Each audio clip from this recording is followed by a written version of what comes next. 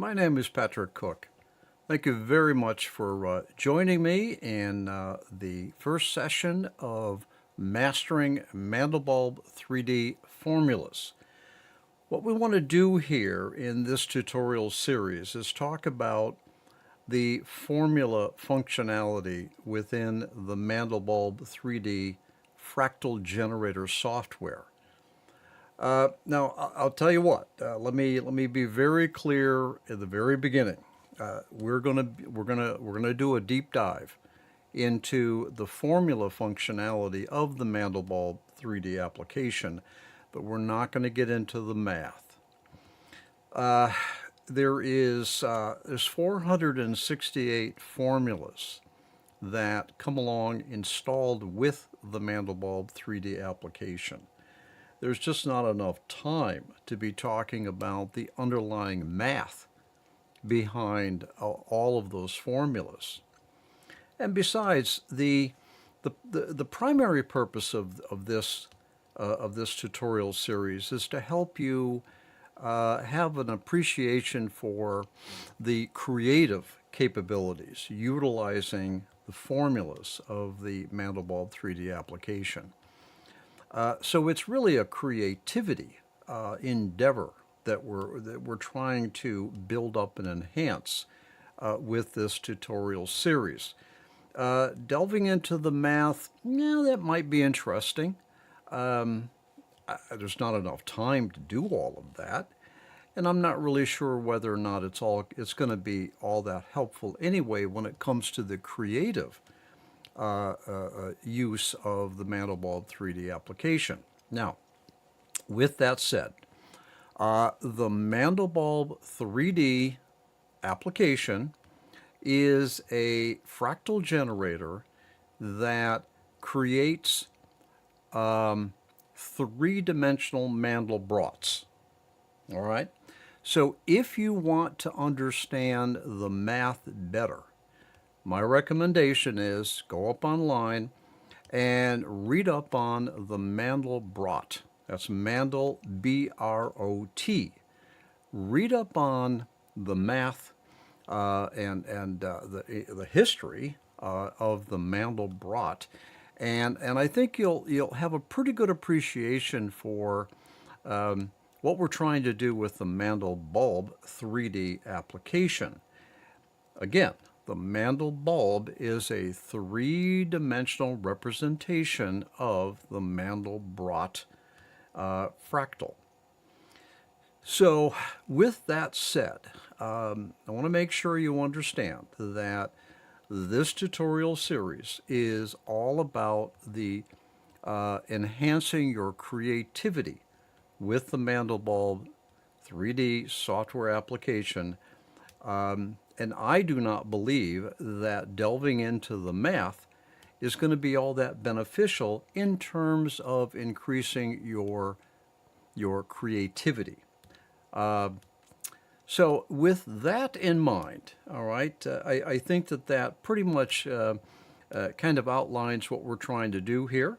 We're going to do a deep dive. We're going to go through all of the functionality pertaining to formulas. We're gonna talk about hybrid modes. We're gonna talk about the formula slots. We'll talk about the formula categories. We'll talk about things like iterations and our bailout. I think we're going to have a good time with this series. Now, let me just kind of remind you that at some point, further down the line in session, 22, depending upon, how far we go, I'm going to kind of be relying upon the fact that you're already familiar with the terms and the terminology or a particular function pertaining to formulas that I had talked about in earlier sessions. So it might be a good idea if you follow this tutorial series from session number 1 and just kind of move through it in a sequential manner in terms of the session numbers. I think that would help you get the most out of it. We're going to try to shoot for maybe around 10 minutes per session. Could be a little less, could be a little bit more, depending upon the topic that we're involved with. But we're going to break this up and into maybe 10-minute or thereabouts sessions, and we're just going to keep going in terms of sessions until I feel that I've covered the topics pertaining to Mandelbulb formulas well enough to be able to enhance your creativity. Okay, so with that introduction behind us, let's dig in the second session of the Mastering Mandelbulb 3D Formulas, and we'll see where it goes from there. So I'll see you in session 2.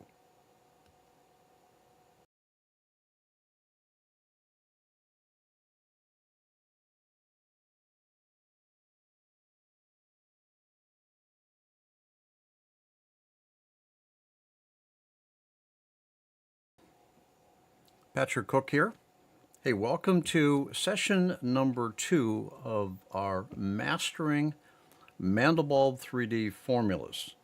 Hey, let's take a few minutes here and talk about what these formulas are. Basically, formulas, and in terms of the Mandelbulb 3D application, of course, formulas are the DNA of fractal objects.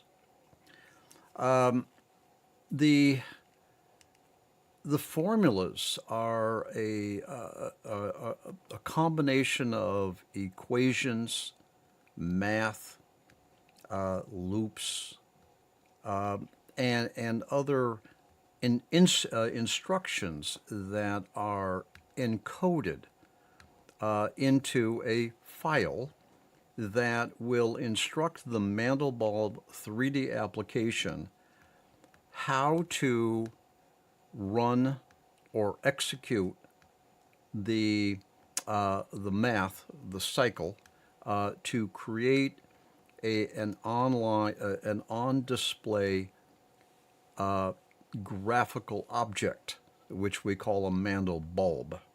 Okay, so let me just get you the display the files that are associated with the Mandelbulb 3D application, and they are referred to as with the extension of M3F. M3F is in formula, and these M3F files are actually scripts that will instruct the Mandelbulb 3D application in how to run or execute in order to produce a Mandelbulb object. Now, these M3F files actually have code that have been written in the M3F. Let me see if I can show you that. Let's, I don't know, let's just pick anything here. How about, let's see here, how about, all right, let's go tan H4D. I'm going to put that, I'm going to open that up in Notepad, and I'm going to show you that Notepad. Okay. Okay, there we go. So what I have here is I have a formula which is, it's named underscore tan H4D dot M3F. Now, very basically now, these are the properties or parameters, and in some cases it can be referred to as options. These are the input values that will be inputted into the equations that are encoded into the M3F file. Now you'll note here that I have a section called Code. And you note here that you can't read it. The reason for that is that because this particular formula has been what's called compiled into machine code, and machine code is what the application understands. But we humans don't get to read that. All right, so we don't know what the actual composition of this particular formula is because it's encoded, and only the Mandelbulb3D application can actually understand it when it goes to execute the formula. All right, now, all of the, let me get you back to the file, okay, to the file explorer here, okay. Get that turned on. Now, all of these M3F files that come along with the Mandelbulb3D application, they are all encoded, like what I just showed you. All right? You can't read the actual code. All right? And you don't really need to, okay? You can get information, a description of the formula. Let me get you back over to our notepad, and you'll notice here that we have a description area. All right? Actually, it goes down even further than that. There we go. So that's the description of the formula of the of this particular formula. Now, not all formulas are going to have descriptions. Most do. So if you want to understand what the formula does, you can refer to the description, which is visible from the application itself. What we're doing here is we're looking at the underlying formula code, okay, to kind of give you an idea of where all these formulas come from. All right, now let's get back over to the file browser. Okay, now back to the file browser. This is the installation directory. I'm in a Windows environment. Mandelbulb3D application only works in a Windows environment. So I'm in a, so this is a folder which I've specified when I installed the Mandelbulb3D software application. And you'll note here that there is a subfolder called M3 Formulas. That is where all of the formulas have been installed, all right, which are listed up on the Mandelbulb user interface. We're going to talk about that in the next session. All right, and you'll notice here there's a lot of formulas. There's actually, if you can see this all right, there's 468 of these formulas that come along with the default installation of the Mandelbulb3D application. All right. All right. Let's pick another one here. Okay, here. How about this one? Sphere ifs.m3f. Now I'm gonna move that over, and I'm gonna open that up in Notepad and show you Notepad. All right, now here again, here's our properties or options. Here is the code that instructs the Mandelbulb3D application how to execute. We can't read it. And here is the description, okay? All right. So that's a high level as to what these Mandelbulb formula files are. They're M3F files. 468 of them come along. And the beautiful thing about this is, and we're going to talk about this in another session down the road, is that you can go get somebody else's formula files as M3F files, bring them into the Mandelbulb application, open them, and execute them, run them. Okay? So we can do a lot. We have a lot to work with in terms of all these files that contain scripts to execute the math and to give us a lot of creativity, what we can do with Mandelbulb fractal objects. Okay, so that's enough for this session. In the next session, let's get over to the Mandelbulb user interface and give you a kind of an overview tour of how to work with these formulas. All right, so I'll see you in the next section. I'll see you there.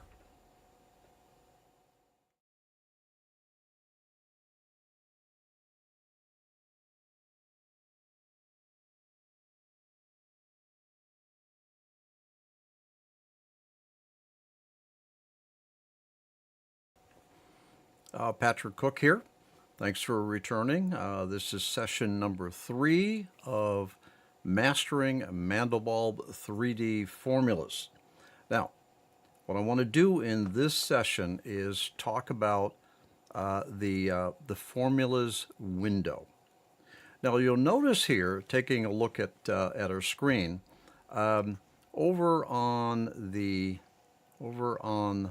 right, we have the formulas window. Now, for purposes of training here, I've made the formula window pretty big so that we can actually see it really good. Over on the left, this is the main window where the Mandelbulb objects are rendered. Okay. Now, in this tutorial series, I'm probably not ever going to utilize the other windows pertaining to the Mandelbulb 3D application. We're not going to get into animations in this tutorial series. That was in tutorial series number 1, where there was a deep dive on the animations. We're not going to be opening up the navigator. We're not going to be trying to process high-resolution stills, nothing like that. What we're going to do in this series is we're going to focus on, and we're going to stay very closely associated with the formulas, all right, within the Mandelbulb application. All right, now, in keeping of that, let me give you a high-level overview of the formulas window. You'll note here at the very top, we have 3 tabs. Now, these 3 tabs are showing you your hybrid mode. We have 3 hybrid modes. We have alternate, we have interpolate, and we have decombinate. Now, we're going to be talking about these hybrid modes in pretty good detail as we go along. Continuing our high-level overview of the formulas window. We also have 6 tabs, all right. These are formula slots. You can actually have up to 6 formulas assigned, okay? Now, that doesn't mean that the hybrid mode is going to use 6 formulas, but there are 6 formula slots.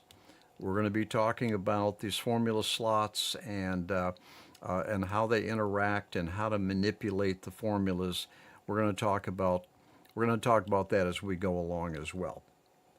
Basically, there's really not much of anything that's going to escape our attention in this formulas tutorial series. All right, now next, moving down, we have what are called formula categories. All right. You'll see here that we have a formula category called 3D.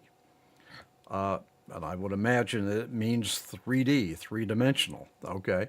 I don't really know where they came up with these terms for the formula categories, but we'll just have to accept it for what it is. So now you'll note here that there's a drop-down. It's an automatic drop-down, and it's terrible, but that's the way it is. All right, very hard to pick things, okay? But anyway, So you have a category called 3D that's been split in two. Otherwise, that drop down would have gone so far that it would have been, well past the applications window. We have another category called a 3DA, A standing for analytical. Now, I'm going to get into what this means, what analytical means at a later session. But for right now, let's not get in too deep too fast. We have another category, which is called 4D, and another category called 4DA. Again, A stands for analytical. All right. Now we have three drop downs of ADS formulas. Those are called transform formulas. And a transform formula will actually have an impact on a formula that is behind it. It's called a transform formula. Transform formulas do not in and of themselves create Mandelbulb objects. The 3D, the 3DA, the 4D, and the 4DA do create Mandelbulb objects. Transform formulas, the ADS, do not. Okay? They affect another formula. All right, we also have DIFS. We actually have three of these drop downs for the DIFS. DIFS formulas create shapes. The Mandelbulb objects that are created on the screen are shapes as opposed to a calculated, all right, a calculated object that you would get with 3D, 3DA, 4D, 4DA. Those are calculated, whereas the DIFS are actually shapes. It's not really very clear here, but the third DIFS drop down, those are actually transforms, all right, but within the shapes. They will have an impact on another DIFS formula. That third drop down, those are actually DIFS transforms. Okay. All right, so let's see. Now next, working our way downward here, we have what are called formulas, properties, often referred to as parameters.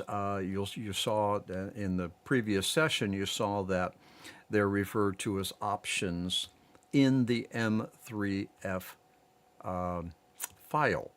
Okay, so properties, parameters, options, whatever you want to call them, these are values that are fed into the formula when it's executed that will have an impact on actually how the formula behaves, and of course, it's creating an on-screen image. Okay? All right, now, down here, we're going to be talking about all of these things in greater detail. But let me just say, for purposes of an overview, you'll note here you get a thin little line going all the way around here like this. All right. The controls that are inside of this panel, all right, those are controls associated with each of the formula slots. All right, that's all you need to know right now. Below this area right in here, those are control values or properties that will affect the set of formulas. Now, a set of formulas would be all of the formulas that all of the formula slots that have a formula assigned to them. I refer to those as formula sets. It could also be referred to as a formula sequence. And we're going to talk about this more as we go. Okay, this is all overview. So down below here, all right, these are formula operators that pertain to a formula set. A formula set is it is all of the formulas slots that have a formula assigned to them. Collectively, those are that would be a formula sequence or a formula set. Okay. All right. So that's enough now for this high-level overview of the formula windows of the Mandelbulb3D application.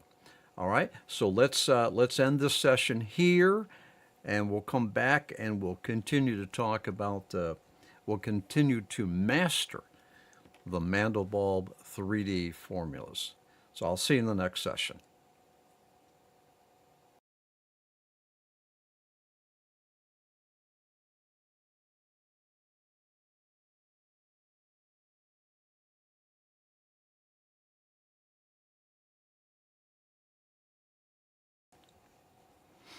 Well, Patrick Cook here.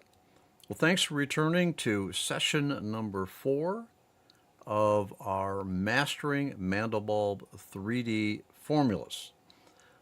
Now, in the previous session, I gave you a high-level overview of the formulas window. At the top here, those are our hybrid modes. Down below that, we have up to 6 formula slots that we can assign up to 6 formulas. Below that, we have the formula categories: 3D, 3DA, 4D, 4DA, ADS, which are transform formulas, DIFS, and DIFS transform. Okay.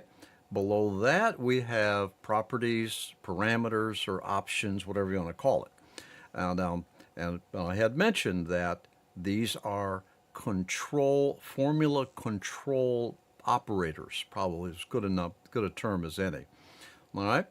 Now, in this session, I want to talk about a concept known as iterations. Okay. All right. I think you're going to find that quite interesting. There are a couple processes that go into creating a Mandelbulb object.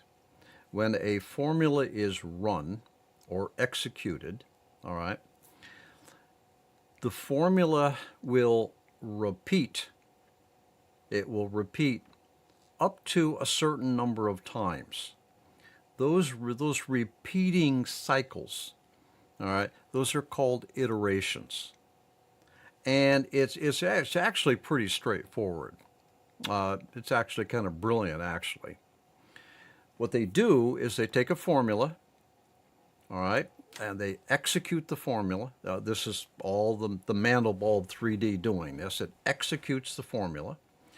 There's an output to that formula. 1 plus 1 equals 2.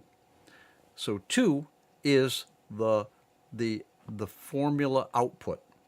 And what they do is they will feed that output, feed it back in, all right, and the formula will be run again with different sums that are being added as we go, okay? Now, the iteration, an iteration is actually the number of times that the formula will be executed. If you had 10 iterations, the formula will be executed 10 times, 10 iterations, okay? That's what an iteration means. It's the number of times that a formula will be run with its output of the previous formula being fed back into the next execution or the next iteration. That's what iteration count means. Now, I had pointed out in the previous session that the iteration count value down here within this this panel, okay, that applies to the formula. Now let me just prove that to you. We have a formula here that's been assigned to formula slot number 1. It's called integer power. Okay, let me just put an iteration count value of 5. Now let me go over to formula slot number 2, and I'm just going to pick any old formula. I'm not concerned about the formula right now. I'm only trying to show you about this iteration count. Now, I'm going to put in a value of 8. All right. Let me go to formula number 3. I'm going to put something in there, anything, doesn't matter, like that. All right, and I'm going to give that an iteration count of, I don't know, what, 16, okay? Now, if I go to formula slot number 1, if I click on that, you'll notice here that the iteration count is 5. Formula 2, 8, just as I had set it. 3, formula slot number 3, 16, just as I had set it. The only thing I'm proving right here is that this iteration count value is related to the currently selected formula slot, okay? If I go to a formula slot that does not have a formula assigned to it, and you can see that because this is all empty right here, there's no formula, I have an iteration count of 0. The reason I have an iteration count of 0 is because there is no formula that will be executed for this formula slot number 4 in this case. Obviously, no formula, no iteration. All right, so this is an important concept, so hang in there. All right, so this iteration count pertains to the currently selected formula slot. All right, and this iteration count, go back to formula number 1 slot, that will instruct the Mandelbulb internal software to execute that formula, which is called integer power, 5 times, and to be accurate, up to 5 times, because there's another condition that if another condition is met, then the iteration discontinues, stops. And that condition is called our bailout. We'll talk about that later. All right, so formula number 2, we have an iteration count of 8. That means that the Mandelbulb3D software will execute this amazing surf formula up to 8 times, but up to 8 times, not necessarily 8 times, but up to. All right, and formula number 3 here, we have cosine pow 2 up to 16 iteration count. Okay, so the iteration count is the number of times that each formula will be repeated or iterated up till that count or until another condition is met. All right. All right. Are you good so far? Simple, right?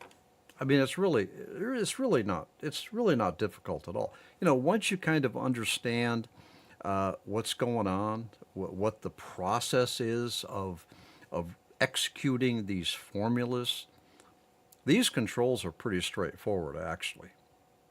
All right. Now, in the next session, I'm going to be talking about these iterations down here. All right. Now, as I had mentioned in a previous session, all right, below this panel, all right, these formula operators pertain to the set. Okay? So just kind of get that in your mind that these controls right here pertain to the individual formula that's currently selected. And below that, these formula operators pertain to the whole set. All right, so let's pick this up in the next session, and we're going to talk about the formula operators that pertain to the whole set. I'll see you there.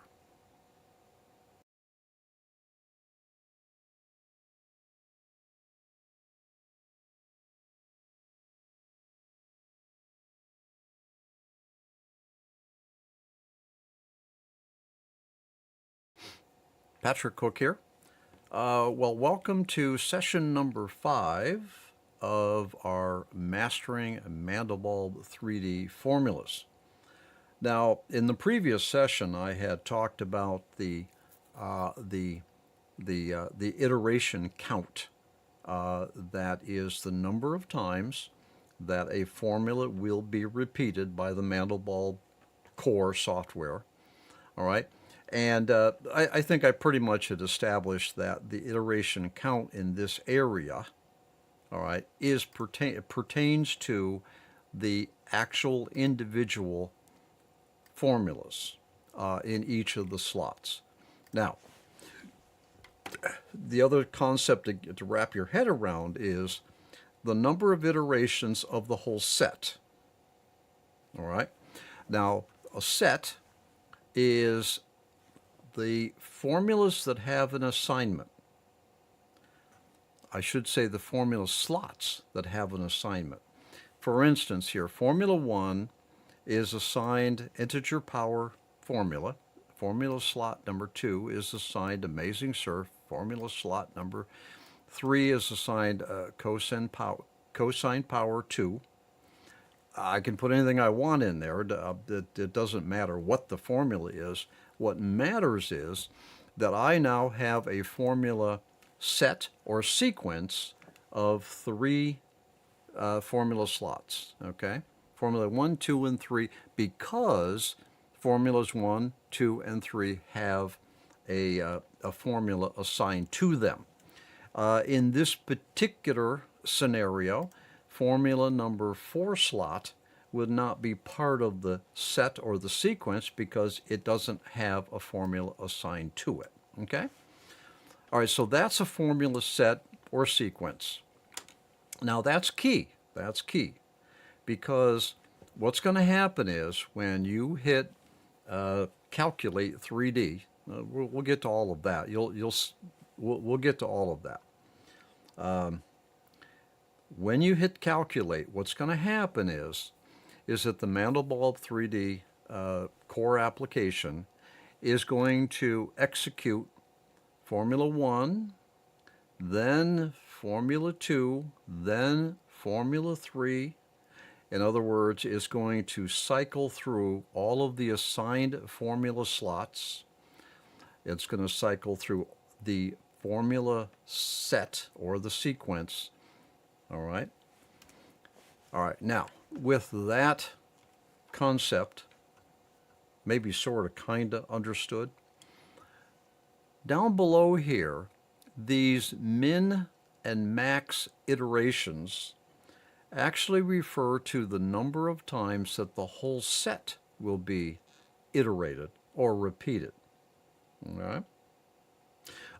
Let's get the whiteboard up here. Let's see if we can kind of show this. All right, I'll fire up the whiteboard. Here we go. Let me get my stylus going here. All right. Now, let's say that I got Formula 1 assigned. All right, that's got an assignment. I got Formula 2, that has an assignment, and I got Formula 3, that has an assignment. All right, and you can see up at the formulas windows here. All right, now that is considered a sequence or a set. Okay.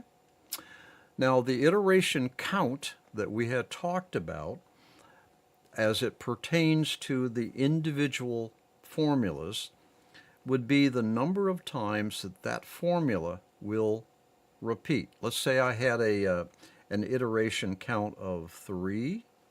All right, that formula will repeat 3 times. It'll be iterated 3 times. If I had formula 2, let's just say I had, let's see, 4, 5. Let's say I had an iteration count of 5. The formula 2 is going to be iterated 5 times, and 1, 2, 3, 4. Let's just say 4. Okay.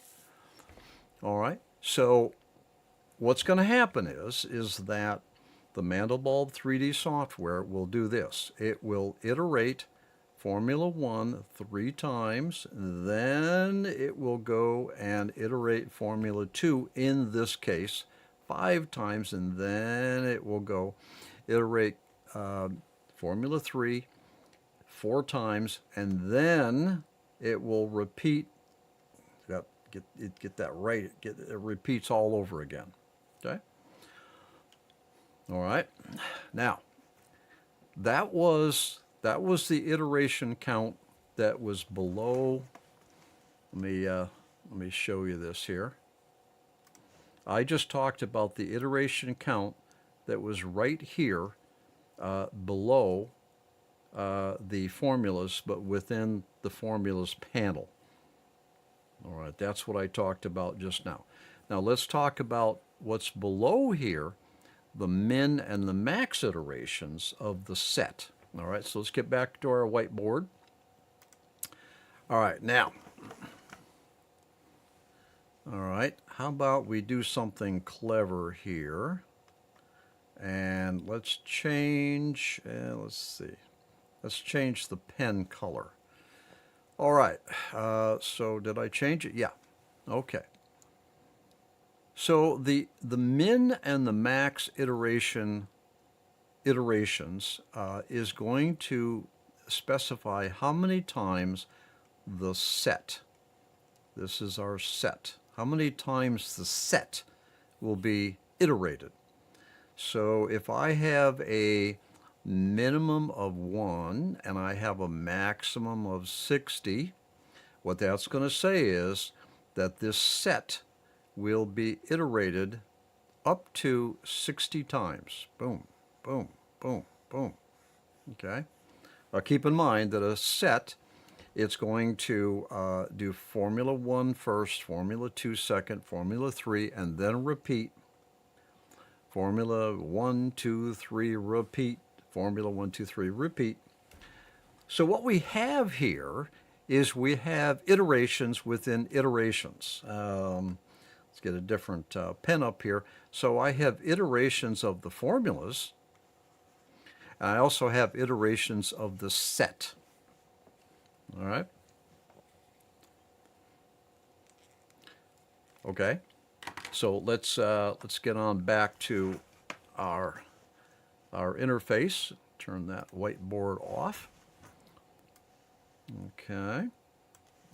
So I have, let's see, Formula 1. I've got iteration of 5. Formula 1's going to run 5 times, up to 5 times. Formula 2 up to 8 times. Formula 3, 16 times.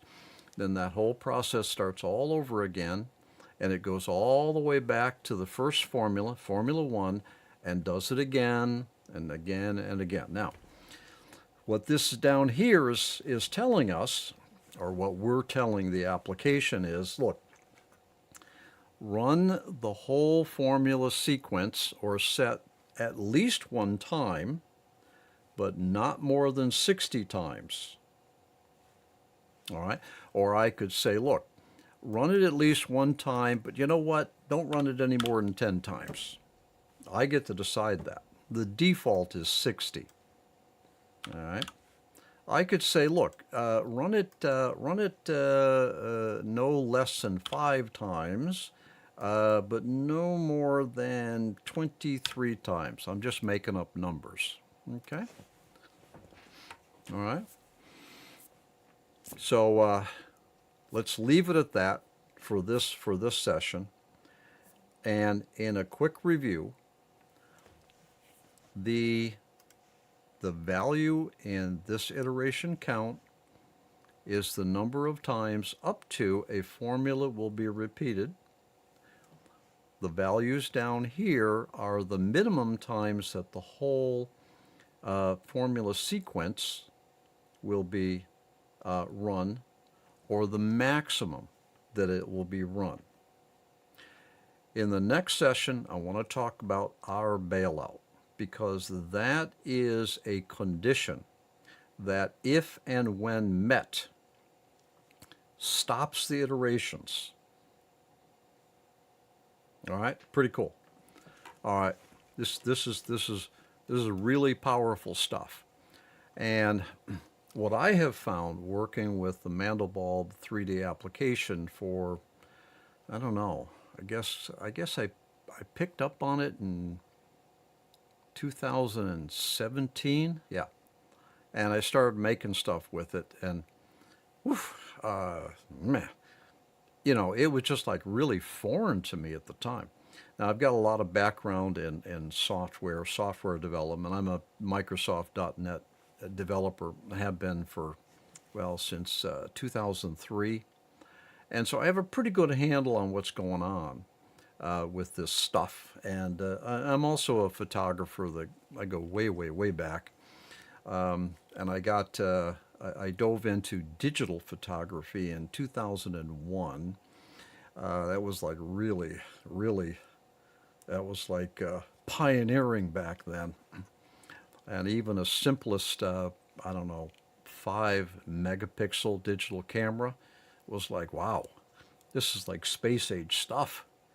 But anyway, so I have a lot of background in software and photography, film, digital, and I have a pretty good appreciation for what goes on behind the scenes, and you can actually get a hold of the Mandelbulb core software. And download it, and you can open it up, and you can start looking at the files. You don't even have to download it. You can look at it up on GitHub, and you can kind of really delve into, kind of see what's going on behind the scenes, and you can kind of get an appreciation for what's going on with this Mandelbulb software. So many of these concepts are pretty straightforward. You know, once you kind of understand what they are, and you see them in action, and you get experience with these formulas, and you see how things work, and you start tweaking and making adjustments, and you see how that affects the the display on the screen. You begin to kind of appreciate the power that you have in terms of creativity. So understanding these concepts is actually pretty straightforward and pretty important, actually, for creative purposes. Okay. All right. So enough blabbing for this session. Look, I'll see you in the next session, and I want to talk about our bailout in the next session. I'll see you there.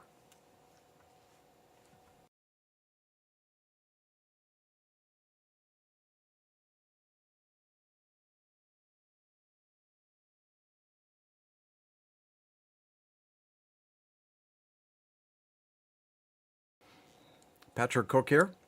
Welcome to session number 6 of our Mastering Mandelbulb 3D Formulas tutorial series. Now, in the previous session, I was talking about iterations. All right, and I think you have a pretty good handle on that now. All right, whereas the iteration count is the number of times up to that a formula will be run or executed. Okay.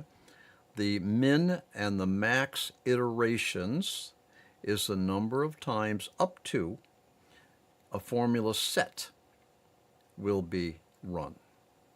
Okay. Combined, those two make some very interesting graphics up on your screen. Now, there's another concept which is important. All right, it's called our bailout. Now, the R doesn't really mean anything to us. Okay, it's a term that goes back into deep math, and the term is important for those people that really understand the whole math behind this thing.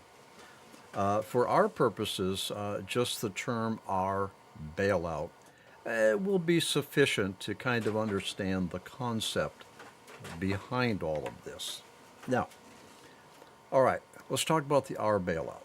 Let me get my whiteboard up here so we can see what we're doing. All right, get my stylus here. Oh, I gotta raise this so I can see it. Okay. All right, so the R bailout. All right, here's what happens generally. All right, let's say, okay, so we're gonna have a graphic object, a Mandelbulb object that's going to be on the screen. Now, there's going to be some formula that is going to be executed in order to make that graphic. I don't know, let's just say z plus z squared equals, and then, the output. Okay, something like that.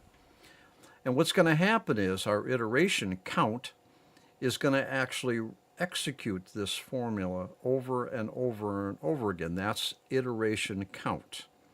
Now, we're not talking about the min and max iterations right now. That min and max pertains to the number of times the whole set or all of the assigned formulas will run. Here I'm talking about the one formula. Okay. So there's going to be an output. All right, it's going to, this output is either going to be within what's called the orbit or outside of the orbit.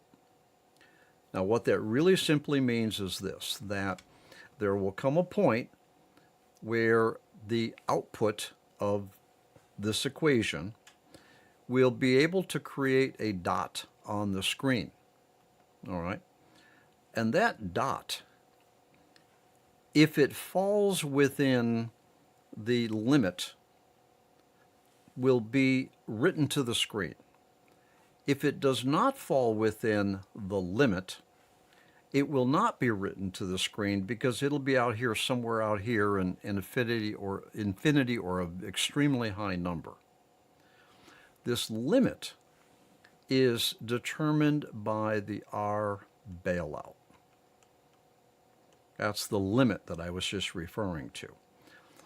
All right, so if the equation is run, a point is calculated, and that point will be converted into a pixel on the screen.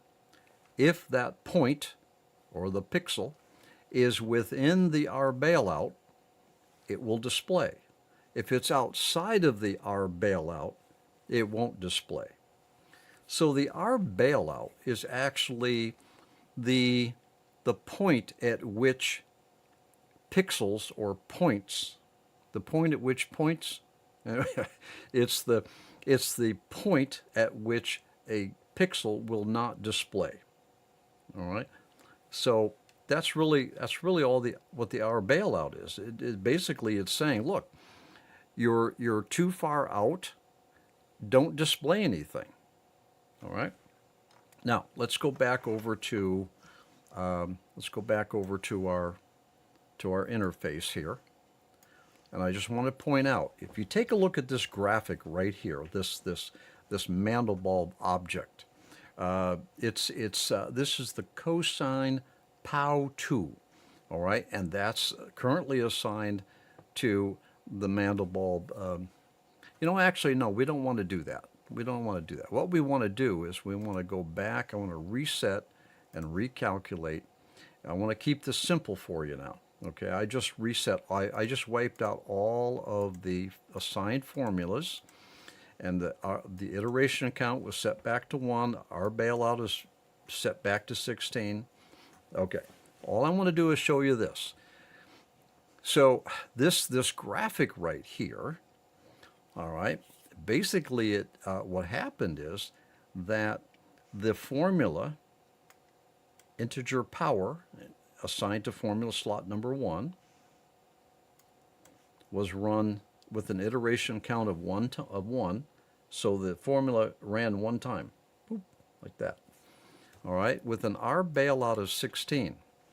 So if you can kind of envision this, all of this blue area right here, there is no dots, there's no pixels, because this Mandelbulb graphic was able to form on the screen with 1 iteration of the formula with an R bailout of 16. So that means that that all of the pixels or the points that goes into making up that this particular Mandelbulb object, the whole thing was accomplished with 1 iteration of the formula with an R bailout of 16. All right. Okay. So there's 2 basic fundamental elements that go into the creation of a Mandelbulb object when the Mandelbulb3D executes the formula, runs the formula. That's the iteration count, and also the R bailout. Now let me prove it to you. We got a few minutes left here in this session. Let me do this. R bailout of 16, okay? Let's make an R bailout of half of that, 8. Now I need to come up here and calculate.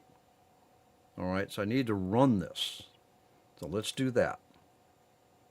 That was an R bailout of 8. Our graphic still fully formed with an R bailout of 8, which tells me that an R bailout of 16 was not necessary.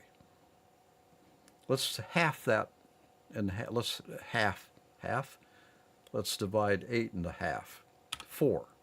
Now let's punch it.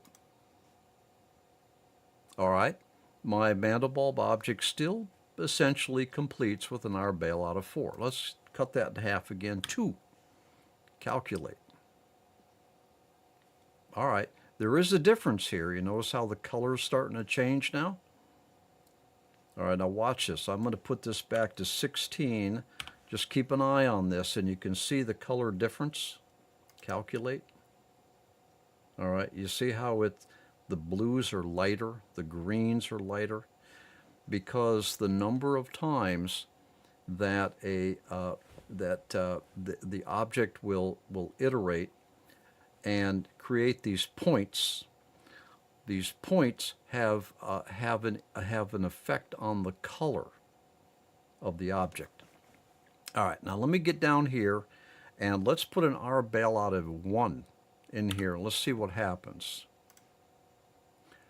Very interesting. Okay, so what I've done here is I've created an R bailout that is so low that what it's telling you, what's happening is that let's get our whiteboard back up here. All right, take a look at that. Now, you'll see here that with an R bailout of 1, which is what I just put in there, it's very kind of fuzzy. All right, it's it's out of focus. Okay, it's fuzzy. Because what I was doing here is I was not allowing all of the pixels to properly display because the formula equation went outside of the R bailout, and many of my pixels can't display anymore. And so that's the reason why this thing is so fuzzy like that. All right. So let me do this. Let me go back to 16. Let's take a little extra time here. Calculate. And I want to do something else. I want to punch this iteration count up to, I don't know, what, 50? How about 50? Punch it. No difference. No difference. The reason is because 50 iterations was not necessary to create that Mandelbulb fractal object, and therefore you're not going to get 50 iterations. It's going to stop when it hits the R bailout. Let's put that R bailout to 1, calculate. We're back to our fuzziness. Again, it just goes to show you that this iteration count is not giving us any better results. So the iteration count and the R bailout have a lot to do with how this Mandelbulb object is formed on the screen. Okay? All right, let's continue this fun in the next session, and we'll continue to talk about all of this stuff, and it's going to get more and more interesting as we go. I'll see you there.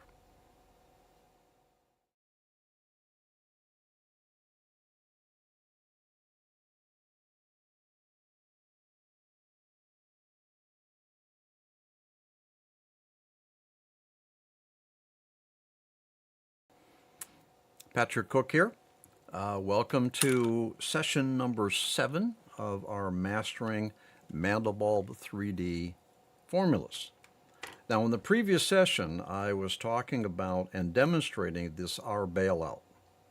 And if you look at our screen here, we can see that where we had left off is I had an R bailout of 1. And basically what I've done here is I've put a constriction on the formula execution, and I've said, look, if the value of your equation is outside of the orbit really quick, then don't display the point. And that's why I have a lot of points here that didn't get displayed, and therefore I've lost detail. And I also was showing that the iteration count had nothing to do with making this fractal object any better. So if I go back to the default, which is 16, iteration count of 1, we're going to get the Mandelbulb object fully formed on the screen. And the reason for that is because this particular formula, all right, is simple enough where it only requires one iteration of the formula within an R bailout of, my goodness, I think we were down to 4 before we started losing quality. Maybe the colors, see how the color's different? Let's go 8. Okay. All right. This whole Mandelbulb object can be fully displayed in whatever iteration of the formula with an R bailout, which is pretty low, of 8. If I put an R bailout of 900, I really don't get that whole lot better because the iteration count comes into play now. All right, so it's only going to iterate one time. If in that iteration of that one iteration, if the R bailout, if the points never make the R bailout or never escape the orbit, then it doesn't matter. They're not going to display. Let's experiment here. Let's put an iteration count in of 1,000. Boom. My graphic is the same because it's not going to iterate any more times than it has to, than it needs to fully form the graphic. Iteration count of 1,000, bailout of 1,000. Let's see what happens. I get pretty much the same thing. Obviously, I got less blues here, so there was an impact on the color. But basically, I said iterate up to iterate this one formula up to 1,000 times, or until the R bailout has been achieved. I get more pixels written to the screen because I have a much higher R bailout.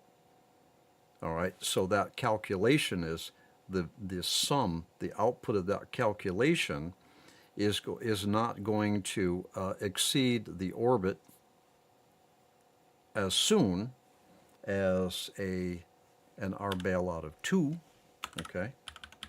So all I've done here is that I've just said write more pixels to the screen, boom, boom, boom, and basically I told Mandelbulb to write more pixels to the screen than was necessary to create the Mandelbulb object on the screen. I just kind of wasted power. I got a little bit more intense.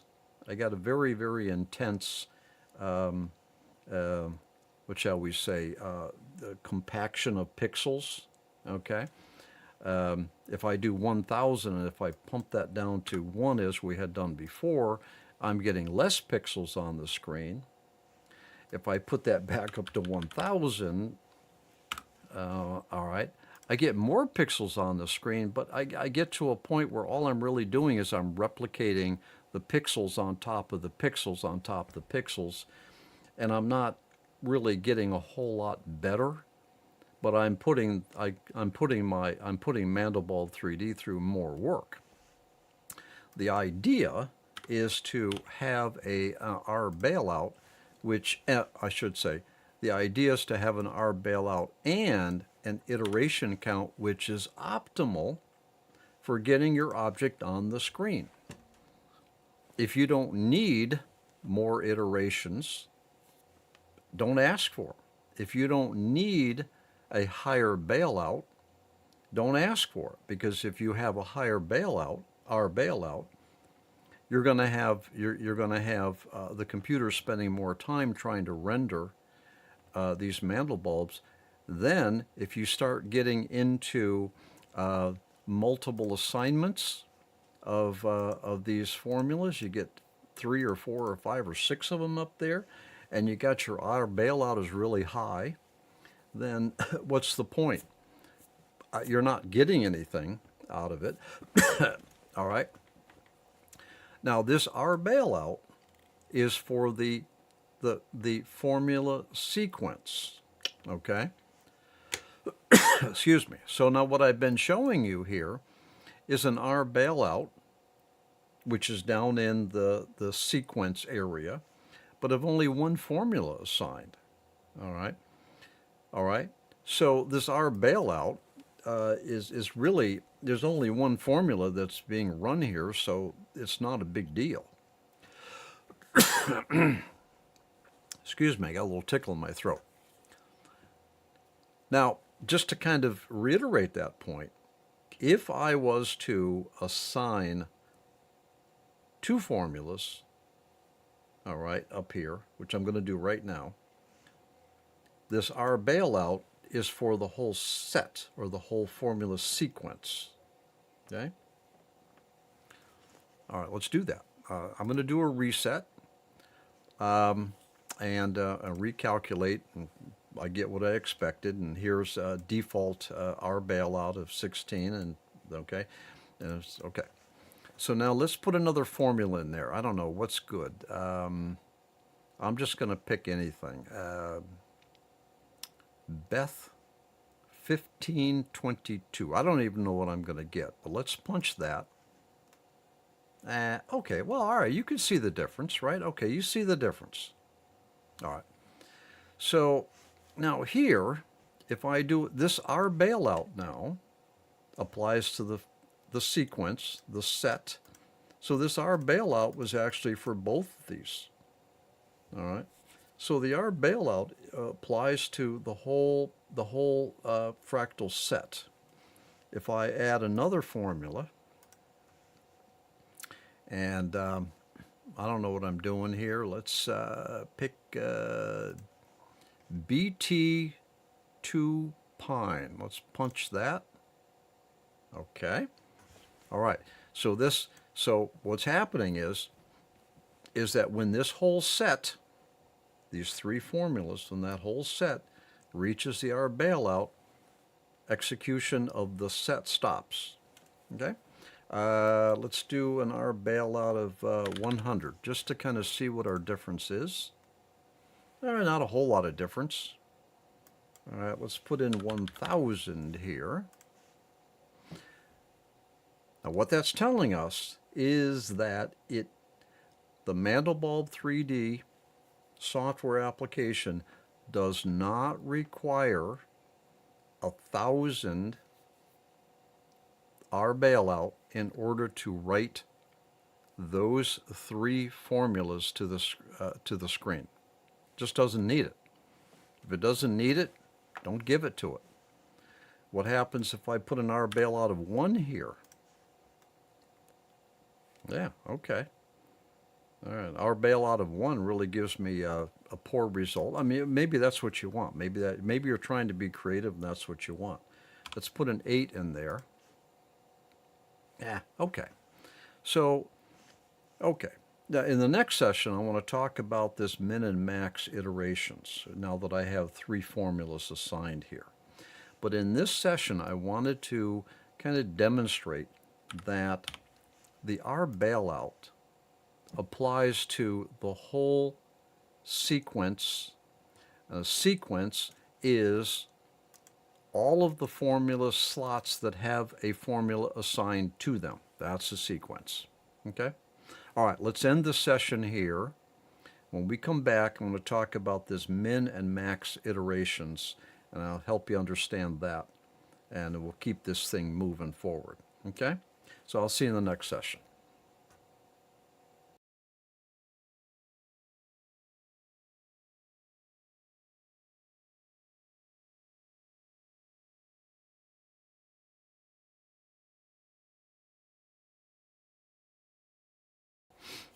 Patrick Cook here. Welcome to session number 8 of our Mastering Mandelbulb3D Formulas tutorial series. Now, in the previous session, I was kind of demonstrating this whole idea of R bailout. And I was explaining that this R bailout pertains to the formula sequence, or the set. All right? Let's switch, just turn our attention to this min and max iterations. Now again, being down there at the bottom, the min and max iterations applies to the formula sequence, the formula set. All right. So you'll notice here that my graphic is forming okay with an R bailout of 16. If I put an R bailout of 32 in there, I don't really get much better of a graphic. And the reason for that is because these 3 formulas, 1, 2, 3, can all be completed within an R bailout of, well, what do we have? 16? All right. And that's all that's necessary. Now, if I come along here and I say, look, I want you to run no more than 30 iterations of the whole set now, the sequence. Let's try 30, punch it. Again, my graphic was able to be produced well under 60 maximum iterations. Let's cut that in half and put 15 in. All right, we're getting a little bit difference now. You notice that. All right, now watch. I'm going to do 15. I'm going to put 30 back here in there. Watch the graphic. All right. Okay, there's a little color change there. All right, what this is telling me is that this formula sequence, formulas 1, 2, and 3, need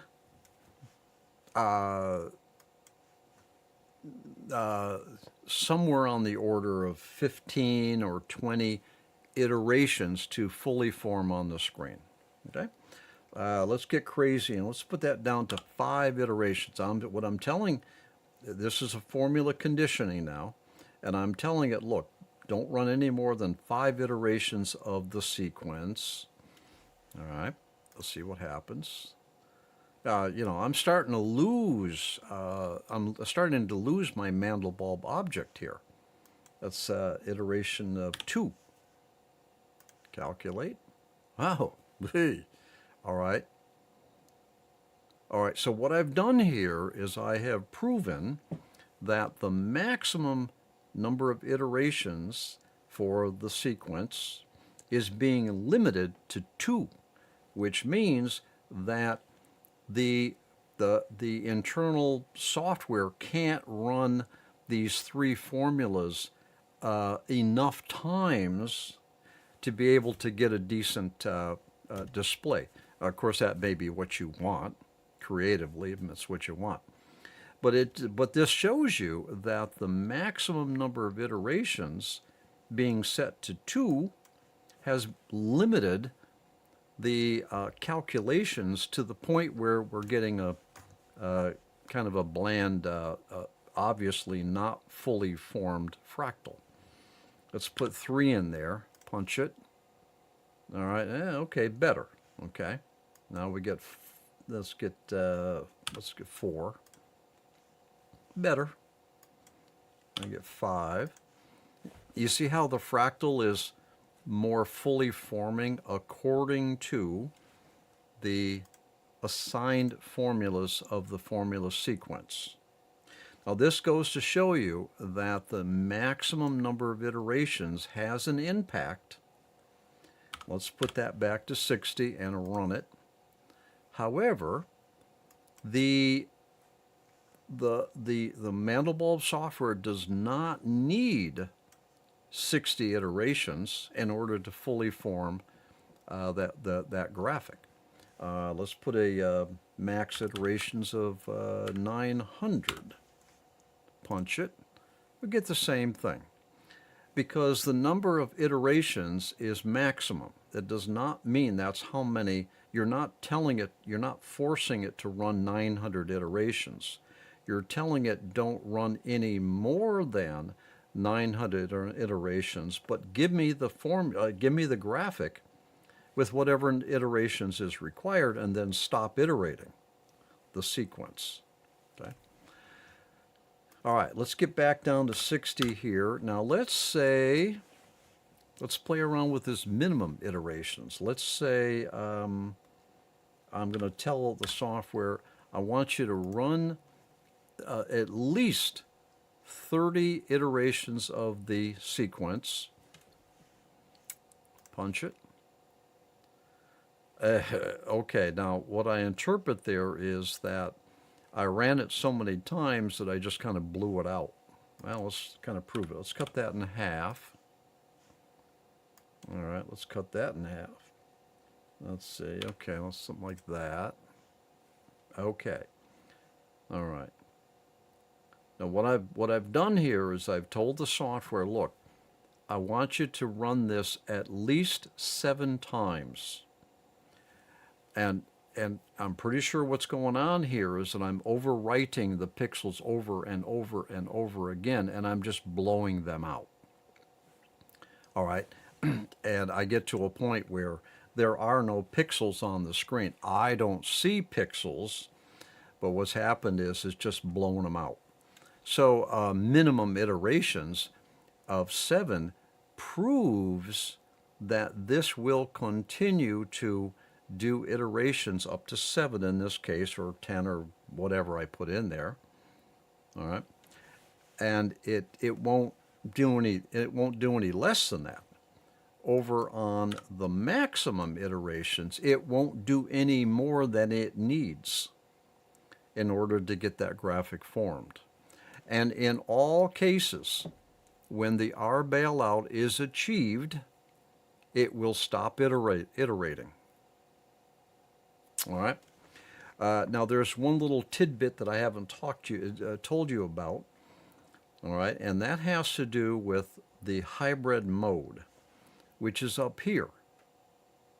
All this time, I've been in alternate hybrid mode, which means that the Mandelbulb core software will behave like this.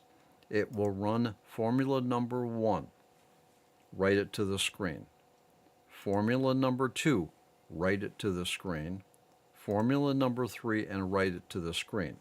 I'm alternating. Formula 1, 2, 3, 4, 5, 6. 1, 2, 3, 4, 5, 6.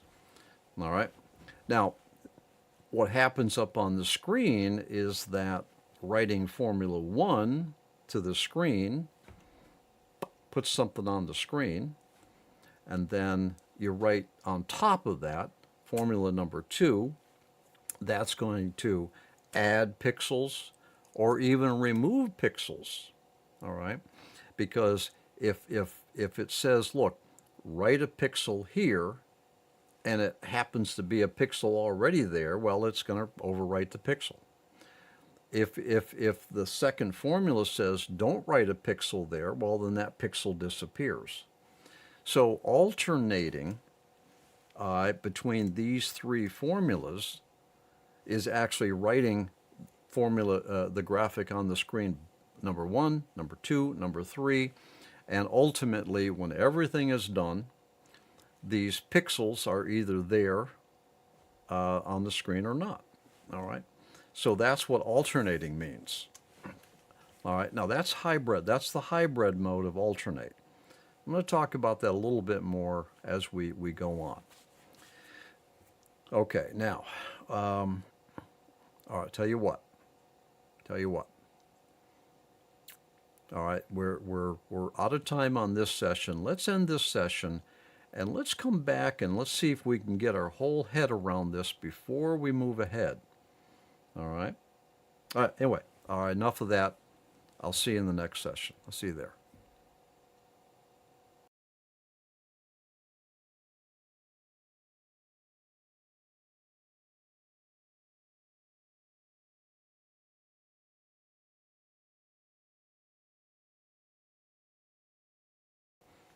Well, Patrick Cook here. Welcome to session number 9 of the Mastering Mandelbulb 3D Formulas. Now, the last half a dozen sessions, I've been blabbing on about iterations and our bailout and all that kind of good stuff. I want to make sure that we're okay with all of those concepts before we forge ahead.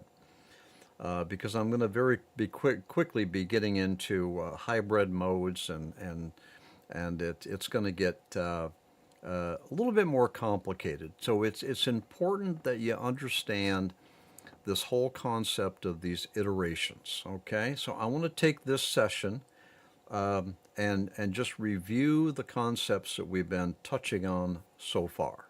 Okay, I'm going to hit a reset here. Reset. I'm going to recalculate, and I'm back to my default. All right, and everything's cleaned up here. I'm back all to my default values now.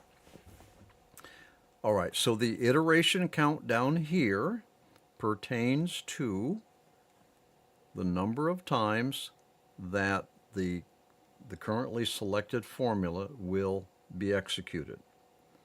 One iteration count, formula 1 will be iterated one time. Let's get another formula in there. I'm just going to pick anything. Iteration count of 8.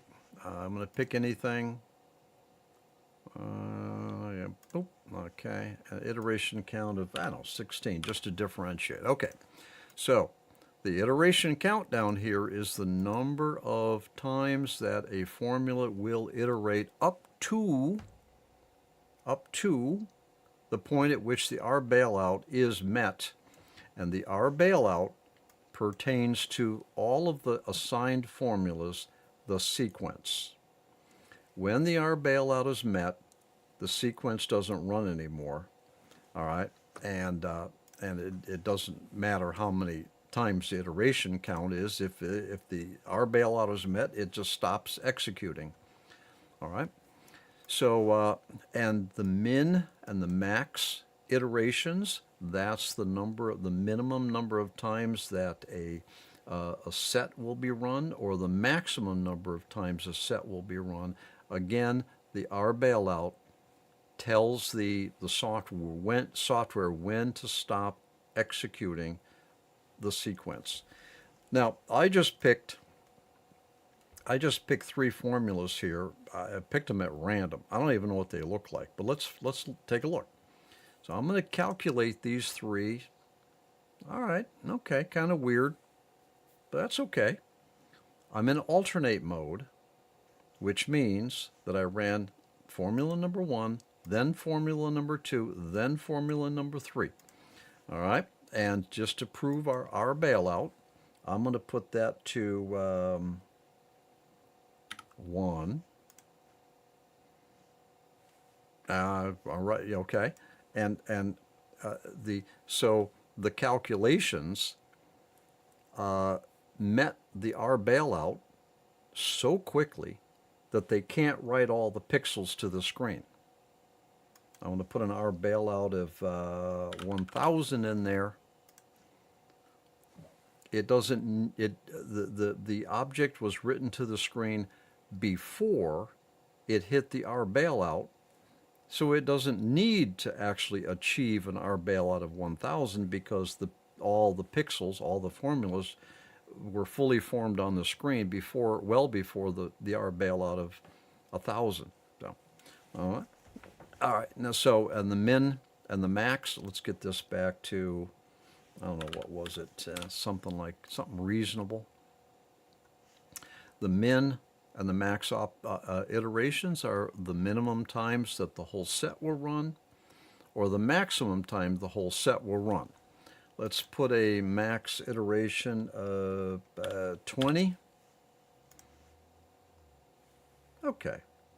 All right. The graphics, the 3 formulas alternating, were able to fully form on the screen at around or about 20 or 30 iterations of the whole set, the sequence. Okay, so, all right, the maximum iterations is not necessarily going to be a number of sequence iterations that will be met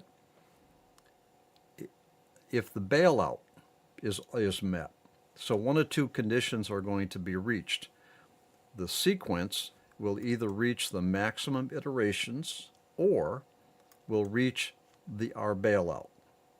If either one of these 2 conditions are met, the sequence stops being cycled through.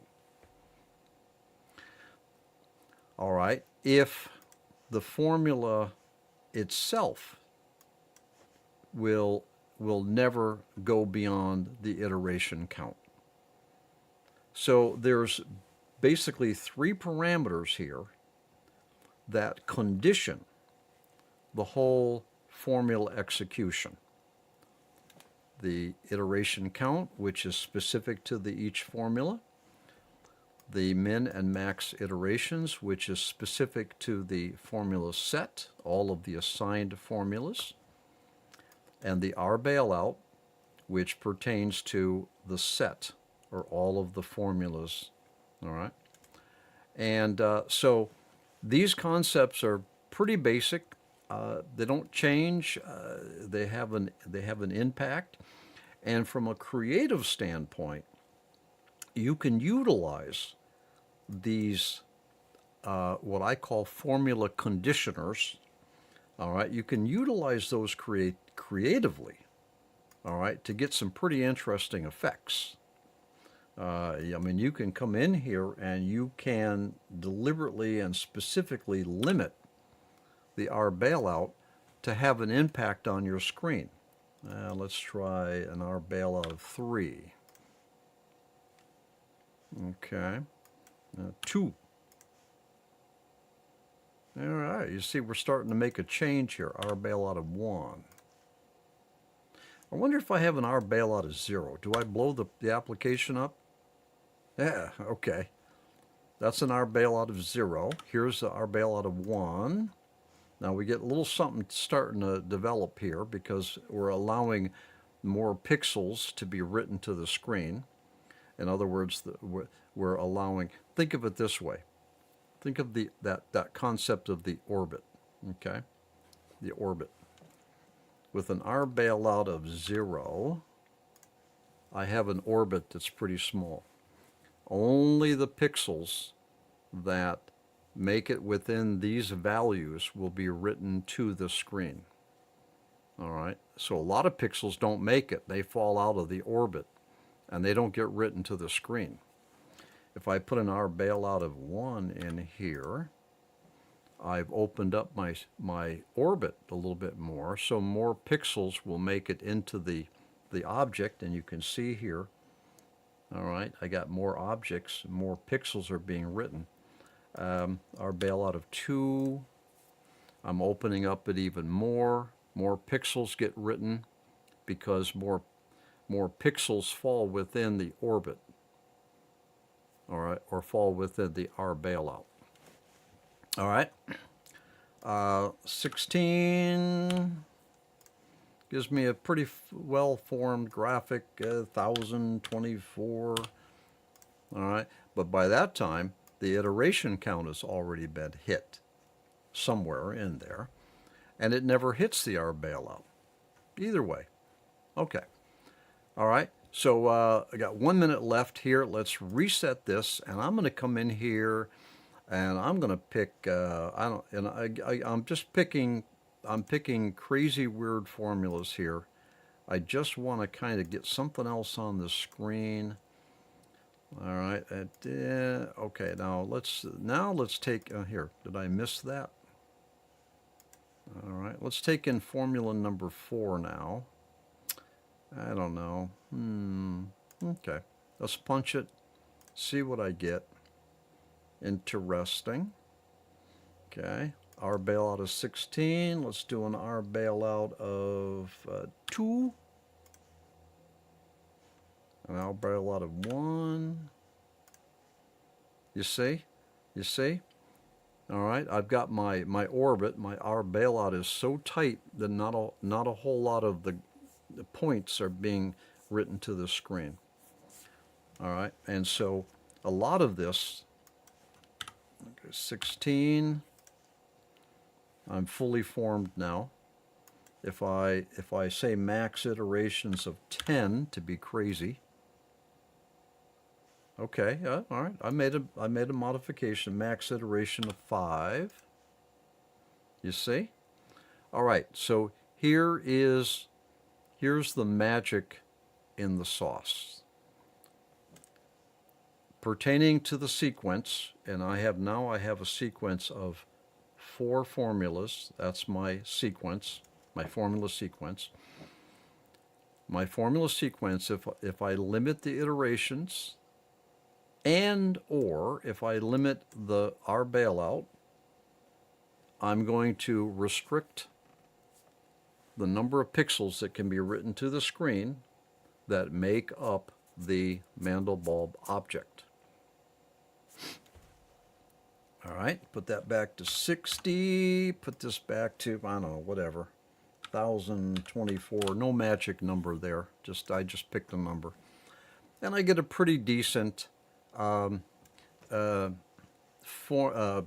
graphic that is formula in alternate mode, hybrid mode. Formula 1 is run to the screen, 2 screen, 4 the screen, 4 and the screen, and that's my graphic. And my operators down here have an influence on the graphic that goes to the screen. Okay, so now you know everything there is to know about iteration count, which is per formula slot, min and max iterations, which is the formula sequence, and the R bailout, which applies to the formula sequence. Now you're ready for more good stuff. I'll see you in the next session.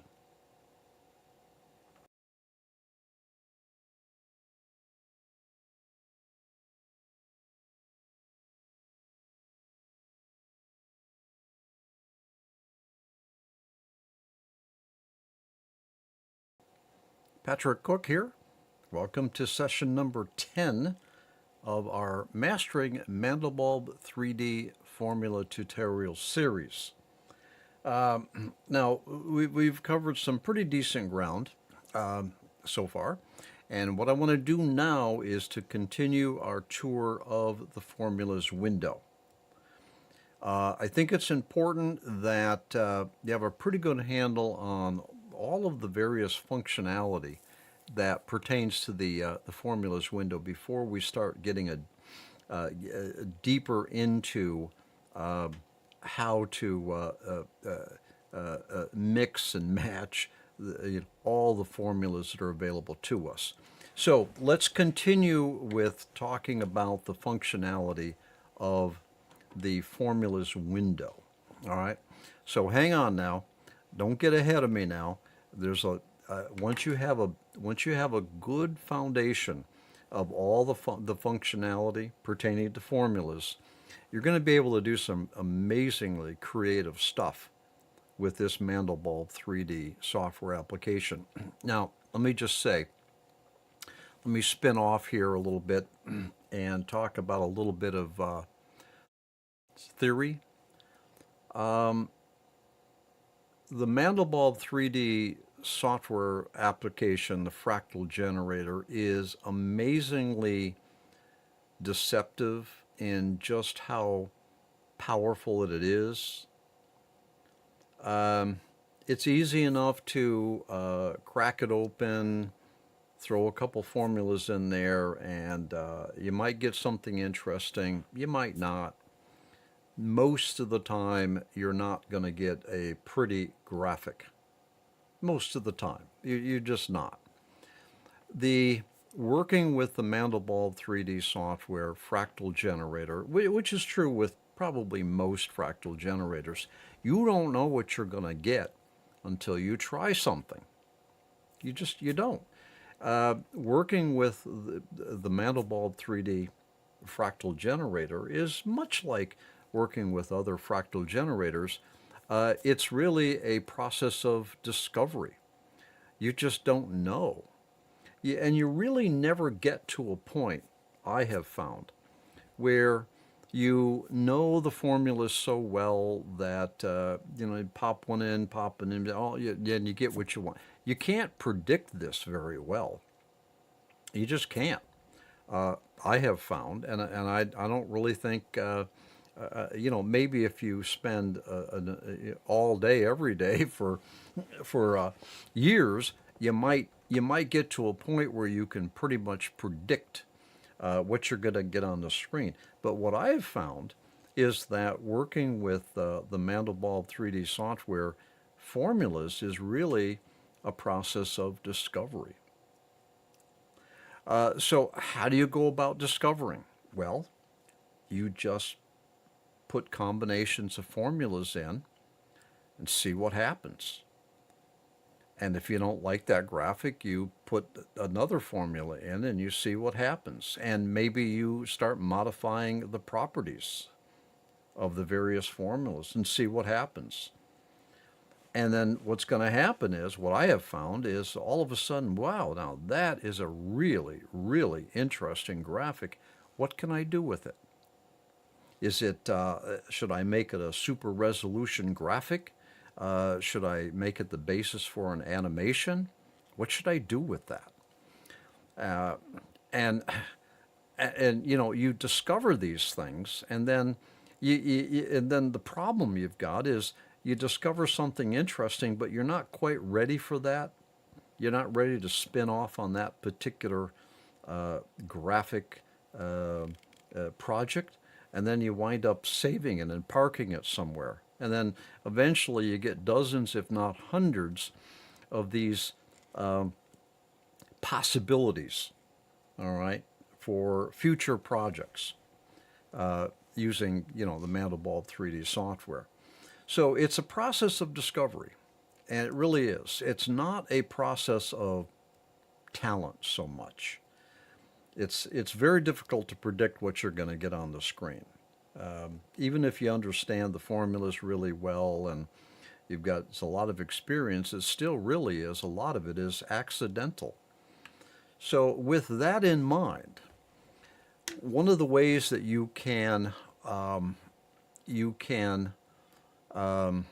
improve your creativity is by understanding the controls that you have to work with. Like we were talking about iteration count, minimum, maximum iteration, talking about the outer bailout.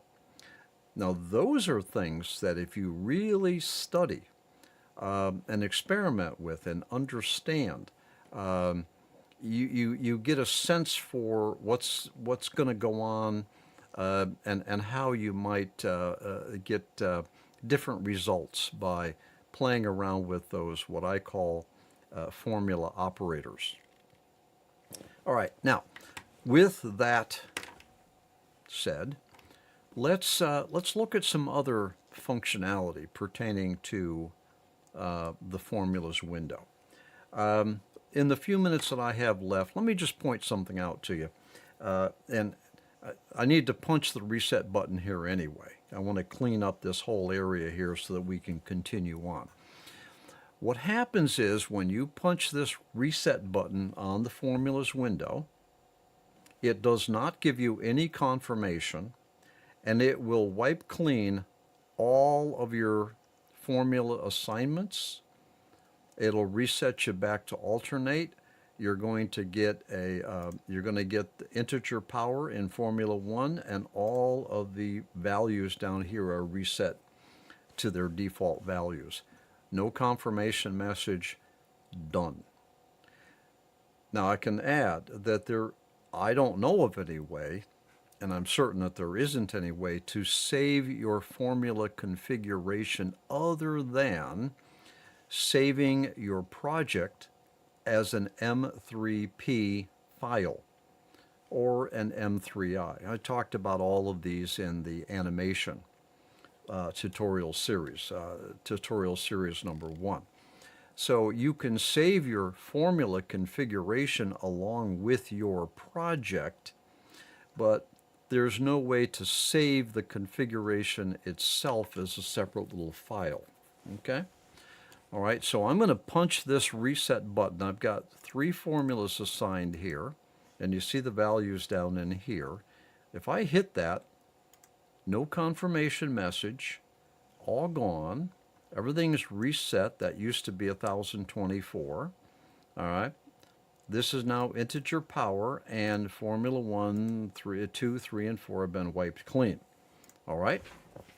So as long as you understand it, no big deal. All right. But be careful with this little bugger here. Now, obviously, nothing happens over on the main screen until I hit calculate. So which is what I just did right there. All right.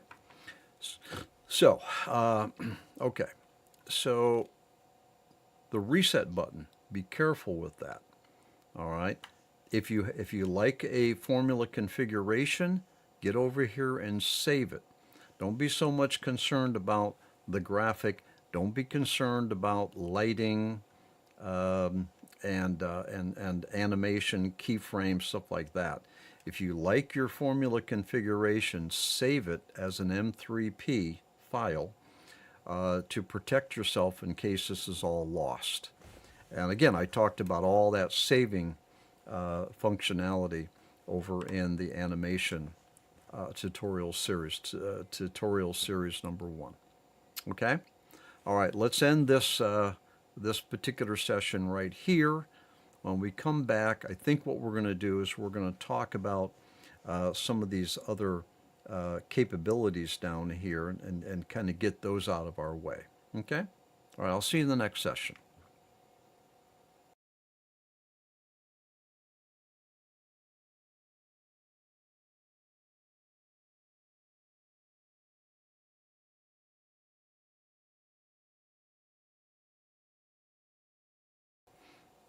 Patrick Cook here. Welcome to session number 11 of our Mastering Mandelbulb 3D. Let me see if I can say it. Let me see if I can say that right. Mastering Mandelbulb 3D formulas. Right. So let's continue now talking about the functionality of the formulas window. All right.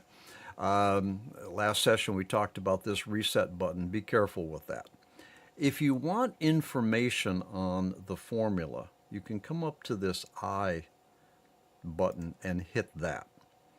All right, and so here this is going to give you the description. If you recall way back in session, I believe it was 2, I was showing you what a formula looks like in behind the scenes. All right, and what this is doing is it's pulling that description out of that M3F file and displaying it here for you to review. Sometimes the description will actually show you the formula, sometimes not. Sometimes there won't be any description at all. That's all right. When there is no description, this I button is disabled. And in order to close this, you hit the I button again to bring up your properties. Okay, so that's the I button. This hidden here, I never have been able to figure out what the point and the purpose of that is. It hides the formula, but why? I found that it doesn't stop the formula from being executed. It just hides it. So, I don't know. You might find some use for it. I don't know. This open here, we're going to talk about that further on down the line. But what that will do is it will allow you to open up a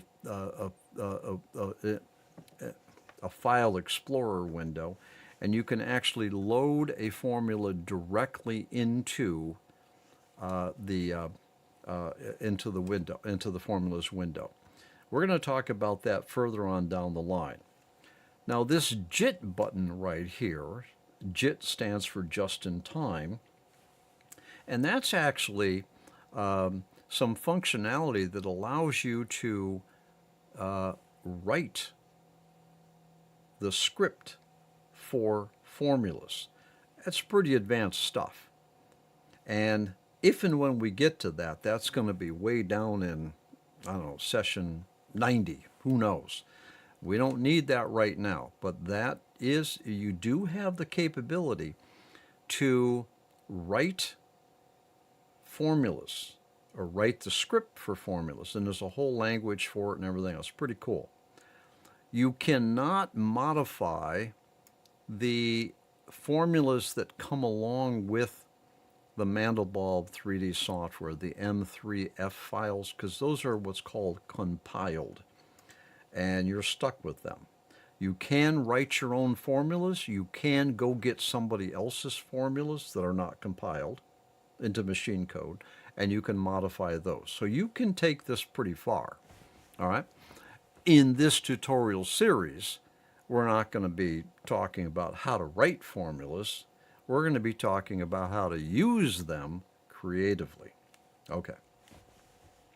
Now, okay, let's move on down into here. Okay, let's pick on this next one right here, and I'm going to pick this one here because this should be fresh in your mind as to what a formula set or a formula sequence is. Do you remember?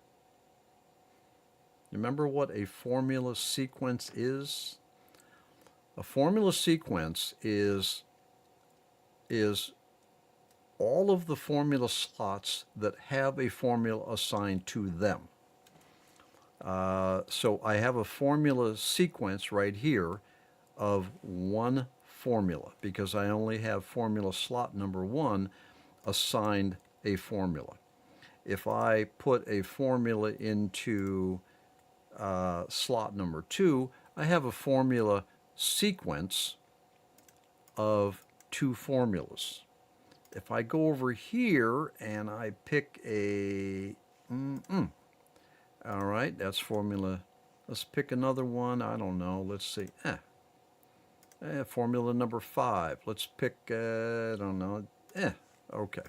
So I have a formula sequence that consists of 5 assigned slots. All right, now what does this thing down here mean? Matter of fact, to tell you what, let's get the whiteboard up. let me get you ready here. All right, come over here and turn it on. Get my stylus. Okay, so I have formulas. I have formulas 1, 2, 3, 4, and 5. Each of those has a formula. I got a formula in each one of those. Now I'm in alternate mode, so that means that this formula is going to be run, then this one, that one, and then that one, and then it's going to start all over again up to the number of times, up to the maximum iterations or our bailout is met. All right, so here's the point that I want to make. Let me change the pen color here. All right, that repeat from here basically says this, that run the first iteration of the set, and then when you go to run the second and subsequent, then come back and run from the run from here selection, and then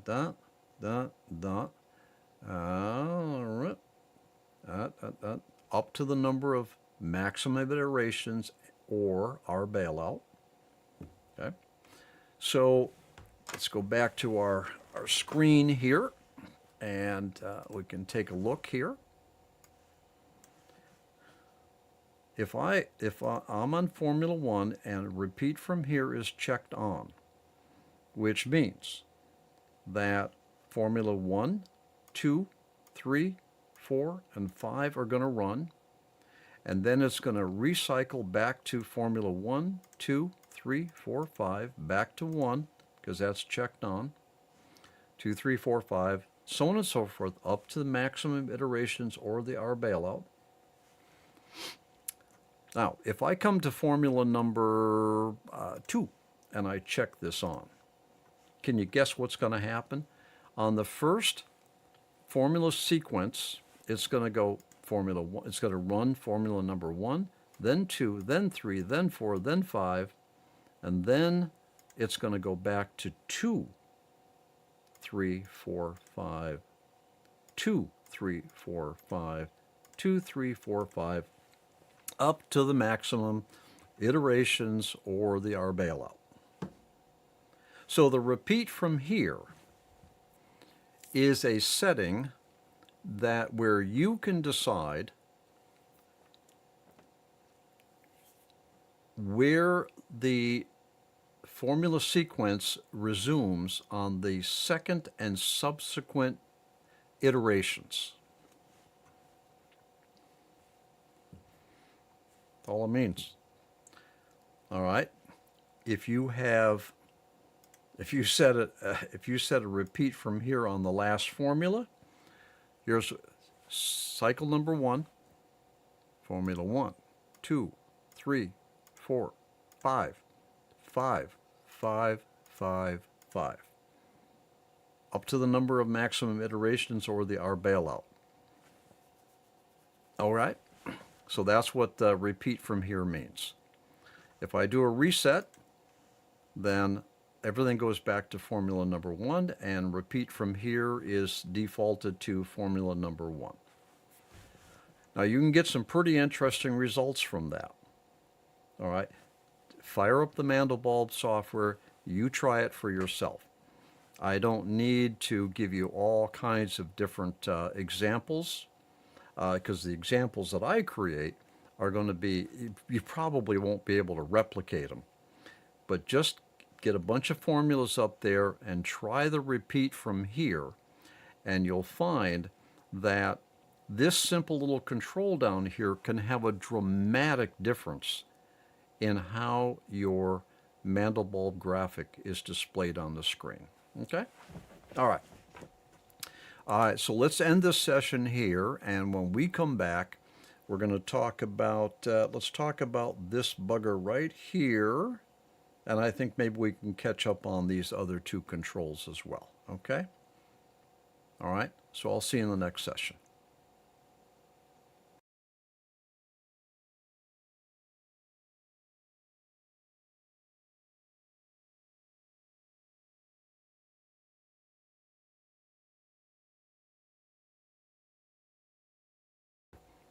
Patrick Cook here.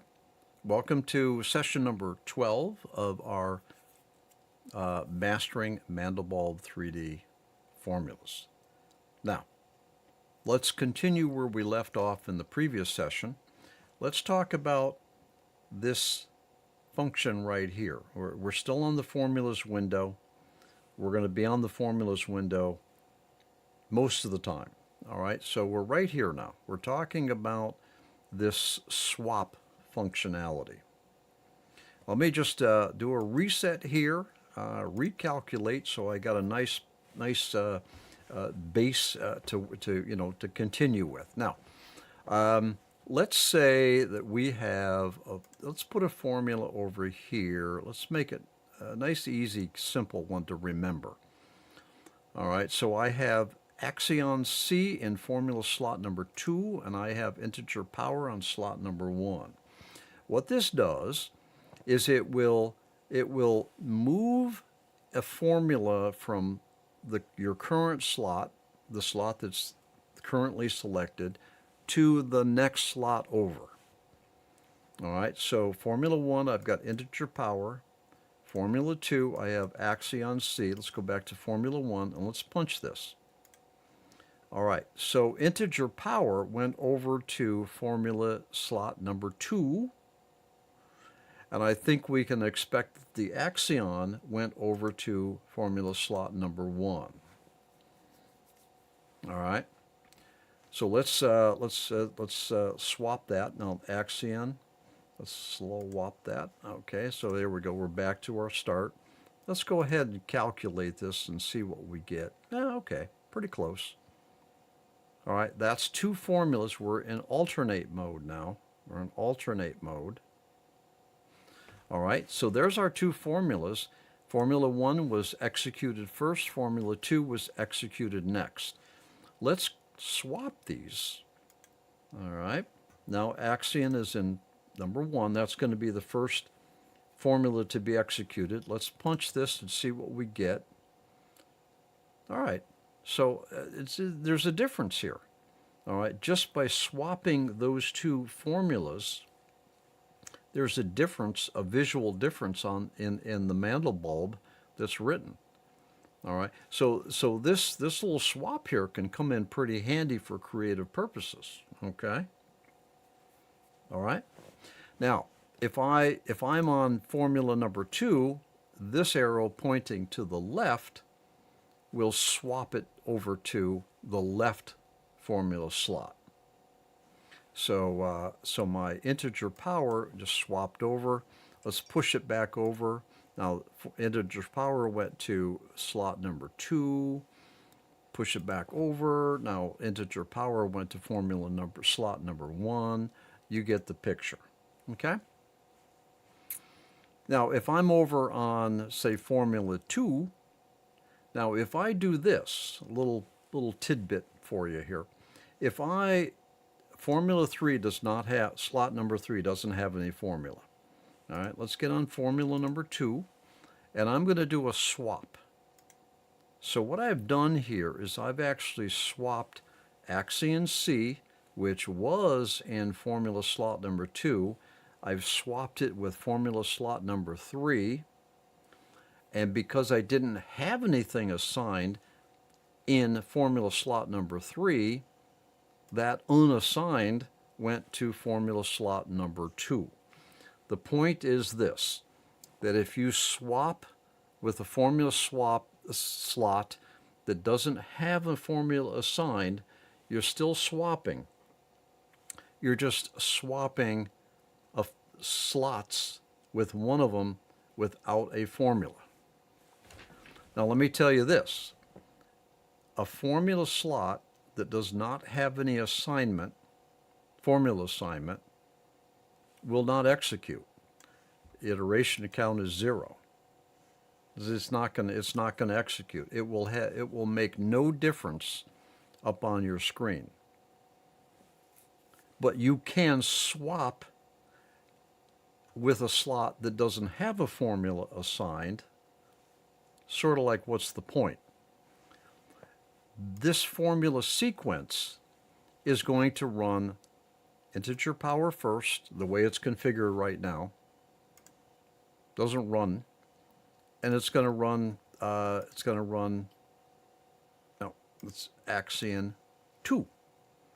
So a formula slot that does not have an assignment, a formula assignment, isn't going to execute.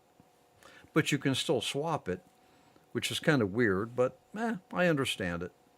All right, so that's formula swapping.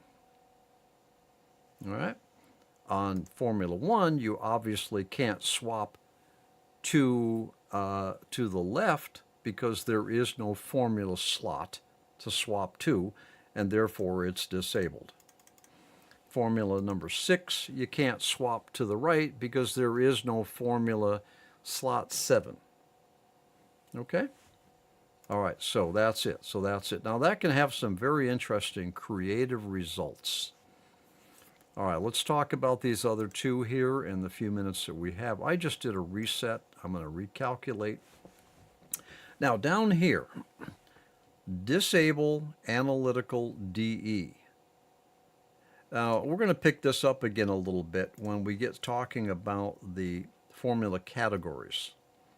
Now you may remember if I mentioned that 3DA, A stands for analytical, 4DA, A stands for analytical. Now the analytical basically says you're allowing the Mandelbulb3D software to determine the DE value. Now if you want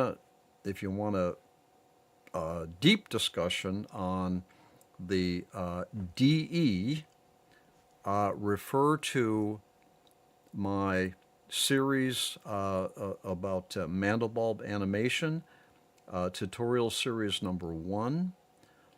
In order for us to get a good quality graphic for animation, we did a deep dive into what this DE is all about, distance estimate.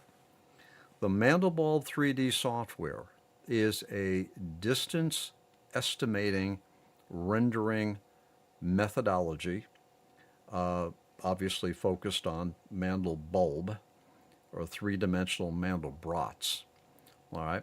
So what you're doing down here is that you're saying if you have a 3DA formula here, all right, 3DA or 4DA, A meaning analytical, you're basically saying turn off the analytical part. Now I can tell you this from reading and experience, don't bother turning off the analytical DE. The Mandelbulb3D application actually does a pretty good job in determining the DE.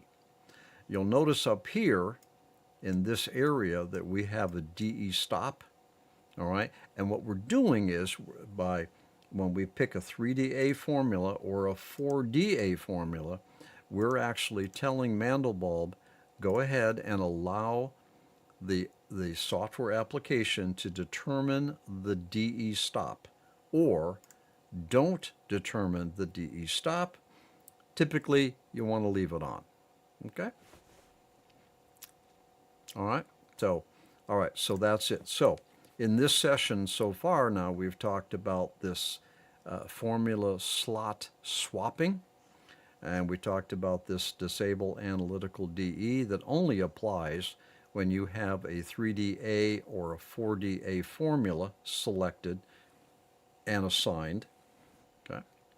And keep in mind too that this control here pertains to the formula sequence. It's turning off all of the analytical DE on all of the formulas. All right. All right, so let's end this session right here because we're up around 10 minutes. And when we come back, I want to talk about this inside and outside control.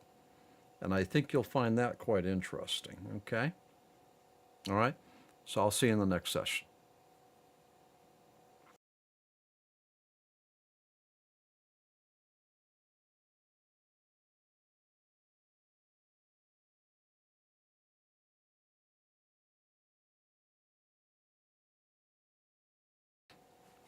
Patrick Cook here.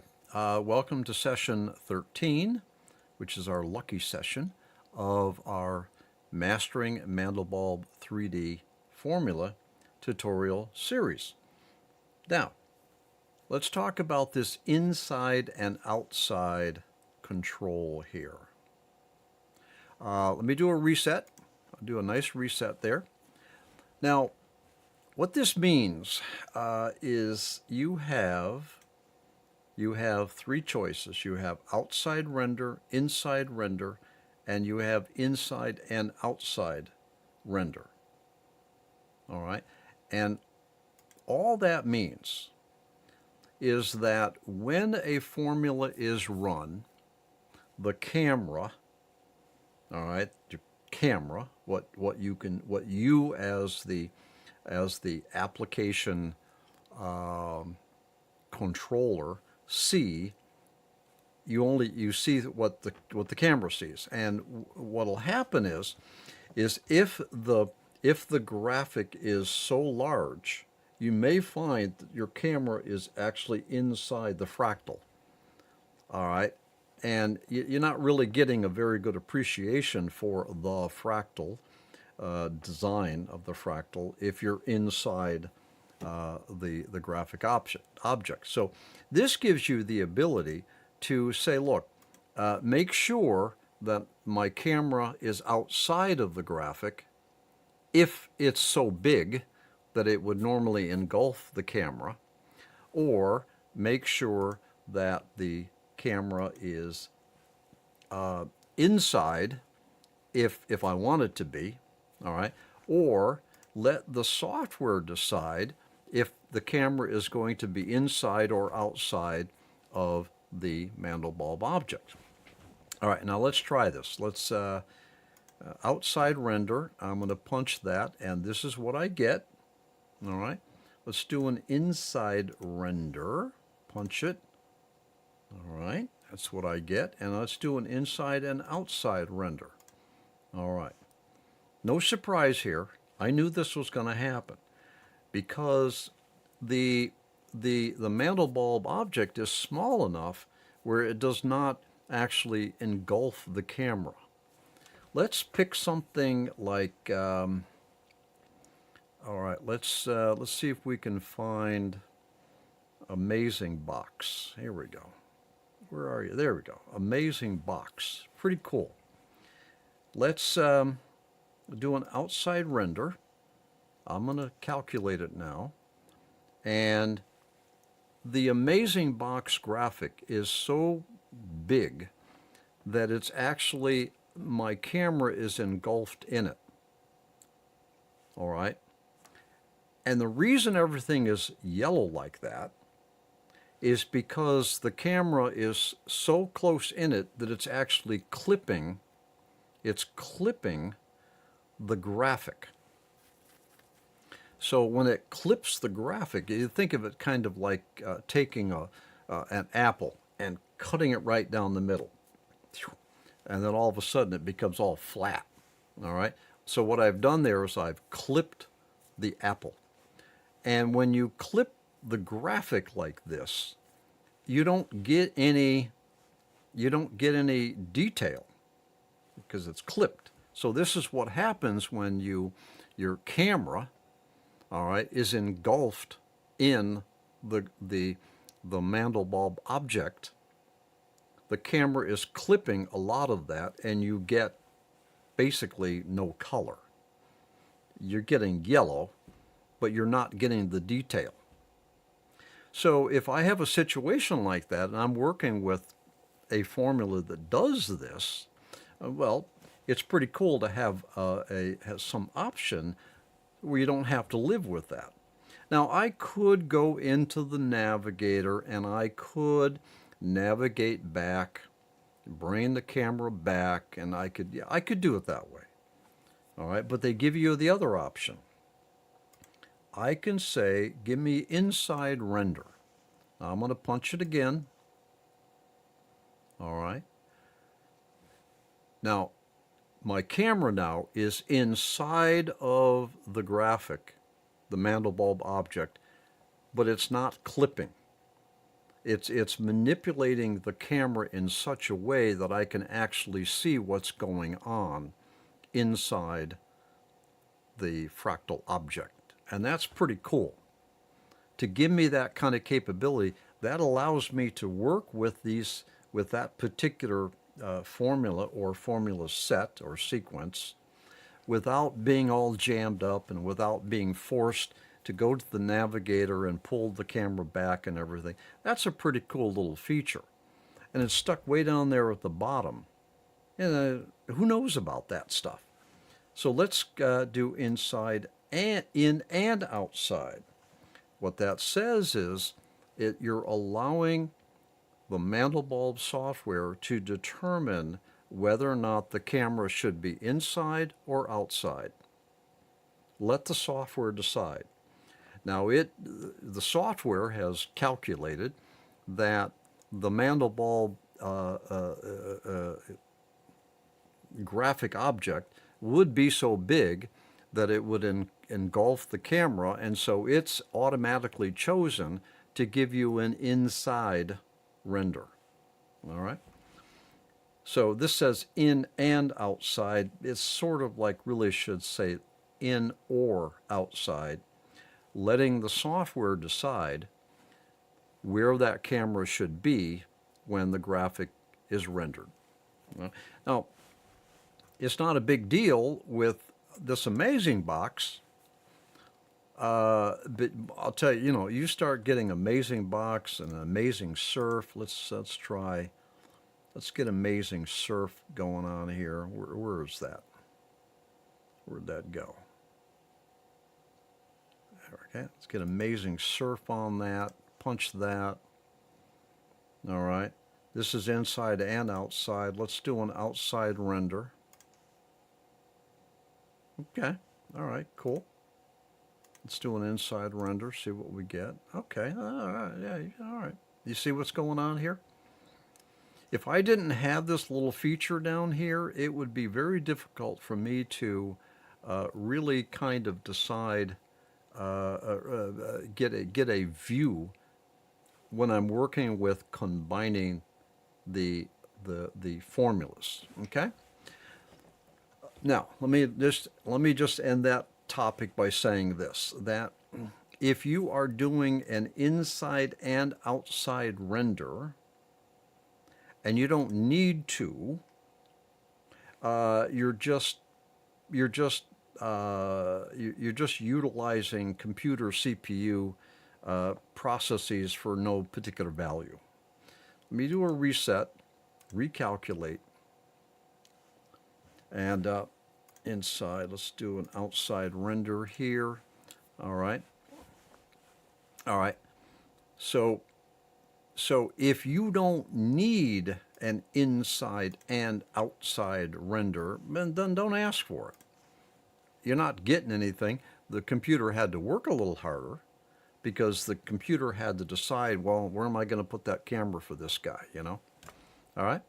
So if you're working with a fairly complex Mandelbulb sequence, a sequence being multiple slots with formula assignments, your graphic may become so large that your camera gets engulfed in it and you start slicing or clipping.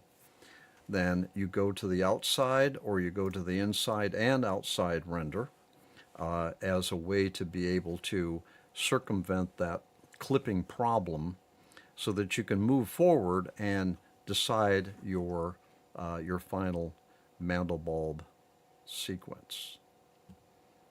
All right? That makes sense? So let's see. Okay, now, so I think what we'll do next in the next session, we're going to talk about properties a little bit. We'll talk about properties, and we're moving up on. We're going to be talking about these hybrid modes here. We'll talk a little bit more about these these uh, formula categories. All right, so we're advancing along pretty well. And we want to get to a point where we actually take all of this cool stuff and we start actually doing something meaningful in terms of creating Mandelbulb graphics based upon what we know. The hybrid modes, all right, combining of the formula slots, working with the properties, the parameters, all right, and then manipulating things like the iteration count and the R bailout. You get to a point where if you know your way around the controls of the application, you're actually able to do some pretty cool stuff with the graphics of the Mandelbulb3D software application, which is a fractal generator. And what we want to do is we want to get this thing to generate some really cool fractals that we can do stuff with, whether it's a high resolution still that we hang up on our wall, or it's an animation that we publish up on YouTube. The whole idea is to understand your software well enough where you can pull some really cool stuff out of it and be proud of your work. Okay? I'll see you in the next session.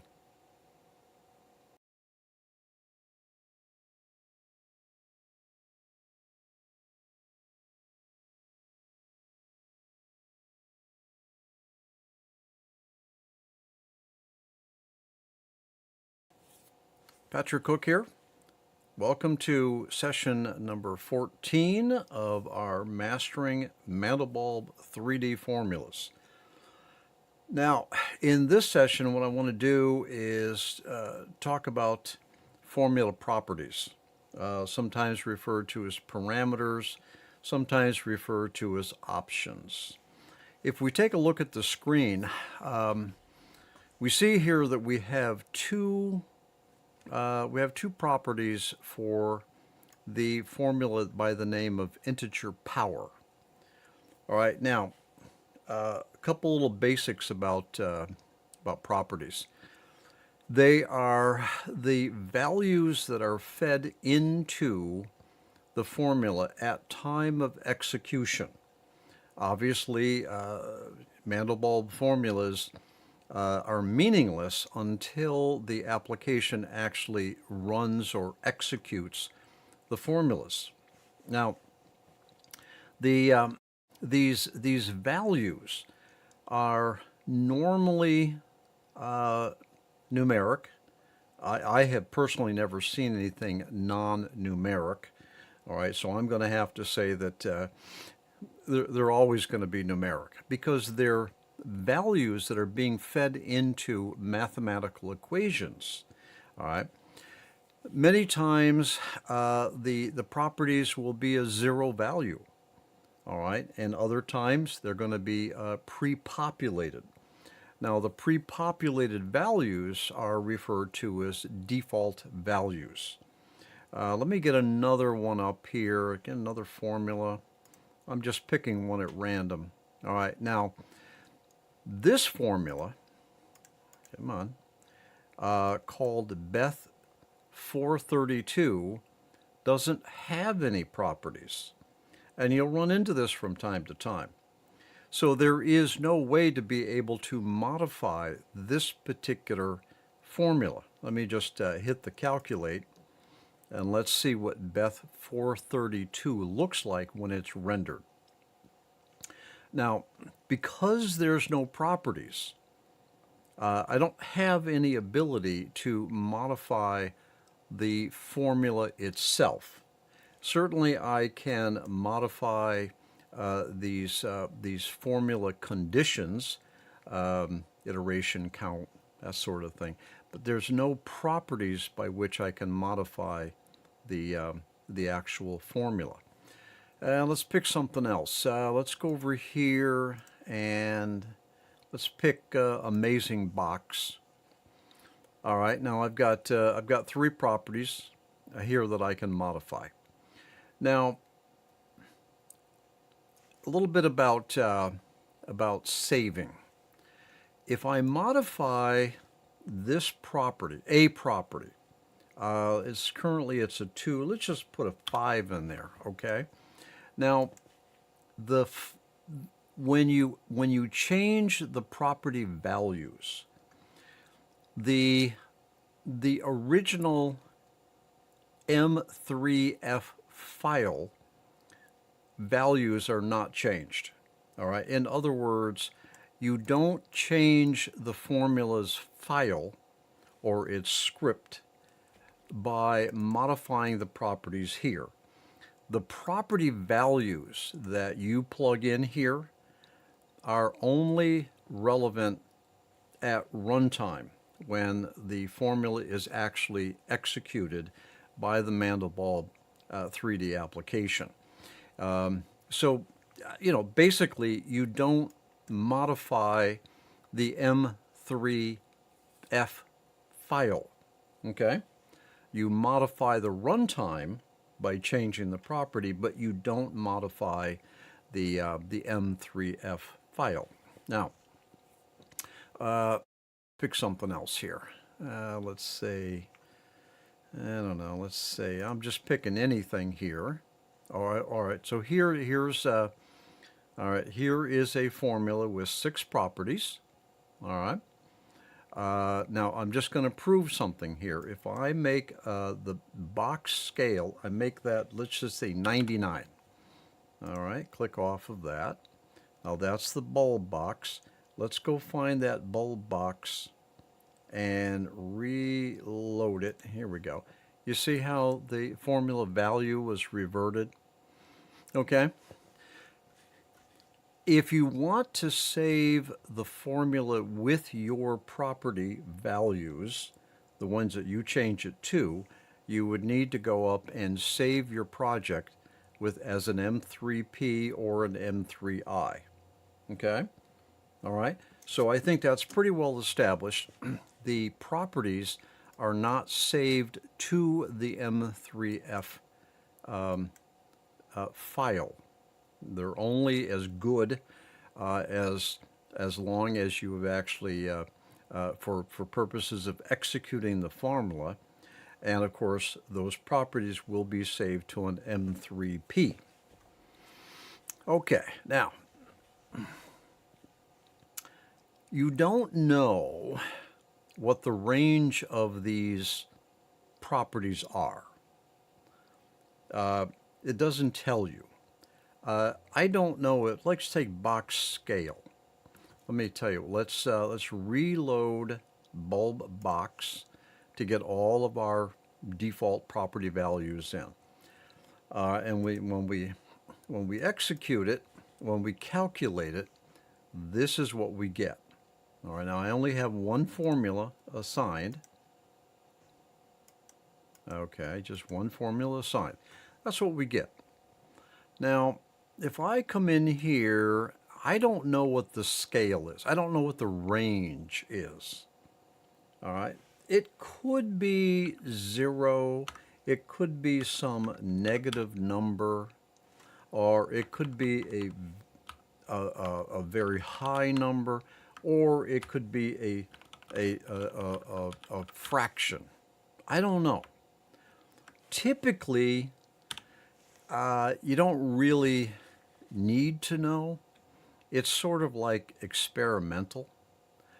I suppose if you could view the actual composition of the script, you might be able to tell what the range of those properties would be. Typically, you're not going to know. It really is an experimentation situation. So 2, in the case of box scale, is my default. Now, let's try something here. Let's, like I say, we don't know the range. Okay, all we can really do is experiment. The default for this particular property, box scale, is 2. Let's try plugging a 1 in. Okay. And let's see what happens. All right, so if I punch the render on that, that is a very long render time. All right. And we can see here that we really can only just simply experiment to determine what the property should be, what kind of values give us the best result. Now, with this type of a render time, we really don't want to be here. If you try to use this for an animation, I mean, can you imagine taking 5 minutes to render each frame of an animation, say running at 30 or 60 frames per second? All right, that's you're just not gonna get to anything that's publishable for quite a long time. But you can see here that my box scale was a default of 2, and I put it down to 1, and we can see the kind of issues that we're having here with rendering.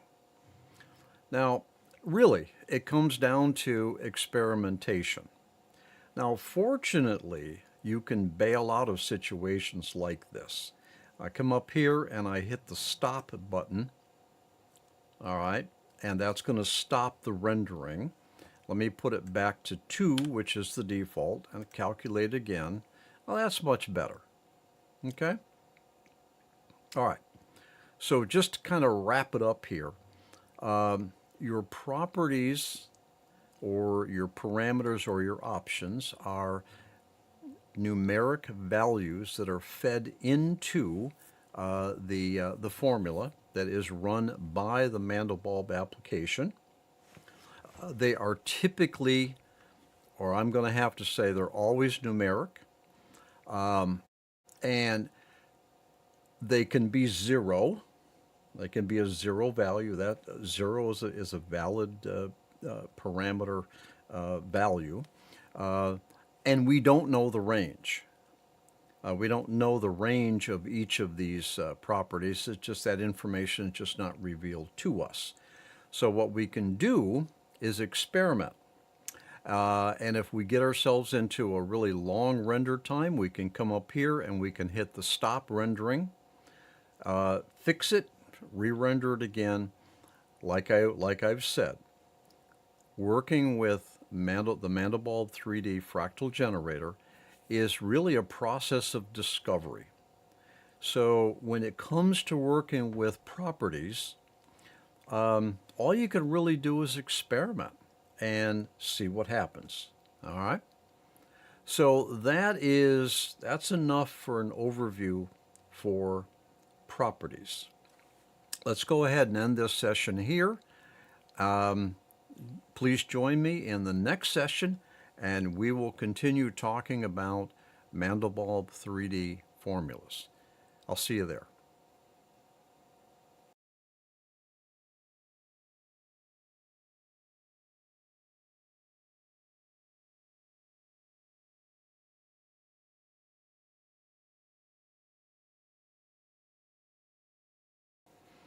Patrick Cook here. Thanks for joining me in session number 15 of our Mastering Mandelbulb 3D Formulas tutorial series. Now, we've made some pretty good progress. We've been talking about the formulas window, going through the various functionality. The last session, we were talking about properties, okay, and with some of the rules of thumb. Not all formulas have properties. Usually, the properties are numeric values. I personally have never seen a non-numeric value, but who knows? It might exist. Maybe an A or a B, something like that. I don't know. I haven't seen any. We don't know the range of the formulas, of the properties for the formulas, so all you can really do is experiment. The values that you plug in do not save back to the M3F source file, so there's no risk of you actually modifying or damaging the M3F file. Let's talk about the formula categories, okay? Now, if you recall from earlier sessions, we have what are called 3D, and we have 4D, and we have 3A and 4DA. We also have the ADS and the diff. Now, basically, in the mind of the developers of the Mandelbulb software, they have a pretty good idea what the difference is between a 3D and a 4D.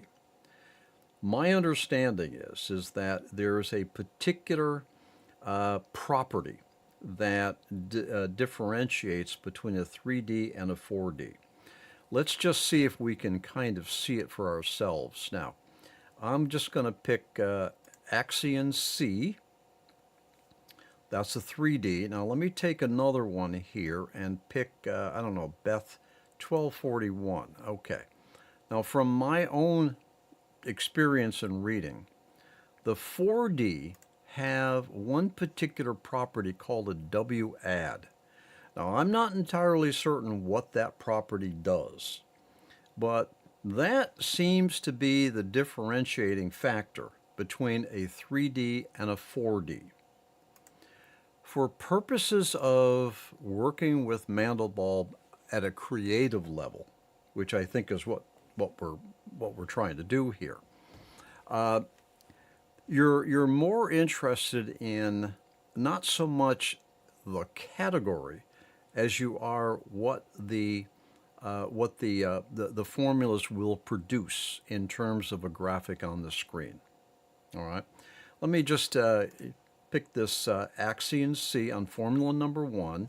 Let's calculate. All right, so that's my basic graphic. All right, let's get our where's calculations up here so we can see the DE stop and various other quality related properties. Okay. Now,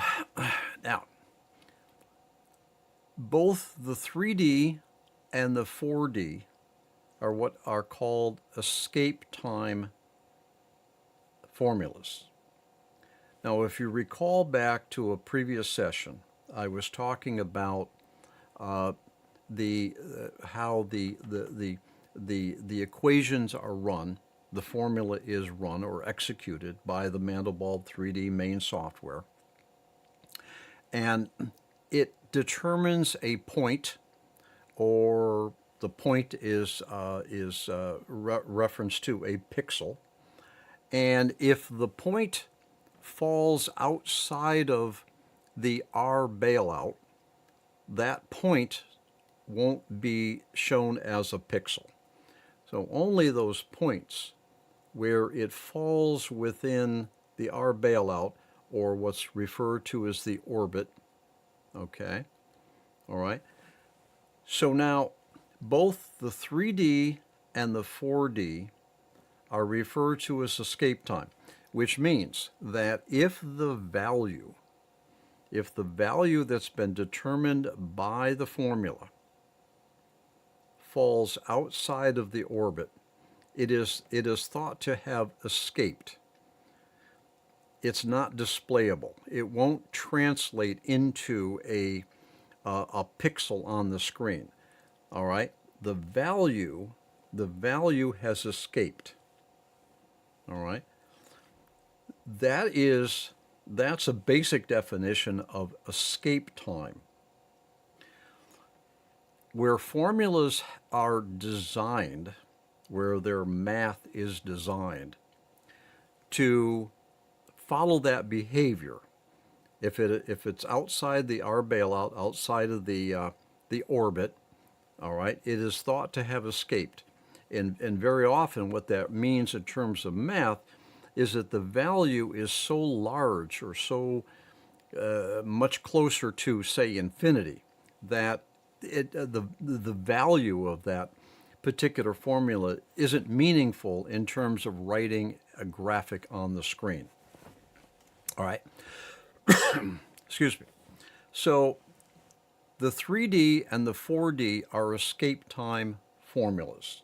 They follow that pattern of if the value is within the R bailout or the orbit, it'll show. If not, no pixel. Now, you also have 3DA and 4DA formulas. Now, the A stands for analytical, and basically what it means is that those formulas are designed so that the Mandelbulb main software will do its best to determine what the best DE stop is for that particular formula. All right.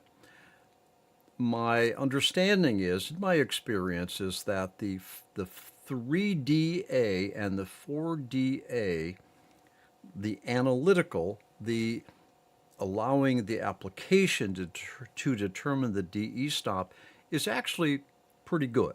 It's actually pretty accurate. Typically, a 3DA and a 4DA formula will run more optimized, all right, when it's executed, compared to a standard 3D and a standard 4D formula. In other words,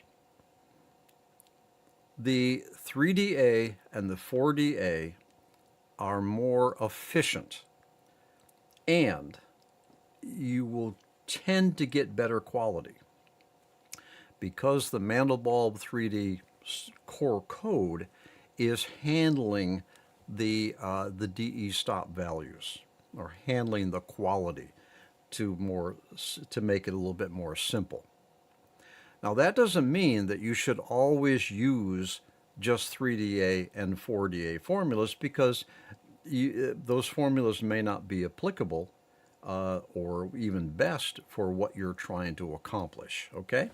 But the difference between the 3D and the 3DA is that the A is analytical, where the application will try to come up with its own DE stop, and is typically efficient and better quality. And that would also be true between the 4D and the 4DA. Okay? All right. So, okay, let's end this session right here. Digest that. Let's get some coffee, and we'll pick it up in the next session. So I'll see you there.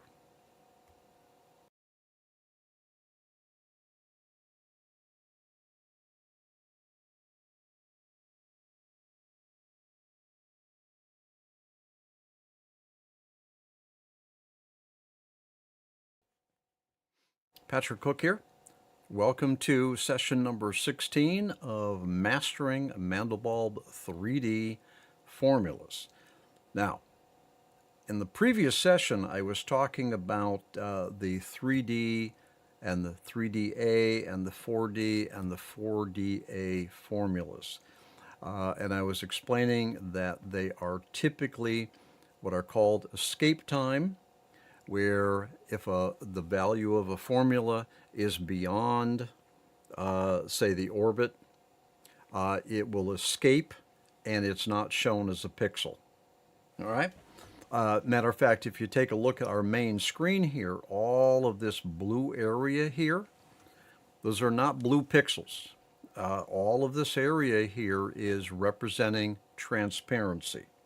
In other words, there's no pixels that were written by the Mandelbulb software. There's no pixels outside of this Mandelbulb object. No pixels were written by the formula. Obviously, there are pixels, blue pixels, that have been written, but they're representing transparency. They do not represent a Mandelbulb object. Okay. So the 3D, 3DA, 4D, 4DA are escape time formulas. The A is analytical, where the application is determining the DE stop, and you typically want to allow the application to determine the DE stop if at all possible. All right. Now, you'll notice here when you drop down these lists that you'll see occasionally these prefixes with an underscore. All right, here's a underscore amazing box. Let's see, okay, here, 4D, there's a bunch of them. You see? You see all these? All right, 4DA, oh, there's one. All right.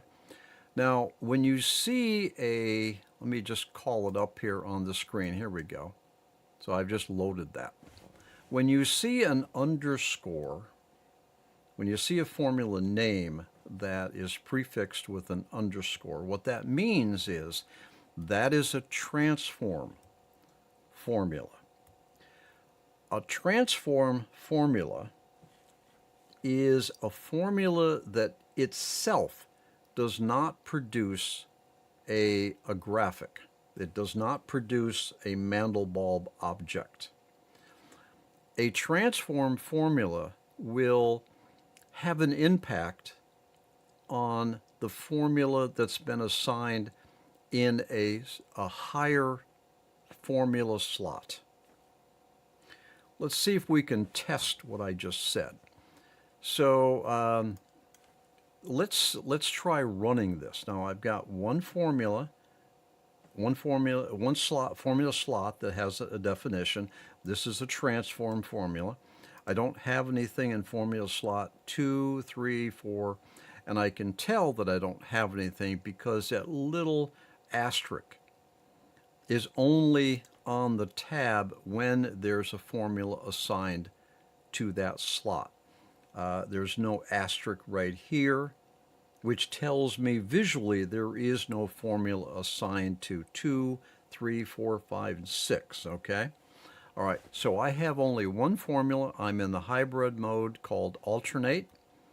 I have just this assigned. Now I want to punch this, calculate it, and see whether or not I get an object on the screen. Let's try it.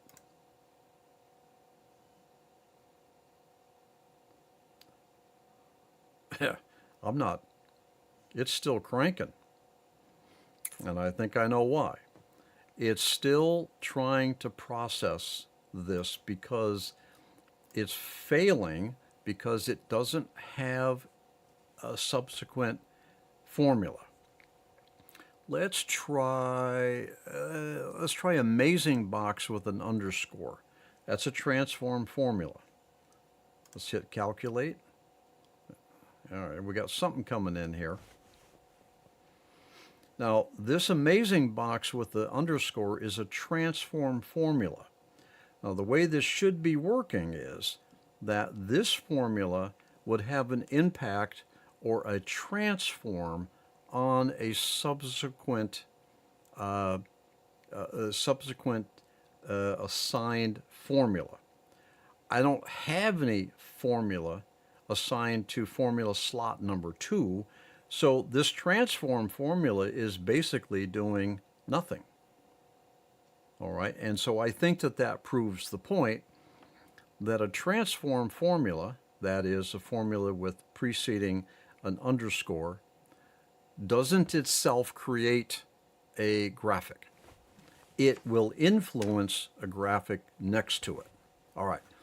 So let's do this. Let's clean up our environment here. I'm going to do a reset and a calculate. All right, just to give us a starting place here. Now, all right. So a transform formula, like I was just saying, that will have an influence on a subsequent formula assignment. So I'm going to put in underscore scaling on formula 1. Now formula 2, I don't know, I'm going to put in, let's just put in Axion C. I'm just picking something I think that's going to work. Now the way a transform formula works is that it's going to have an impact, it's going to modify or it will transform a formula that is subsequently assigned in the next slot or slots. I'll show what I mean in a minute now. So I have a transform formula and I have an IterationCount. Let's see what happens. So we'll calculate that. All right. All right. So what I've done here is I have run the IterationCount formula with an assigned formula, transform formula. Let's get on one here, of called underscore scaling. Now that underscore scaling did come from a 3DA. So that is an escape time formula in the 3DA category that is having an impact or a transform behavior on the next formula over. All right? So that's what a transform formula is. That's what that underscore means. Let's just kind of play with this a little bit. Now, you remember from a previous session I was talking about swapping. Now, what I'm going to do is I'm going to swap Formula 1 with Formula 2, and basically I'm going to put a transform formula behind Formula 1. Let's swap it, and let's take a look at what we got. Formula 1 is the IterationCount, and Formula 2 is the transform. This is not going to work that well for us. Let's find out. Let's calculate it.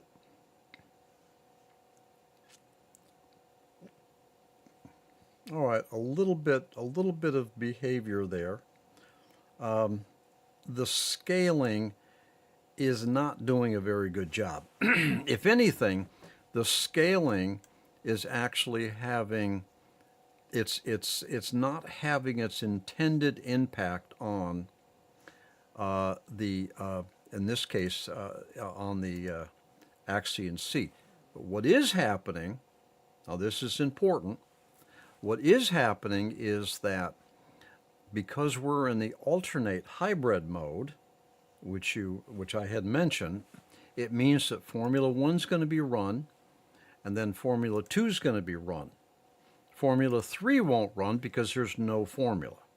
So the way it's going to work is Formula 1 and Formula 2, 1 and 2, 1 and 2, 1 and 2, until the fractal object is written to the screen. So I'm actually trying to lay down a transform formula as it run, and it's actually kind of blending the pixels together, giving me an effect, but it's not an effect that's behaving as a true transform, as in this case underscore scaling is intended to behave as. But I am getting an effect here, all right? But the effect is not really what this transform formula is intended to give you. Now let me just swap again. So now I put scaling in first, and then I put IterationCount as a second.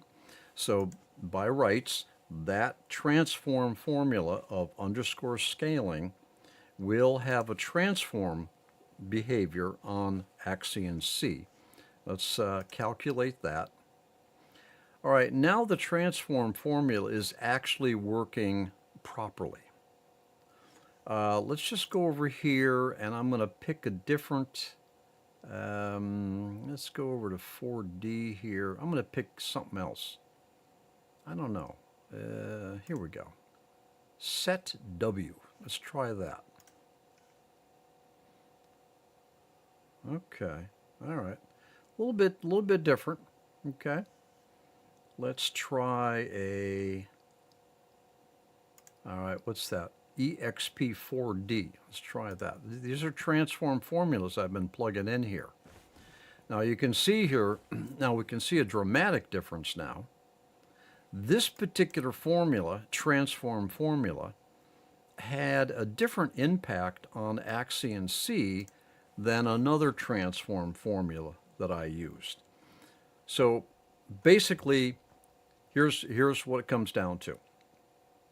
A transform formula will have an impact on the subsequent formula assignments. It'll have a transform. They are not intended to produce a Mandelbulb object on their own. They're intended to work with and against a formula in subsequent higher numbered formula slots. Okay. All right, let's a little over time here on this session. Let's end it here. We'll come back. We'll pick this up from there. I'll see you there.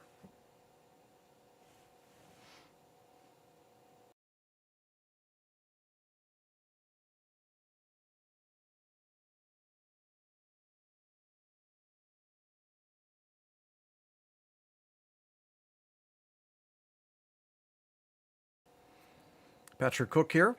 Welcome to session number 17 of the Mastering Mandelbulb 3D Formula Tutorial Series. Okay, now in the last session, I was talking about transform formulas.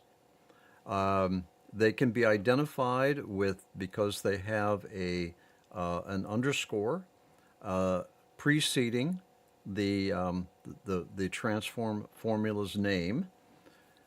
They are intended to have an impact or transform the formula that is in the next higher slot. They do not create their own graphic image. All right, they are transforms that are intended to work with other formulas. Okay. So so far we had talked about the 3D, the 3DA, you remember what the A stands for, the 4D, the 4DA. All right, now let's go over the ADS. Now, ADS formulas, there's 3 drop downs here. You'll notice that they all have a prefix ahead of them. They're all transform formulas. All right. Now, the transform formulas that are over here in these escape time, the reason that they're over in the 3D and the 4D areas is because they are intended they're designed to function at the math level as escape time formulas. ADS is not necessarily. All right. Typically, they are escape time, but not necessarily. So for whatever reason, the designers of the Mandelbulb 3D software felt that it would be best to call these things ADS. Now, I don't know what ADS stands for, and I haven't been able to find out. All I know is, and all I really care to know, is that they are transform formulas. All right? So if I'm in formula slot number 1 and I pick an ADS formula, I don't know, let's planefold. All right, now planefold, it's a transform formula, so I know I want to put another formula in the second slot. Now I'm going to just stay with Axion. Let's calculate that and see what we get. Okay, all right. So that is the Axion C with an ADS transform formula of plain fold. Let's just try another one. ADS, what's this? N-gon. Oh, I haven't changed the Axion C over on formula slot number 2. Let's do that. Calculate. Okay, all right. You see here how the Axion shape itself is, you can see the axion shape in there. All right, and we can see here that our n underscore n gon is having a modification effect on our axion C. Let's just do this. Let's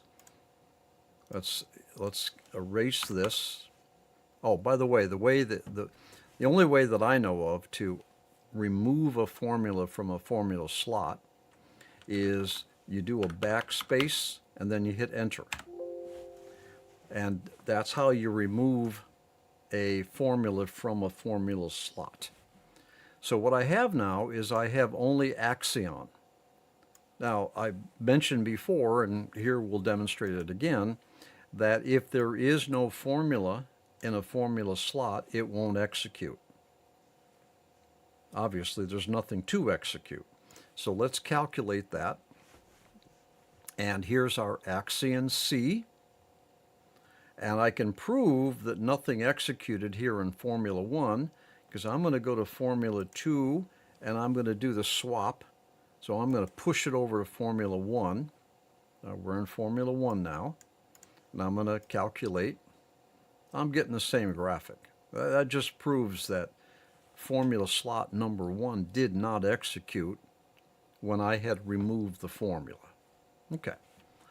All right, so let's. So that is what our axion C looks like in its native form. In other words, no transform assigned. So what I'm going to do is I'm going to put that axion C back over into formula slot number 2. I'm going to come to formula slot number 1, and I'm going to pick an ADS. All right, I'm just picking anything.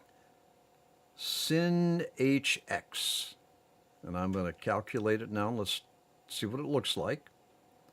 So I took my axion C and I applied an ADS transform formula to it, and poof, I got something like entirely different, but you can still kind of see your axion C shape in there, but I've applied a transform to it.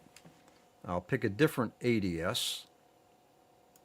All right, let's see what it looks like. Okay, there's my axion C with a whole palm 2 ADS transform formula applied to it. So I think this pretty much demonstrates that any formula that has an underscore preceding the formula's name is a transform formula. And you have 3 columns of ADS for transform formulas, and you have transform formulas that are scattered about under the 3DA, the 4D, and the 4DA. There's a couple of them there, one.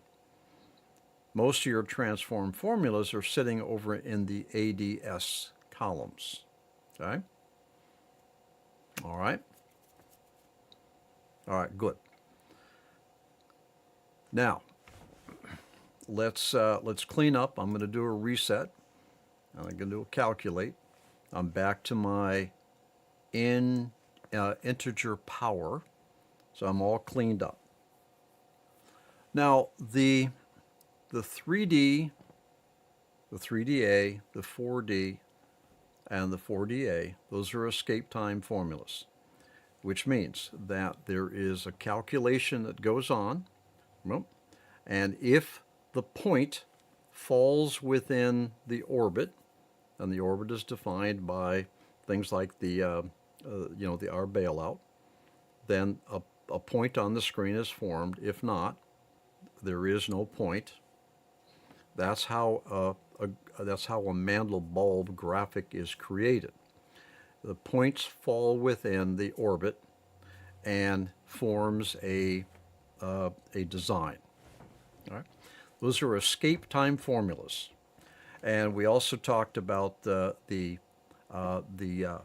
transform formulas, which will have an impact on another escape time formula.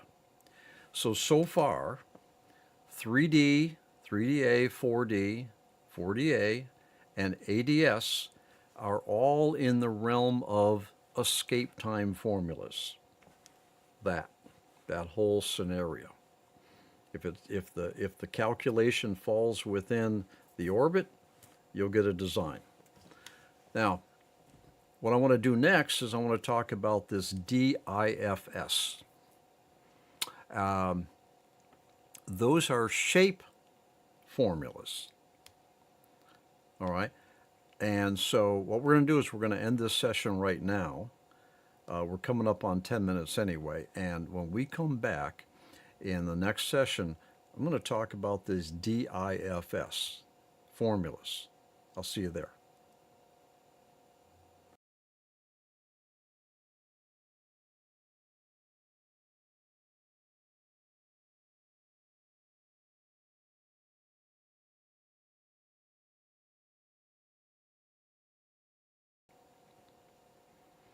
Patrick Cook here. Welcome back to session 18 of the Mastering Mandelbulb 3D formulas. The DIFS, kind of a weird, confusing area. Everybody struggles with it. Don't worry about it. The DIFS, first of all, the IFS has nothing to do with the IFS type of formula. I really don't know why they came up with or how they came up with DIFS. I think it probably makes a lot of sense to think of them as shape formulas. I don't know, maybe the FS is formula of shapes. I don't know.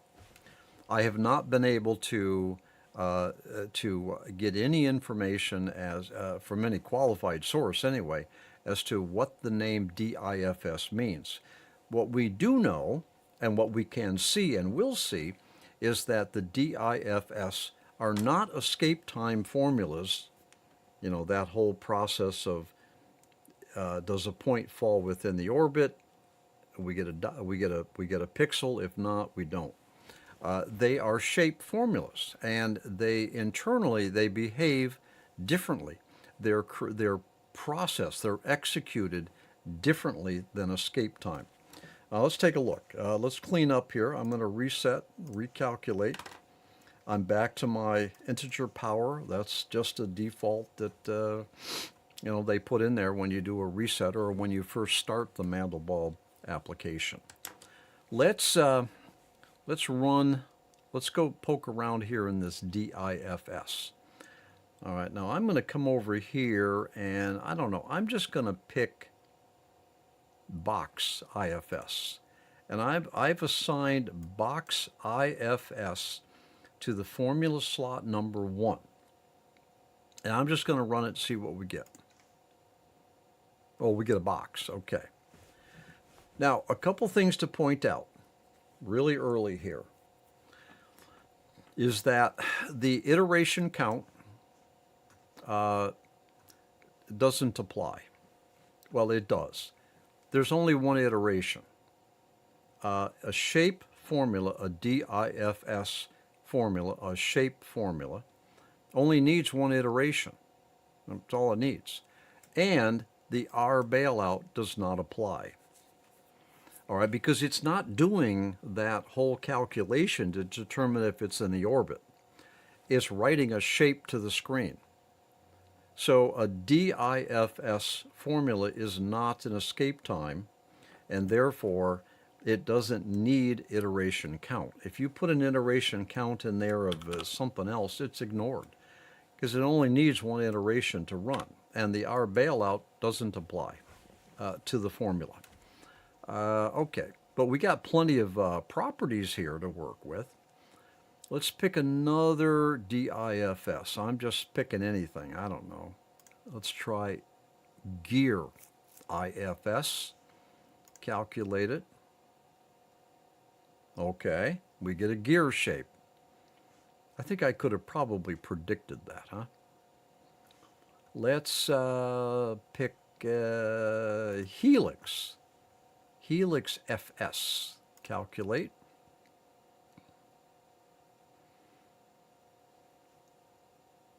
Oh.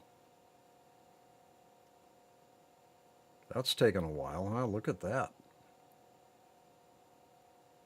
It's still, you see the little counter down here?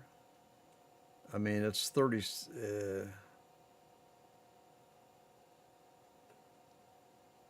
oh, this is saying it's going to take 36 minutes to render. I'm not going to wait that long. That was the Helix IFS. Let's try Citrus IFS. All right, that's a little bit better. It's a shape, okay? It's not an escape time, it's a shape. Okay. So there is no underscore to indicate a transform. But it's a little weird because this third column of these DIFSs, those are actually transforms. You can kind of see it there. It says, what does it say, Fern transform? Well, these are actually transforms that only transform against another DIFS. Kind of weird how they did it. You know, they don't use the underscore, all right, in the name, but those are transforms. So you can have a DIF, a shape formula that you can apply a transform to, all right, and it gets pretty interesting. All right, let's just come over here. I'm on the second DIFS. I don't know, let's, Knots IFS. Let's punch that, see what happens. Okay. Well, you see here, every time that I've actually calculated a DIFS, I get a shape. So I think that proves that I wasn't lying to you, that a DIFS is actually a shape, all right, a shape formula that creates a shape on the screen. Now, just like when I was working with escape time formulas, I could put a formula in up to 6 slots. All right, and in the alternate hybrid mode, now I know we haven't talked about the hybrid modes yet, we will, but in the alternate hybrid mode, Formula 1 is going to execute, then 2, then 3, then 4, then 5. And because I'm writing to the screen pixels, now I have pixels that are actually writing on top of other pixels, or if there's no pixel to be written and there happens to be a pixel there from the previous formula, that pixel is eliminated.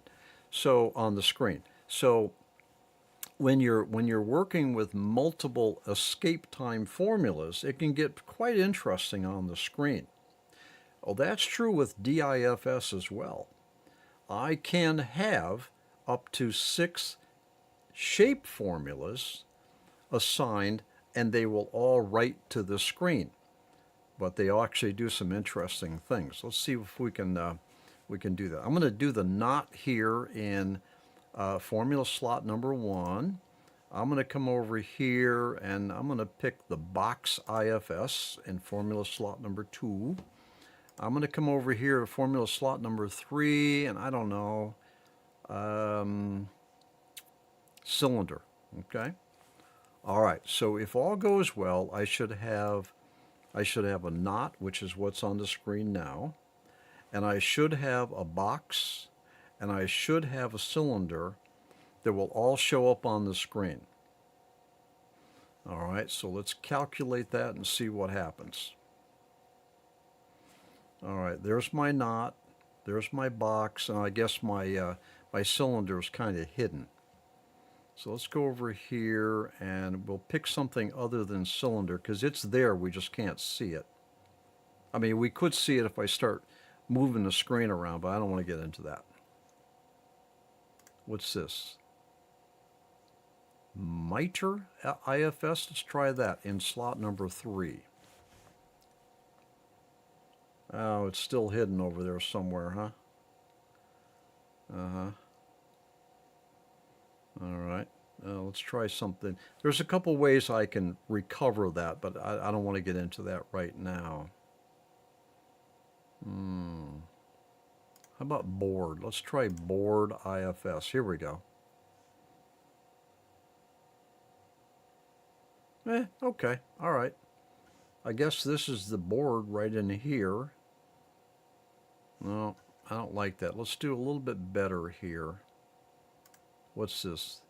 Dini FS.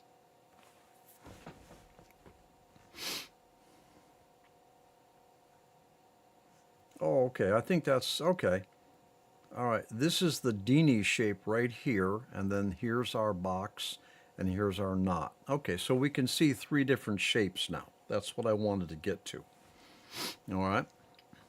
All right. So okay. So suffice it to say that I can have up to 6 DIFS shapes written to the screen in the alternate, which means that DIFS shape is going to be written to the screen, number 1. Then number 2 shape is written to the screen.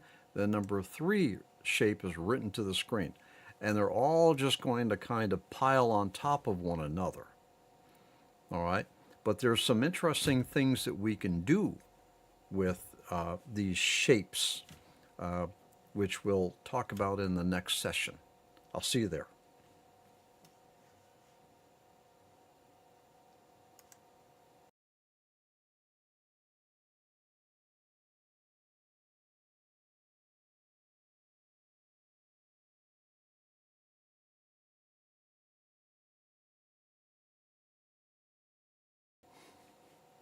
Patrick Cook here.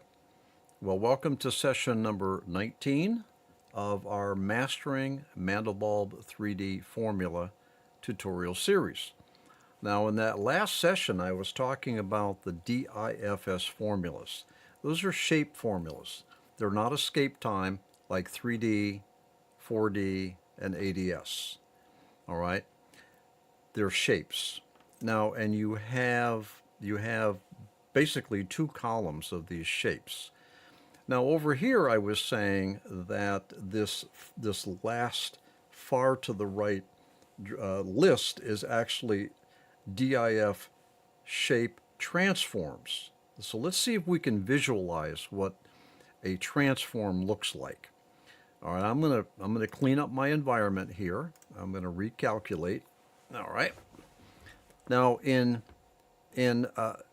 we have the same concept as we did with the underscore escape times, where the transform is assigned to the formula slot to the left of, and it will have a transform impact on the formula to the right of it, or after it in terms of the sequence in which the formulas are executed, which in alternate mode is going, the sequence of execution will be Formula 1, then Formula 2, then Formula 3, and so on. That's the sequence, okay? So let's come over here to Formula 1, and let's go find a, how about that? All right, Menger 1 IFS. Now that should be a DIFS transform formula. All right, and let's go to formula number 2, and let's assign, how about, where's that knot one that we had? That was pretty interesting. I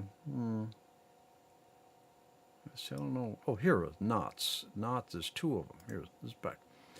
All right, let's see what happens. We have a DIFS transform that we know is a transform because we picked it from this column.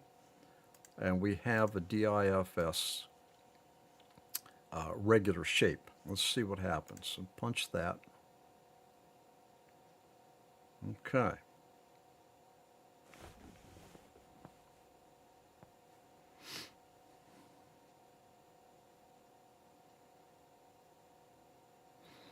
You can, that's pretty good. That's pretty good. This is the Menger, and I can see the Menger shape in there.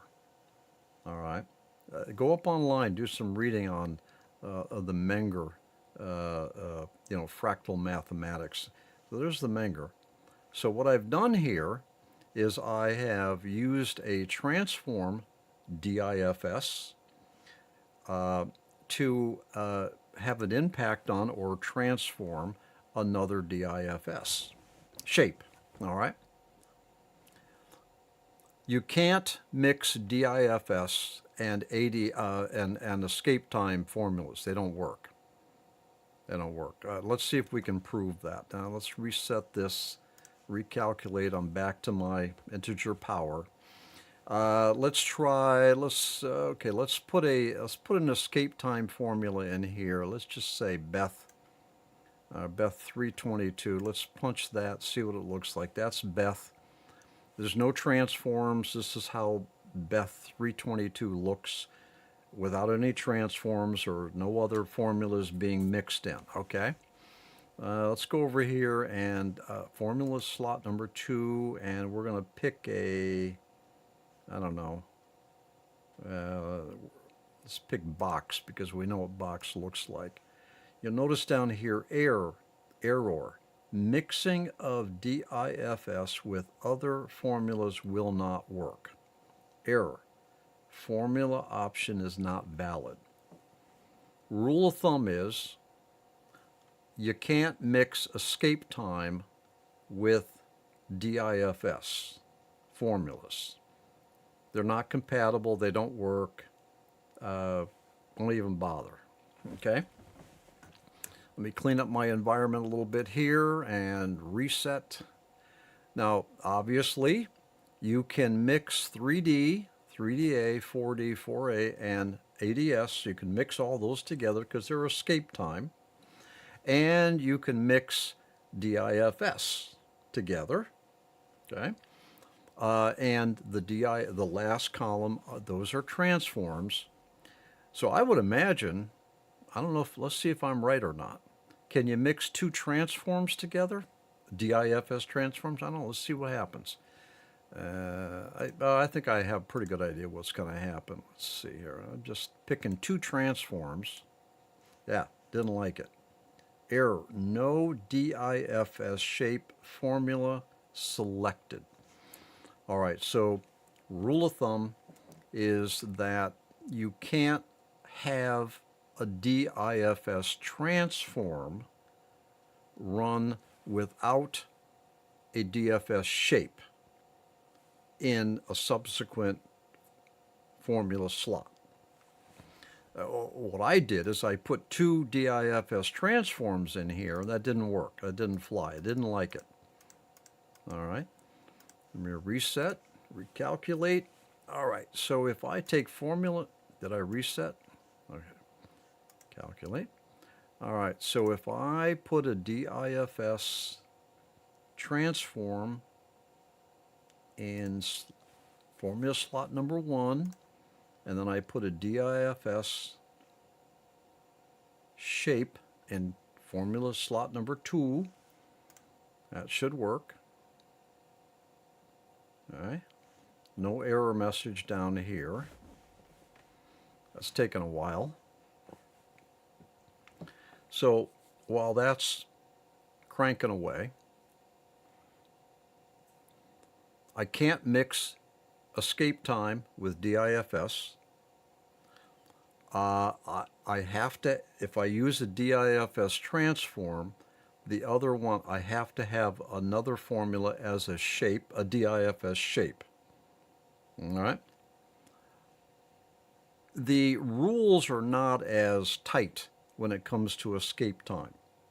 I can use 3D, 4D, and ADS together in various combinations, and most of the time almost all the time. I've never seen a problem with mixing escape time, but you can't mix escape time with shape, DIFS formulas. Can't do it, won't work. They're just entirely different beasties. Now, what's interesting about let's take the next couple of minutes here and talk about this. The variety of formulas that we have are actually incredible, actually. 468 of these various formulas that are divided up into escape time and shapes. Now, I have some limitations on how I can mix all that stuff, but the limitations are really not very serious at all. Not at all. Given that, I mean, I don't even know what the numbers would calculate to understand the possible variations or the possible combinations of these formulas. I mean, think about this now. You've got 468 formulas that can be combined and mixed into 6 different formula slots that will all be executed. And in addition to that, you have 3 hybrid modes, which we haven't talked about yet, which increases the number of combinations that you can have. On top of all of that, your parameters, your properties can be adjusted. The sky is the limit here. I got 3 hybrid modes to work with. I've got 6 formula slots to work with. I've got 468 different formulas. Most of the formulas have got a bunch of properties that can be modified. You can spend the next 10 years in testing all of those configurations, and you probably won't get them all done. In addition to all of that, I've got the iteration count, max, min, and max iterations. I've got the R bailout that I can modify. All right. Let me put it to you this way.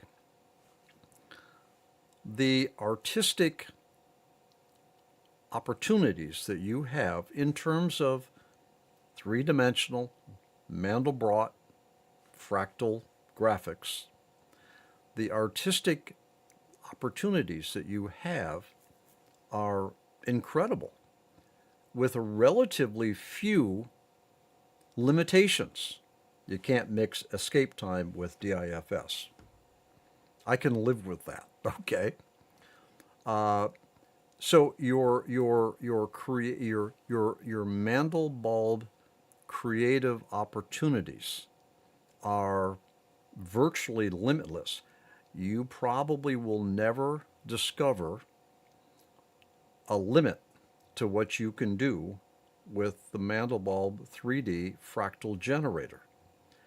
And what is incredible amazing to me is that a relatively few people understand that because they've worked with the Mandelbulb software often enough, trial and error, whatever they've done, and they've managed to produce some absolutely amazing creative work, and in many cases taken it to animation.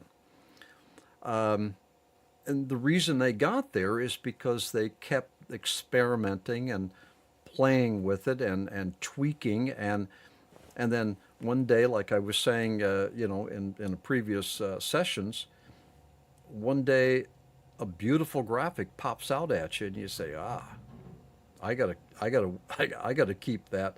I gotta make something of that, either a high resolution graphic or an animation. It's really a process of discovery.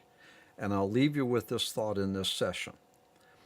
The working with the Mandelbulb fractal generator is truly a process of discovering, but the the options that you have for creating, mixing, modifying these graphics makes for a very interesting process of discovery. And the more you get to know the Mandelbulb 3D software, the more creative you're going to be able to be with it, the more adventurous you're going to be, and the more often you're going to discover some absolutely amazing graphics that you're going to want to take and run with. All right, way over time on this. Here I go gabbing again, but there's a lot to be said for the power of this application, which is, it's like old, but it was like really well done for its day, and it's still working, and we still get a lot of good use out of it. All right, I'll see you in the next session. Let's go get a coffee or something stronger, digest all of this, because as we continue forward, it's going to get even more interesting. We haven't even talked about the hybrid modes yet. All right, I'll see you in the next session.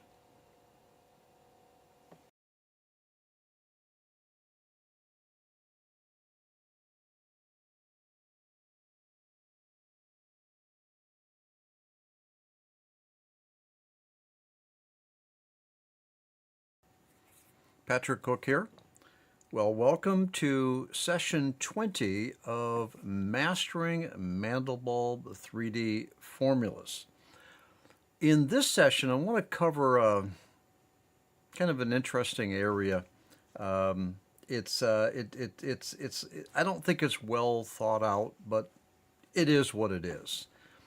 And I'm referring to the drop down for the formula categories.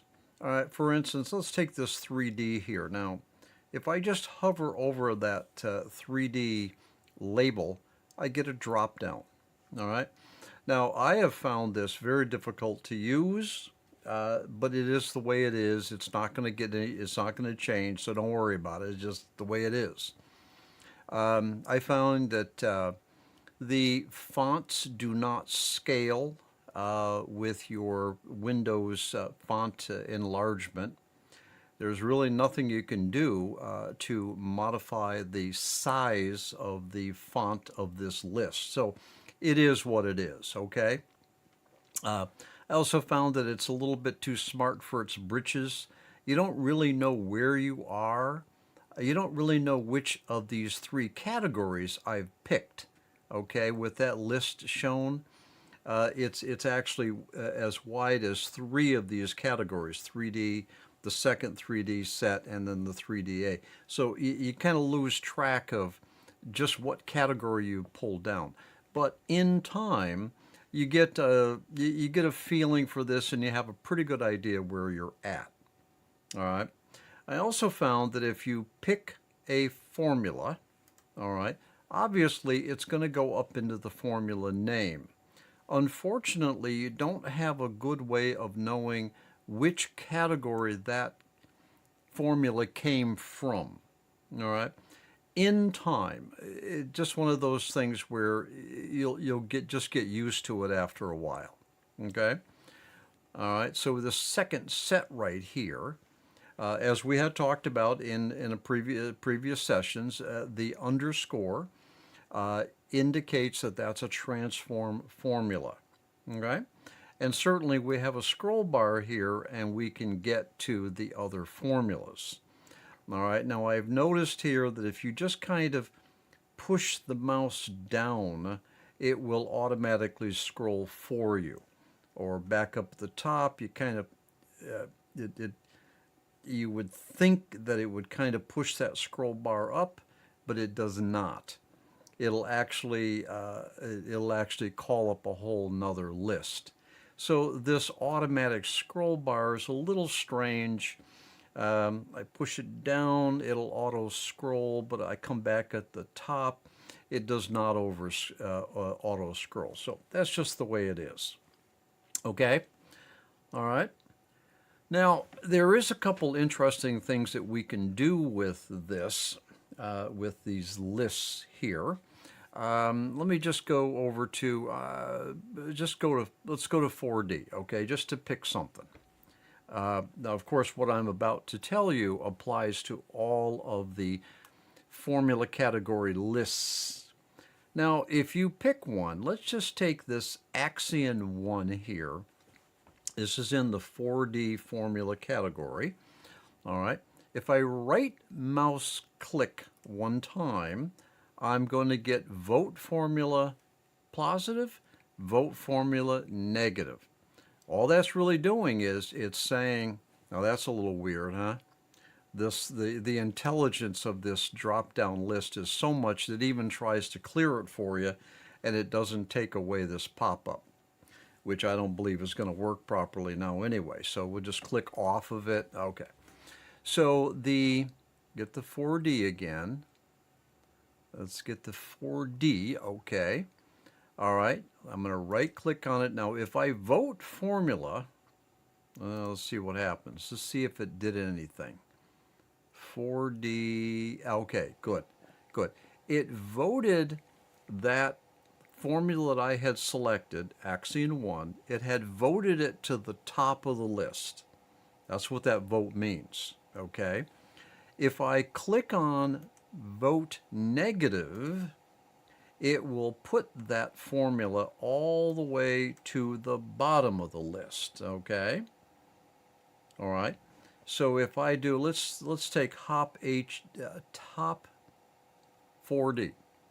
All right, I'm going to vote it up to the list, vote positive. It should be at the top of the list. There it is. All right. And let's say that, let's take this, well, let's not get ahead of ourselves here, okay? Let's take this and vote that to the bottom of the list. So I should have 2 at the bottom with the 4D category. There we go. There's the 2 that I had voted to the bottom of the list. Now, I can hover over that, right mouse click, and normal status for this formula. All right. And then that formula has moved out of this demoted position back up into its normal location. So I'm going to do this and normal status. So my 4D list, all right, they're no longer at the bottom. And there's my hop 4D, that's been restored. And my Axion should also be restored. There it is, okay? So this is how you vote up and you vote down the locations, the positions of these formulas within their list. Now, the one other thing I want to show you about this. Let's pick on that Axion again. All right, primarily because it's easy to locate. So I'm going to right mouse click on this and I'm going to hide it. All right, so hide this formula. All right, so let's go back here. Now we'll find that the Axion is no longer in the list. The formula still exists, it's just not in the list. Now if you've assigned that formula to something, all right, it'll still continue to be rendered because it'll be pulled up here and be assigned to a formula slot. All you're doing here is you're just simply hiding it from the list. Now, it's not very intuitive how you get that back, all right? You don't get those hidden formulas back by anything that you do on the list. What you do is you go up and you click this hidden button, hidden, and you'll see here that Axion was hidden, all right? Right click on it, normal status, disappears from the hidden list. Now if I go back to 4D, we're going to find Axion is back in its location, all right? So you have the ability to vote up to the top of the list, vote down to the bottom of the list, or hide it, hide a formula, all right, and restore the hidden by using this function here, or let's hide Axion again. All right, let's, if we vote it up or we vote it down, we can restore its normal position within the list here. All right, but if we hide it, we need to go to the hidden and restore it from there. Okay. So the caveat in this intelligent drop-down listing is you just sort of kind of have to get used to it. That's the way it is. Okay. But these drop-downs will behave in a similar manner for each of the formula category lists. Okay. And they'll all have, for instance, they'll all have the vote up, the vote down, the hide, and then of course, if you have hidden formulas, you unhide them by clicking this function, picking the one you want to hide, unhide, and then that will be restored back to the list. If you close the Mandelbulb3D application and restart it again, all of your voted up or voted down formulas will still be in their voted position, and they'll still be hidden. All right, so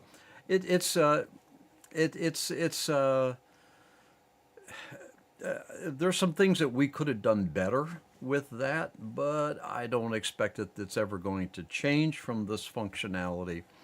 The fonts will always be the fonts, and that's the way it's going to be. All right, but at least as long as you understand how to work with it, you're going to be okay. All right, so that's enough for this session.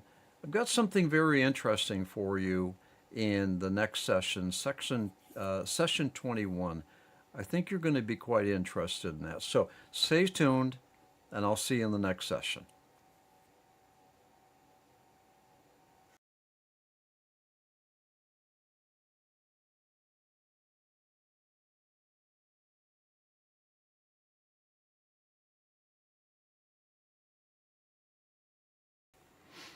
Patrick Cook here.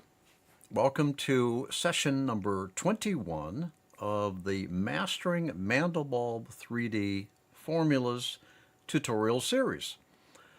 I wanted to do something a little interesting here in this session. Not that nothing's interesting about the Mandelbulb3D application, but this is something I think probably will help you out a little bit. It's a process that I had to go through too, early on, to kind of figure out, what is this Mandelbulb? What is this all about? And basically, the Mandelbulb is a Mandelbrot that has had that has had an addition to its formula. All right, and that addition is very often referred to as kind of a spherical coordinate. And so basically, it will take the flat Mandelbrot, the 2D Mandelbrot, and add a third dimension to it to make it 3D, to make it a bulb. All right, let me see if I can demonstrate this for you. Now, the easiest thing to do is to go up on Wikipedia, and let's open up that. There we go. So you'll notice here in the Wikipedia, it is completely describing the Mandelbrot. Of course, now the Mandelbrot is the 2D representation. All right. And if you look down through this article, what you're going to find is down in here. Okay, here we go, right there. Okay, this formula right here. Let me see if I can, there we go.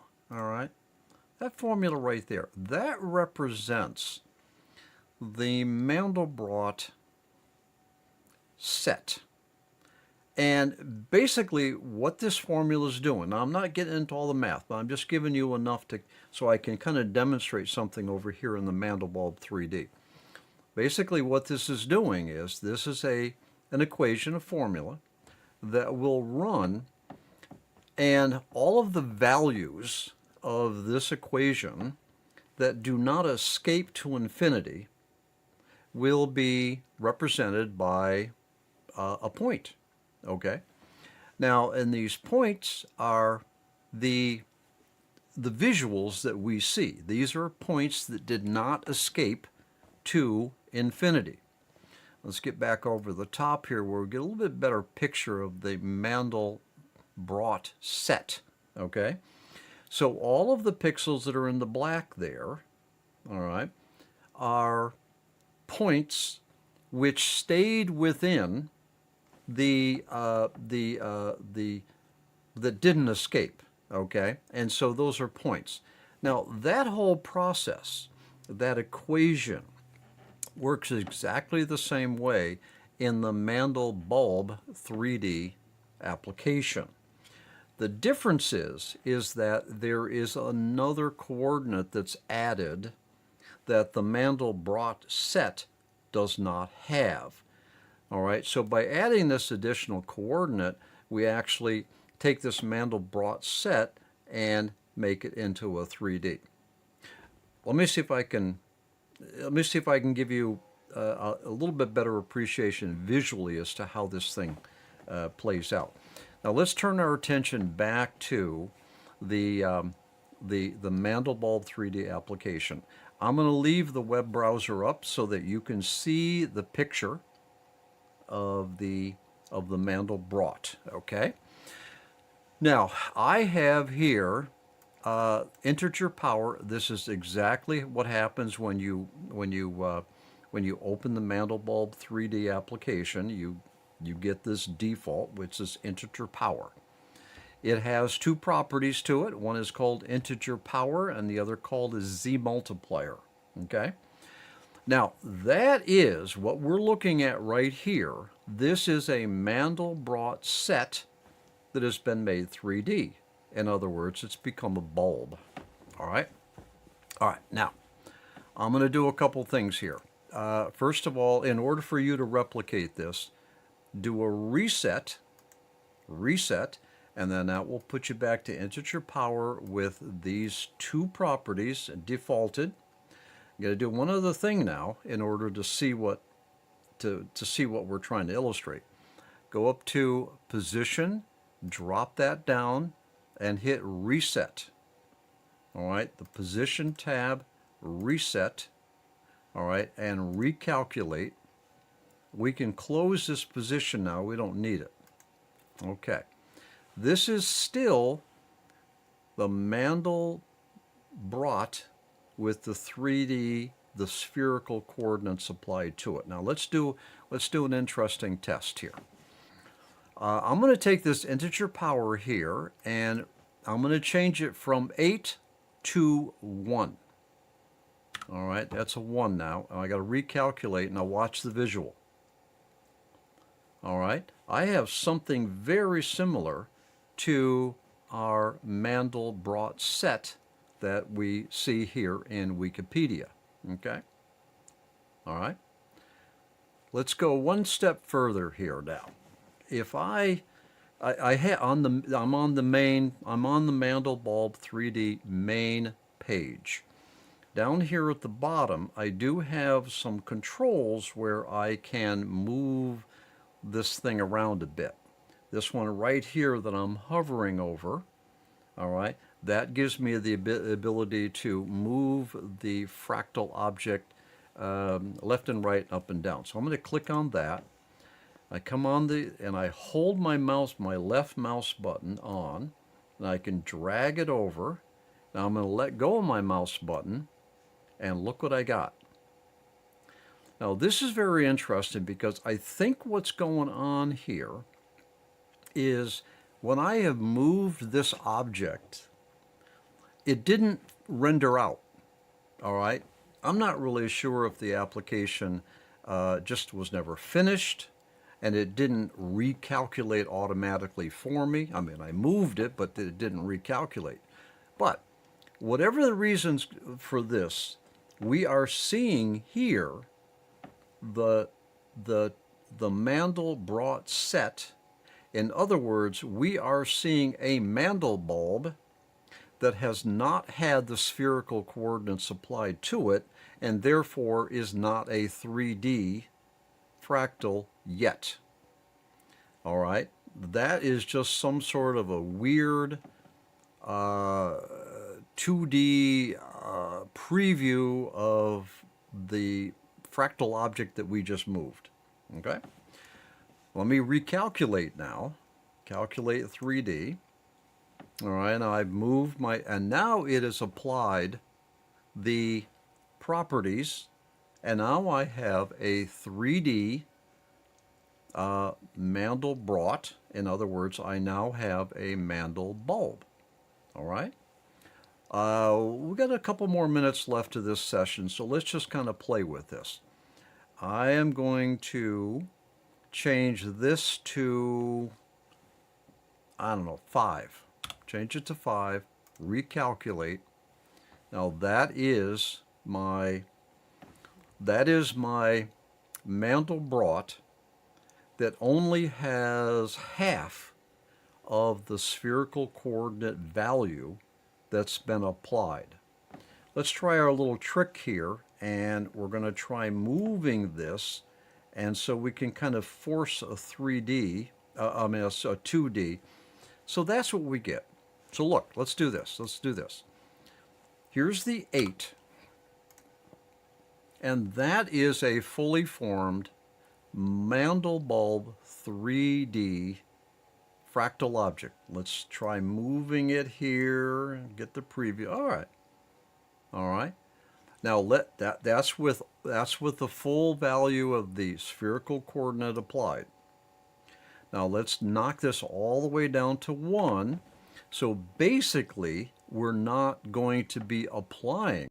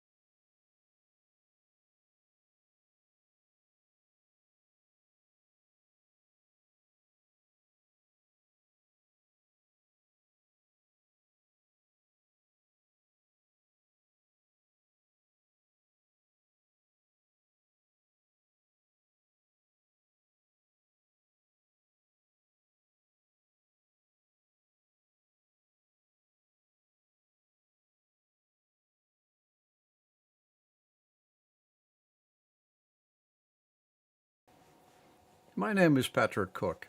Thank you very much for joining me in the first session of Mastering Mandelbulb 3D Formulas.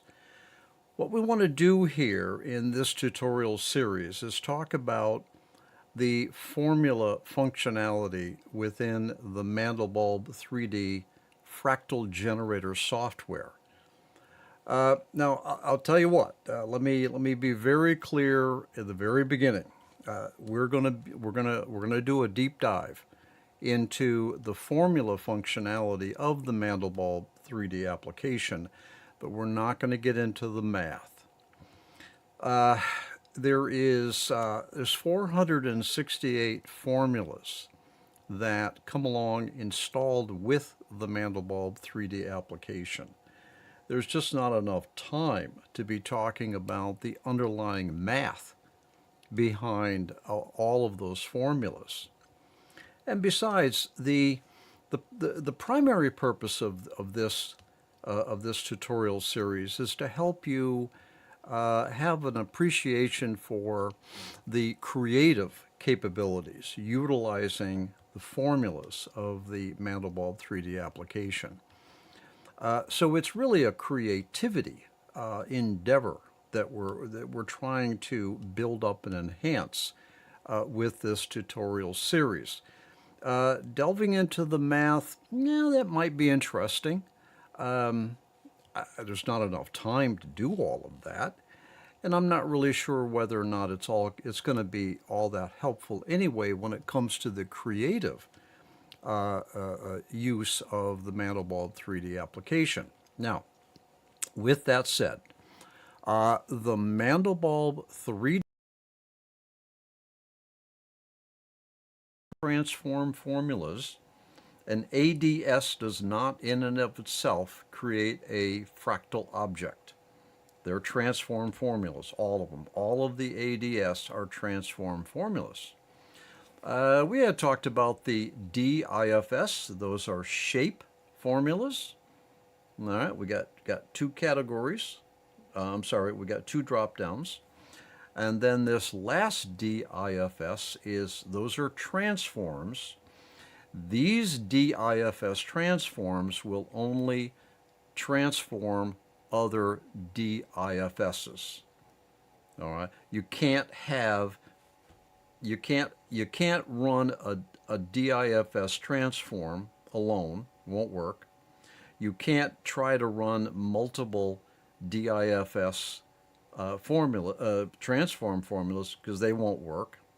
You can't mix a DISF transform against an escape time like a 3D. That won't work. Okay. Usually, anytime you use an escape time formula, which is a 3D, a 4D, all right, you can apply an escape time transform, which would be any of the ADS or anything with the underscore before the name. Escape times work well together. The DIFS, they do not work well with escape time, all right? And there's sort of like, there's some incompatibility there with the formulas that over time you kind of get a sense for what works and what doesn't. Generally, escape time formulas, 3D, 3DA, 4D, 4DA, and ADS as transforms, generally those will all work together nicely, which gives you an awful lot of capabilities in terms of combining. And that's all in the alternate mode, hybrid mode. Okay, so, but DIFS and escape time, they don't normally play together very well, but you'll get a message on the screen that indicates that there's the error, the formulas are not compatible or won't work together. Okay, so, okay, then we had talked about properties, okay? When you first call up a formula, the properties will be defaulted. And the only way to actually save your formula combination is by saving it as an M3P or an M3I. Okay? Down at the bottom, we have talked about the iteration count. All right, and that's the number of times that the formula with that the formula that is within the panel of the iteration count. That's the number of times that the formula will be repeated over and over and over and over again. All right, the iteration count. Not all Mandelbulb fractal objects benefit from very high iteration counts. This one, for instance, this integer power, can be accomplished, that is, formed on the screen, with simply one iteration of the formula. Whoop, done. We had talked about the min and the max formulas down, iterations down here. Those apply to the whole set of formulas. So a set or a sequence is all of the formula slots that have a formula assigned to them. If I had two formulas assigned, let's just do it here. What are we wasting our time here? I got two formulas applied. That is a set. This minimum iteration, maximum iteration, will be the number of times the set, in this case two formulas, is iterated, repeated. All right. So this iterates the formula set or the sequence. Our bailout, as you recall, that is a value which determines when a point is no longer considered part of the display. It's outside of the display. It has escaped. It has bailed out. Disable analytical DE, that's when you're using a 4DA or a 3DA formula. You can actually turn off the internal DE calculation. The inside and the outside, all right, inside render, outside render, and inside and outside render. That will tell the application that you want to look inside the Mandelbulb object, if that's what you want, or you can look outside. And the whole idea is to be able to view your formulas without getting the camera buried. Okay. All right. And of course, we talked about the info button. Okay. In a previous session, we had talked about this hidden. This JIT comes another time. That's another time. And you do have the ability here to load another formula in. All right. But that's later on in the series. Okay. I think we have enough. Oh, well, remember we can swap the formulas. Okay. We can swap the slots like that. And we also have a repeat from here. So if we have a set of formulas, all right, we can actually say run formula 1, 2, 3, 4, and come back and repeat at, say, 3, 4. All right, 1, 2, 3, 4, 3, 4, 3, 4. We could do something like that. So we can do a lot. Let's end this session here just by saying that you have a lot of capability with the Mandelbulb formula functionality. All kinds of different formulas and different escape time and different shape formulas. Six formula assignments, combining iterations, our bailout. We can do a lot with just what we've talked about so far. So if you're ready, let's dive into hybrid mode. And I have been holding off talking about the hybrid mode to make sure that you understood, or you got a good handle on categories and sequences and iterations and our bailout, because all of that's going to be applied as we move forward. Okay? I'll see you in the next session.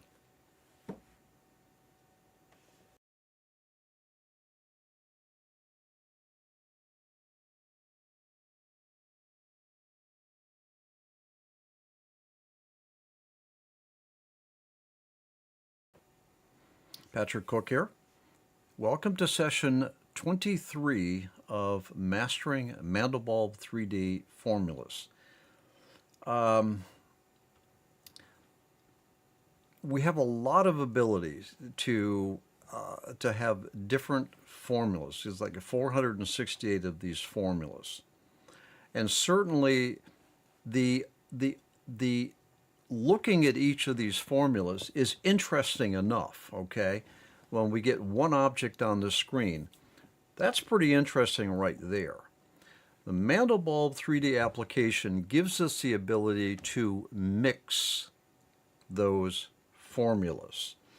Now, I use the term mix very, very broadly because there's different ways of actually mixing the formulas.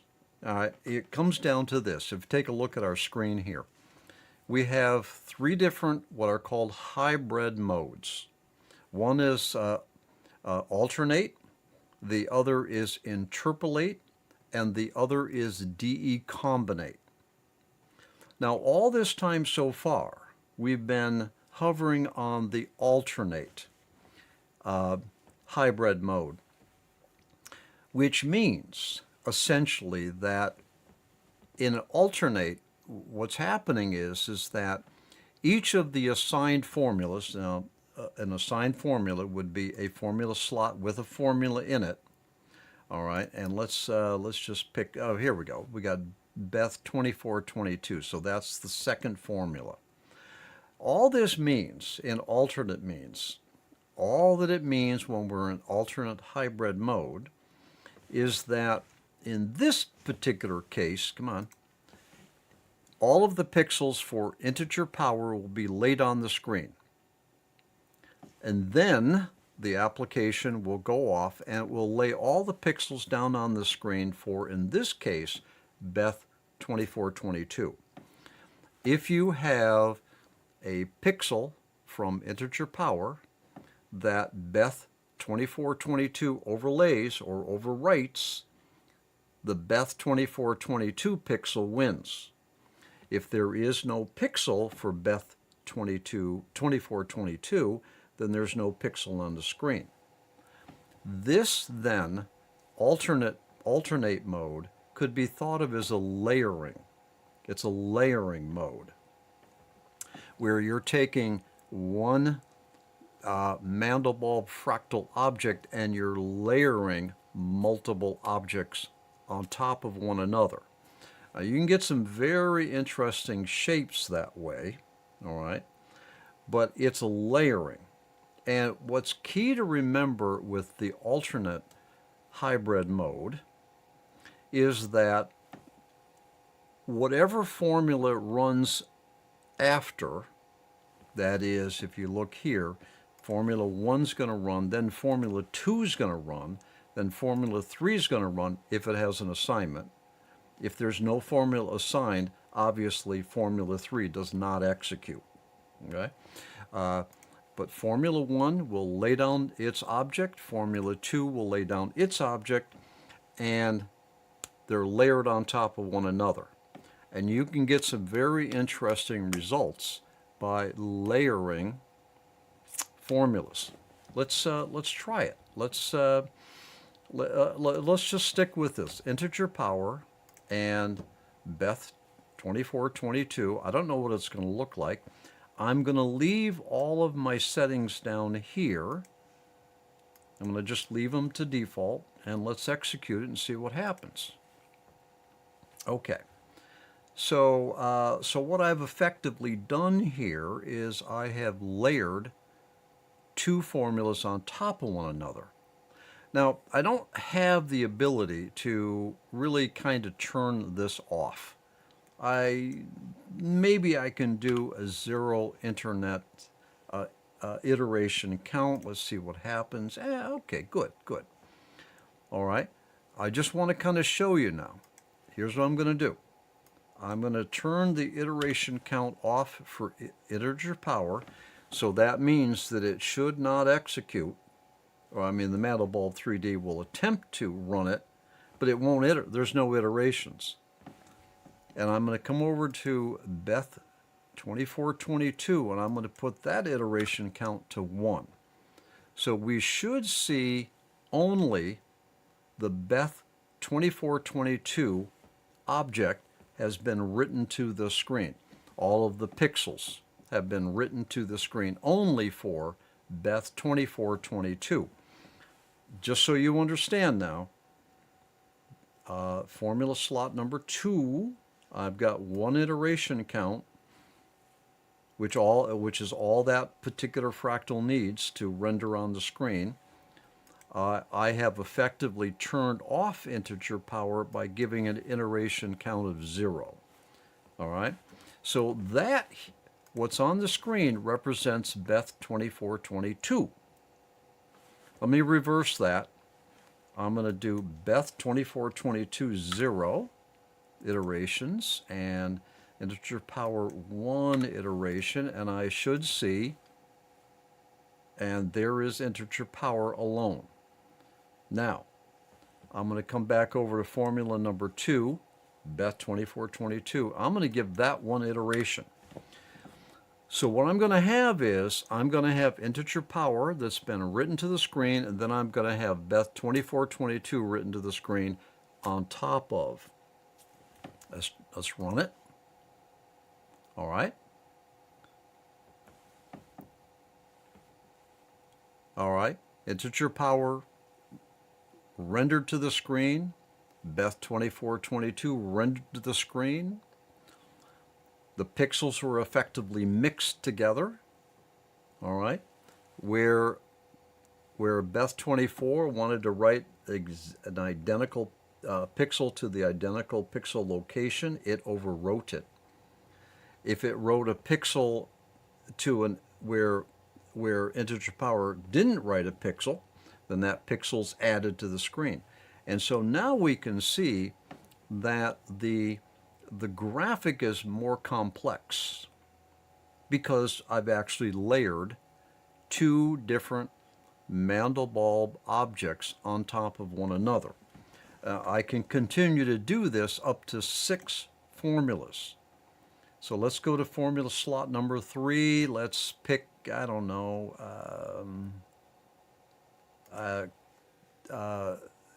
Calzi sets 1. Let's execute that. All right, let's go to slot number 4. Let's pick BT Pine. Calculate. All right. Slot number 5. Let's go, I don't know. Let's do a Sierpinski 4. Okay. Slot number 6. All I'm doing is proving here that you can layer up to 6 different formulas at a time. I don't know. Let's try ASurf mod 1. All right, now that I didn't plan any of that. I just kind of picked those formulas at random because I just wanted to show you that what I've done here is I have layered 6 formulas, all right, to give me that one image. Now it's important to note that what I've done here is I've done a 6-layer alternate hybrid mode. I've done a 6 layers of formulas. But these formulas don't interact with one another. They produce the object, they print it to the screen to produce the next formula, printed to the screen. They are not interacting with one another. And they're not interacting with one another because if you note here, I did not choose any transform formulas. Formula number 1, get on 1, integer power. You don't see an underscore in front of any of those. All right. I did not, in the alternate hybrid mode, I did not choose any transform formulas. None of these formulas impact the other in terms of the math. They're simply created, written to the screen, created, written to the screen, created, written to the screen, and like that, okay? Think of the alternate hybrid mode as a layering, assuming that you're not using transforms. If you use transforms, they're not layering anymore. You've got a transform that's impacting the math of one of the formulas, then it layers. I'll tell you what, let's end this session right here, and when we come back, we're going to stay on alternate hybrid mode, but we'll throw some transforms in there and let's see what happens. Okay? I'll see you in the next session.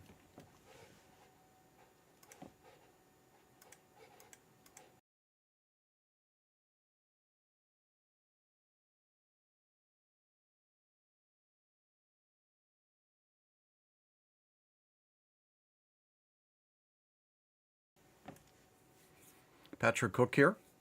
Welcome to session number 24 of Mastering Mandelbulb 3D Formulas. In that last session, I had assigned 6 formulas in the alternate hybrid mode. None of them were transforms. And so what we had in that last session was a simple layering of 6 different Mandelbulb fractal objects, okay, with no transforms. Now let's throw some transforms into it. We're going to stay in alternate mode for a little while here. I'm just going to clean up. Yeah, I'm going to clean up. All right, reset. No warning. Boom, all gone. If you hadn't saved it as an MP3 or an M3I, you're never going to see that combination again unless you reconstruct it in your head. All right, let's recalculate. There's my basic integer power. Okay, now I'm in alternate hybrid mode, okay, as indicated up here. I have one formula assigned, I just rendered it. Let's put a second formula in here, but let's do a transform. All right, so a transform is something with an underscore in front of it. I don't know. Let's see. What would make an interesting transform? I don't know. Let's try quadist. All right. Now we know that a transform is only going to transform the formula that is the subsequent after. So I have the transform, I have it in the wrong location. So I'm going to use the swap down here to swap my integer power with my transform so that the transform works properly. Let's do a swap. So my transform's over on the left, and the formula that it's going to impact is over on the right. So let's run that. So let's move it. Okay, re-render it. All right. So whatever this quadist is a transform. I'm using defaulted properties. I'm not getting into all that complexity now. All right. But we have a transform situation happening in the alternate hybrid mode. Now this particular setup here, I'm not layering 2 formulas. I'm not layering underscore quadist with integer power. What I'm doing here is I'm applying a transform. So now the math is actually involved. The math has changed. I'm not just simply layering. All right, that was the important distinction I wanted to make. If I assign another formula in slot number 3, let's just pick, I don't want to pick a transform because that's not going to work properly. I don't know. Let's try IQ Pine Tree. Now, the question is, did this first transform affect every formula thereafter? I think that's a fair question. Did this transform affect the math of integer power and the math of IQ Pine? Or did I have a situation where I have, I'm in an alternate hybrid mode now, integer power with a transform, and then IQ Pine Tree was layered. So the transform only affects the formula that comes after it. It doesn't affect all the formulas all down the line. Then we kind of move into a layering method. Let's put something in formula number 4. How about cubic quat? Okay. All right. So what I have now is here's what I got. I got integer power with a transform. And then I have IQ Pine Tree laid down, and then I have cubic quat laid down on the screen. Let's just try something. Let's take this transform out entirely, and I'm going to hit the backspace and enter. That's how you delete a formula. Now this formula slot's not going to execute because there's no formula assigned to it. It's an iteration count of 0 anyway. Let's calculate this.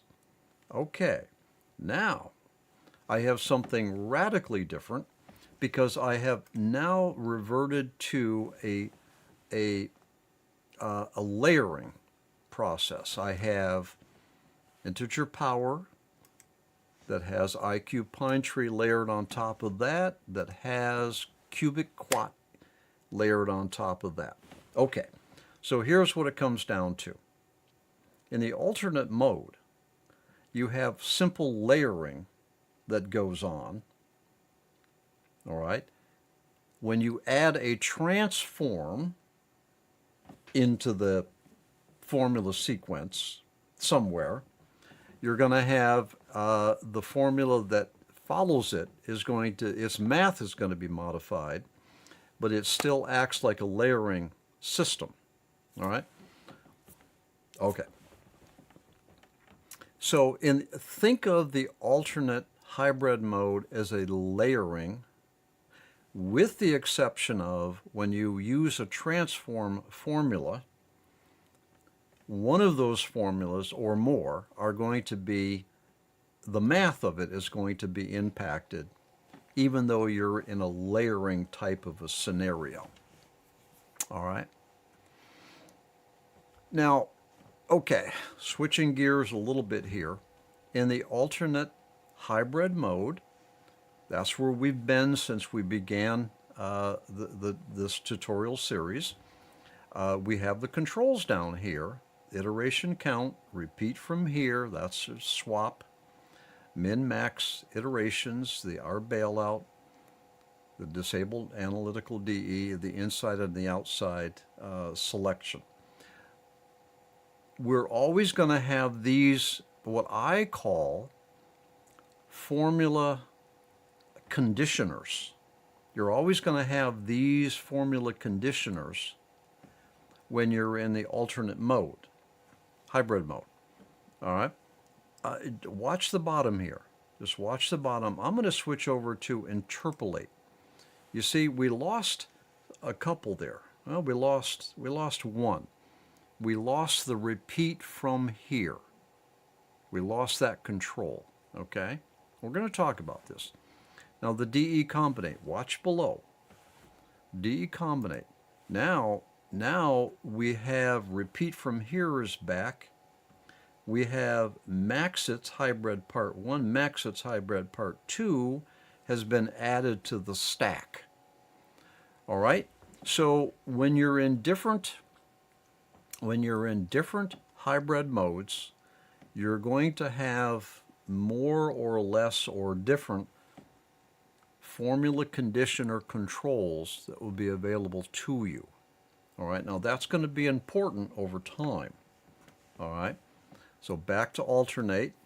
All right, let's finish up alternate right here. All right, with this basic summary. Think of the alternate hybrid mode as a fractal object layering process, with the exception that if you have a transform formula in there, it affects the math of the next formula over, but that affected formula object is still layered. All right, so alternate mode is a layering process where the iteration count down below here, all right, still determines the internal math of how many times that formula is going to be repeated. And you still have the R bailout, and you still have the min and the max iterations that applies to the whole set. All right, in the alternate mode, you can have up to 6 formulas assigned. If you have a formula slot that doesn't have any formula assigned to it, it's not going to execute. All right? And of course, in alternate mode, you have to have at least one formula for anything to happen. Okay, so this is where we're going to move away from the alternate hybrid mode. And when we get back into the next session, after we get ourselves a strong cup of coffee, we're going to talk about the interpolate hybrid mode. I'll see you there.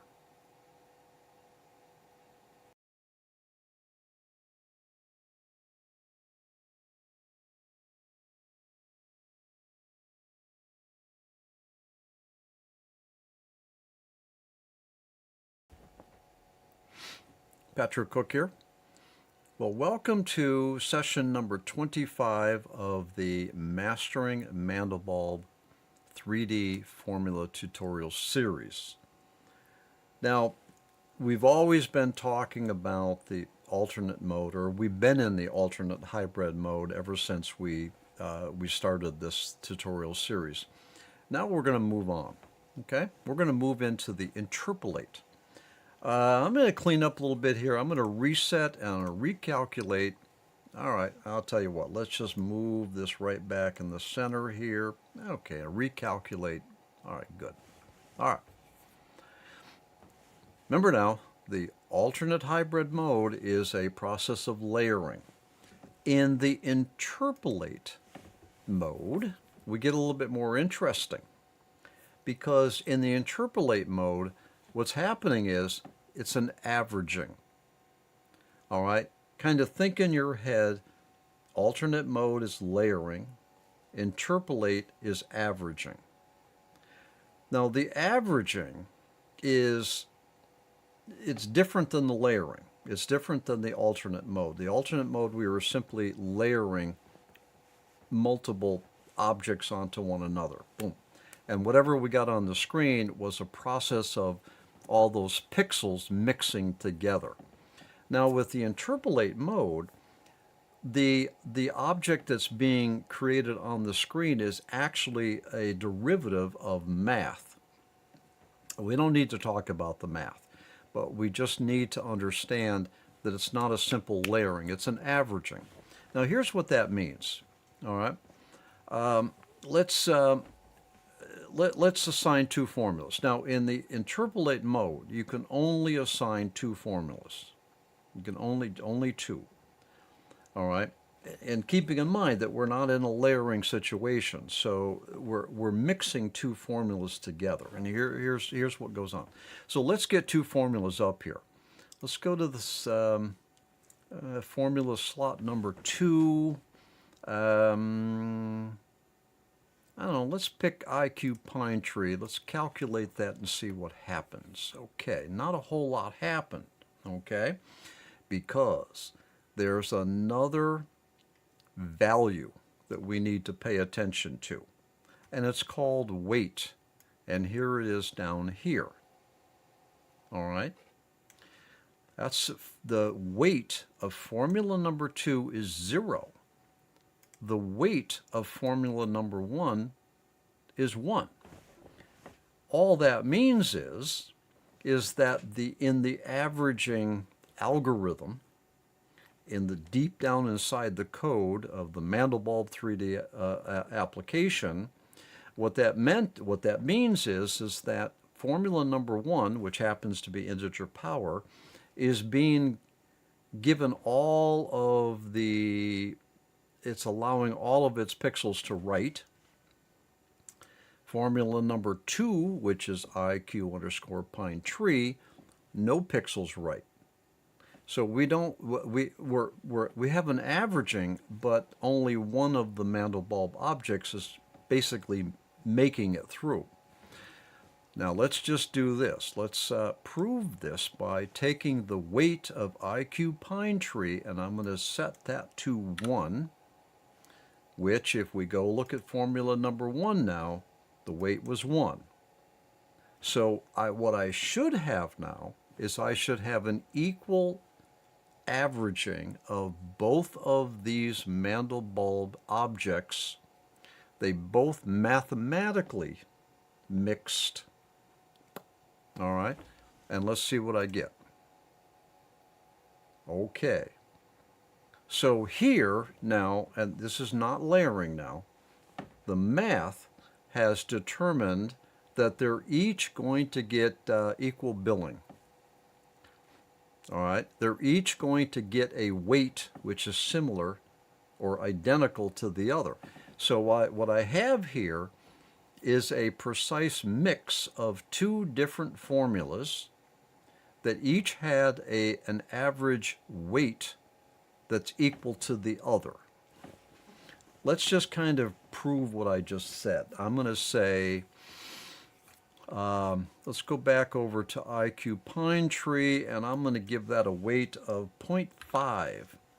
So it's only going to have half of a weight to the integer power. Let's see what it looks like. You see how the integer power object is more prominent now? Let's come over here and make our IQ pine tree 1/10 0.1 of 1 of the integer power. Let's run that. And as expected, we're seeing the integer power bulb is more prominent. All right, are you getting the sense for what this averaging does? Okay, let's set the integer power to 0.1, and let's come over here and set the IQ pine tree to 1. Now that Mandelbulb object is going to look remarkably different because when I calculate it, it's going to be more prominently IQ pine tree. All right, calculate that. And a lot of my integer power bulb is lost. So that's IQ pine tree. All right, and if I set the weight down to 0 on the integer power with the weight of 1 here on IQ pine tree, basically integer power doesn't process at all. That is what IQ pine tree produces as a Mandelbulb object. Okay? So when it comes to the interpolate, you can interpolate 2 different formulas together. They have to be escape time. You can't mix an escape time. That's 3D, 3DA, 4D, 4A, and diffs. You can't mix those together and interpolate. They don't, their math is entirely different, okay? You can mix and interpolate escape time, and you can mix and interpolate diffs, but you can't mix escape time and diffs together. All right. So understanding what the interpolate does, the interpolate hybrid mode, is entirely based upon understanding that you're averaging 2 formulas together and that you get to decide what the averaging ratio is going to be. All right, now in the minute or 2 that I have left in this session, let me just explain to you that this weight down here is not a percentage. It's not a percentage. It's not 1.1% versus 1%. It's not a, It's just a plain Jane, everyday, basic ratio. Um, you know, 1 to 1 or 0.5 to 1 or whatever. And I'll prove it to you. Let's take this integer power. Let's set that to 1, and let's come over here and set the pine tree to 0.5 and execute that. All right. Now, I'm going to come over here and I'm going to set this weight, used to be 1, to 1,000. And I'm going to come over here, which used to be, yeah, okay, 1 to 1, right. Okay, now I'm going to set that to 1,000. And I should see no difference in that object, and I do not, proving that this is not a percentage. It's just simply a weight, a numerical value weight. Now, I'm going to do this for you. I'm going to put this to 1, integer power. IQ pine tree is 0.5.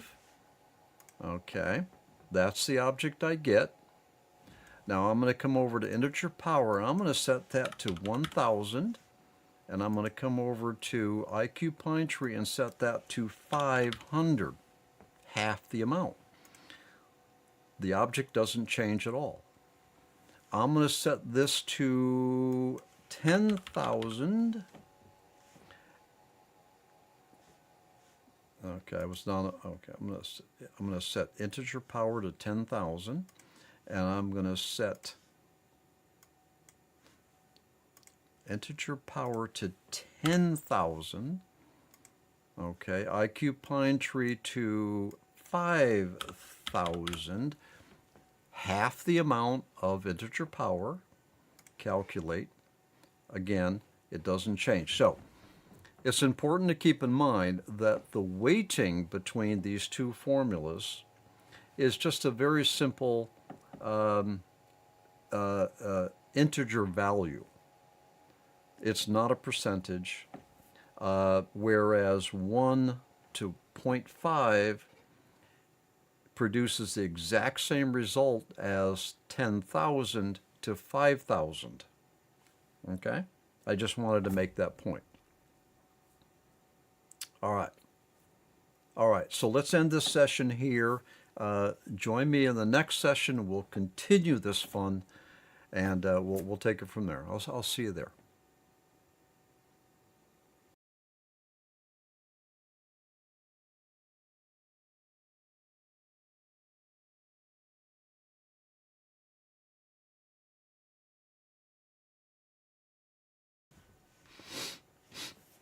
Patrick Cook here.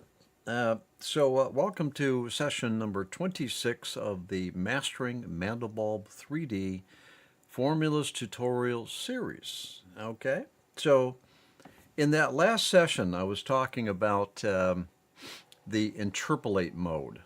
All right, you got two formulas that you can mix together by establishing their weights, their relative weights to one another.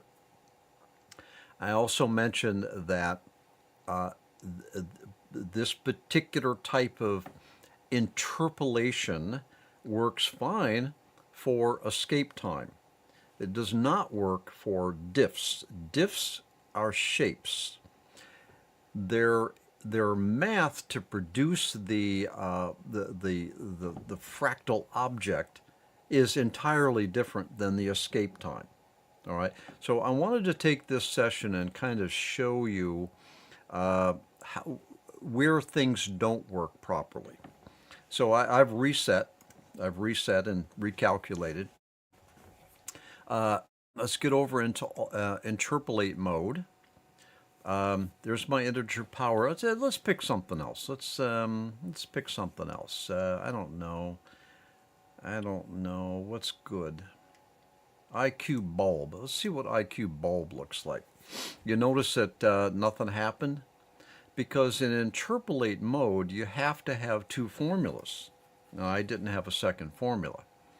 So let's come over here. Let's pick a, how about this? Hop F4D. I have a weight of 0. I'm going to turn that to a weight of 1 and 1. Okay, let's see what we get. Okay, pretty weird. It's enough. It's enough to show us what we're doing. Now, so I have IQ bulb assigned to Formula 1. I have hop F4D assigned to Formula 2 slot. They're both escape time formulas, and they work because the math to calculate these Mandelbulb objects, the math is similar. Obviously, the equations are different, but the process of calculating, the process being, the escape time, where the formula will be run, and the result of the equation, the output, all right, would normally be fed back in. But if that output of that formula is beyond our bailout, then that pixel or that point is not going to be present. It is thought to have escaped. So that's what I mean when I say escape time formulas.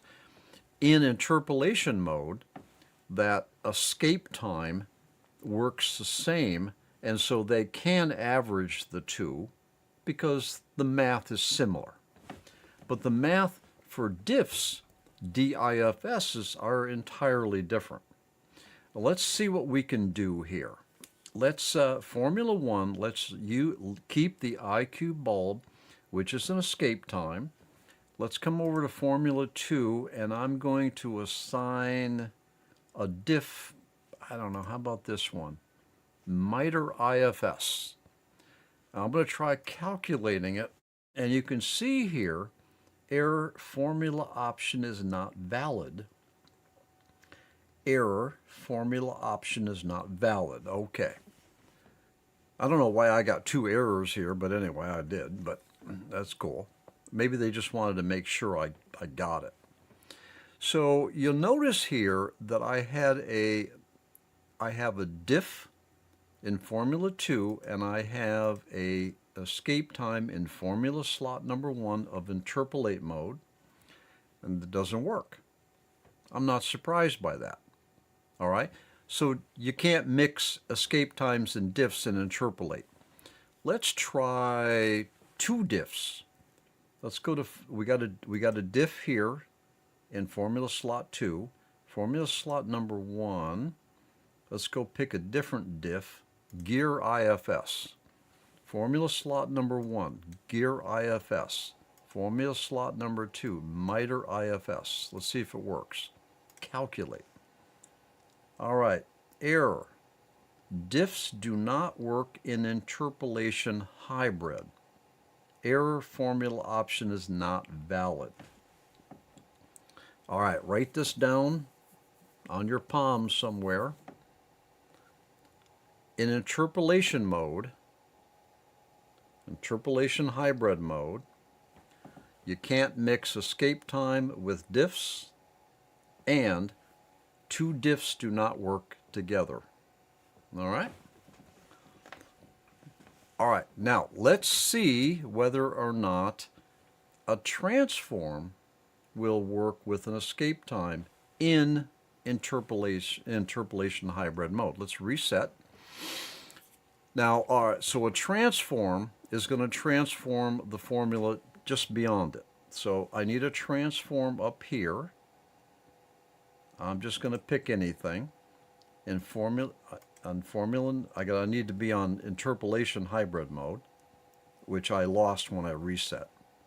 All right, so now let's put a regular escape time formula in here. Okay, so I have a transform in formula slot number 1 with a weight of 1. I have a Tretis VS with a weight of 1 now. Let's see if they run. And it says error formula option is not valid. And then it gave me parameters okay. And what it did is it basically ignored that transform as a formula to be weighted and only ran the A tetris VS with the transform on it. So I did not get a proper interpolation, all right, with this particular scenario. Generally, don't use transforms in interpolation hybrid mode. You're not going to get the kind of results that you expect. Okay? So in this session, what I wanted to do is to indicate that there are certain conditions that don't work properly in interpolation hybrid mode. Two escape formulas do work. An escape and a transform don't really work. Two diffs do not work together in interpolation hybrid mode. Two diffs will work fine in alternate mode, but not in interpolate because the math doesn't work. Okay? All right. Let's reset. And let's do something else crazy. Can I run two transforms in interpolate mode? I mean, this is crazy, but let's just see what happens. All right, so let's pick a transform of IFS tests. Let's pick another transform of RPOW3. Two transforms in interpolate. Let's make sure the weight is the same. 1 and 1. Execute. There we go. Parameters okay. All right. So what this is interesting because what this is doing is it's actually running two transforms in interpolation mode with equal weights. But I think what's going on here is that you have the first transform is affecting the second transform, and so we are getting an object. I don't know whether that object is meaningful or not. Let's go to formula number 2. Let's turn the weight down to 0. Calculate it. Yeah. Okay. All right. This thing is just spinning its wheels now. I mean, what I've done here is I've said run a transform in formula slot number 2 with a weight of 1 and run another transform in formula slot number 2 with a weight of 0, and I'm getting this. And I think what's going on here, I'm pretty certain what's going on, is that the application is just crunching away and giving me something that's taking far too long to render. Number 1, this is not this would never be useful in animation. And I'm not even sure what I'm getting here. So I would say generally, you don't really want to use the interpolate hybrid mode for two transforms. Generally, you want to stay away from a transform and a regular formula. It's sort of doesn't work. And we do know that you can't mix an escape time, 3D, 4D, with a diff in interpolate mode. And you can't run two diffs in interpolate hybrid mode. Okay? So that's a little bit of experimentation about the hybrid, about the interpolate hybrid mode. I think we've covered the interpolate good enough. I think we'll move on to DE combinate. What do you think? Hey, I'll see you in the next session. We'll see where it goes. I'll see you there.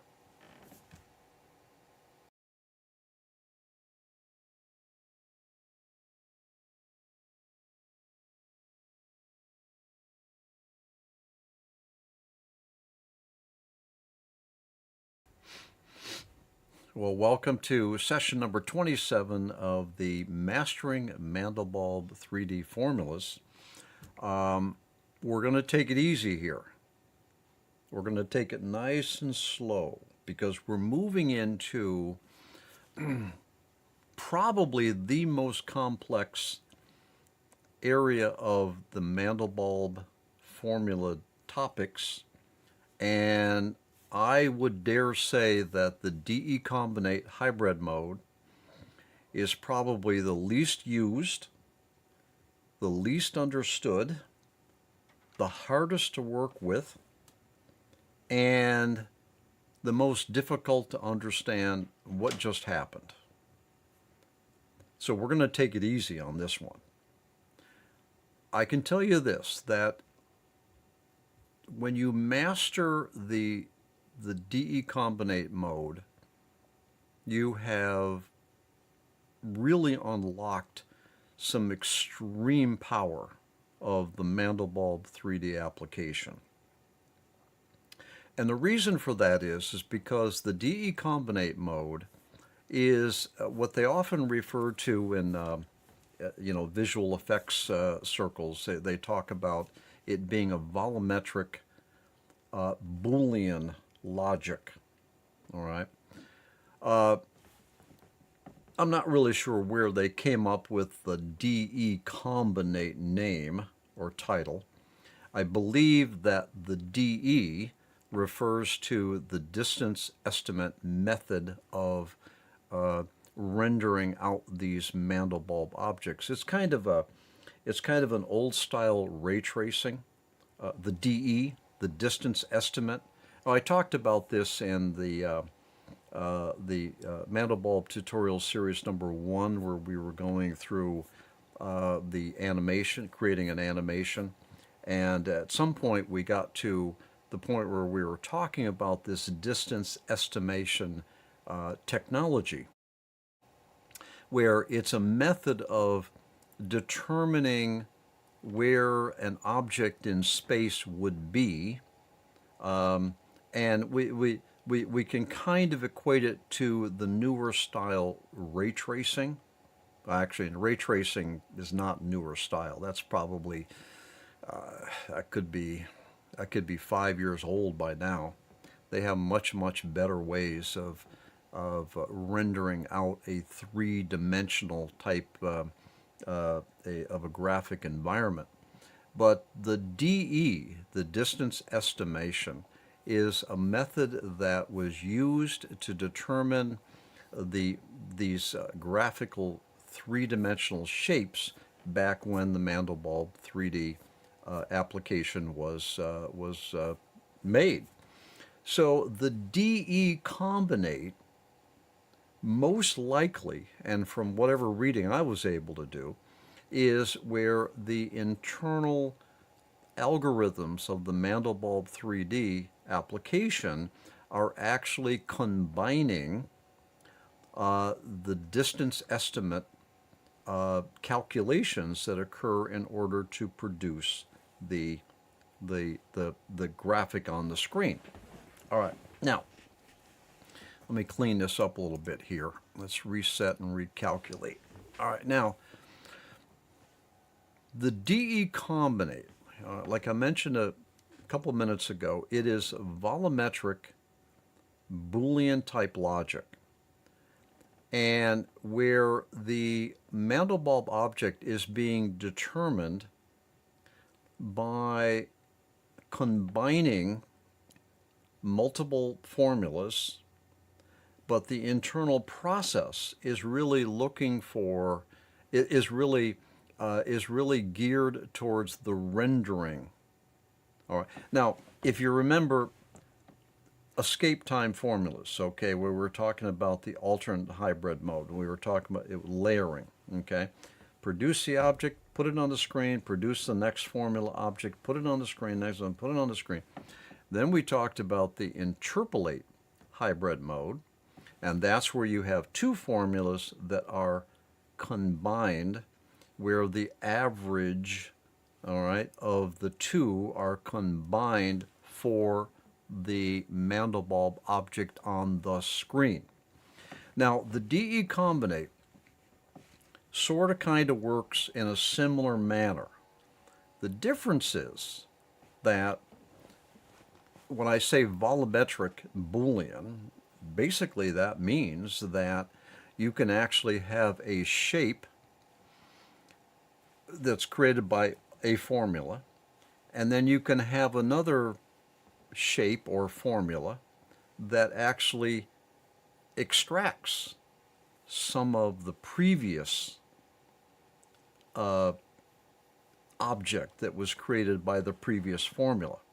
So this is referred to as Boolean, where you can AND multiple objects together, mathematically AND, not just throw them on the screen, but mathematically AND them together, mix them in together, or a subtraction or a Boolean not, where you're taking some of this object away from, okay? Or you could have there's other Boolean methodology. It's not important right now because I don't want to get ahead of you, and because I want you to understand the Mandelbulb3D application without really having to know the math. Okay, so the DE combinate is it's a methodology by which multiple Mandelbulb objects can be run and have an impact on one another in terms of their volume. All right. The interpolate was an averaging where they were averaging the result of two different formulas. In the DE combinate, you can actually have up to 6 formulas. As a matter of fact, let's take a look at the DE combinate slot here. All right, I can have 6 formulas in DE combinate. So I'm not restricted to only 2 like I was in the interpolate mode. All right. Come on, get off the screen there. Okay. So let's just practice with this. Let's see what happens, okay? Let me take integer power. I'm in DE combinate mode now. All right, and I'm going to say, I don't know, I'm just going to pick cube quat and calculate that. Okay. Now, if I was to run both of these formulas separately, I would see 2 different objects there. Now let's see if I can do it. All right, because this is important. Do you see 2 different objects in that screen? You see 2 different Mandelbulb objects? All right, one Mandelbulb object is our integer power, like our flower thing that we've been looking at all this time. The other one is some sort of a candy cane type. Let's see if I can isolate the 2 separately. What if I was to, oh, there's that drop down. What an annoying thing that is. Let's take formula number 1, which is integer power, and let's have that an iteration count of 1. Let's take our cubic quat, knock that down to an iteration of 0, calculate it.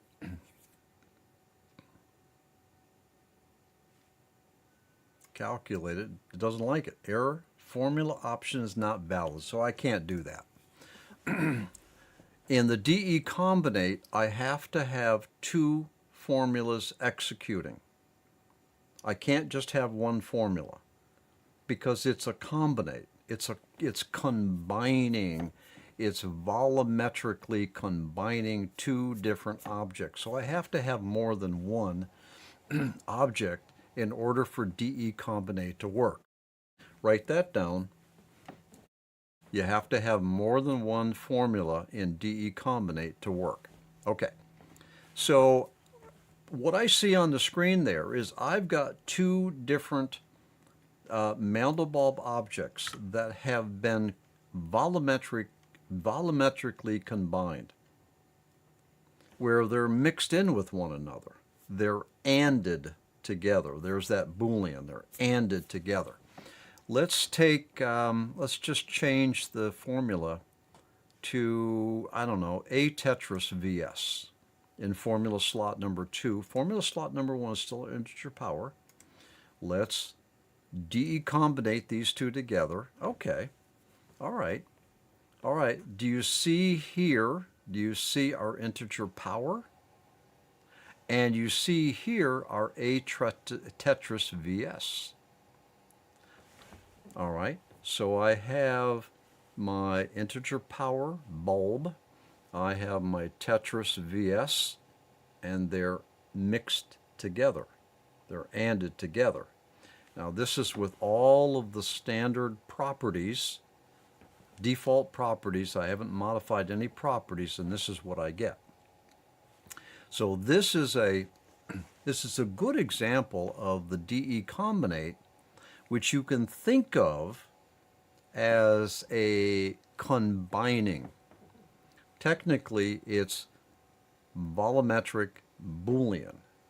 We can think of it as combining two different, or I shouldn't say multiple, fractal objects together. All right. Go refresh the coffee or the tea, whatever you need. All right, because this decombinate, like I was saying, can get pretty deep. But if you master this, if you master decombinate, you got it. I'll see you in the next session.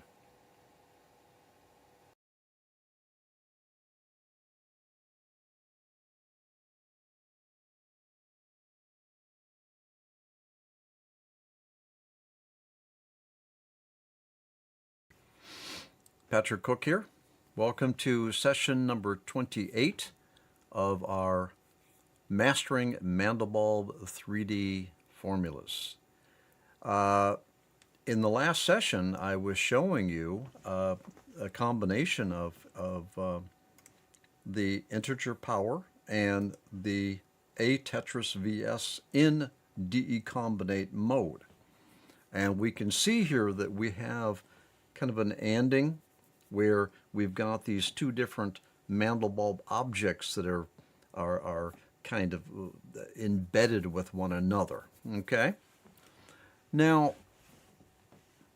all right. Now, we can have up to 6 of these formula slots assigned. So you can imagine how crazy this whole Mandelbulb thing can get when we have a kind of a volumetric Boolean combination of all of this, of up to 6 of these formulas. We're only looking at 2 right now, so it can get a little interesting, okay? Now, all right, let's do this. I want to talk about some stuff down in here, but I want to kind of get you so that you better understand all of this decombinate. Let's try. Let's call up some diffs. All right. I'm going to reset, recalculate. All right. I'm going to get back into decombinate mode. Okay. I'm going to call up a couple diffs. I'm going to keep this nice and simple so that we can see the decombinate work and we can understand it. Let's try box IFS in formula slot number 1. Let's try, we don't want to be over here. These are diff transforms. All right, we want to be over here. Let's, okay, what did we do? We did box. Let's see if we can find a shape that we can kind of really see what's happening here. Let's try, I don't know. Let's columns. Let's try columns. Calculate that. Okay. All right. Let's move this whole picture over so we see what we're doing. Whoa. Calculate that. All right. So we have box and columns. Okay. Good. This might actually be sufficient. Yeah. Okay. All right, you know what I'm going to do? I'm going to pull up my navigator here. You can't see it. That's okay. And I just want to get my perspective changed. Here we go. This might work. Okay, let me put that back into main, recalculate it. All right, good. Is that better? All right.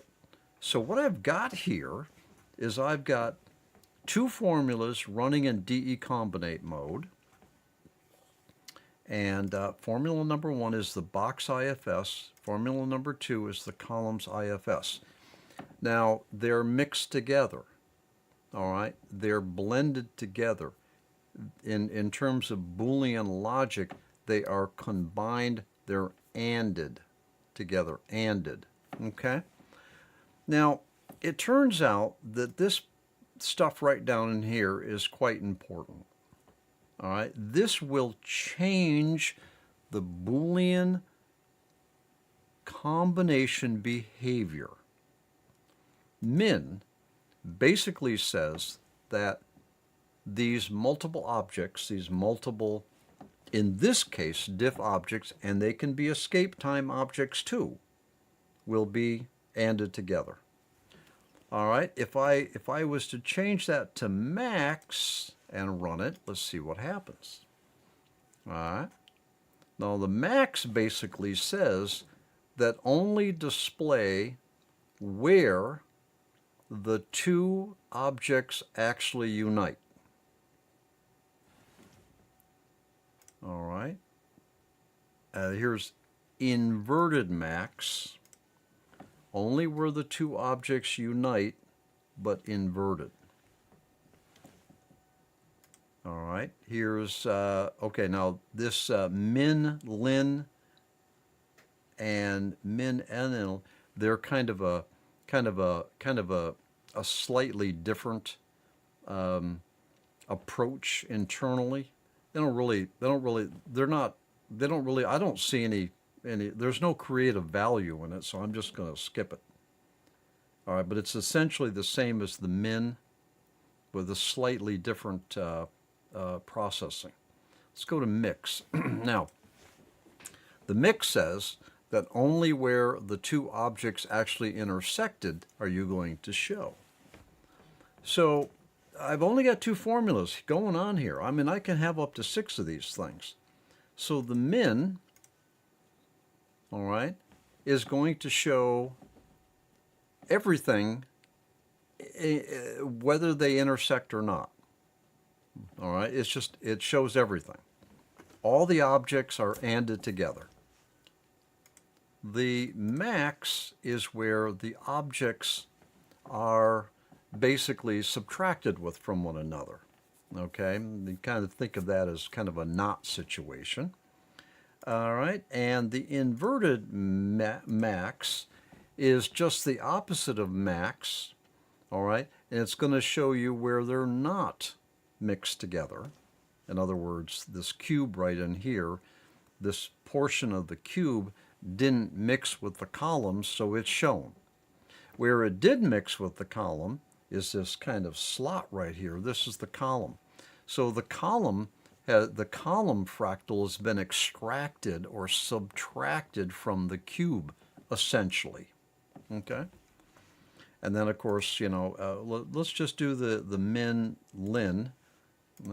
See, it's the same as what min.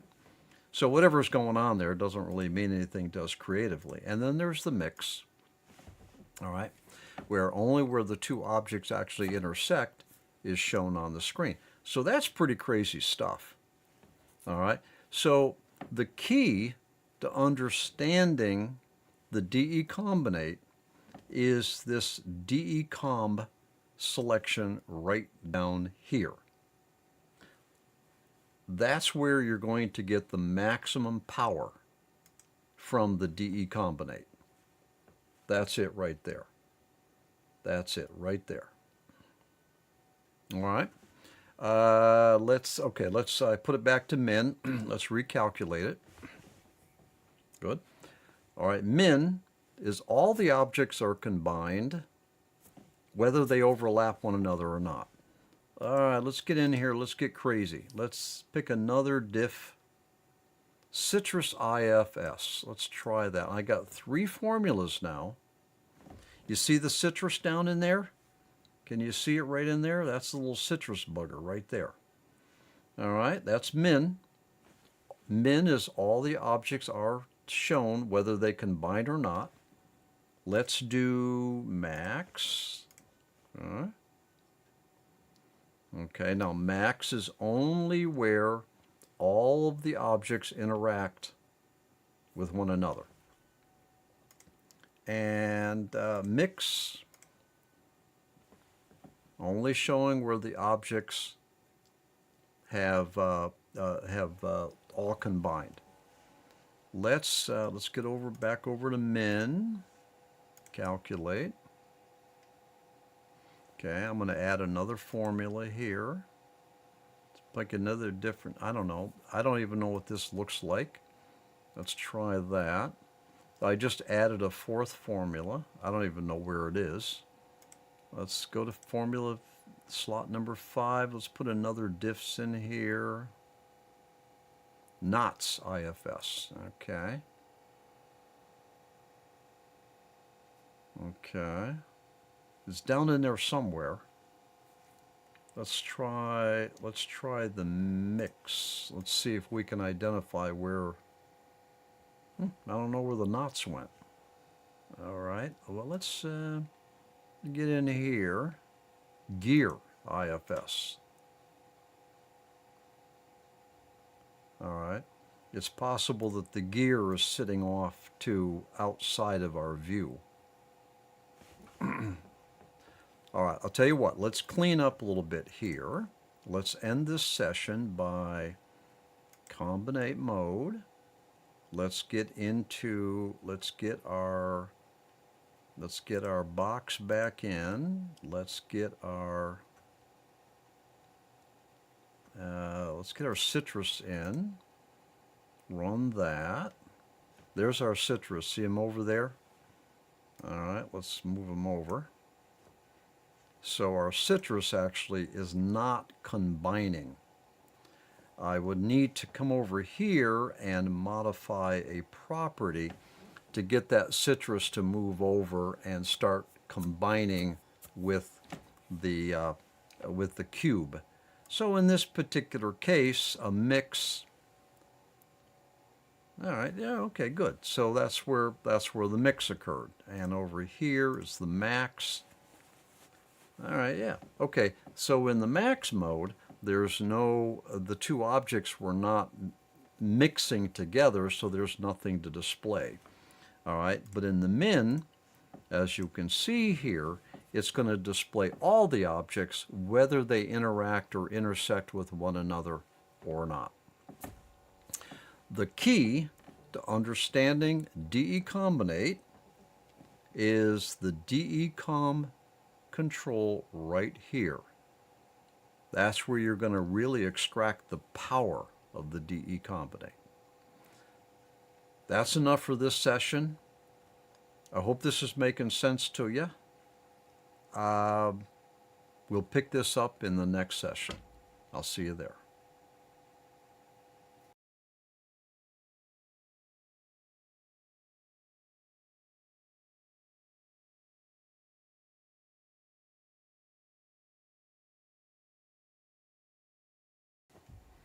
Patrick Cook here. Well, thanks for joining me in session number 29 of Mastering Mandelbulb3D Formulas. So in the previous session, I was going through the concept of the decombinate. We were talking about the decomb, which is down here, the min, the max, and the mix and stuff like that. And so I think you got a pretty good handle on the idea behind the decombinate is a volumetric Boolean operation that is applied to multiple fractal formulas, okay? Now, that's an important concept. Now, and this volumetric can occur with both the diffs, which is the shape formulas, as well as the escape time. And a couple sessions ago, we were actually looking at what was an integer power and the tetra, and we were seeing how these escape times were kind of blended together.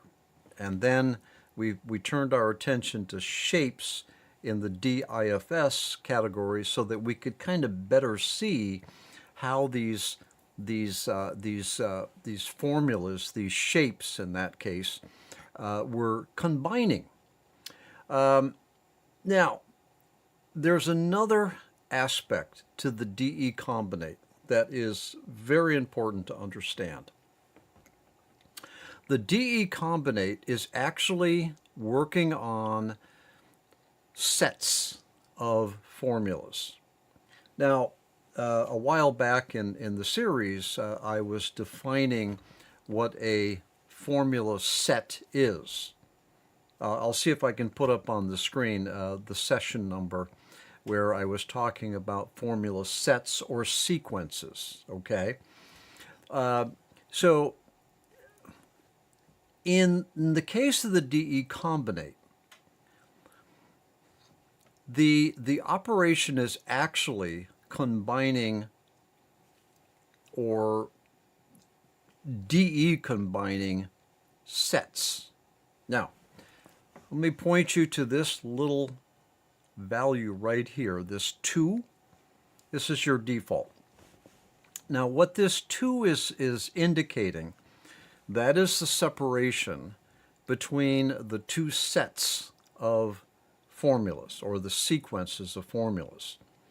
Now, the 2 in this particular case will indicate to us that you have the first sequence, formula sequence, and then the second formula sequence begins at formula 2.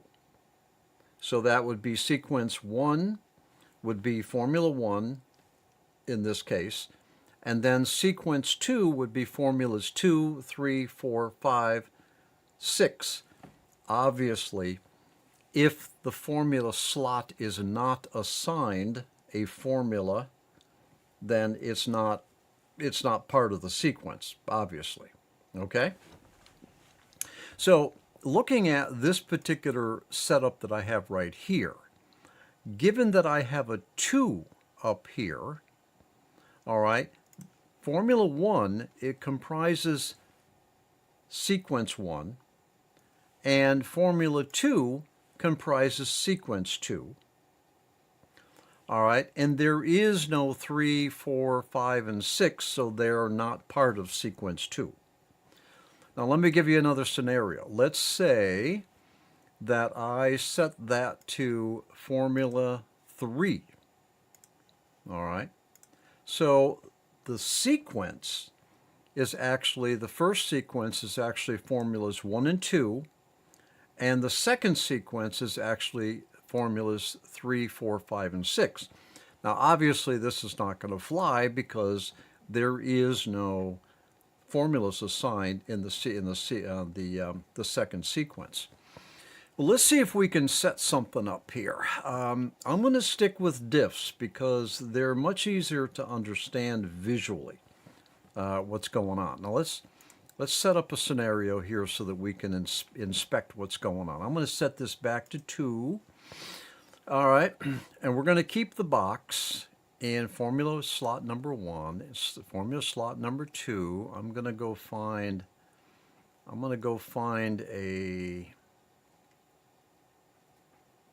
let's find a fractal shape where we can kind of see it on screen and we can kind of see them intersect. That's a good one right there.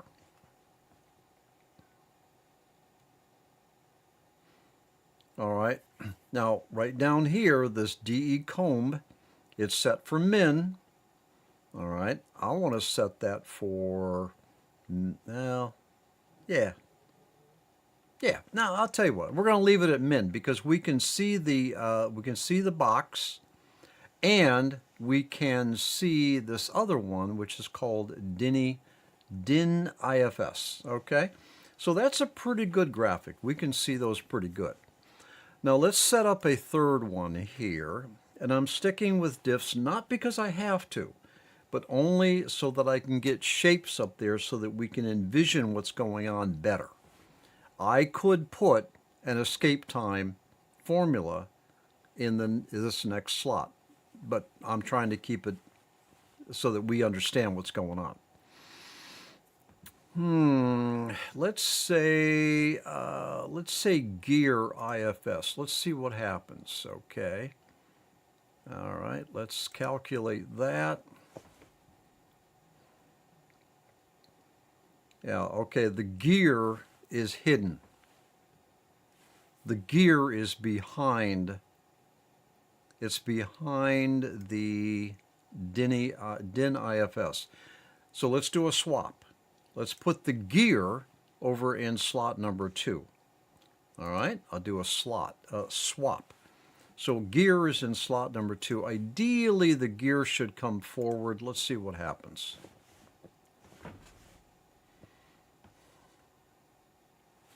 Yeah, okay. Yeah, here's the gear right here. The gear is in yellow. That's the gear. All right, and the DINI is being obliterated. So I'll tell you what. Let's get a different. The DINI isn't even making it onto the screen. Let's just pick a different one. I don't know. How about, well, let's put the columns. Okay, with columns, I'm sure we're going to get something on the screen.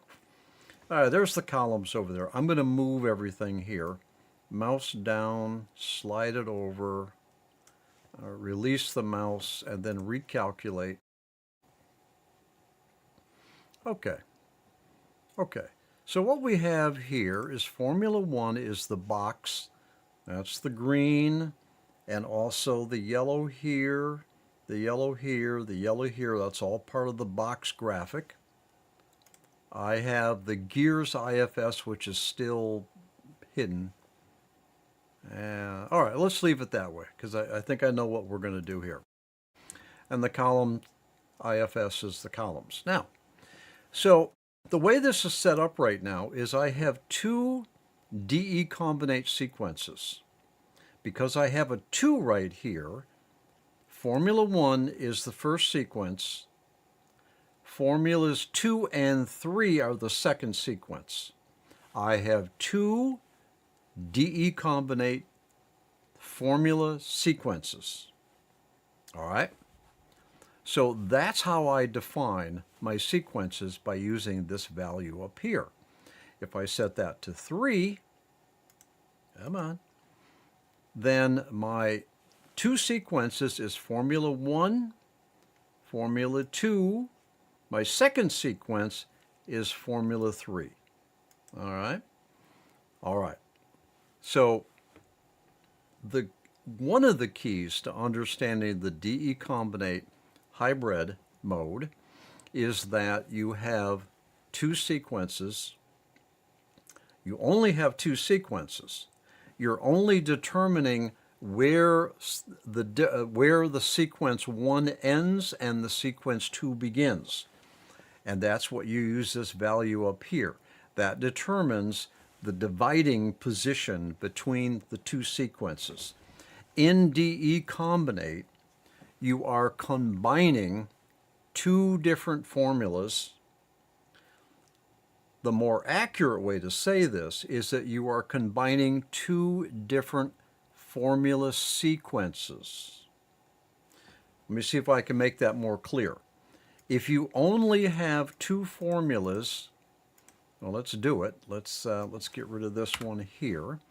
If you only have 2 formulas and your dividing position is number 2, you have 2 sequences of 1 formula each. In this scenario right here, you are actually doing a DE combinate of two formulas. The way the application is handling it is that you are doing a DE combination of two formula sequences. Okay, all right, enough for that for right now. Digest that a little bit, and we'll pick it up in our next session. I'll see you there.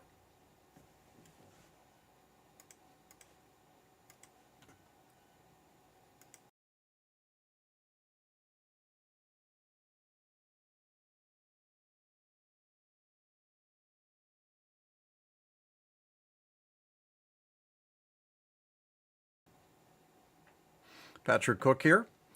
Welcome to session number 30 of the Mastering Mandelbulb 3D Formulas tutorial series. Now, in the last session, in session 29, I introduced the whole concept of the DE combinate sequences. All right? In DE combinate, you are combining, using volumetric Boolean logic, you are combining two sequences. Don't think of it as combining multiple formulas. Think of it as combining multiple sequences. All right, and as I pointed out, this value right here, all right, is telling the Mandelbulb3D application where the demarcation point is that indicates what the first sequence is and the second sequence. You only have two sequences. All right, you got one before the demarcation value and one after. Okay. All right, now let's set something up here. I'm going to do a reset. Get back to DE combinate. It's reset to 2. That's your default value. I'm going to put in formula number 1.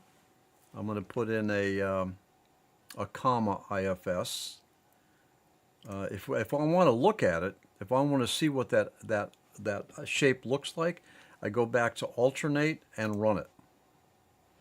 Because I can't run a DE combinate with only one formula sequence. But in alternate hybrid mode, I can run one formula at a time.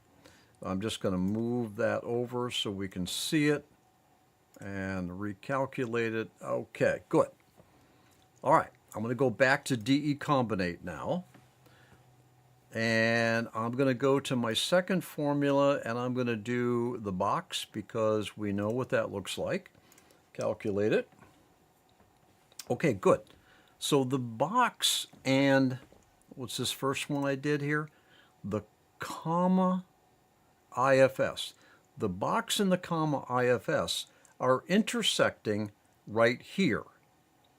All right, and because I have this set on min will essentially show all the objects whether they combine or not.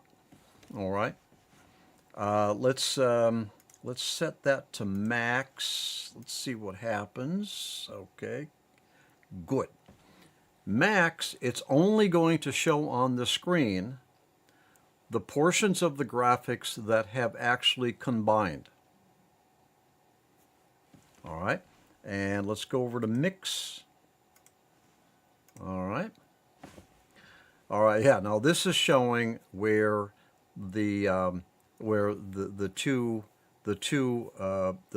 fractal objects are mixing together.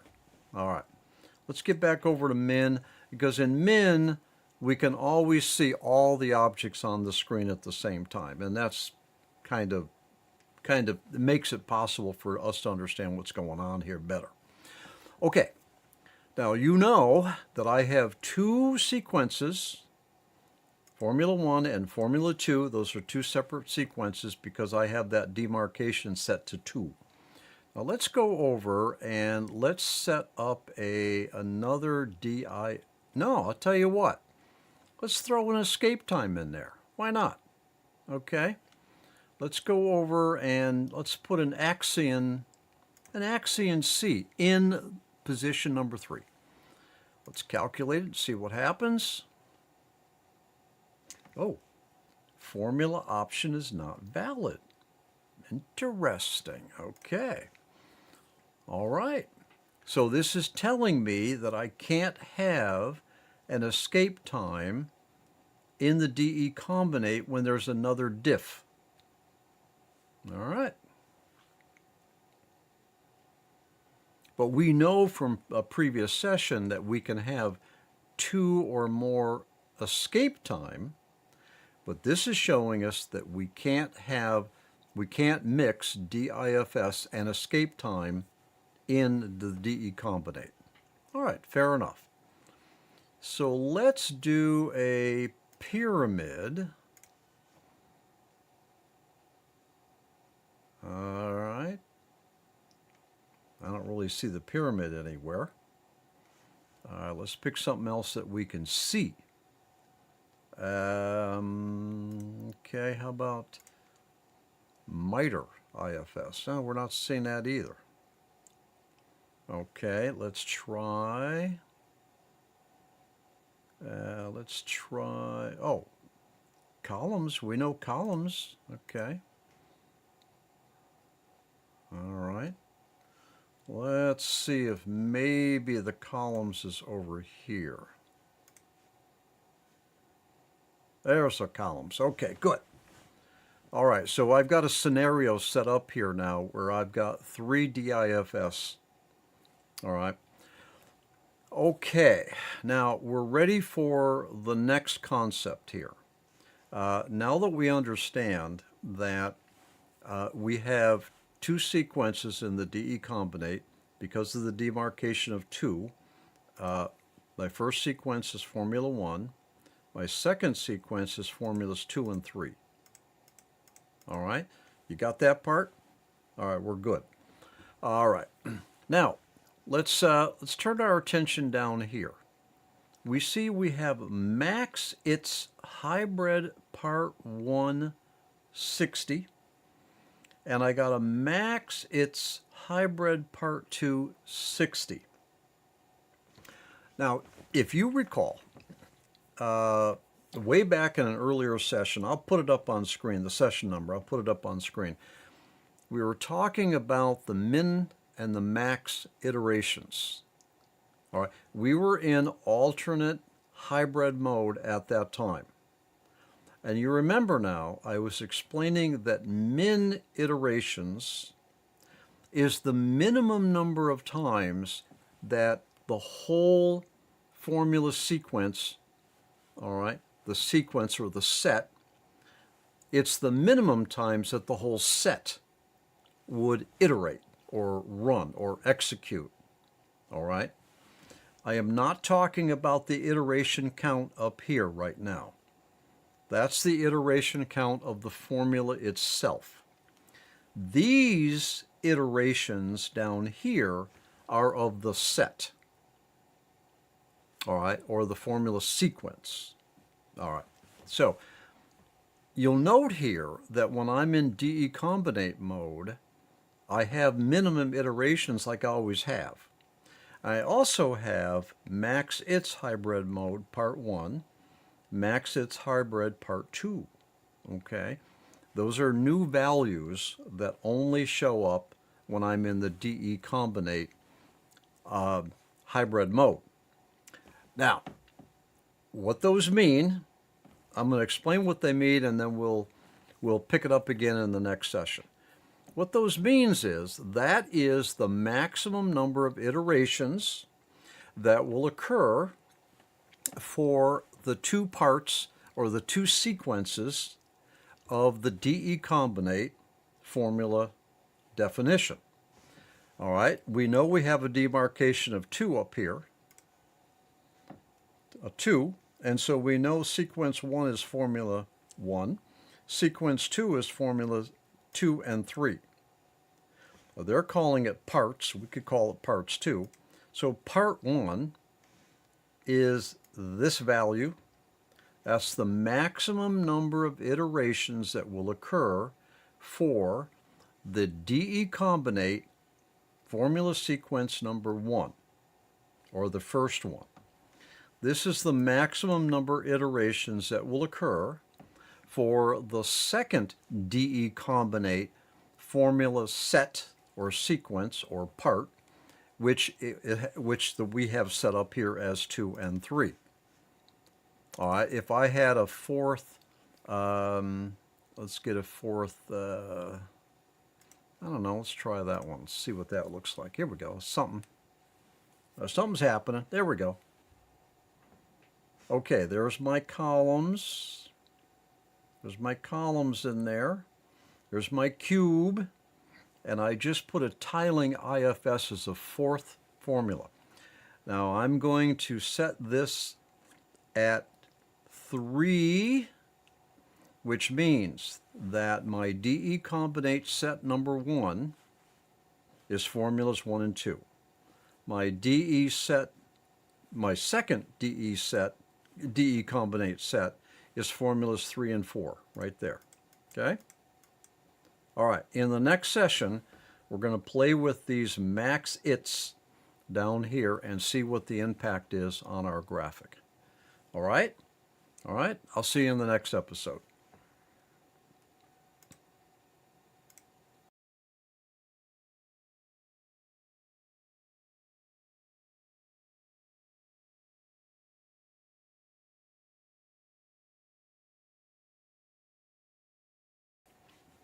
Patrick Cook here.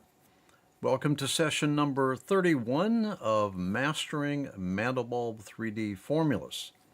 So in the last session, we kind of left it at we had set up a DE combinate scenario where we have two sequences of 2 formulas each. All right, and the sequences are demarcated at 2. All right, so formula 1 and 2 is one sequence, formula 3 and 4 is the other sequence. In DE combinate, you only have 2 sequences. It's just where you actually divide the sequence by this value.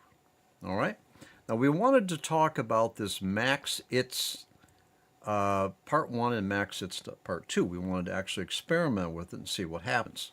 Now, formula 1, we have the comma IFS, which is this object right here. All right. Formula 2, we have the box IFS. Formula number 3, we have the columns. You can just kind of see it in there. All right. And formula 4, we have the tiling IFS. So the box and the comma are sequence number 1. The columns and the tiling are sequence number 2. All right, now let's play with this. All right, if I take formula sequence or part or set number 1, and let's say that's 60 now. So what that's saying is 60 is the maximum number of iterations that the set will be allowed to do. We're not talking about this iteration count up here. That iteration count is the number of iterations for the formula. And at some point way back in the past, I had mentioned that a DIFS shape formula typically only ever needs 1 iteration to create an object on the screen. Okay? Let's get down here. Let's experiment here, and let's set this max iterations down to 30.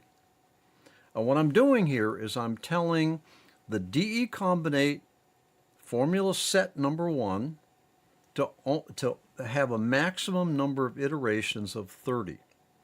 Let's hit it and find out. Now that's the box and this graphic right here. So we see here that the box and the comma graphic were able to complete well within 60 iterations. So let's knock this down. Let's cut it in half again. Okay, watch the box and this object right here. Okay, I see something going on there. Let's knock it down to 10. Okay, watch these two objects here. Okay, still, those objects are able to completely draw on the screen within 10 iterations of the set. Let's knock it down to 5. All right. Okay, let's knock it down to 1. Ah, good. Now you see part of this comma graphic is not drawing. And I think we'd also find that part of this box isn't drawing because there's still some elements of this graphic out in here that we don't see anymore. Okay, but what we've shown here is that a hybrid, a max iterations of the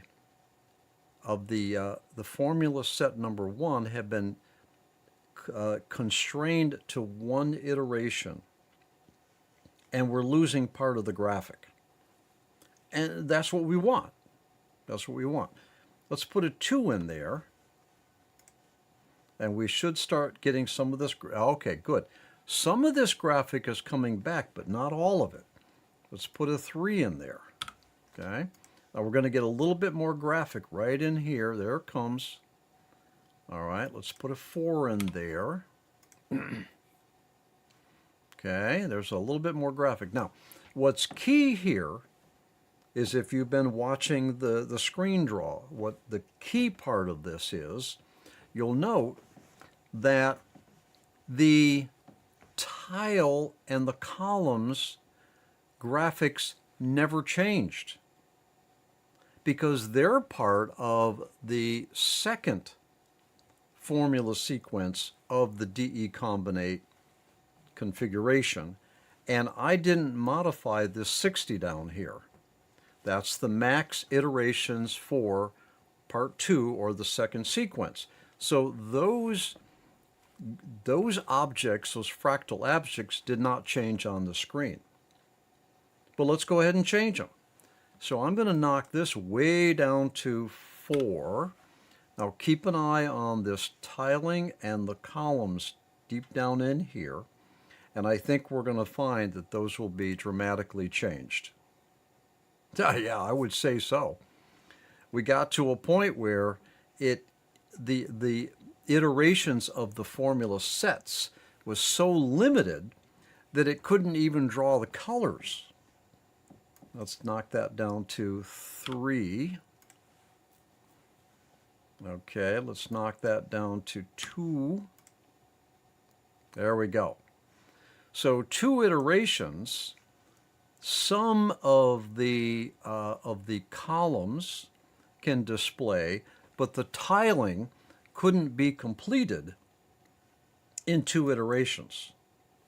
Okay, so what this means is that the max its and for the first sequence and the max its for the second sequence have a role in how much of the graphic will actually display on the screen. If you don't have enough iterations for each of the formula sets, the object can't fully form on the screen. And you may not want it to fully form on the screen. You may actually intend to have the Mandelbulb graphic not fully form on the screen. All right. All right. So let's put that back to 60, and let's get our bearings here. All right. All right. Now everybody fully renders. So we know from our experimentation that it does not take 60 iterations to form all these graphics on the screen. 60 is the maximum number of iterations that the Mandelbulb3D application will allow. That does not mean that you are forcing the graphic to run the formula to run 60 times. It simply means that the graphic cannot run more than 60 times. All right? It's like coming up here and changing the iteration count for the formula. I could put in there 10,000, and if it doesn't need to run the formula 10,000 times to complete the formula, to complete the display of the formula, it's not going to run 10,000 times. Just because I tell it 10,000 doesn't mean it's going to run the formula 10,000 times. Now that's true down here. These are the maximum. It's not going to run each sequence, in this case, more than 60 times. If I was to come up here and if I was to say, I want you to run, I'm going to put a minimum iterations of 30 in there. Now I'm telling it, you have to run 30 times. Let's punch it and see what happens. All right, I'm getting exactly the same visual on the screen. It took longer to render. What I've told Mandelbulb here basically is I want it, that whole screen could fully form with one iteration. I came in here and I said, no, minimum of 30 iterations. All I did is I told the application, write the screen 30 times.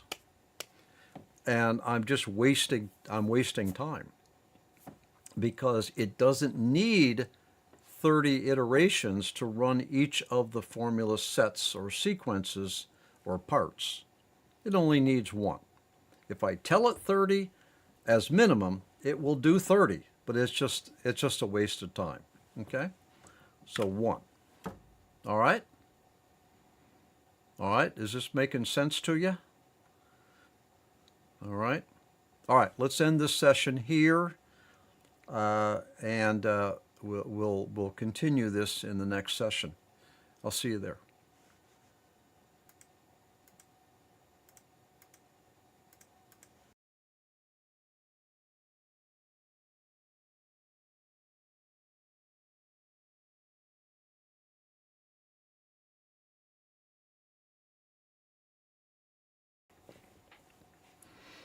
Patrick Cook here. Hey, welcome to session 32 of our Mastering Mandelbulb 3D formulas. Now, let's be fair to everybody. And what I've been doing is in decombinate hybrid mode, I've been using diff formulas, shape formulas.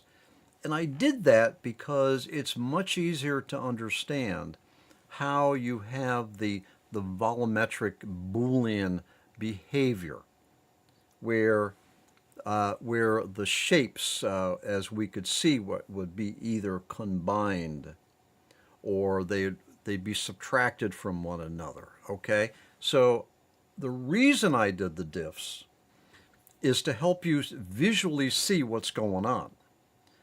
But the decombinate works just as fine over with the escape time formulas.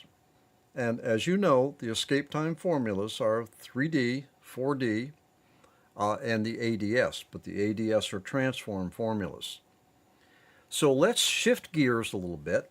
We're going to stay in decombinate, but we're going to go over and we're going to experiment with escape time formulas, and we're going to leave the diff formulas behind for the moment. All right, in order to do this, I need to clean up. I'm going to do a reset. I'll calculate.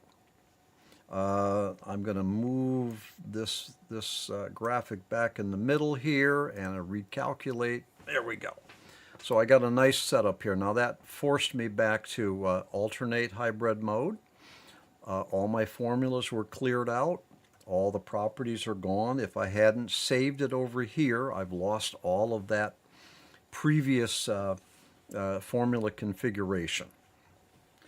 All right, so let's focus on decombinate using escape time formulas. This is where it gets really crazy. So I'm going to go into DE combinate, and I'm going to take, let's just stay with integer power, okay, since we know what it looks like. And for the second formula in DE combinate, I don't know, let's try Amazing Surf. All right, where is Amazing Surf? No, let's do Amazing Box. There we go. Amazing Box. I'm DE combinate now.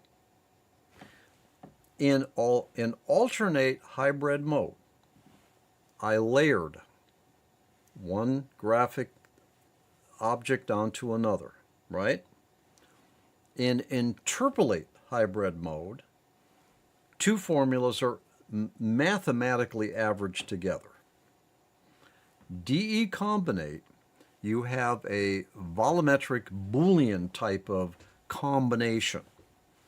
So this should be interesting. So if I do Amazing Box in formula set number 2 and integer power in formula set number 1, keep in mind, you remember that DE combinate, they're sets. I just happen to have one formula per set, what I have right now. Let's just punch this and see what happens. All right. Okay. And I have inside and outside selected here. Inside and outside, which I'm saying I'm allowing the Mandelbulb3D application to determine whether or not I'm looking inside the graphic or outside the graphic. So what I have right here is I have a DE combinate of the integer power and the Amazing Surf, okay? And that's pretty cool. It doesn't make a whole lot of sense because, but that's the way it is. Now, let's do this.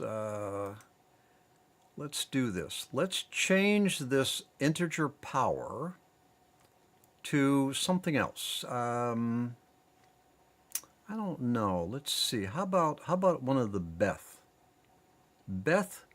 432 and Amazing Box as a second DE combinate. There we go. All right. Okay. Now I'm combining a Beth 32 and an Amazing Box. I'm only trying to show the DE combinate of escape time formulas. That's all I'm trying to do right now. So let's pick another one. Let's get right down, way down in here. All right, how about this? T-Glad Tetra combined with Beth 432. That is a DE combinate of two formulas with their default properties. I haven't modified any properties, okay? DE combined. Now, let's since we have this, let's get ourselves down here to this DE comb, and let's see what the different settings look like. Now, with the minimum, the min setting right here, what's being shown on the screen are the two Mandelbulb objects, that is the Beth 432, along with the T-Glad Tetra, are being shown combined. So that's what these two objects look like combined with the min setting. All right, let's go to max. Now the max should only show us where the two actually combine or touch. Let's see what it looks like. There we go. All right, so that's the graphic that we get with two formulas in DE combinate mode that's set for a DECOM of max. In other words, that is where the two Mandelbulb objects actually interact with one another. That's what we're seeing. We're only seeing the portions of the bulbs that touch one another, that intersect with one another. That's a very key concept because, as you can see here, the difference between max and min are light years apart. And this is how you pull out the creative aspects of working with the Mandelbulb objects by manipulating how they combine and how you display that combination. All right, so that's the min. Here's the max again. It's only showing where the two objects have actually intersected with one another. Dramatically different graphic. Let's go invert max. Why not? We're here. All right. So that's the inversion of where the two objects intersect. Very similar to min. Let's go to mix now. Okay. That's where the two objects intersect. Wow. That is really cool. And that is Beth 432 and T-Glad Tetra. And I really haven't even touched the power of DE Combinate because I've only got one formula assignment per DE Combinate set or part. And this is what I get. It gets pretty crazy. All right. All right. We'll end this session here. I'll see you back in the next. All right. I'll see you there. We'll continue this.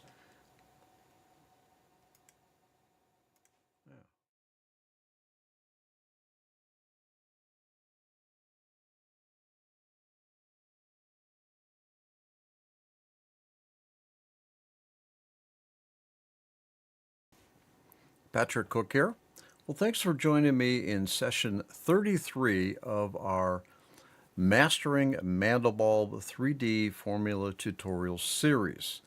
Now, I want to take a close look at one particular control over in the DE Combinate hybrid mode section. But before we do that, let's kind of set things up here so that I think you can understand the functionality that I'm going to point out to you much better. Taking a look at the screen we have here, I've done a reset. All right, so we have integer power in the first formula. I'm in alternate hybrid mode right now. Now what I'm going to do is I'm going to go over to formula number 2, and I am going to put a DIFS formula in there, and I think what I'm going to do Borg IFS. Okay?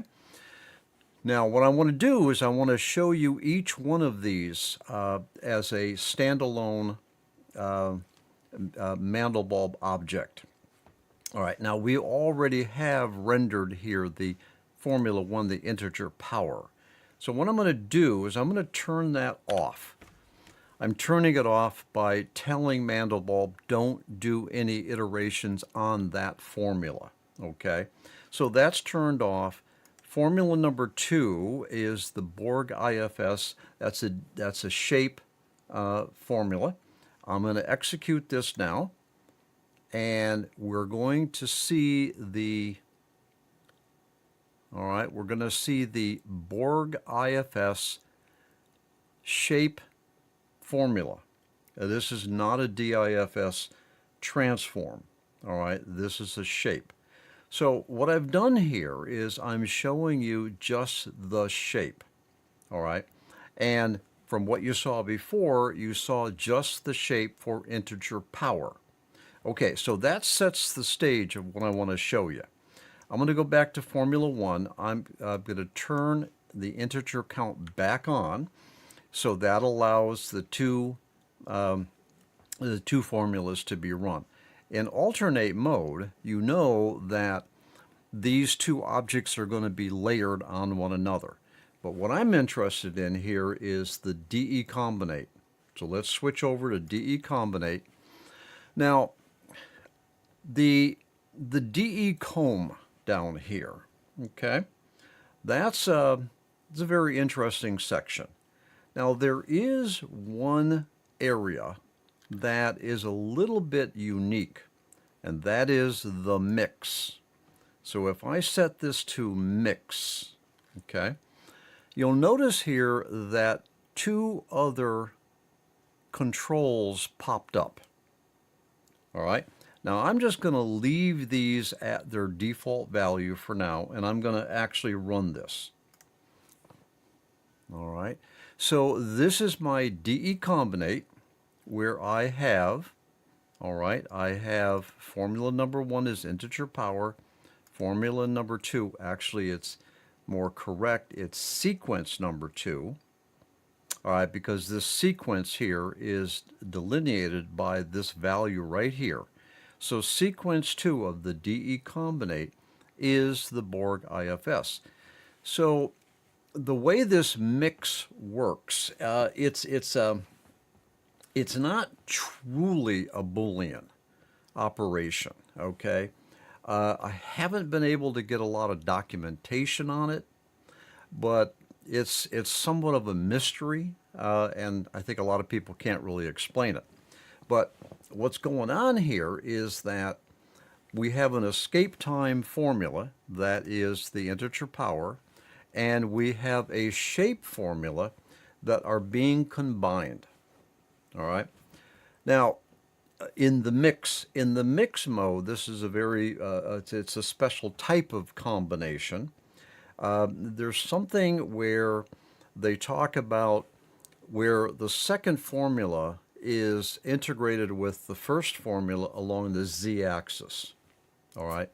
I can't really explain what that means because I don't really know myself. I have an idea. But you saw from earlier where we had the integer power and we had the Borg IFS. Now, I want to get to these two controls down here because these two controls only show up when you're in the mix mode. If I go to min, they disappear. All right. If I go to max, they're not there.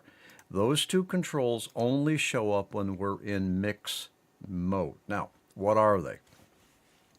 Let's start with the easier one first. This CO, what that does is it tells you that how the colors are going to be combined of the two sequences, the DE combinate sequences. I only happen to have one formula for sequence 1, one formula for sequence 2.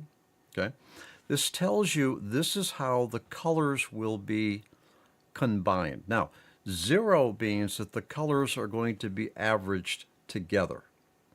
1, a value of 1 in here, means that the color is going to be derived from the first formula. 2 in here means that the colors are going to be derived from the second formula sequence. All right, well, let's try it.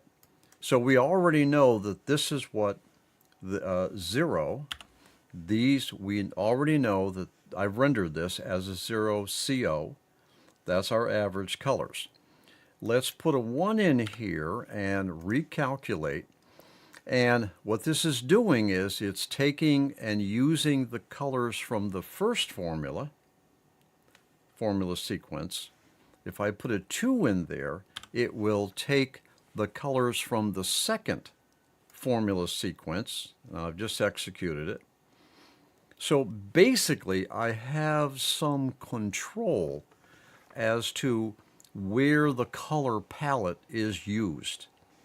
I can either average the colors of the two formula sequences, or I can get the colors primarily from formula sequence 1 or from primarily sequence 2. Okay, so that's pretty straightforward.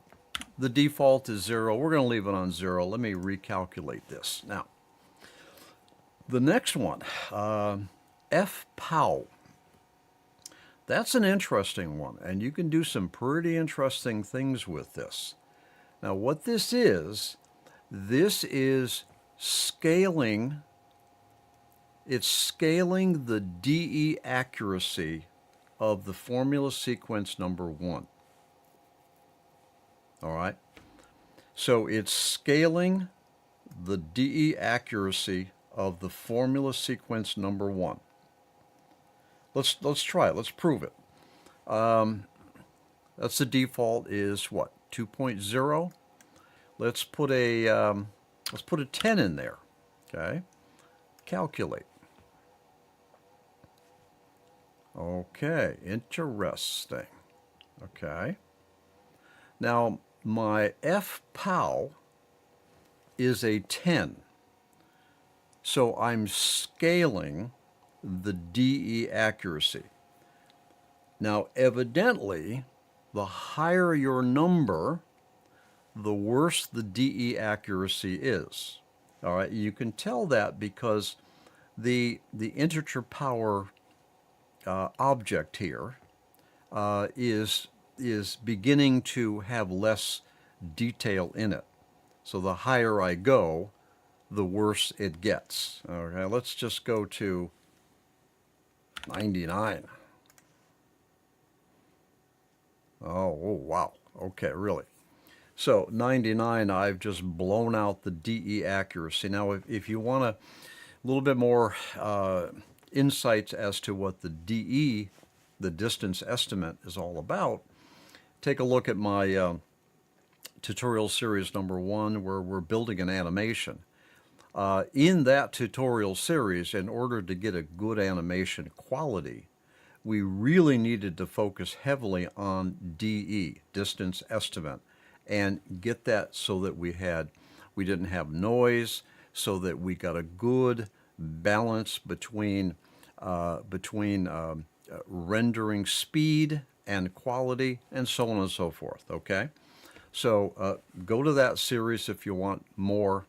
Well, if you want a deep dive into the DE. Let's go back to fpow. Let's knock that down to 1.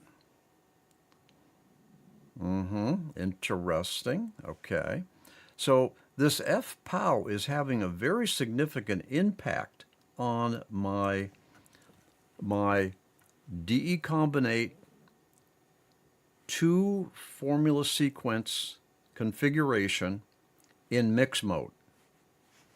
Let's knock that down to 1. 0, sorry. Okay. So what this is telling us here is that we can have an impact on the quality of our rendering. Now, this fpow is only affecting the quality of the first formula sequence, all right, which is right here. Now, my configuration is I have a sequence demarcation of 2. So in this configuration, I have 2 sequences. I can only have 2 sequences in DE combinate, but sequence 1 is formula 1 only, and sequence 2 is formula slot number 2 only. Let's go back to, let's be reasonable here, and let's try a 4 in my fpow. Okay, so I have effectively, looks like I've actually degraded the DE. Let's go to 3. Now this fpow is only affecting the first formula sequence. Let's go to 2. 2 was the default. Okay, I'll tell you what. That is. Let's try 25. Let's do one last 25 here. Let's see what we get here. Too much. I'm going to stop the calculation because I can already tell this isn't going to work. I'm going to knock that down to 15. All right, let's see what we get here. What I'm doing with this fpow is I'm kind of trying to find a location where I'm getting a very interesting mix in DE combinate mode of two formula sequences, something interesting. That's interesting. Now, this is not animation quality. It just took too long to render. If I was to render 10,000 of these frames, I'd be at this for a long time. But it makes for an interesting still. Now, I want to point out one last thing, and then we'll close out this session. In the mix mode, all right, the DE combinate mix mode, you cannot mix two escape time formula sequences. One of the formulas has to be escape time, and the other has to be DIFS, shape formula. I'll prove that to you. If you look here in the error, I'm going to take formula sequence number 2, and I'm going to put an escape time in. I'm just going to pick anything. Here we go. Now watch the message area, and we'll see here that it's complaining in mix mode and DE combinate. I have to have a shape formula in the second sequence. Let's prove that. I'm going to go to min. I've changed that to min. Now I'm going to calculate. All right, so that did not give me an error. All right, the image is not very good because cal sets. Let's pick. Let's see here. IQ bulb. Let's try that. Okay. All right. Now that's in min. That's in min, and that rendered. That was 2 escape times, and that rendered. Let's go to mix, calculate, and I get the error. Okay. All right. So it's still trying to render, but it's not going to come out well. So what this comes down to is that in DE combinate mode, in the mix DE comb selection, I have some control over colors. I have some control over the DE quality of the first formula sequence of the DE combinate, and I can't mix 2 escape times. I have to have an escape time and a shape. Okay? All right, so enough for that. We're over time on this session, but I think it was worth it. I'll see you in the next session.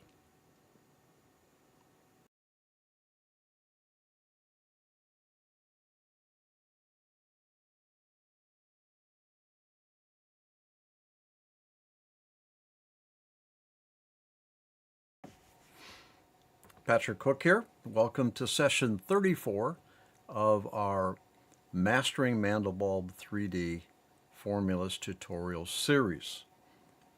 We've been, last couple sessions, we've been involved with the DE combinate, and as you can see here, we got some pretty wild stuff going on here. All right.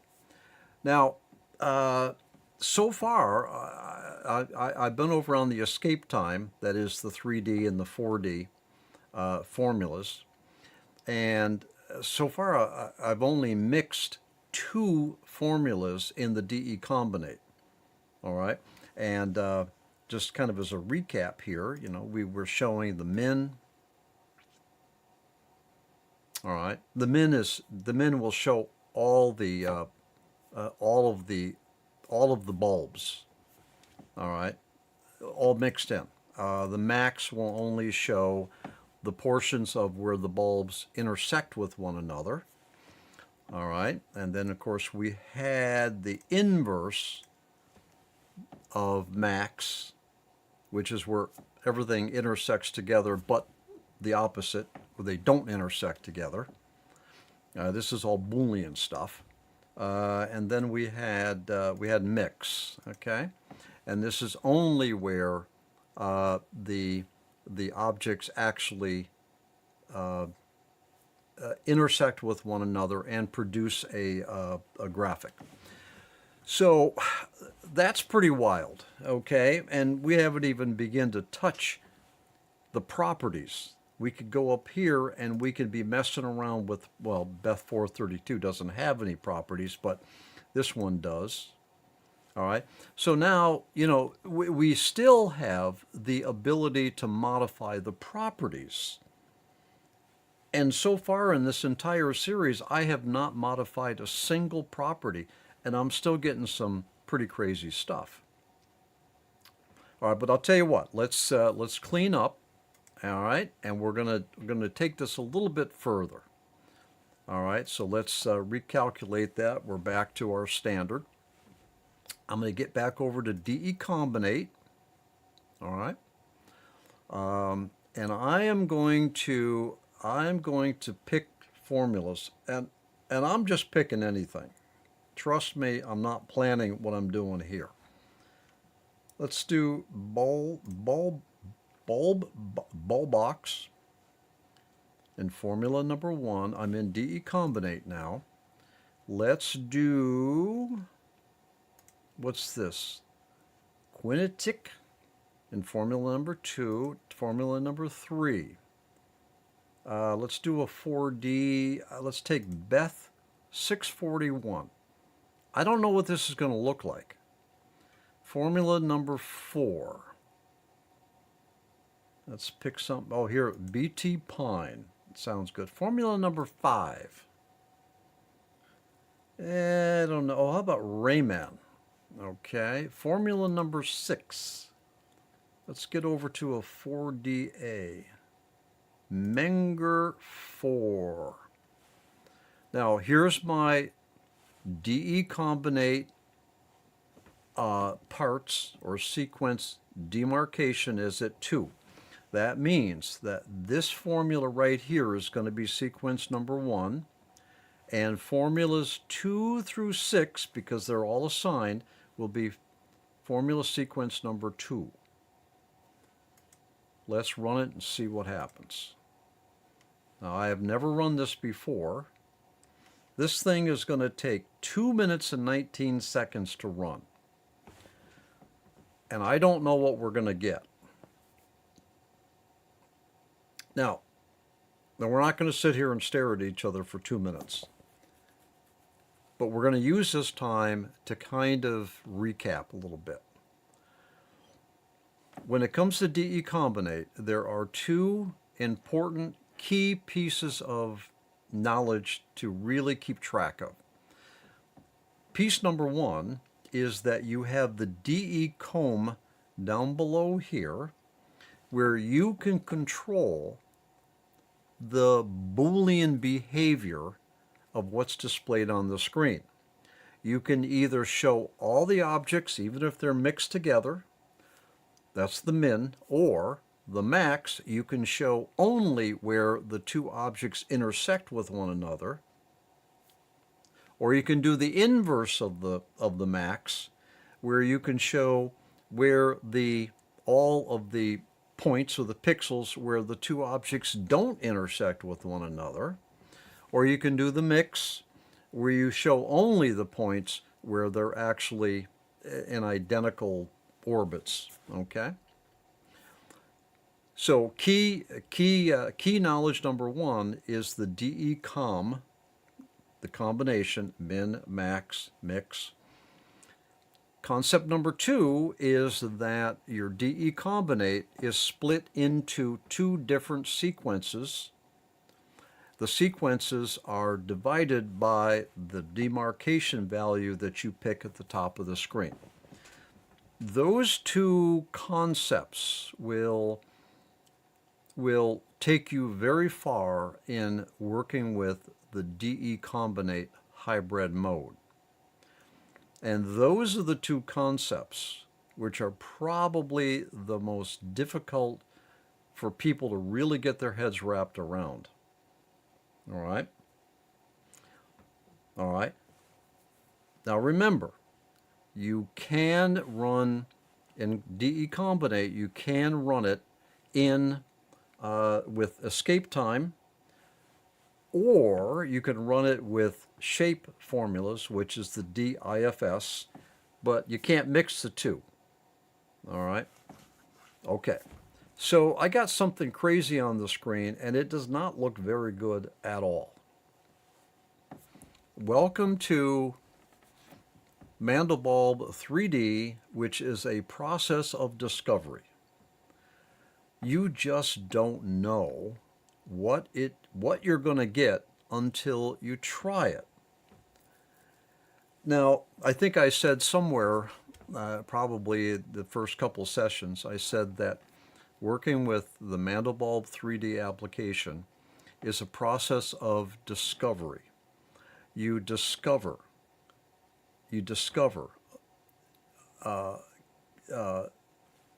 configurations, Mandelbulb configurations. You discover them. And I think I also said, and you can probably quote me on this, that you're probably going to have 8 or 9 of the objects that you render in your screen you're not going to like. You're going to throw it away.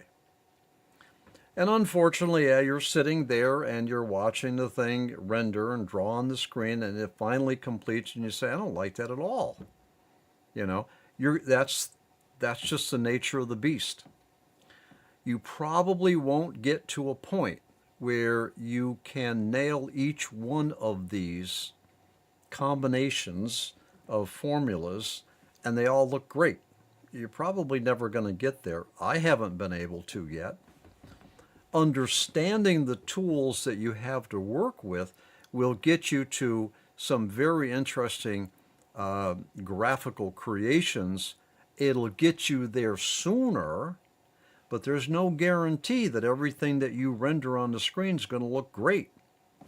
This here does not look great. I don't like this. It wasn't even worth my time to render it. Fortunately, we were able to sit here and gab, so we kind of, but if you're sitting there and you're in that creative mood and it's late at night and you're out of coffee and then this renders and you don't like it at all. That is the nature of the Mandelbulb3D, because you just don't have the tools for you to be able to understand what the graphic is going to look like, because, and this is the irony of it, you can't predict what these graphics are going to look like, because this application gives you so many variables to work with. Alternate, you layer them, interpolate, you average them, and then you can modify the average values. DE Combinate, you've got multiple sets, you've got multiple Boolean operators. That's the DE comb, the min, the max. Those are Boolean operators. And you've got all these properties that you can modify. I mean, I've got a Menger 4 up here. Well, look at all these properties here. And I ran this thing with all the properties that default values. I don't like it. Now, will I sit here and modify the properties? I could. I could open up the navigator and I could push this out to the navigator, and then I can start doing the properties and see what I get. Yes. The irony of the Mandelbulb3D fractal generator application, the irony of it is that you have so many creative possibilities and variables, most of which you're in control of. You have so many of them that much of the time you're going to get a graphic which you don't like. I'll leave you with this thought in this session. We'll pick this up, but I'll leave you with this thought in this session. the whole cool part of working with the Mandelbulb 3D, the Mandelbulb fractal graphics, the whole cool part of it is that when you discover a graphic which is wow, and then your problem is, what do I do with it? Do I make it a still? Do I turn it into an animation? How do I save this so I can get back to it later? And then you find yourself tweaking the properties and maybe making it better, maybe making it worse. The whole fun, the whole creative fun of the Mandelbulb 3D software application is you don't know when you're going to get a gem, and when you do, you usually don't know what to do with it. All right. All right. We'll pick this up in the next session. I'll see you there.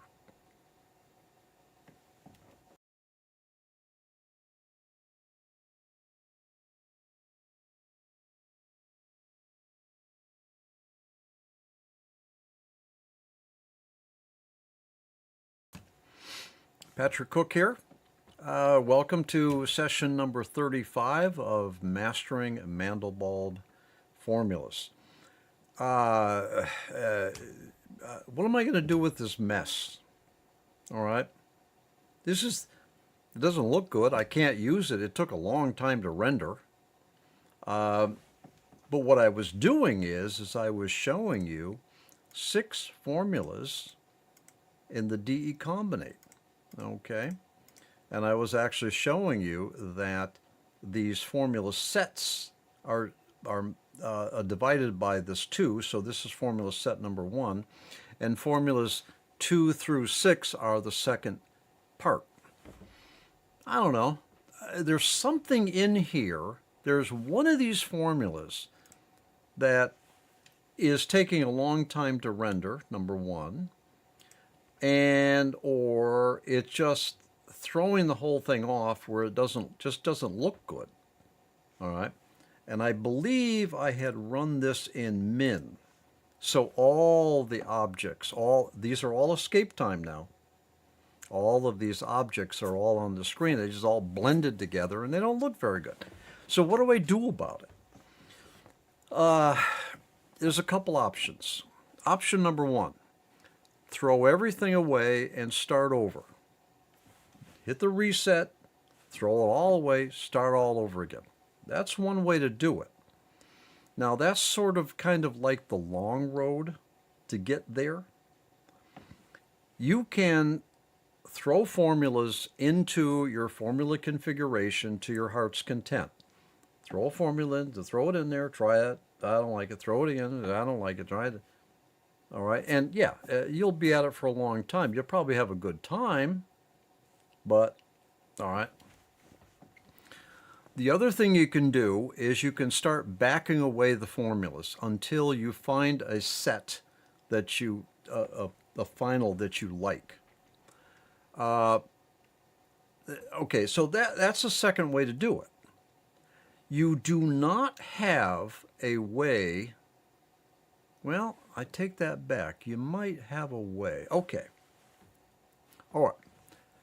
My thinking is, how can I temporarily turn these formulas off without removing them from the formula slot? Let's try it.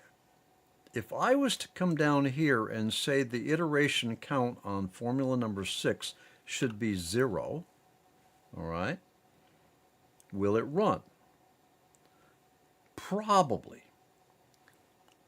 The issue you have is that you in DE combinate, you've got 2 sets, and both of those sets have to have at least a formula with at least 1 iteration in the formula.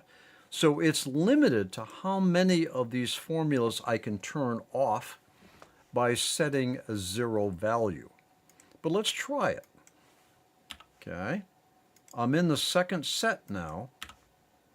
All right, my demarcation is 2, so I can even turn off formula 3. So what I've done is I've said, look, don't iterate formulas 3, 4, 5, and 6, but do iterate formula sequence number 1 and formula sequence number 2, and let's see what happens. Okay, now that is better. So what I've done here is I've kind of cheated the system, and I've said, look, don't iterate some of these formulas. Now, let's see if this little technique can go any further here. So let's say formula number 2, don't iterate it. I'm going to set that to 0. Let's see if that even works. No, I didn't think so. All right, error, formula option is not valid. Here's the point. I have to have, in DE combinate, I have to have at least one of the formulas in each of the set where there's an iteration count of greater than 0. By taking the second DE combinate set and slamming it down to 0, forcing that formula to not iterate at all, I have basically broken the rule, and it will not iterate. It will not render. Okay? So I'm kind of limited into what I can do to figure out why that original blah graphic was so, well, blah. All right? So I got to put that back to 1. So I'm a little limited on what I can do to fix this graphic. Now, a third option is I can go in there and I can start modifying the properties. If you've got a half a dozen properties per formula, you could be at that for quite a long time. So reset and start over. Back out the formulas to the extent that you can by setting their iteration count to 0, basically turning the formula off up to a point, or modifying the properties. And the other thing you could do too is you could say, look, let me just start simple. All right, for instance, let's reset everything. Get back in DE combinate mode. And I'm going to say, well, let's see. How does Rayman look with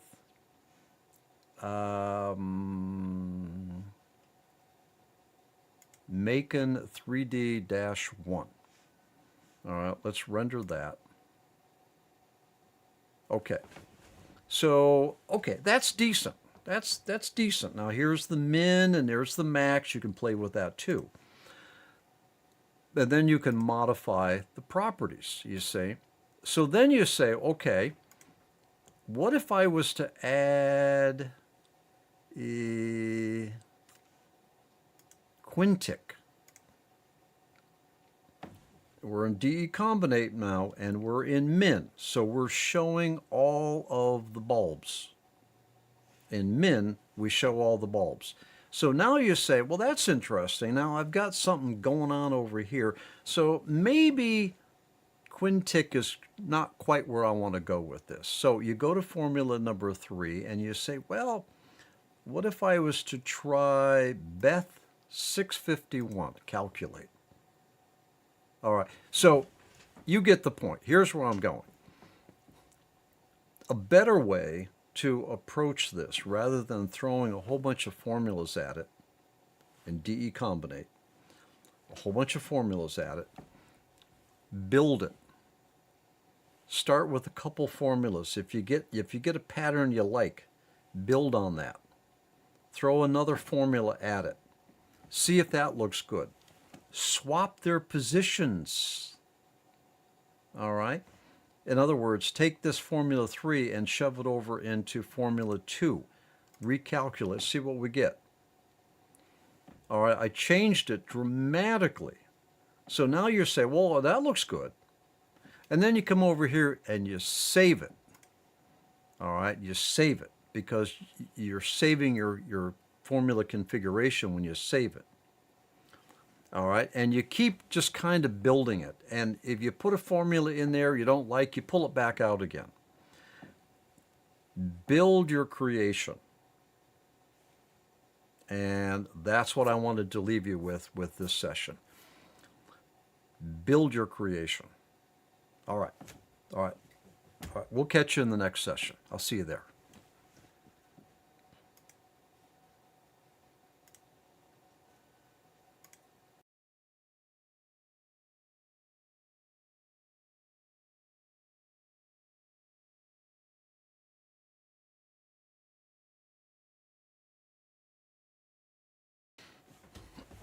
Patrick Cook here. Hey, welcome to, where are we? Session 36. Welcome to session 36 of the Mastering Mandelbulb 3D Formulas tutorial series. Wow. Okay, look, we've come a long way here. We've come a long way. I mean, we talked about early on. We talked about the formula slots. We talked about the formula categories. We've been talking about the last 10 sessions or so. We've been talking about the hybrid modes. We just kind of came around talking about the DE combinate. We had talked about the interpolate, the alternate. Okay, I think you're getting the sense that you've got a lot of capability to create Mandelbulb fractal objects and to combine them. And not once so far have I modified any of the properties. Everything I've been calling up on the screen, I've left the properties alone. All right? Because that's just a whole nother level of modification capabilities that you have.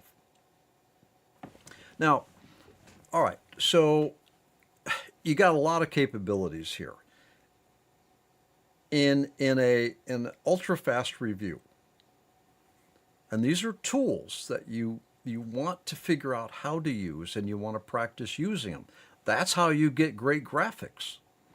In the alternate hybrid mode, you've got up to 6 formulas, and each of those formulas can be an escape time, and you can even mix DIFS formulas to a limit. That doesn't always work, but it'll tell you in the error message when it doesn't work.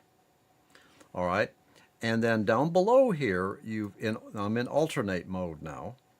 All right, you've got the ability to set the number of times that a formula will iterate or cycle or run. All right, and you've got the number of times that a set will run.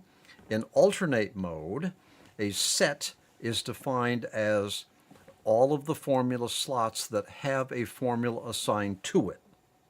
So if you have formulas 1 through 4 that each have a formula assigned to them, your formula set or sequence is formulas 1, 2, 3, and 4. All right. So, okay. Alternate hybrid mode, think of it as layering. You're layering. A bulb is created, written to the screen. Another bulb is created, written to the screen. Another bulb, depending upon the number of formulas that you formula slots that you have a formula assigned to them. Layering. Okay.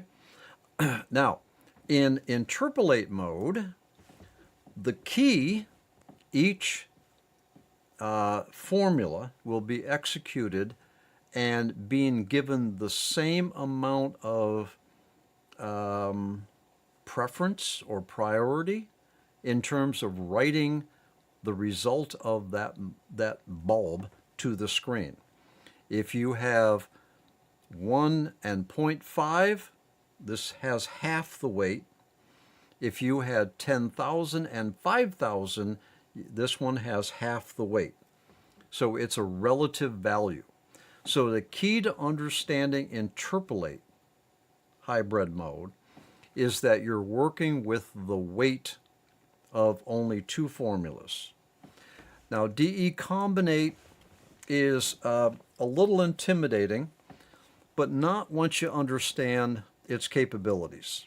All right, with DE combinate, you've got two sets of formulas. Those sets are defined by this demarcation value up here. All right. And the whole concept behind the DE combinate is it is doing a volumetric Boolean type of combination. So it's not an on-screen layering type thing.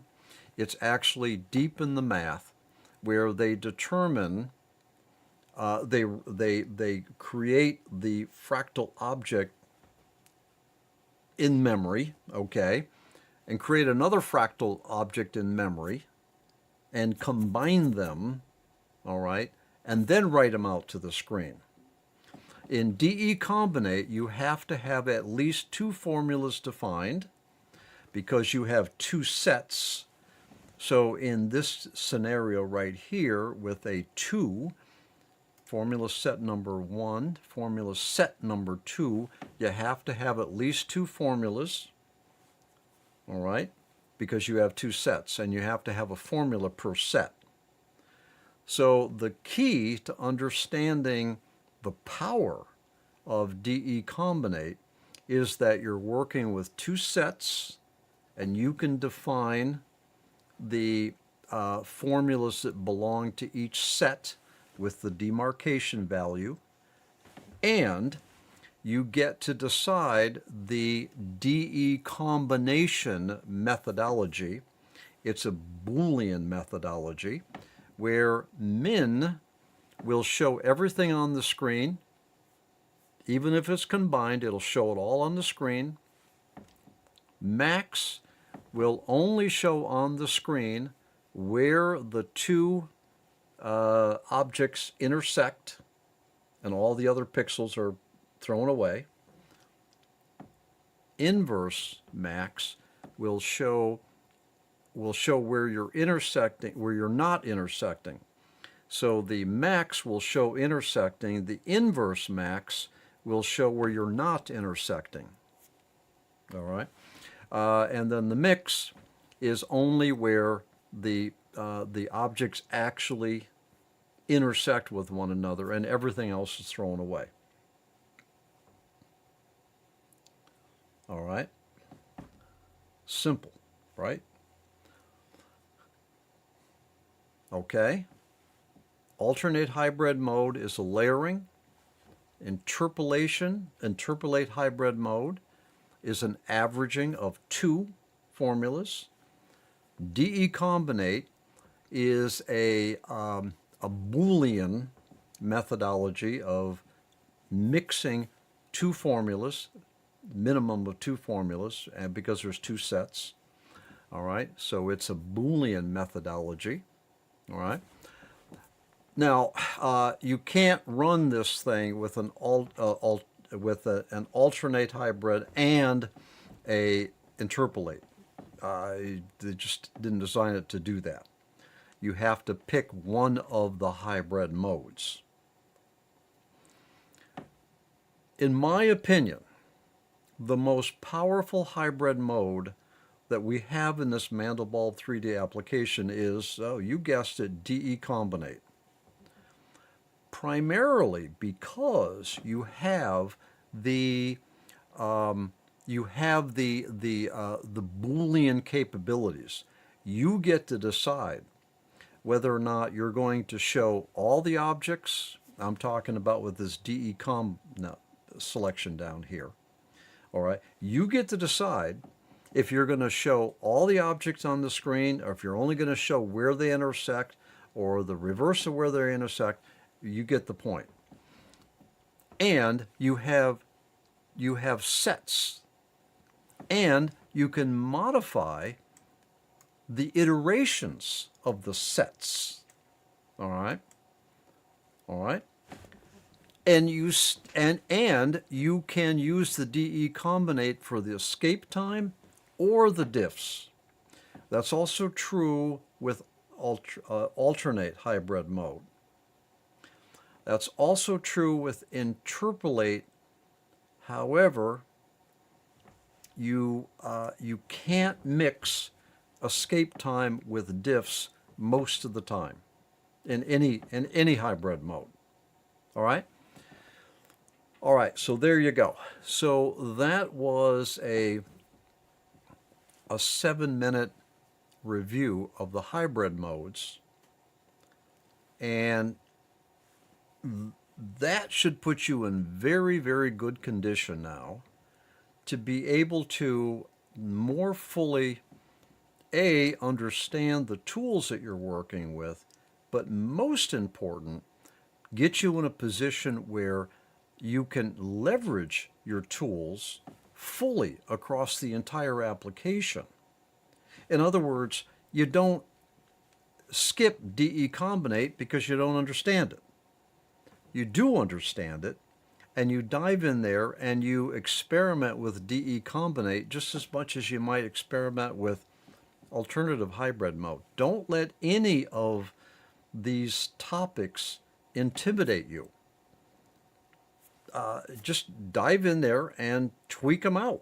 And the worst that could happen is that you get a very ugly rendering like I had a couple sessions ago, and then you say, oh, what do I do about it? And we talked about that. And I left you with the whole idea of build your creation. Don't throw everything at it. Don't just try any old thing to see what happens. You're just going to burn up an awful lot of rubber doing that. Just build it. Start with something that looks good, add something to it. If that new formula doesn't really play out nicely, take it back out again. Save periodically. Anticipate that the Mandelbulb3D application will crash on you. You'll lose your work. Well, we talked about that in tutorial series number 1. All right, I'm way over time on this one. Let's end this session, and I think what I'm going to do, I'm going to call it a day. I'm going to pack everything up. I'm going to stop working for the day, and we're going to do some more sessions, and I want to get you to a point where we can actually kind of walk through the creation of something meaningful.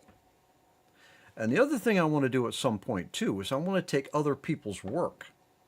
I want to load it in here, and I want you and I to sit here and poke through those formulas and their properties and see what they did, and see why is it that they got such a beautiful graphic, and I'm just getting a big blob of nothing. So yeah, we want to take a look at other people's work and see what they're doing that we could replicate and learn from. Okay? So we got some more work to do yet. We're not done yet. But I think we've made a lot of good progress. And on that positive note, I'm going to shut the operation down for the day. I'll see you tomorrow. Take care.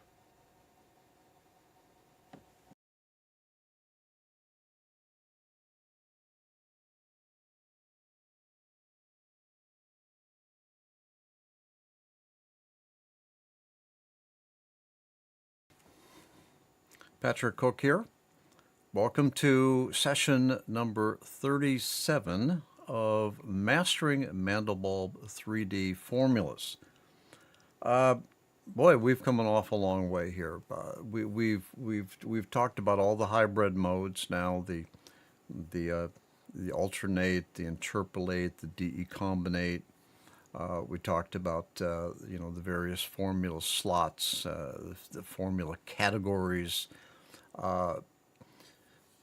We've covered a lot of territory. Now the question is, well, what do we do with all of this? What do you say we kind of dip in and see if we can actually build a Mandelbulb graphic. Okay. Now, what goes on in my head when I'm thinking about what do I want to do with a Mandelbulb, the Mandelbulb 3D application? I think, do I want a still or do I want an animation? Okay. Or I just want to poke around and see what happens. Okay. Now, what I've found is that the still and the animation are really two different objectives. It's relatively easy to build a still. When I say a still now, I'm referring to a single image that will, with the intention of that image being rendered out as a high quality image with no animation in it. Okay, I'm thinking of, a still. And with a still, I have the luxury of taking all the time it needs to render out. I have the luxury of tweaking the colors. I have the luxury of the resolution, the aspect ratio. I'm in a lot of control when I build a Mandelbulb scene, all right, as a still, or with the intention of it being a still. Not quite that easy when it comes to an animation. With the animation, I have to, well, I want to be concerned about render time. I certainly don't want a graphic that will take 3 minutes, 10 minutes to render, because if I'm doing 4,000 or 6,000 or 10,000 or 50,000 of those frames, I don't want to invest that amount of time in rendering out these Mandelbulb frames, which will ultimately be used in an animation. So in an animation, I'm not looking for, well, I'm looking for a situation where I get quick rendering, I get reasonably good quality, all right?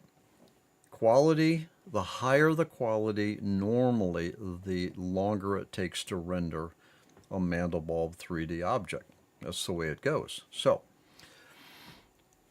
I think to myself, well, what do I want? Do I want a still or do I want an animation?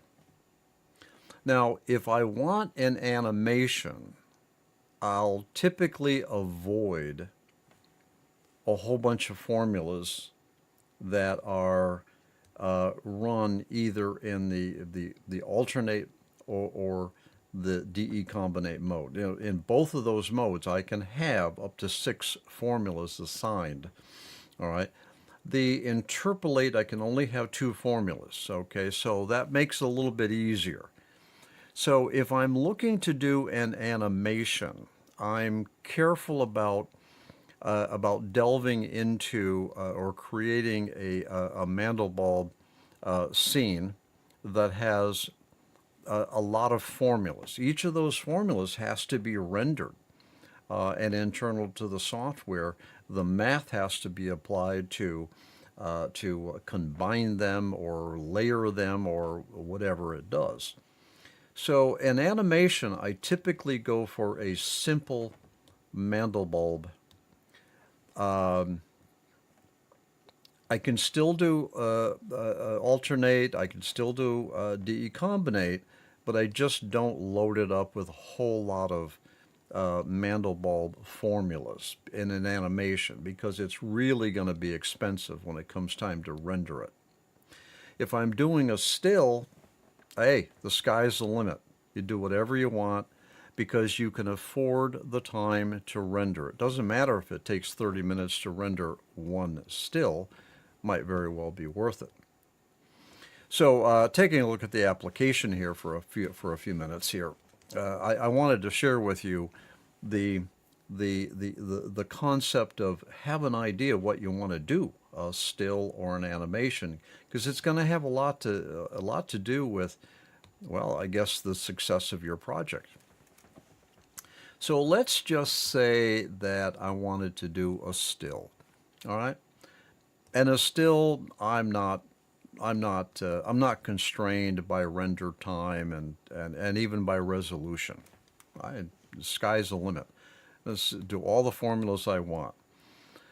So I was talking a couple sessions back. I was talking about being careful to not just throw a whole bunch of formulas at it and then render it and see what happens, because then you find yourself in a situation where you need to start kind of trying to back it out.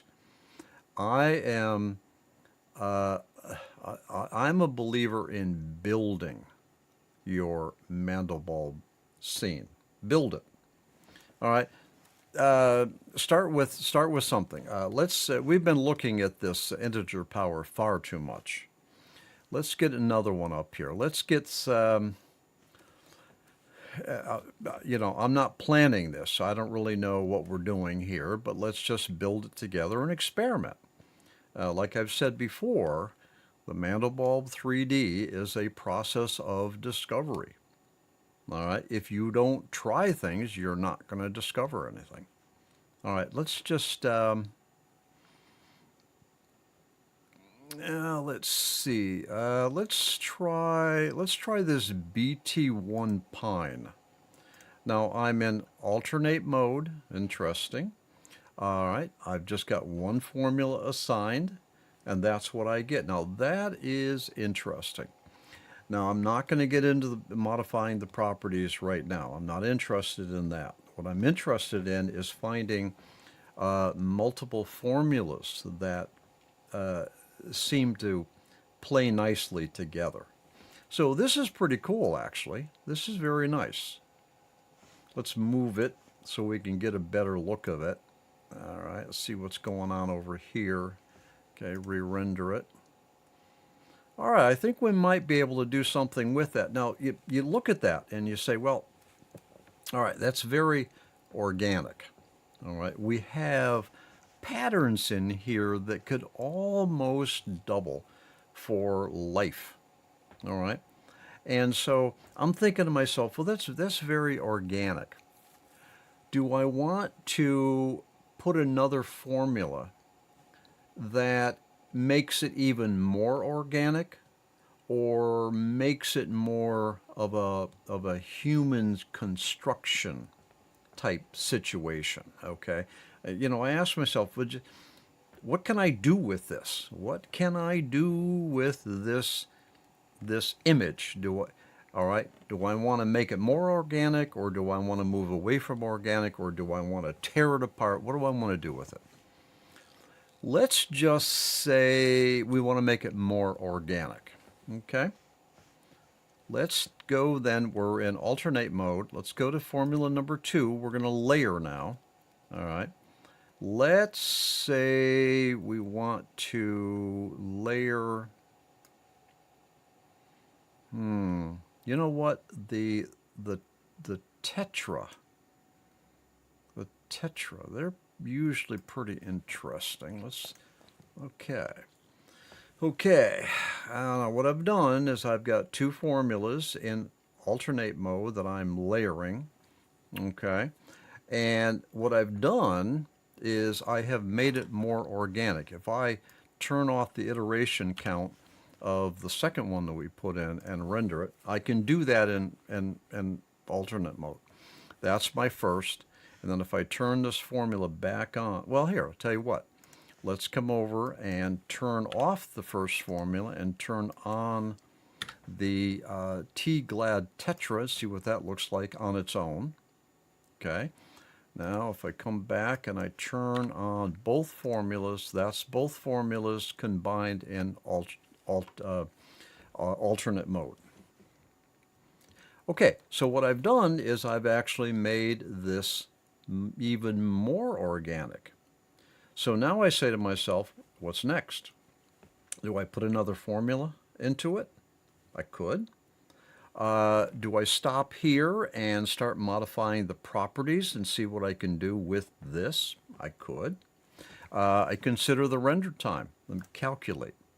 Now that rendered in a matter of seconds. Is this a good animation? It could very well be, because each of these frames is going to render very quickly. All right. So I'll tell you what, we're out of time on this session. Let's go ahead and end it here, and we're going to pick it right up again where we left off in the next session. I'll see you there.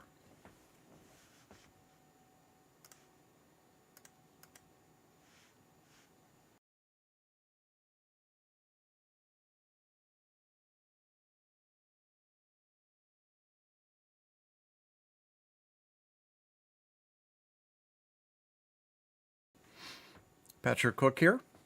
Welcome to session number 38 of our Mastering Mandelbulb 3D Formulas. So in the previous session, 37, I had actually put two formulas down in the alternate mode, BT1 Pine and T-Glad Tetra. Both of them are very organic, very kind of flowery, flowing, okay? No straight lines anywhere. That's good. And so we ended the last session, and me kind of wondered, what am I going to do with this? I could make this an animation, or I could continue out and move towards a high resolution still. But not to damage a good thing. If you don't keep trying stuff, you're never going to know.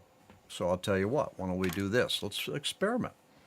So look, I'm going to turn off T-Glad Tetra. Okay, that little trick, just turn it off. All right, re-render it. Now, so this is my BT1 Pine. I'm going to go over to formula number 3 here. I'm going to throw something else into it. Let's say I'm going to do let's do Amazing Box. Now, before I punch the Calculate 3D, let me tell you what I'm thinking here. First of all, I turned off the T-Glad Tetra, which is an organic style. Amazing Box has a lot of straight lines to it. All right, very geometrically organized. I wouldn't consider it organic. All right, it's not chaotic either. Well, it is in a way, but anyway, it's not organic. So what I'm about to do here is to mix the BT Pine, which is an organic looking fractal shape, and I'm going to mix it with something that's not quite organic, and I'm going to see what I get. Now, do keep in mind that I have turned off T-Glad Tetra, so that won't render to the screen. I'm in alternate hybrid mode. Let's calculate. Okay, so that's my Amazing Box, and you can see here how the BT1 Pine is kind of pulled apart. It's got a little bit more structure to it. All right, these circular patterns here, a little bit more structured. All right. So what do we do this? So that is with the Amazing Box. Now we can get in here and we can play with the properties, but I'm not trying to do that just yet. I want to see what I can do with the default parameter values. Let's experiment. So let's say that I come over to Amazing Box and I'm going to bump up the iteration count to, I don't know, 5. Punch it. Very interesting. I've had a dramatic impact on this fractal. Let's knock this down to 4. Okay, let's knock it down to 3. Okay, very interesting. Okay. Now, what if I was to come over to the BT1 Pine? What if I was to knock that up to 3 iterations? That's the iteration count of the formula, not the sequence, the formula. That is very interesting. Let's come back over to Amazing Box. Let's knock that down to 2. Okay, I'll tell you, let's go back up to, let's go crazy, and let's go to 9. All right, interesting. You see, what I've done here is with an iteration count of 9 on the Amazing Box, I have forced that formula to repeat 9 times for each of the iteration of the cycle. The formula cycle would be formulas 1, 2, and 3, with formula 2 being out. All right, it doesn't render, it doesn't iterate. All right, and that whole cycle is repeating at least 1 times and up to 60 times. So what I've told Amazing Box to do is repeat the formula 9 times.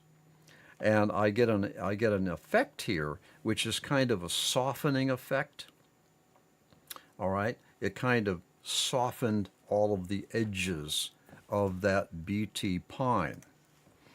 You see? So you can kind of get a sense here, which is what I'm trying to do here, is to give you a sense of how you can have 2 formulas that are in alternate mode. They're layering, okay, and they're having a visual impact on each of the formulas. Let's go back over to BT1 Pine. Let's knock that all the way up to 9. If you don't try, you're not going to know. Let's knock all that down to 1. All right, crazy. Let's walk it up to 2. All right, hey, you know, that may be what you want. What I do is I experiment with the values. You do not just have values in the properties as I'm demonstrating right now. You have other values. You have the iteration count, which is one of the reasons that we spent time talking about the iteration count early on. You also have the R bailout, all right, and you also have the iteration, the formula sequence iteration, all right, and you also have the inside and outside that you could work with too. I haven't even touched the properties yet, and I'm getting dramatic changes in my fractal. Let's go to 1. Let's get Amazing Box back to 1. Let's render it, see what we got. All right, now let's go play around with the R bailout. Now the R bailout, if you recall from a very early session in this tutorial series, the R bailout it determines at what point at what equation output the point is no longer within the bounds of the graphic and is out of bounds. So the R bailout is when the value has exceeded, all right, the limits and is thought to have escaped. And an escaped point doesn't display. So the escape point, the R bailout, in this case is 1024, all right, which is the default for the formulas that I've selected. What if I was to have a bailout of half of that? Now that would mean that the calculation would have a value that would escape faster, sooner. Let me put a 500 in there. Let's just see what happens. Man, well, a little bit happened, a little bit. Let's put 100 in there. Okay, okay. You see how I'm losing detail now? Because the calculations that are occurring for the formula, the values of those are escaping faster. Now, if they escape sooner, that's obviously a point or a pixel that's not going to be written to the screen. All right. Let's put in our bailout of 10. You know, I'm starting to lose color now, but even still, the detail of the graphic is softer. Let's try an our bailout of 5. If you don't try these things, you're not going to know. Working with the Mandelbulb3D is a process of discovery.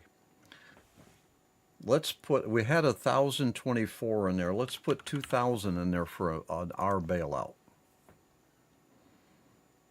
Okay, well, my colors have changed, obviously, but I'm not really getting anything new here, am I? All right, because our bailout now is so far out that all of the pixels, all of the points make it into the display. So the 1024 was probably optimum. So there's my 1024, our bailout. All right, let's leave this session with this thought. You have other ways of modifying your fractal on the screen than the properties. You've got the iteration count for the formula itself. You've got the R bailout that applies to the whole formula sequence. All right, a sequence is any formula that has any formula slot that has a formula assigned to it with an iteration count of greater than 0. So you have the R bailout, you have the min, you got the min and the max iterations for the formula set. All right, and you can even change the positions with the swap. So you can do other things besides the properties. And what I do, to leave you with a final thought in this session, what I do is I avoid manipulating the properties at first. I save that for later. I try to get an object on the screen using the hybrid mode and the formula arrangement and the formula conditioners. I call these down here conditioners. I try to get those kind of nailed in, and then I'll go play with the camera location in the navigator, and I'll play with the properties in the navigator. Okay, enough for now. Over time. I'll see you in the next session.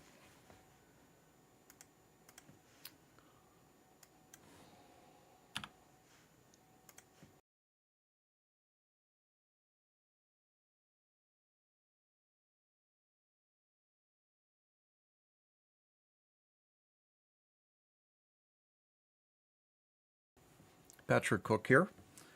So welcome back to session 39 of our Mastering Mandelbulb3D Formula Tutorial Series. Now, in the last couple sessions, we were building a Mandelbulb scene. By the way, when I refer to a scene, I'm talking about the combined visual look that I have on in my main window. So a scene for me could be one formula rendered, or it could be multiple. It could be multiple and alternate. It could be two formulas and interpolate. That's a scene. For me, that's a scene. Now, so I have a scene now that is kind of interesting. I want to do a little bit more with it. It's for me, it's a little bit too bland. Let's knock this iteration count down to 1 on the BT1 Pine. Let's go over to our amazing box, Okay. Okay. All right. Well, that's fine. All right. So this is a scene that I have. I don't really know what I can do with this.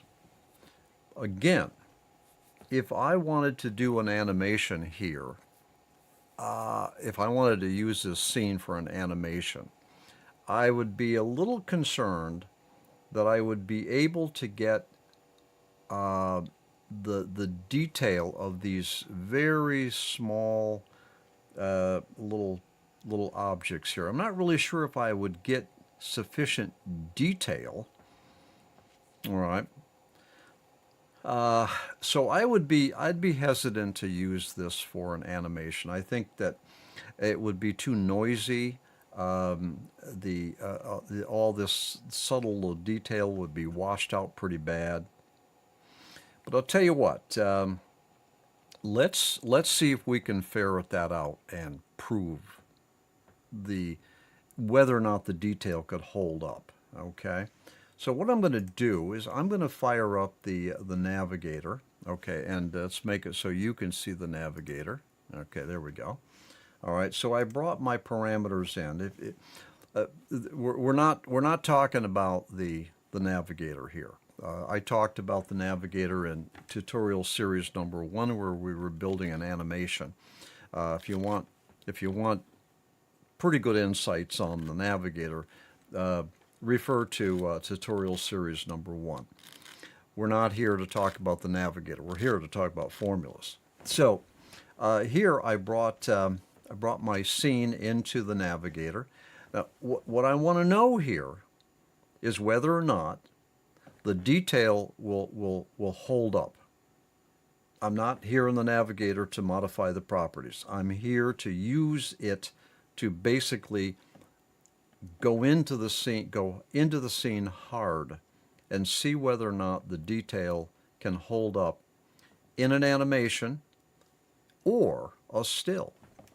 Keep in mind, if still, I could render this thing out so that it is 9,000 by 9,000 pixels. Nowadays, there's nothing stopping me from doing that. I could do 50,000 by 50,000. I could even get that printed out with enough money. So let's use the navigator here and see if we can tear into this thing and see if it will hold up in the detail. A couple ways I can do this now. I can do it with a zoom right in here. All right, or I could do it by walking in. Let's try walking in. All right, so I've just walked in. I'm walking into the fractal scene now. Oh, that's the zoom playing with. That's the automatic zoom playing with me. Okay, here we go. This is good. All right, now I'm gonna click my left mouse button and navigate. Click the left mouse button again. Now, I'm going to push that back to main, because in main, I get the full resolution. View to main, recalculate. I want to know whether or not the detail holds in this very organic looking Mandelbulb3D scene. I'm not liking what I see here. I'm going to go back to, let's go back to my navigator, and I'm going to turn off the automatic zoom down here, and I am going to zoom in manually. There we go. You see? Oh, okay, good. Too far. Okay, they're right there. Now I'm going to push that back to main, and I'm going to recalculate. Okay, you can see it. The navigator's covering some of this, but you can see it. Yeah. All right, so my conclusion is this.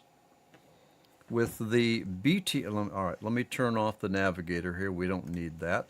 With the BT Pine and the amazing box I'm getting an interesting Mandelbulb scene in alternate hybrid mode, but I believe that the detail is too muddled.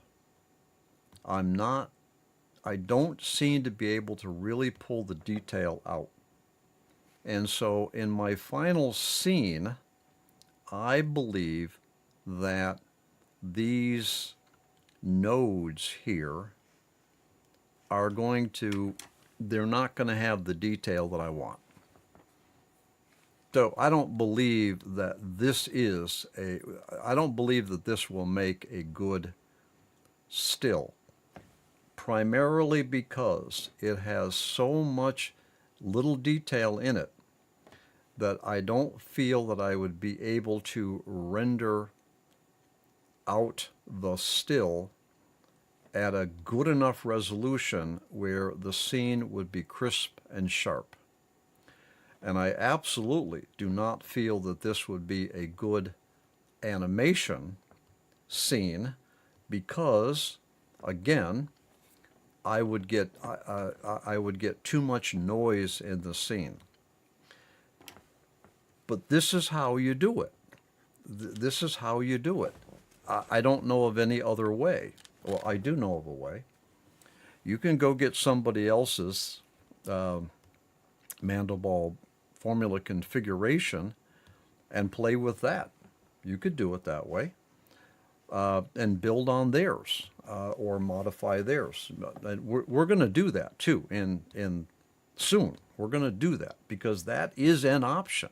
There is nothing wrong with going and getting somebody else's work and modifying it to make it your own. Okay? What I'm doing here is I'm going down the path of, can we build a Mandelbulb scene on our own from scratch, and what is the thought process, at least that I go through as I build the scene. All right? So I got another minute or two left in this session, so let's do this. We're going to basically scrap this. I'm going to go to formula number 1, and I'm going to turn off BT Pine. I'm going to render it. Okay, now that's rendering the amazing box only. And this is a good opportunity to show you how you deal with this. It looks like I got a better idea. We're going to end this session right here, and we're going to start the next session, and I'm going to talk about this problem here and why we're seeing this and what to do about it. All right, and I believe that would be valuable information for you because you're going to run into this a lot. What's happened here is that the camera is buried in the fractal. What do we do about it? Come on back to the next session, we'll talk about it. I'll see you there.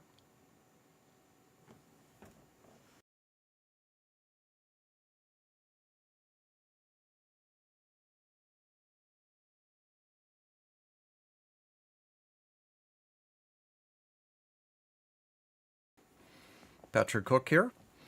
Well, thanks for returning to session number 40 of our Mastering Mandelbulb 3D Formula tutorial series. I got a big yellow blob in front of me. How did I get to this? What I did is I have all my other formulas turned off. The iteration count is 0, and all I did is I rendered Amazing Box completely on its own in alternate mode. Obviously, alternate hybrid mode isn't really doing me any good right now because I only have one formula. All right. But what's going on here is that my camera is buried inside of a fractal. So what do I do about it? There's a couple things I can do about it, actually. And there's easier and there's hard ways to do it. I could send this over to the navigator and I could back away. I could back my camera out. All right. Pretty straightforward to do. Let's do it. All right. So let's turn on my navigator for you. Okay. There we go. Oh, all right. Let's pull the parameters in. Okay. So so my camera is literally buried inside the fractal. Let's turn on the automatic zoom. Okay. Pull the parameter in. That didn't help any. So now what I'm going to try to do is I'm going to try to back my camera out. And I'm going to use that with this walk forward and walk reverse. I'm going to walk out. So I'm walking out away from the fractal. All right. I'm punching the walk backwards, and I'm pretty deep here. So I'm going to be at this for a while. So what I'm going to do now is I'm going to turn the fixed zoom and steps on. So that gives me control of the zoom. You want to know all about this? Go look at my tutorial series number 1. All right, so I'm going to see if I can back out the zoom. Come on. Wow. My camera is really, really buried in there. Okay. There we go. Something's happening. Here we go. I'm doing the zoom. All right. Okay, I'm punching the zoom. I'm backing out the zoom. All right, my camera is so buried in here. There's nothing I can do about this. He and the navigator. All right, let's turn our attention back to the main window. Let's clean up my screen a little bit here. We're back to the main. Now, if I come down here, and if I use the inside-outside render, and I choose inside render, all right, and then recalculate, okay.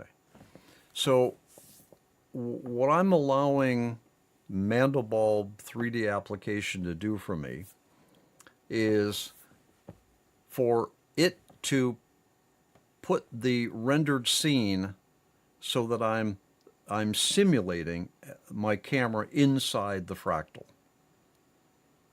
Now, the Amazing Box formula is amazing. It's extremely detailed. It's got some very, very interesting effects that will play against other fractals. Typically, you don't use the Amazing Box entirely on its own. Typically, you use it to mix with other formulas. Now, we saw that in the last session where I had the BT1 Pine that was combined in alternate hybrid mode with the Amazing Box, and I was getting some very interesting visual effects. This is the Amazing Box completely on its own. And we see here it's not working that well. It's not a very useful formula, I have found, on its own. But it is amazing when you combine it with other stuff. Now, so the way I solve this is I did an inside render. Okay? All right, but, okay, well, that was just, we just got sidetracked on that. So I'll tell you what we're going to do. Let's come up to formula number 1, and I'm going to turn that back on, and I'm going to calculate.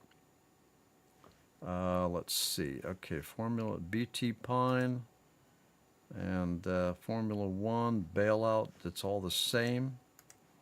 Okay, so what happened to our image? BT1 Pine is turned back on. And let's see, is this the one? T-Glad, that's still turned off. An Amazing Box is still turned on. The only thing I've changed here is this inside render. Okay, I know what I did. Okay, so what I did with this inside render, I forced Mandelbulb to put its simulated camera inside. All right. If I go back outside again, I'm putting the camera outside. There we go. And earlier I had used the navigator and I zoomed way in, and then I pushed it back over to the main, and so I'm real close. So what I could do down here to avoid that happening again to me is I could do inside and outside render, which allows the Mandelbulb3D application to determine where that camera should be, what's the best view. So inside and outside selection is actually better, whereas if the inside render, I'm forcing Mandelbulb to be inside the render. If I force it outside, I'm forcing it to be outside, which turns out all right. When you get into a situation like this, just go with the inside and outside and let Mandelbulb3D application determine where your camera should be for purposes of the main view of your formula arrangement. Okay, so what I've done here with the navigator is I got real close, and all of these position coordinates were changed, and the main held on to these main coordinates. So let's push that back over to the navigator. I'll turn it back on for you.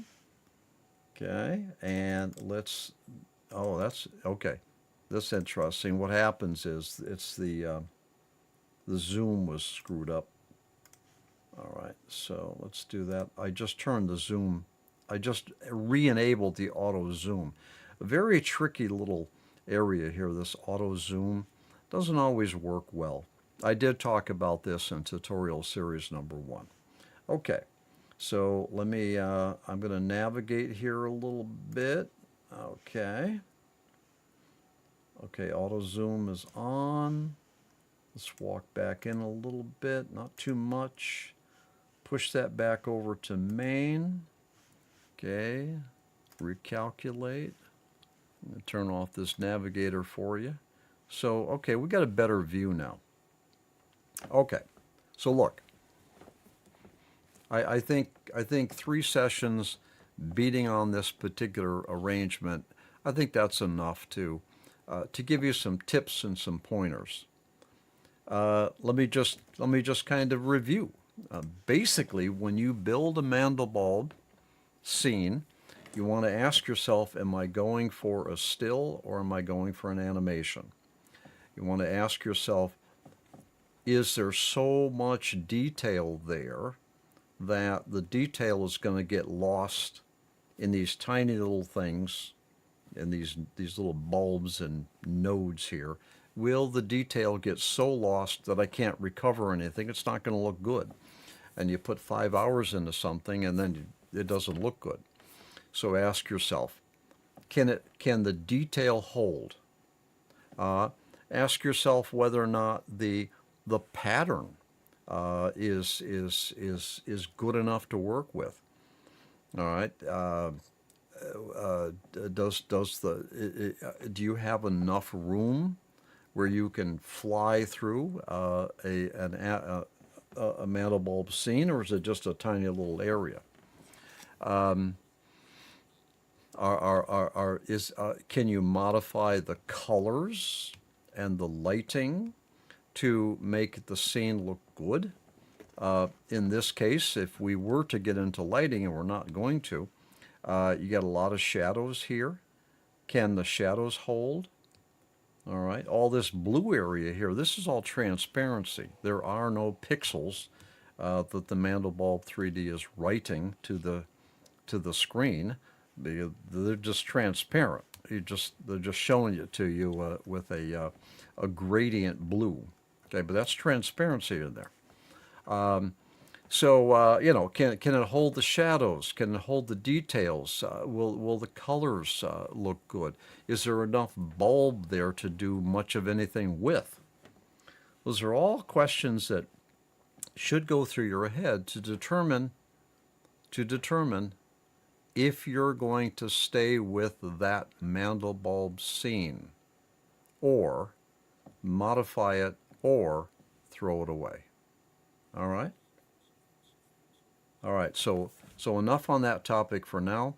Let's go refresh our coffees, and I'll see you in the next scene.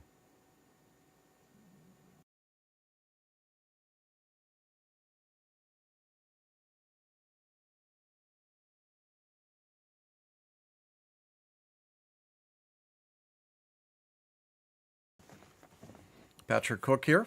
Welcome to session number 41 of our Mastering Mandelbulb 3D Formula tutorial series.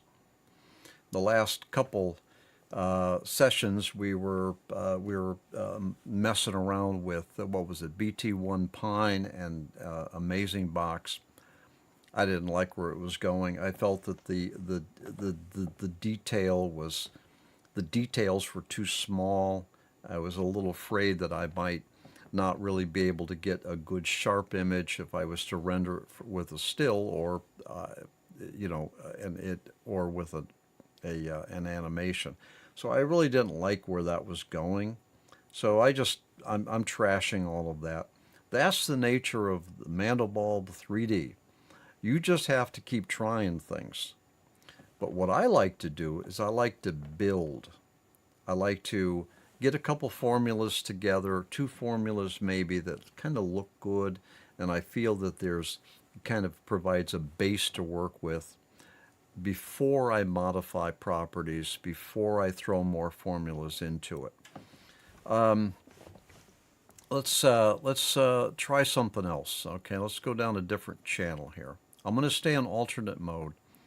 What I found is alternate mode is a good way to find Mandelbulb formulas with visuals that look interesting.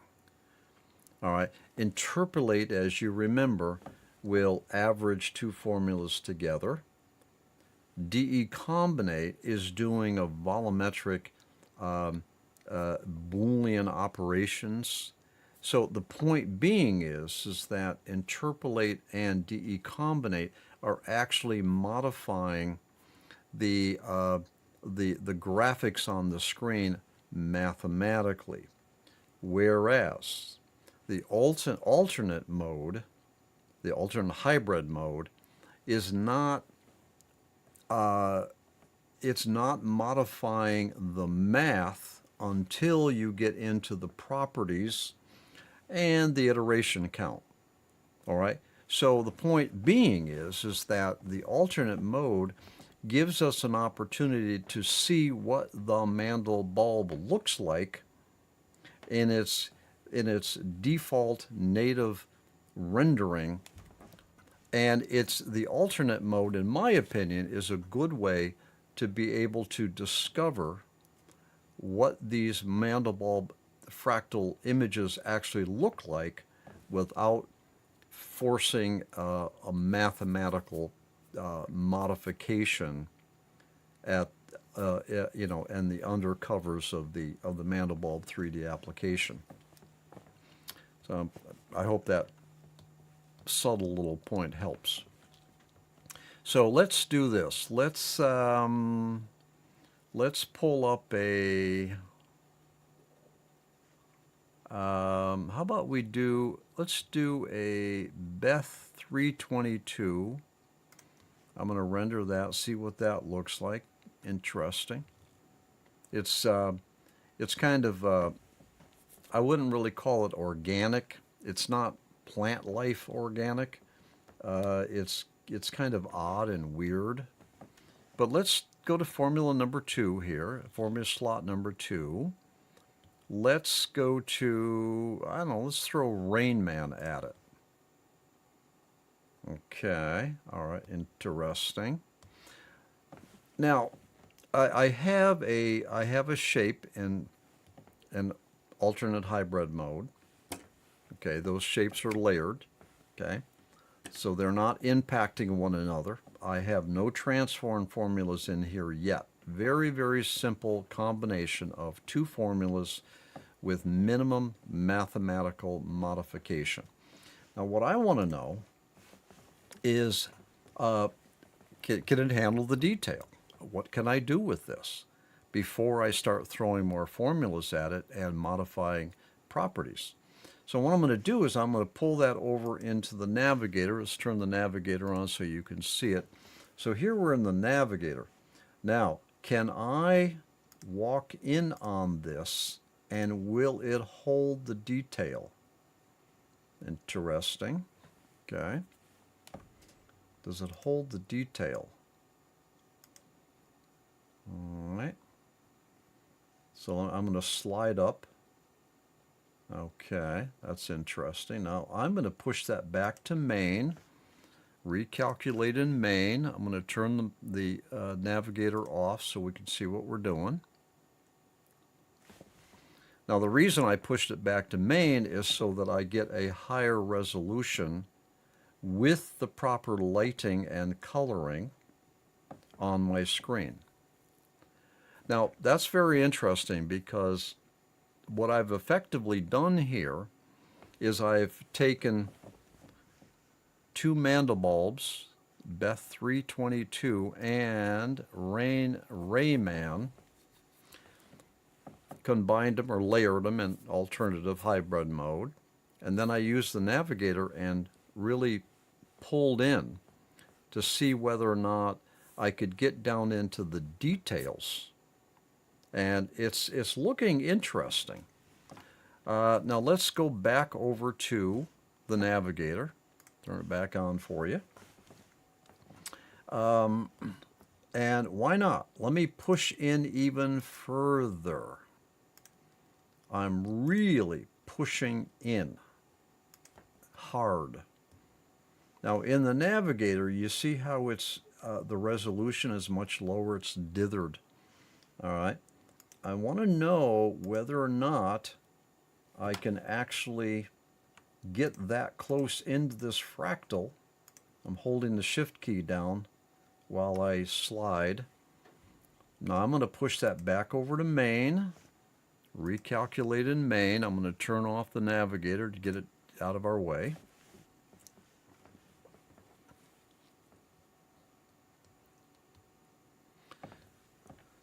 Now what I've been asking myself is, with these two fractals in alternate hybrid mode, can I move my camera in on this object closely, and how does it handle it? That's the question. All right. You're not always going to want. As a matter of fact, let me get a little sidetracked here. You're not usually going to want a big bulb sitting there in the middle of your screen, whether it's an animation or a still. I mean, okay, it's interesting, but so what?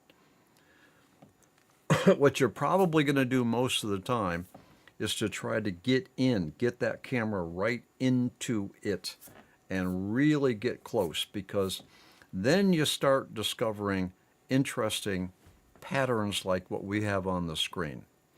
If you don't get your camera into that scene, you're not going to see the detail. All right. So that's very. So the question I had was, can I get my camera in on that particular two formula scenario? Can I get it in close? All right. And I can. Does it hold up the detail pretty well? It's okay. I mean, I can improve this. I can go in here. You see this area right here? It's kind of falling apart. All right.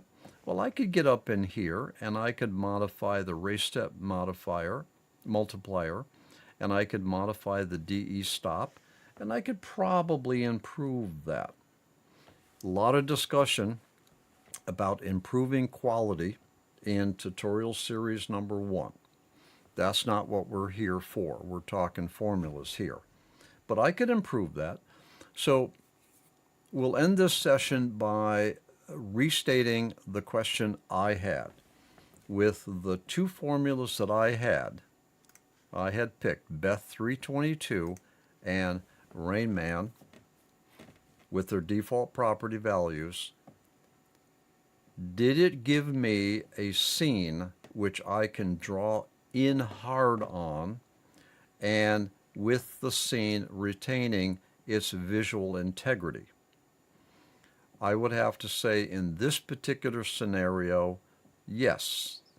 Now that means that I can get a lot more interesting visuals out of these two formulas combined in alternate hybrid mode. That's what it means, is that I can do something with this particular formula combo. That's all I wanted to ask. Can I do something with it? Can I get in on it? Does it hold the details? Does it have simulated depth? And it does. It's got some simulated depth in here. And I could get in here and I could start playing around with the lighting. And I could make all this shadowy, and I could put my light in different locations. I can do a lot with this. And that is the question. When you get two formulas or five formulas or six formulas in whatever hybrid mode you're in, you're asking the question, what can I do with it? How far can I take it? How interesting can I make it with camera position and lighting? And that's how you leverage the scenes from your formula combinations. That's how you do it. You get in on it, you get into it, you get that camera in there, and you find an interesting position for the camera. It's not only about the formula or the combination of the formulas, it's about what more visually you can extract from the result of multiple formulas. Okay? All right. Hope that's helpful. All right. Overtime, again, I'll see you in the next session.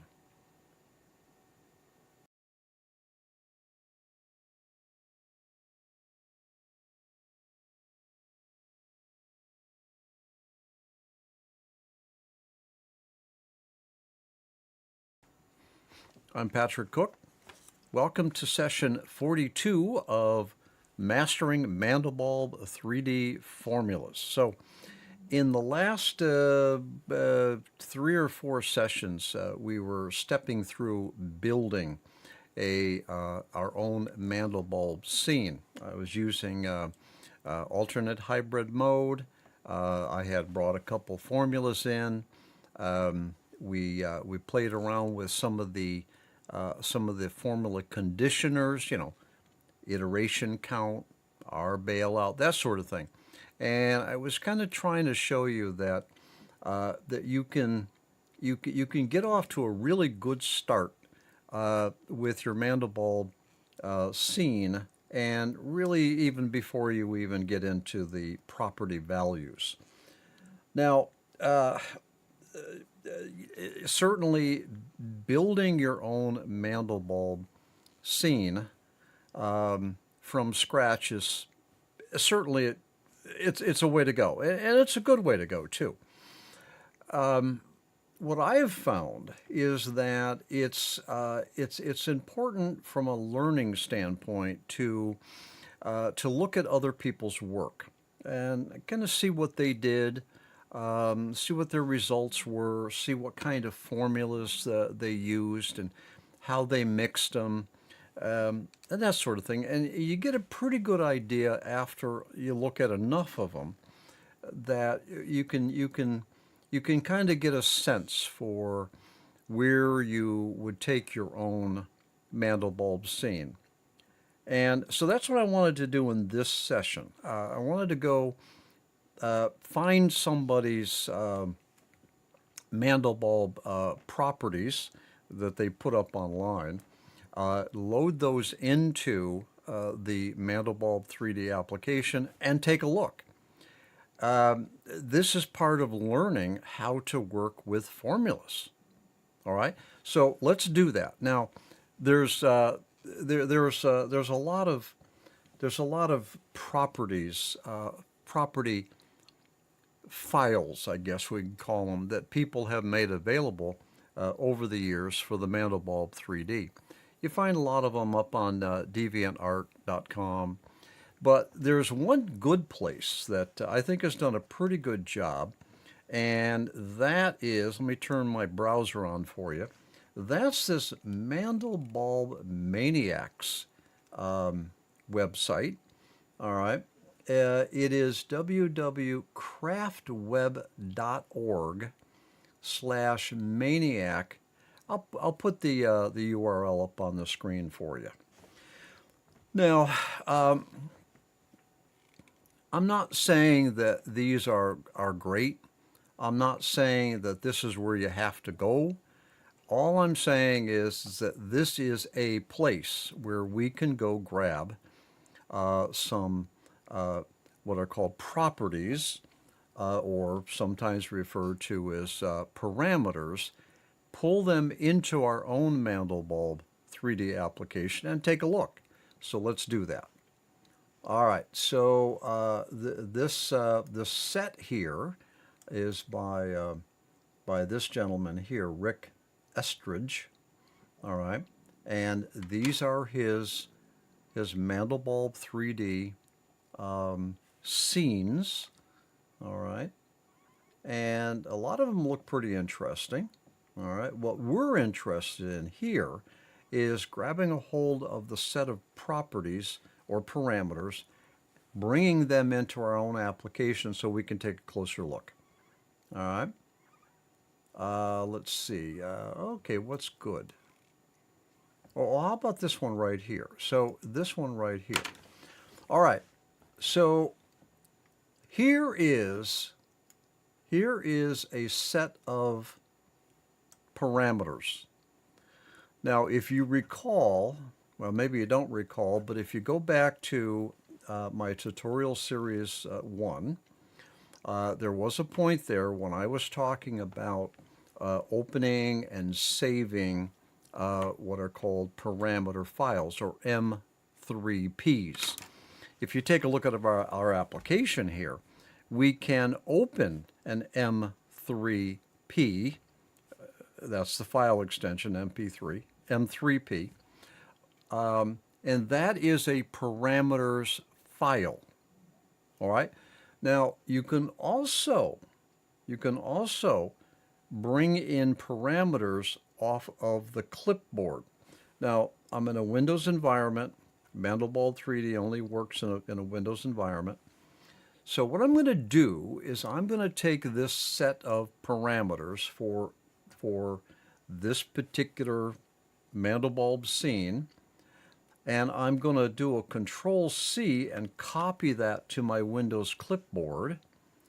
Now I come into my Mandelbulb3D application, and if I click on From Clipboard, it's going to pull those parameters in. All right? All right. So now I do a Calculate 3D. All right. And I have the parameter set that I just captured from this particular website. Okay? All right. So I'm going to make a slight modification here. Good.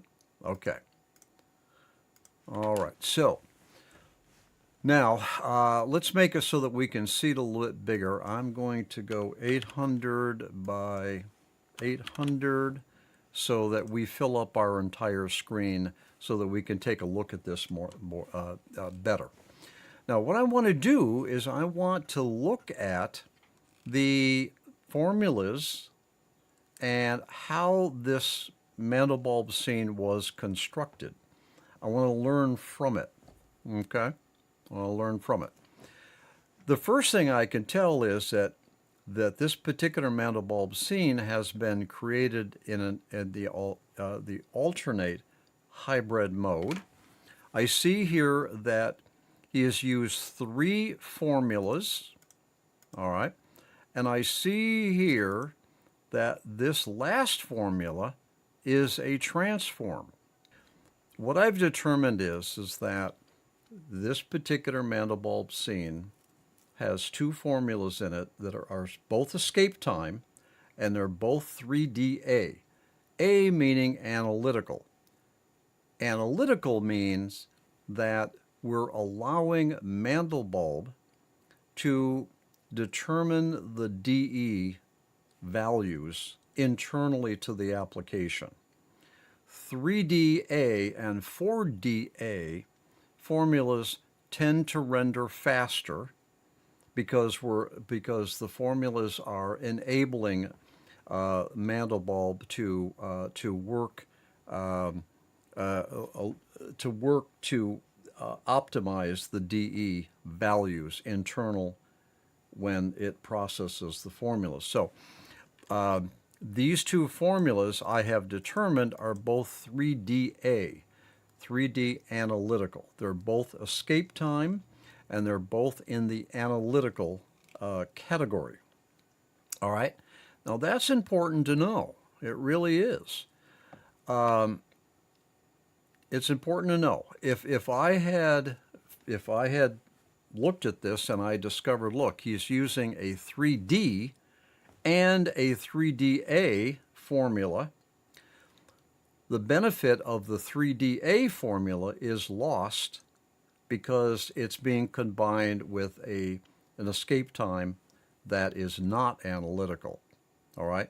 So 2 analyticals, the Mandelbulb application will perform the DE optimization. If you have one of the formulas that's not an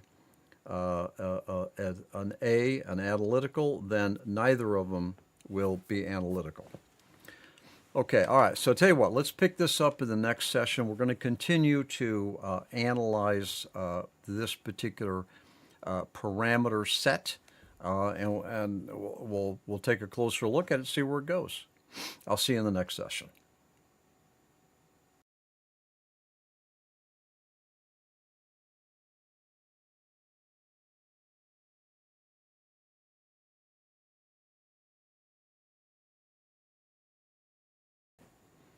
Patrick Cook here. So welcome to session 43 of Mastering Mandelbulb 3D Formulas. We were taking a look at the parameters, a parameter set that we obtained from Mandelbulb Maniac's website, which is still here up on the screen. I'm going to take it down here and clean up a little bit. So let's go ahead and do that. Let's take this browser away. You got the URL. Go up there, take a look around. There's a lot of different parameters that you can get to, okay? We'll call that back up a little later on.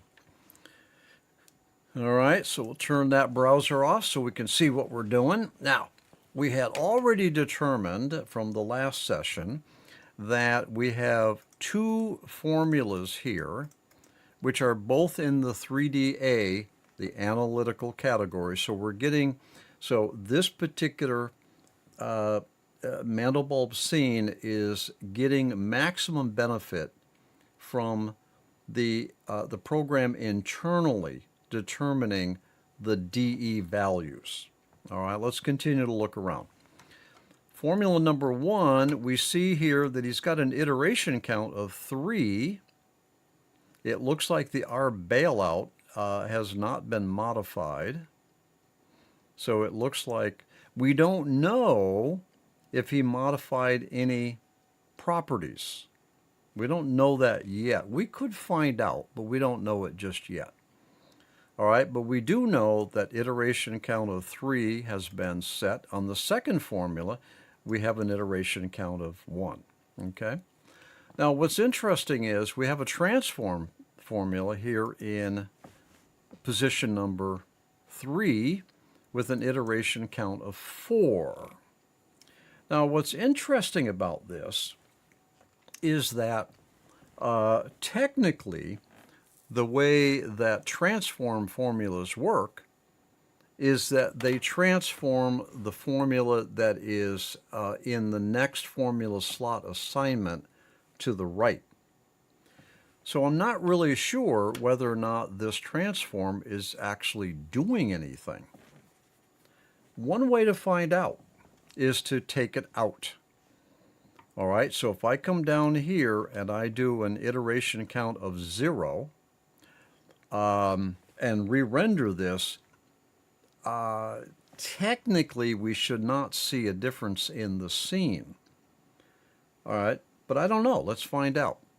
Remember now, help me remember that that was a 4 because I want to restore it. I want to put a 0 in there, and that effectively turns it off. Let's re-render this and see what happens. All right. All right, that transform is actually having an impact on the scene.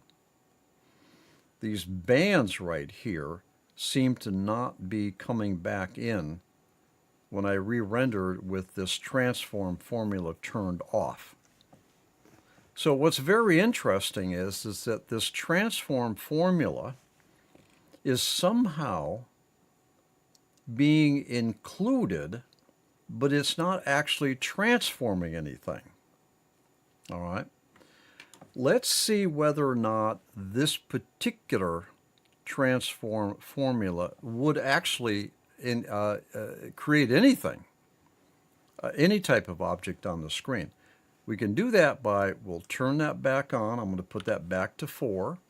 I'm going to come over here to Formula 2. I'm going to effectively turn that off with 0 iteration count. All right, that was a 3. We're going to turn that off. I'm going to render. All right, and nothing's happening. So what's interesting is that with this formula and the second formula turned off, this transform formula does not create an object. But what's very interesting is that it is having an impact on the Mandelbulb scene, even though it is technically out of place.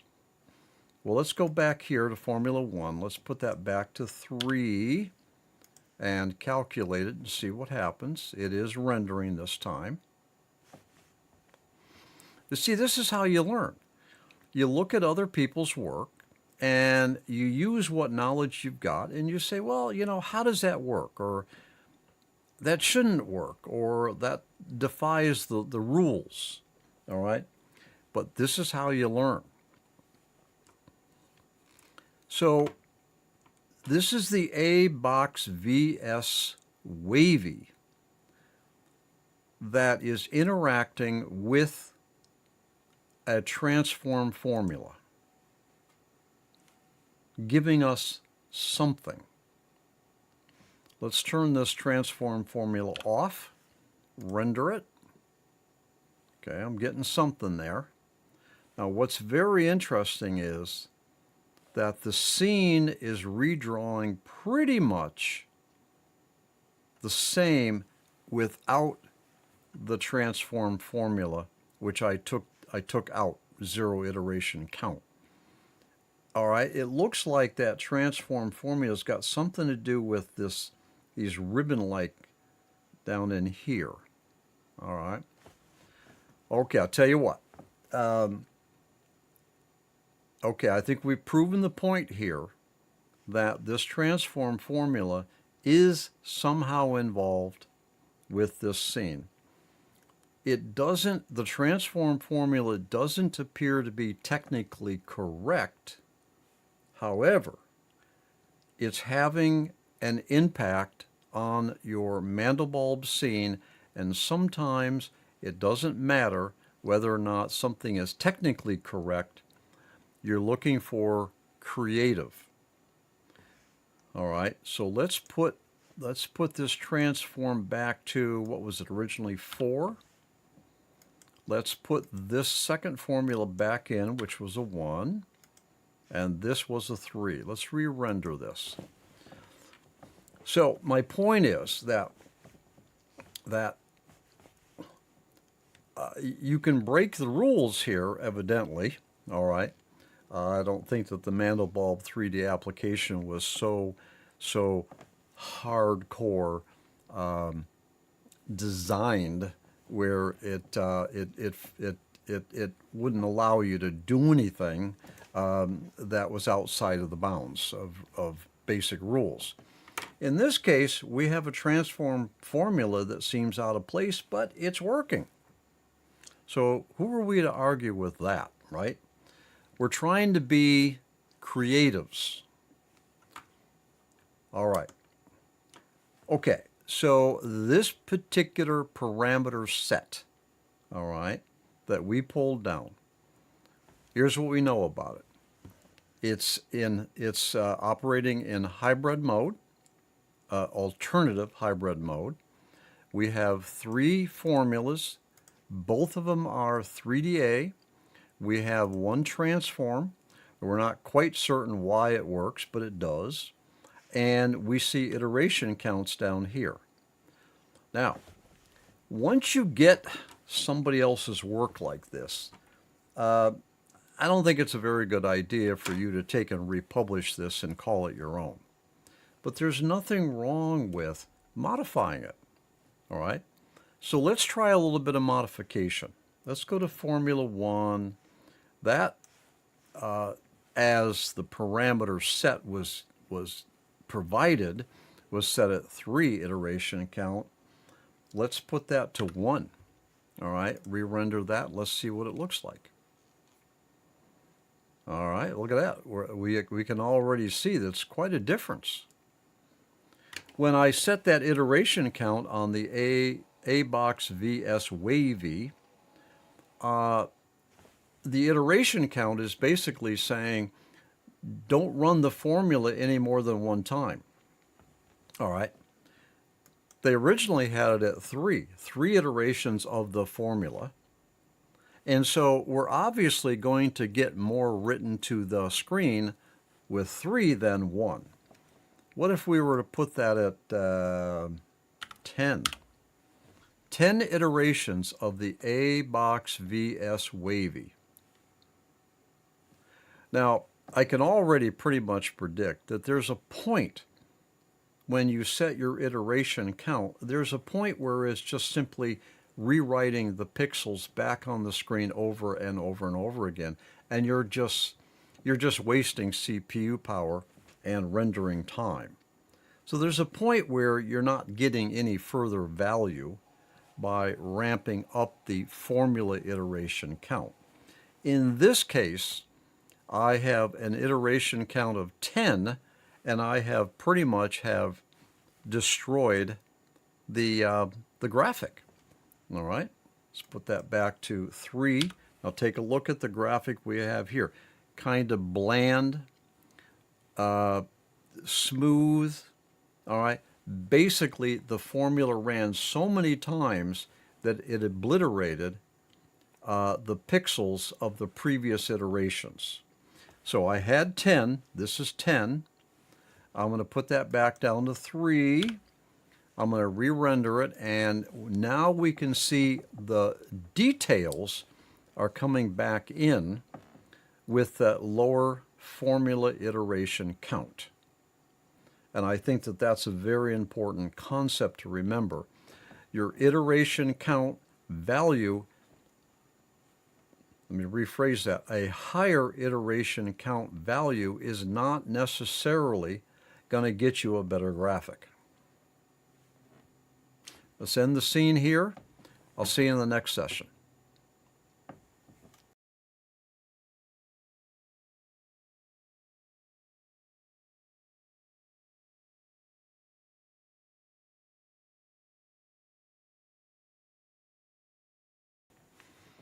Patrick Cook here. Welcome to session 44 of our Mastering Mandelbulb 3D Formula tutorial series number 2. So look, the last session we were looking at a parameter set that we had gotten from this Mandelbulb Maniacs webpage. Put that back up for you. Let's go get another one. I think we learned something from this last one that we were taking a look at. I think we learned something. We saw that he was using two formulas from the 3DA category, the analytical, for a better handling of the DE. He had a transform that seemed out of place, but it was having an impact. All right. And we messed around with the formula iteration count, and we kind of damaged it. Okay, that's how you learn. What's good here? Let's see. I don't know. Let's take one that seems a little bit more complex. Well, maybe. How about this one right here? This might be interesting.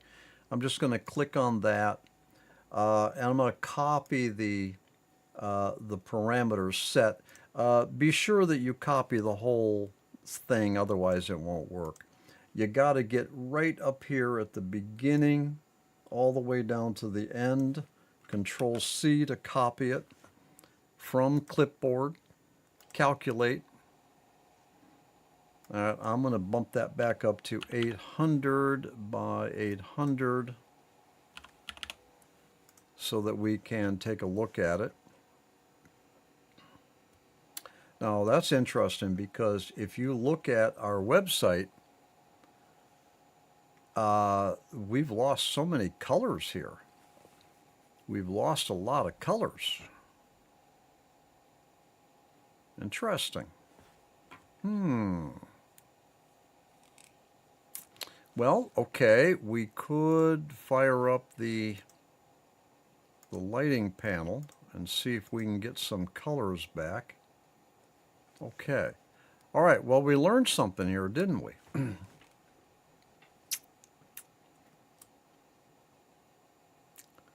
Now, very interesting. Okay. All right. All right, let's learn something here, okay?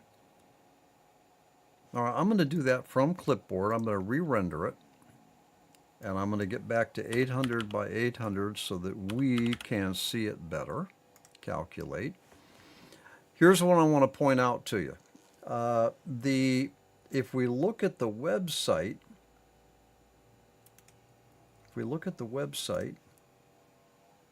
okay, this is not what we're getting. Now, we could just simply move on and say, well, that didn't work, move on. Well, you know, but maybe we'll stick around. I think what happened, I got a couple theories. Yeah, I see it. All right. It doesn't make a whole lot of sense to have a Mandelbulb scene with just one formula. And this is an amazing surf formula. But so I'm kind of thinking, well, for some reason, this parameter set is using a formula that doesn't exist here in this Mandelbulb installation. And I think I see the problem. You notice there it says Mandelbulb V18. That might mean V1.8. Oh, well, this is version 1.8, but 9.37. I am going to assume that this Mandelbulb installation is missing a formula, and therefore we are not getting on the screen what we anticipate we should get in terms of the graphic. When you run into a situation like this, it doesn't make a whole lot of sense to try to figure it out. And I'll tell you why. All this code in here is all encrypted. All right, it's machine readable. We can't understand what that code means. We can't. All right? Because that's code only Mandelbulb can understand. So if there's a formula defined in this parameter set, but it doesn't exist in our installation, we're not going to have any way of knowing. We're not getting any errors down here. All right. So let's do this. Let's stop chasing this particular wild animal and move on to another one, and let's conclude that that parameter set is defining a formula which we don't have, and therefore we're not going to be able to render that particular one. So we got to let that one go. Let's get back up here and pick another one. This might be interesting. All right, now this also says Mandelbulb3D V18. Let's copy that whole thing, copy it from clipboard, render it. Okay, that's better, although our colors are all off. All right, our colors are way off. But I'm not too much concerned about the coloring right now. I want to use this as an opportunity to learn about formula configurations. All right. Let's see what he's got. All right. So we have formula number 1 is Amazing Box. That's over in 3, 4, where's that? 3DA? Amazing Box is 3DA. There it is. Okay. Menger IFS. Ooh, that could actually be, that could be a diffs. Let's see. Menger IFS. Get down into the M's here. Come on. It's not there. That's the second diffs set. Where is Menger? Ah. Oh, okay. It's not a diff. And it's not a transform because we don't have an underscore. So it's got to be over here somewhere. Is it no? No, it's not a 4D, is it? Let's see if it's a 4DA. No. Is it a 3D? Menger, come on, where are you? Wow. Okay, is it a 3D in the first category? No. Wow, I can't figure out where this bugger is. Let's see, get back to 3DA. Menger, come on. Is that it? Menger 3? Menger IFS. There he is, right there. He's the 3DA. Oof. That's just one of the problems of working with these drop-down lists. They don't tell you what category it's in. But anyway, so far I've got two 3DAs. Here's the transform now. And now here's another transform. Weird. All right. And the colors are all off. I'm not going to worry about that right now. Formula number 1, 29 iterations. Formula number 2, 3 iterations. Transform, 1 iteration, another transform, 1 iteration, and we're in the alternate hybrid mode. Again, now we don't know what parameter values have been modified, but we do know that we have a hybrid, an alternate hybrid mode, 2 formulas, 2 transforms. That's what we get. All right, we'll pick this up in the next session. I'll see you there.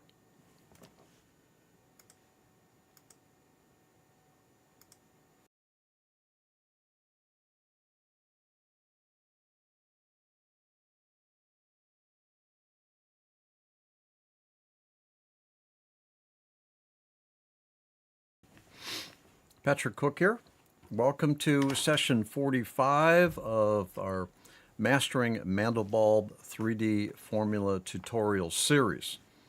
The last session I had loaded in this other Mandelbulb parameters set.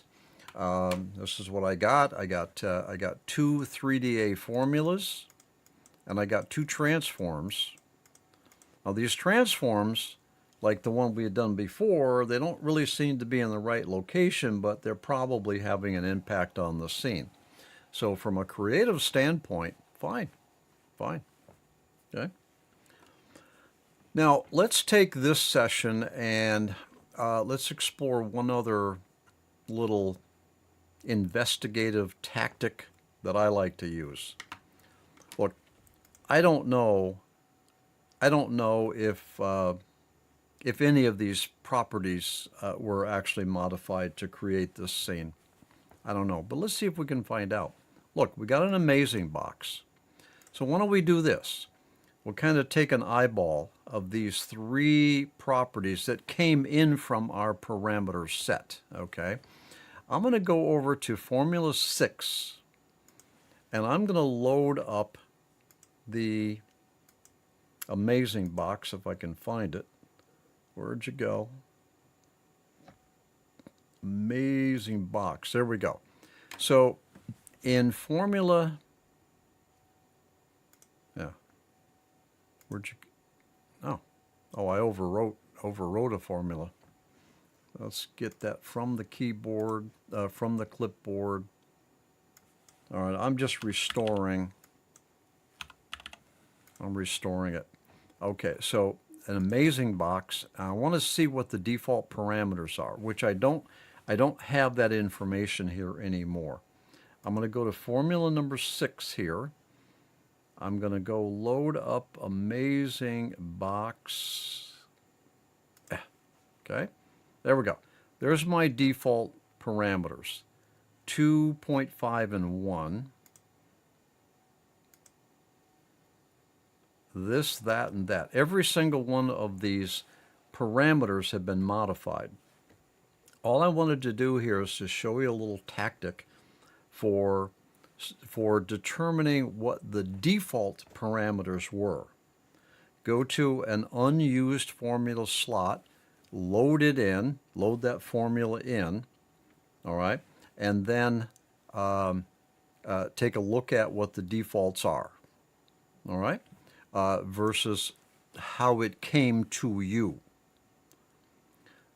There's another way you can do it too. I'll tell you what, let me show you here. Let's turn off, it sort of kind of doesn't work, but let's turn off, let's open up the navigator, all right, and let's turn that on for you. I'm going to load up these, I'm going to get these parameters, all right, come on.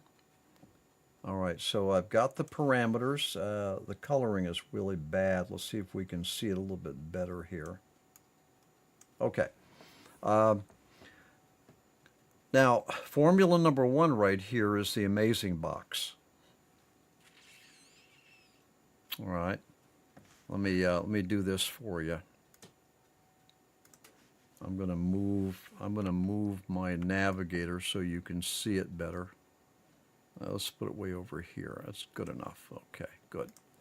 All right. Now, go back to main and look at this amazing box formula.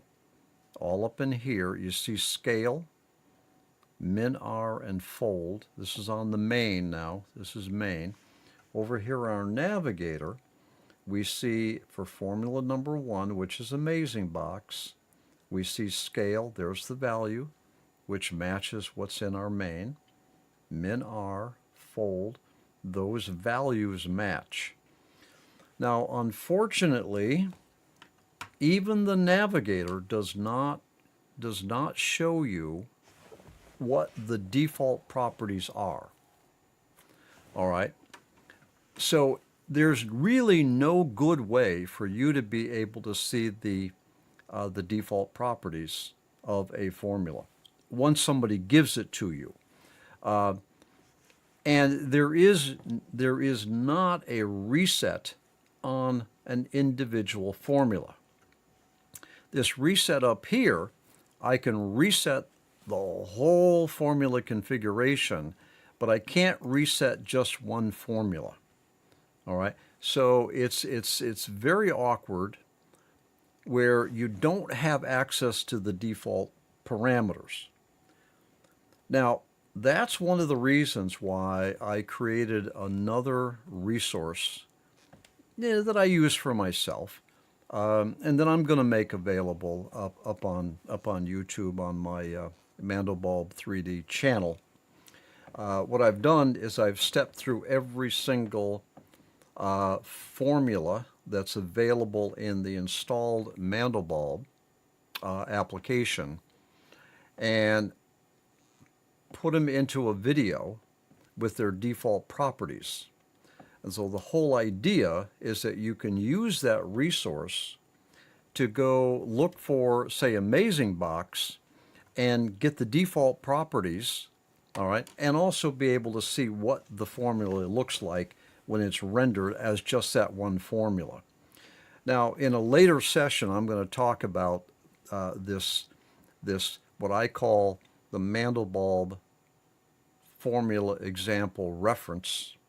I'm going to talk about that, and that resource will be released simultaneously to releasing this Mastering Mandelbulb 3D Formula tutorial. So all I wanted to do in this session here is to give you a clue as to how you can determine what the default parameter values are for a formula, which you can kind of cheat a little bit if you have an empty formula slot. Load in the formula, look at the default, figure out what you want to do. Even if you fire up the navigator, they're not going to help you because the navigator is not going to show you what the default values are. All right, let's close the navigator. And let's continue this fun. Okay, let me get this formula out of here, because if I render this, that formula is going to be taken in. So I'm going to swipe it, backspace, and enter. All right, that's the only way I know of to eliminate a formula assignment from a formula slot. All right, okay, so I'm back to what the original parameter set was. All right, so now again, I'm not interested in tweaking all of these things out. I'm not interested in taking our time in this tutorial to modify the properties and change the graphic. I'm more interested in getting you set in how to use the tools to work with formulas. All right, and of course one of those tools is that you can bring in other people's parameter sets. Take a look at them, figure out what you want to do, build on them, modify them, but I would advise against actually republishing them and calling them your own without modification. All right, let's fire up this browser again here, and let's go find another one. All right. What's a good one? You like this one right here? Want that one? Okay, we'll do that.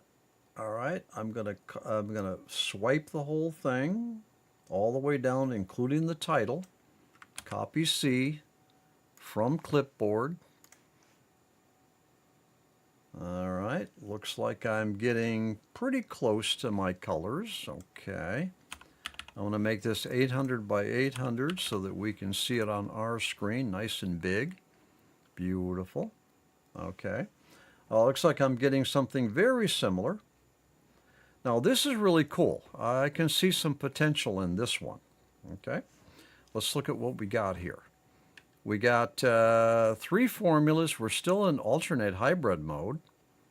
three formulas. Here's a transform in the right location, technically. All right, here, another transform. All right, and then we have amazing surf. So we have a transform on a escape time.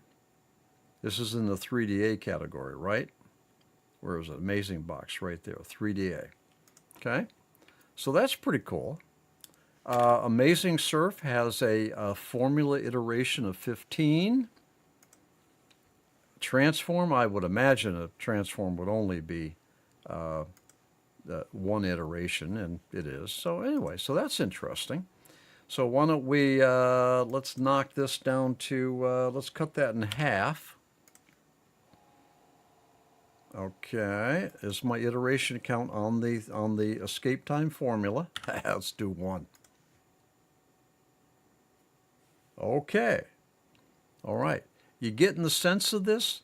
You can take somebody else's work, inspect it, get some ideas from it, modify it, and I modify just the iteration count so far, and modify it, tweak it out, and then get in and use your coloring, get the shadows in here, bring out the highlights, put the light in a particular location. This would even make an interesting animation.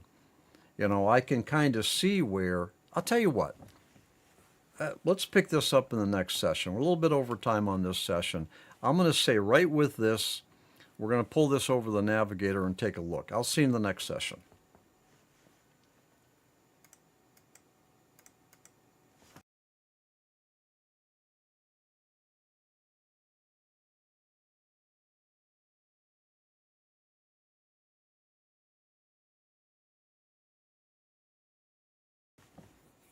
Patrick Cook here. So, hey, welcome to session 46 of our Mastering Mandelbulb 3D Formulas tutorial series, series number 2.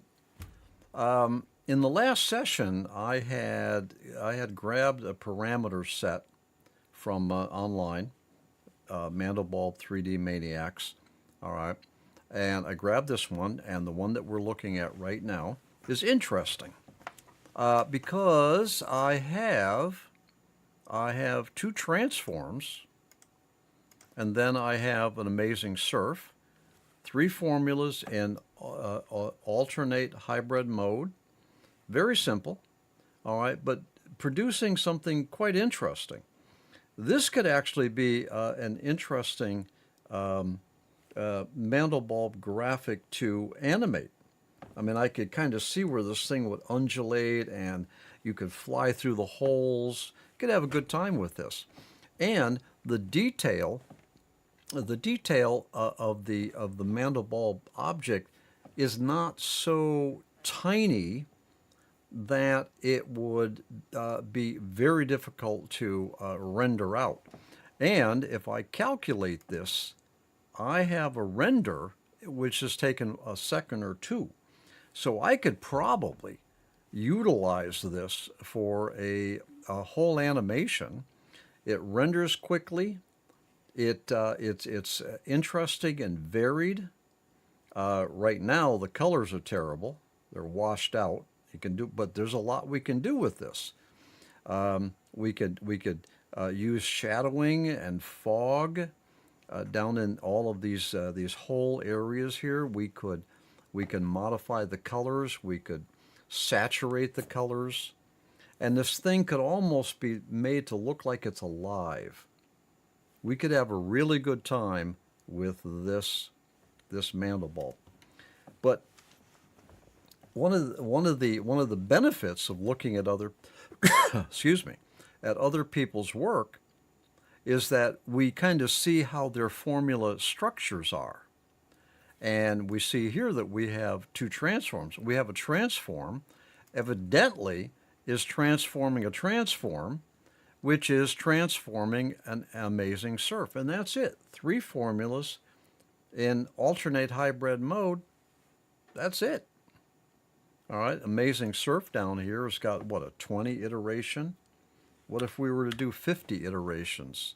Those are formula iterations now. Not much difference. Okay? Like I was saying in past sessions, just because you throw a lot of formula iterations at it doesn't mean that it's going to do all of those iterations. It just does the number of formula iterations that it needs, not because you tell it otherwise. Let's put an iteration count of 1 in there. Now that's an interesting graphic too. That's very fluid. It's got a lot of fluid type lines to it, okay? Flowing, mysterious, spooky. And I haven't touched the properties. All I did is I modified the iteration count. Let's put an iteration count of 2 in there. Interesting. I changed it. Look at that. All right. Now, if I was to pull that over into the navigator, let's turn that navigator on for you. All right. Let's make it so I can see it a little bit better. Come on. Come on. All right. Now let's go to my amazing box here. Come on, right there. Amazing, amazing surf. Sorry. Let's see. Amazing surf. Okay. There's my amazing surf iteration count. Okay, right. All right. Now, so there's my.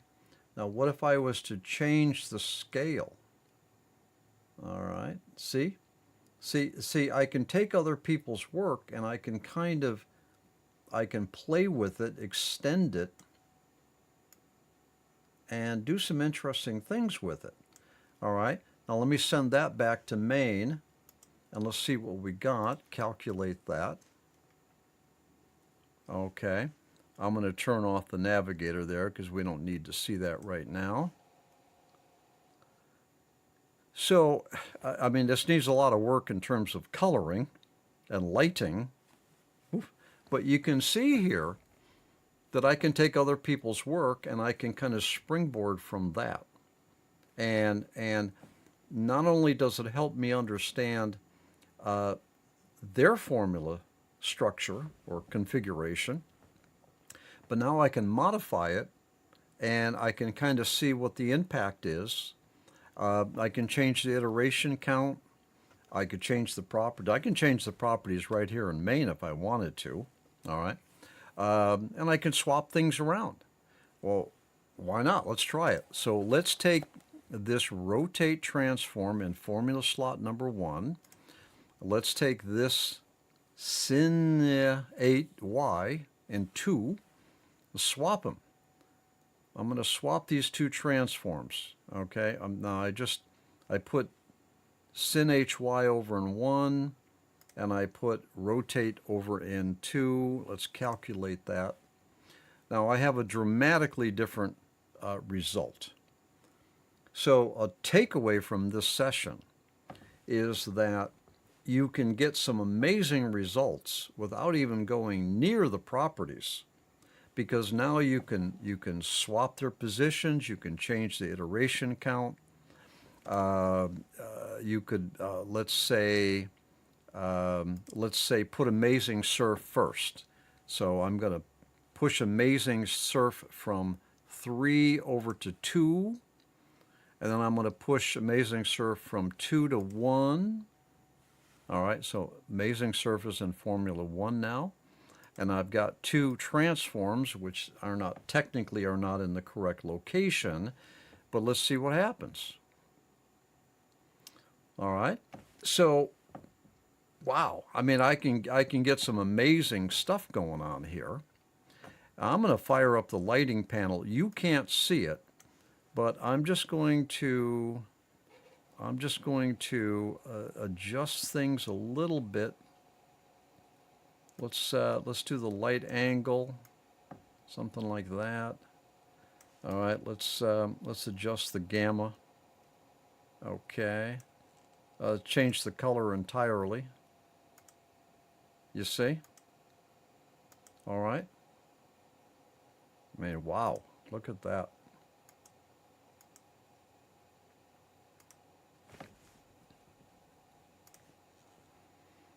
Okay.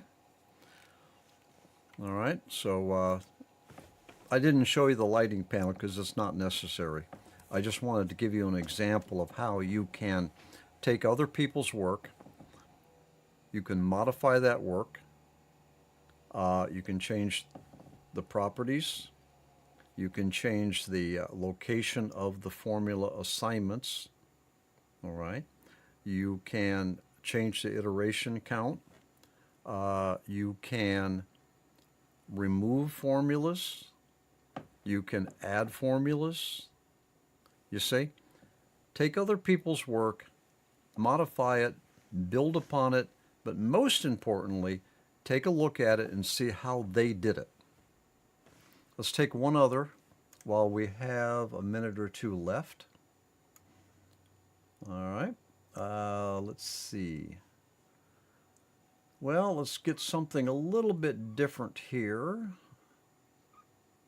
I don't know. Let's try this one right here. All right.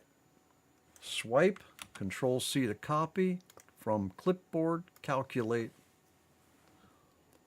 And I'm going to change the aspect ratio, the size. I'm going to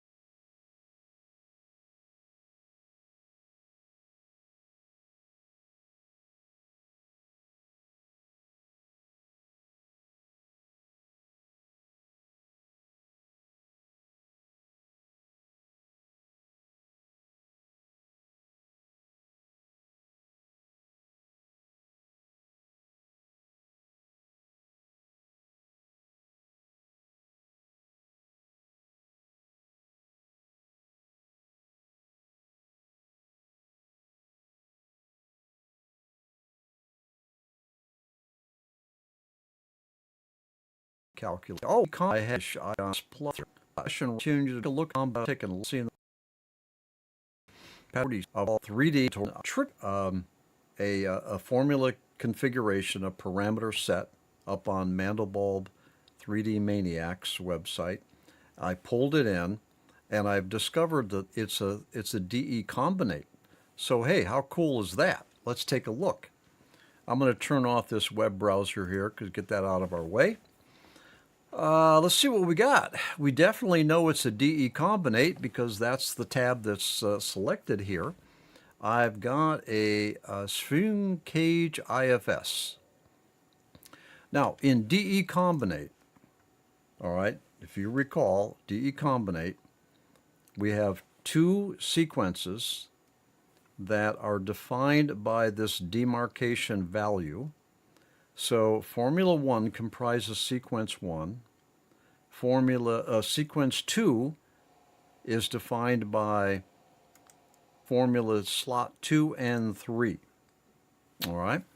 So what we can do is, let's go over to Formula 1 and let's modify the configuration count from 2 to, I don't know, 5.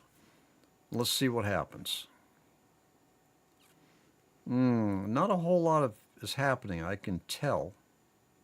Not a whole lot is happening. Now, in order for me to understand what a Sphere Cage IFS is, I can either go look it up, or I can isolate it by dropping into the alternate hybrid mode, turning off all the other formulas, and then running that one to see what it looks like. I'm going to do that.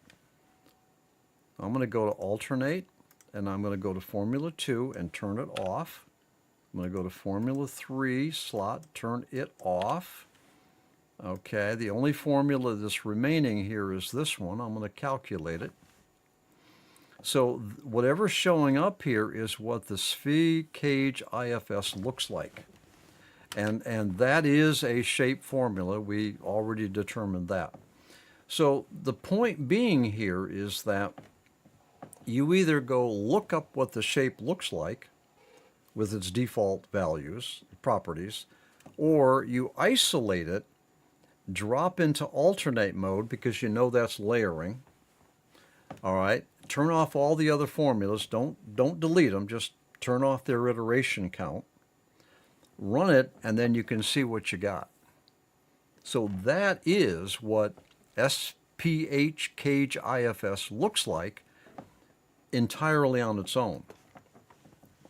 I'm going to turn off the cage. I'm going to turn on the Menger Plus. Let's run that. See what it looks like. So there's our Menger. You see? All right, I'm going to turn off Menger. I think you're getting the point. Here, integer power. You know what that looks like, right? All right, well, that's our integer power that's very much zoomed in. But that looks familiar to you.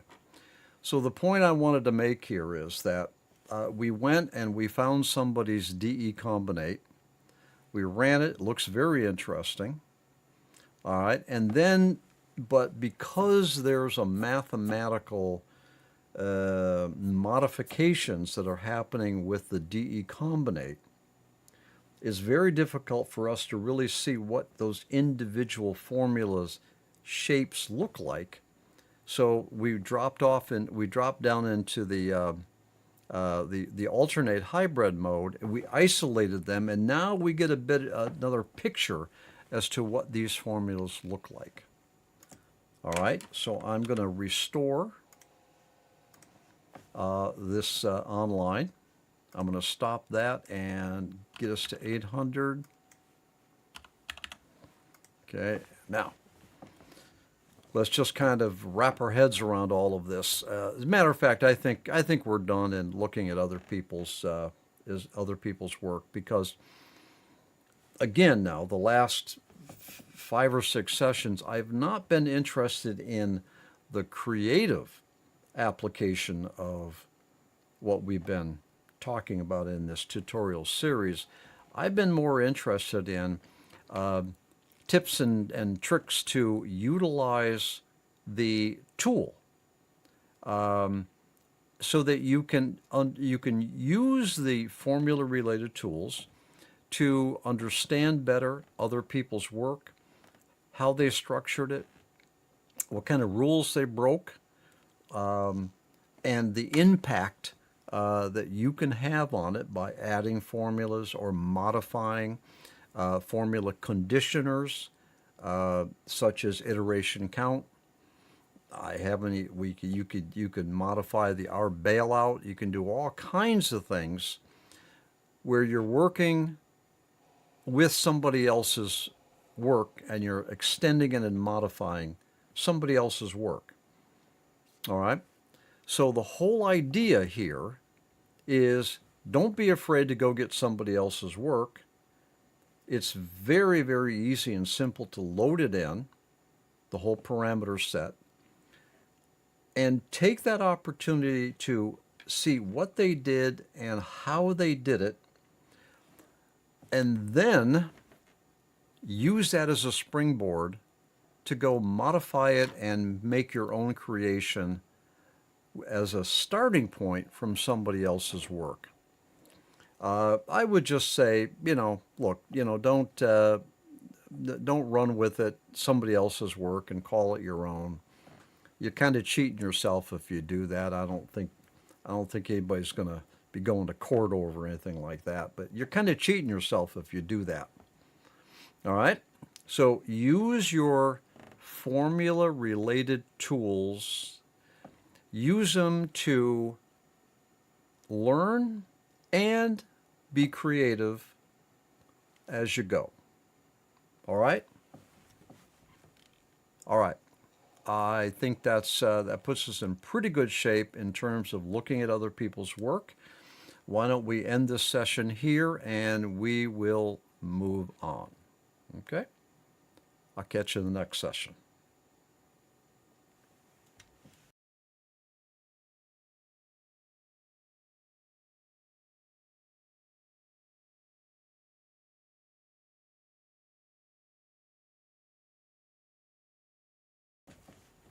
Patrick Cook here. Welcome to session 48 of our Mastering Mandelbulb 3D Formula Tutorial Series. Now, I've been working with the Mandelbulb 3D application, I don't know, maybe 5 years, I guess. I did a project in 2017 that I was pretty happy with. And, you know, I've been working with it ever since. The, you know, there's a couple there's a couple areas of the Mandelbulb 3D that I don't like.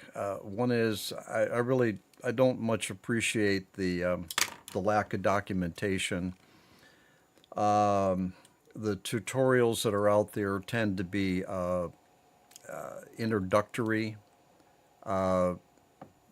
don't really take you into the depth that you would like. You have to kind of figure it out for yourself. The learning curve is steep. I'll grant you that, you know, especially when you move into things like DE Combinate, which a lot of people will simply just not venture into because it can get a little challenging.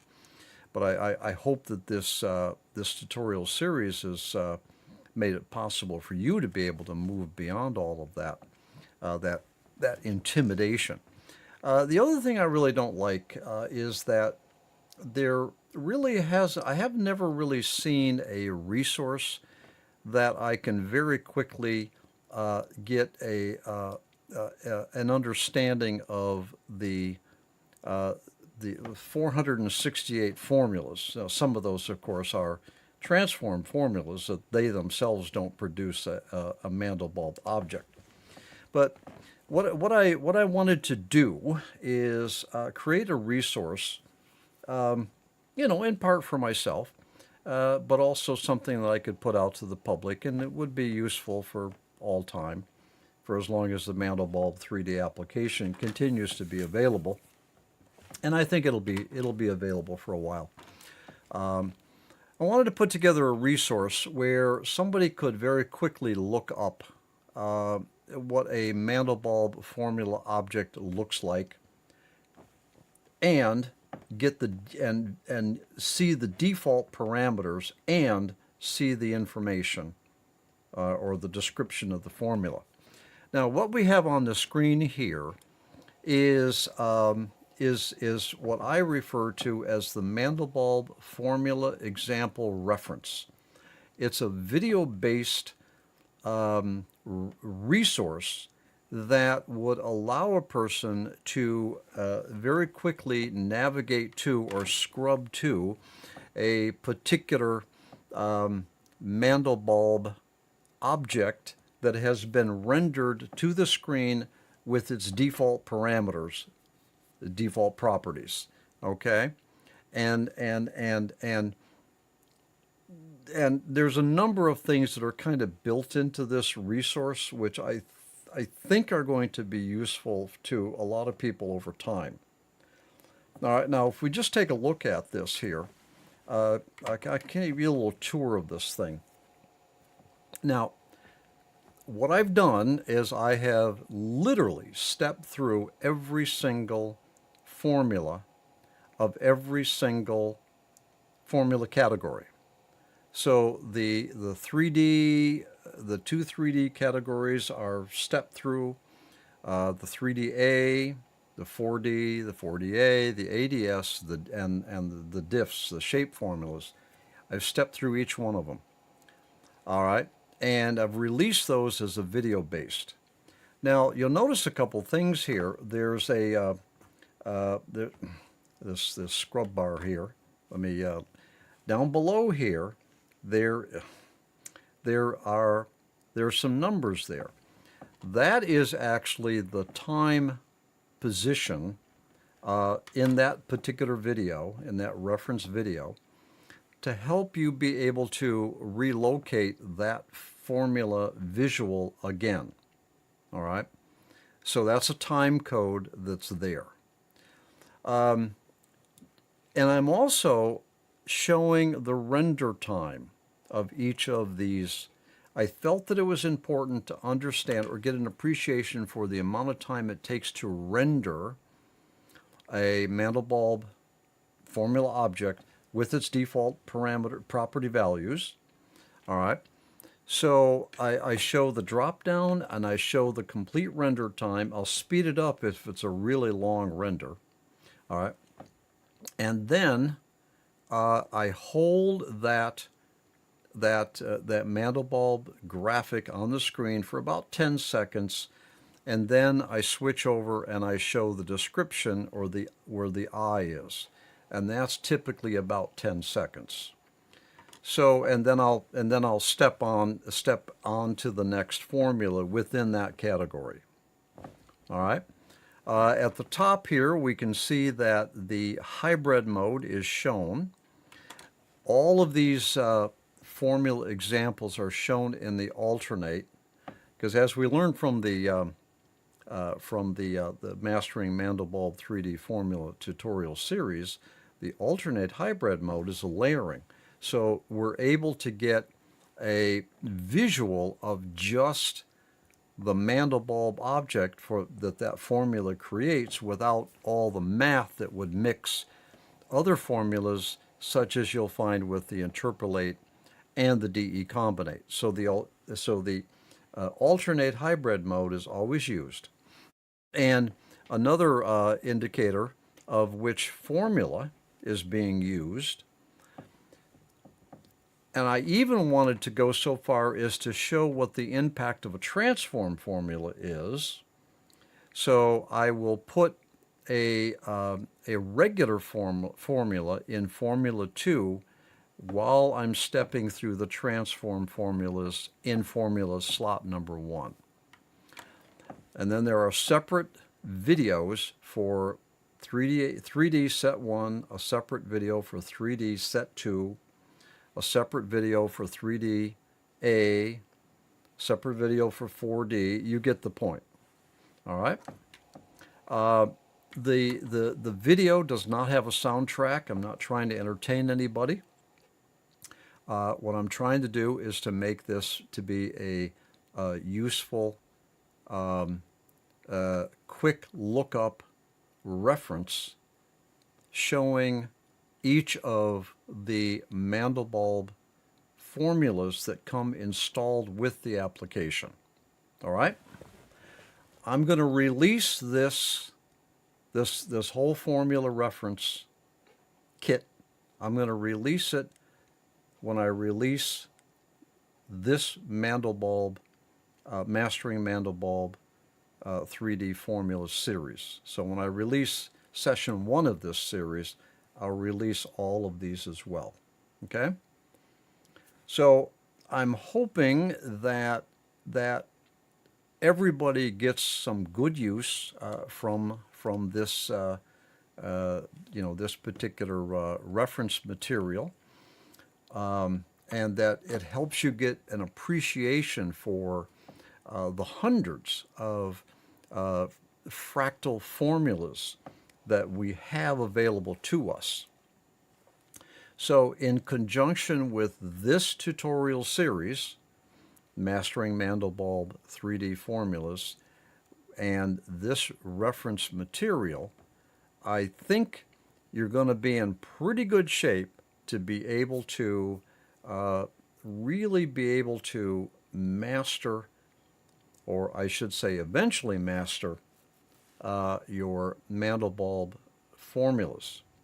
And the beautiful thing about the Mandelbulb is not only do we have a whole bunch of formulas, but we can pull other people's formulas in, all right? It doesn't have to be just what's installed. It can be other people's formulas. We're going to go over that. you got 468 formulas that are installed with the application. You can get other people's formulas pulled in. You've got all different kinds of variations that you can apply to combine these multiple formulas.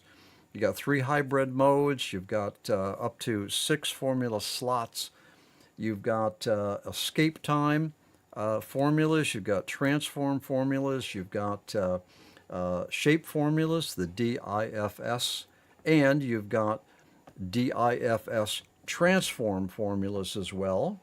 You can get in there. You can change the iteration count, the max iterations, the R bailout, and you can get in there and modify the individual properties. And you can combine these formulas visually, that is, like the alternate mode, layering visually, or you can combine them mathematically, interpolate, averaging, or the DE combinate, which now it's a very complex method of merging multiple formulas. The point is you can do a lot. The learning curve is steep. You have to just kind of dive into it, try different things, see what happens, and try to use other people's work with their parameter sets that you can copy from online. Try to use other people's work to understand how they did it and how you might be able to do it. And lastly, I'm hoping that this Mandelbulb3D formula example reference can also be of some help to you. Okay? All right, so that's enough for this session. We'll pick it up in a few minutes in the next session, and I'll see you there.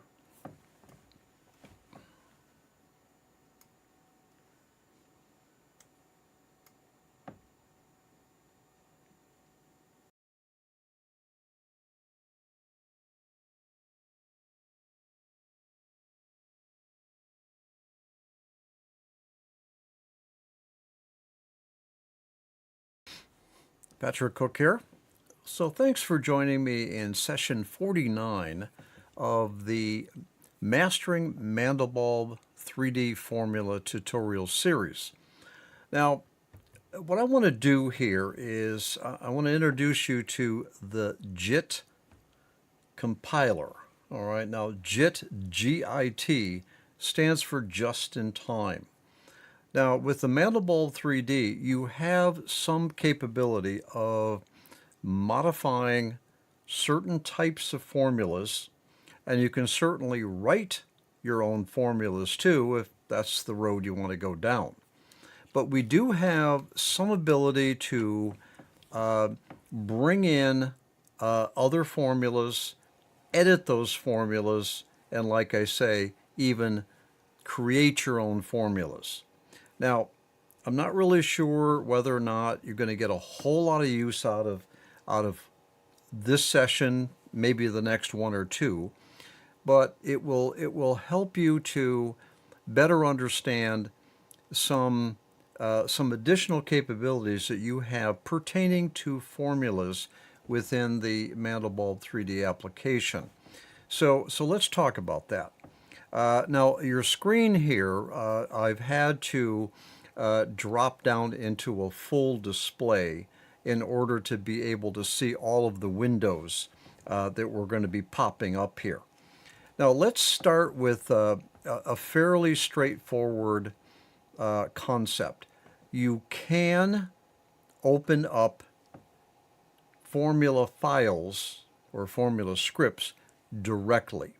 The way you do that is with this little folder icon here. Now, if I click on that, I have reset, by the way. All right, I'm reset. There's no I'm in alternate hybrid mode. There's no formulas assigned. I've reset.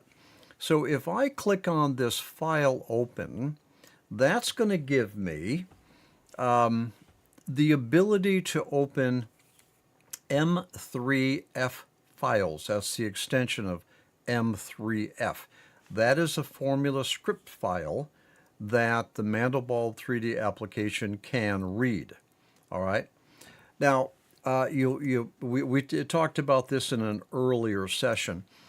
In the Mandelbulb installation directory, you do have an M3 folders folder, all right, and that contains the file script that can be opened up and executed with the Mandelbulb3D software application.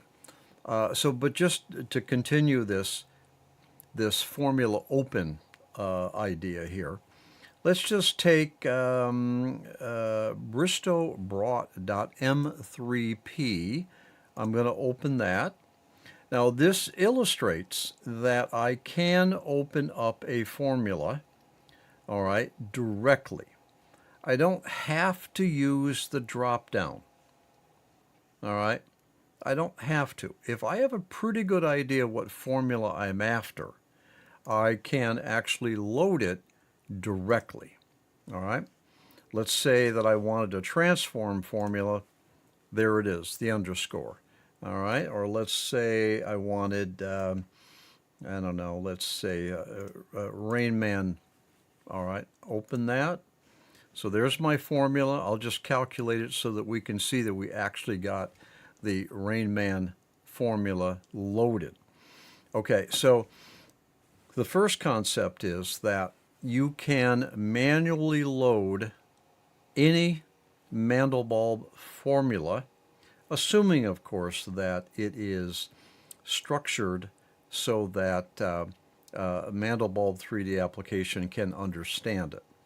Now, you don't, as long as it's an M3F file, you can open up any M3F file. Let me illustrate that. So I'm going to go back to my open icon. Now, along with the later versions of the Mandelbulb3D software, there's a folder called em_jit_M3 formulas. I'll just click on that and go into that folder. So what do we have? I don't know, what do we have? About 20 or 30 of these additional formulas. Now here's a key point. What's interesting is that these JIT_EM formulas are not loaded with the drop downs. They're not there. The drop downs from the formula category don't see these JIT_EM, but I can manually load them. Let me just pick something here. Saturn. Here we go. We'll pick this one. We'll open it. Now let's calculate it. So what I've done is I have just loaded an M3F formula script that is not found in any of these drop downs, all right, because it's in an entirely different folder. All right, so in this session, what I wanted to show you is that you can manually load formulas. If I go to formula slot number 2 and I do a load, let's go back to the normal Mandelbulb. Oh, let's say I wanted to put a transform in there. Something like that. Okay. So now in formula slot number 2, I have a transform, and I have here's the JIT that I just loaded. I'm going to switch their location here. Come on. These drop downs is terrible. Okay, and let's try executing this. Okay. So what I've done here is I have applied an escape time formula that came along with the Mandelbulb application and that the drop downs do see. Let's see if I can find that. All right, where is that E? Oh, there it is. Okay, it looks like it's Is it an ADS maybe? Oh, it looks like it's an ADS. Come on. Okay, it's down in here. Okay, it's going to be down. It's an ADS. It's down in here somewhere. All right. They don't make it easy, do they? Oh, where is that? Every time I go looking for these formulas in the stack here, there it is right there. All right. So that is a 3D escape time formula that I loaded manually using the file, the formula file open icon. Okay? So that's really all I wanted to do in this session, is to introduce your ability to open and manually load a formula. Now you can manually load formulas other than the ones that are actually provided with the Mandelbulb3D installation. For instance, if you were up online and you found somebody who had created a Mandelbulb3D readable formula, you could download that formula and open it up here in the Mandelbulb3D application, as long as the formula is compatible with the Mandelbulb3D application. Okay, so that's what I wanted to accomplish in this session, to show you how to manually open a formula, and obviously open it and execute it so that you can see what it looks like. What we're going to do in the next session is we're going to talk about this JIT right here. All right, that is just in time. That's what JIT stands for, and it gives you the ability to edit formula scripts. All right, we're going to talk about that in the next session. I'll see you there.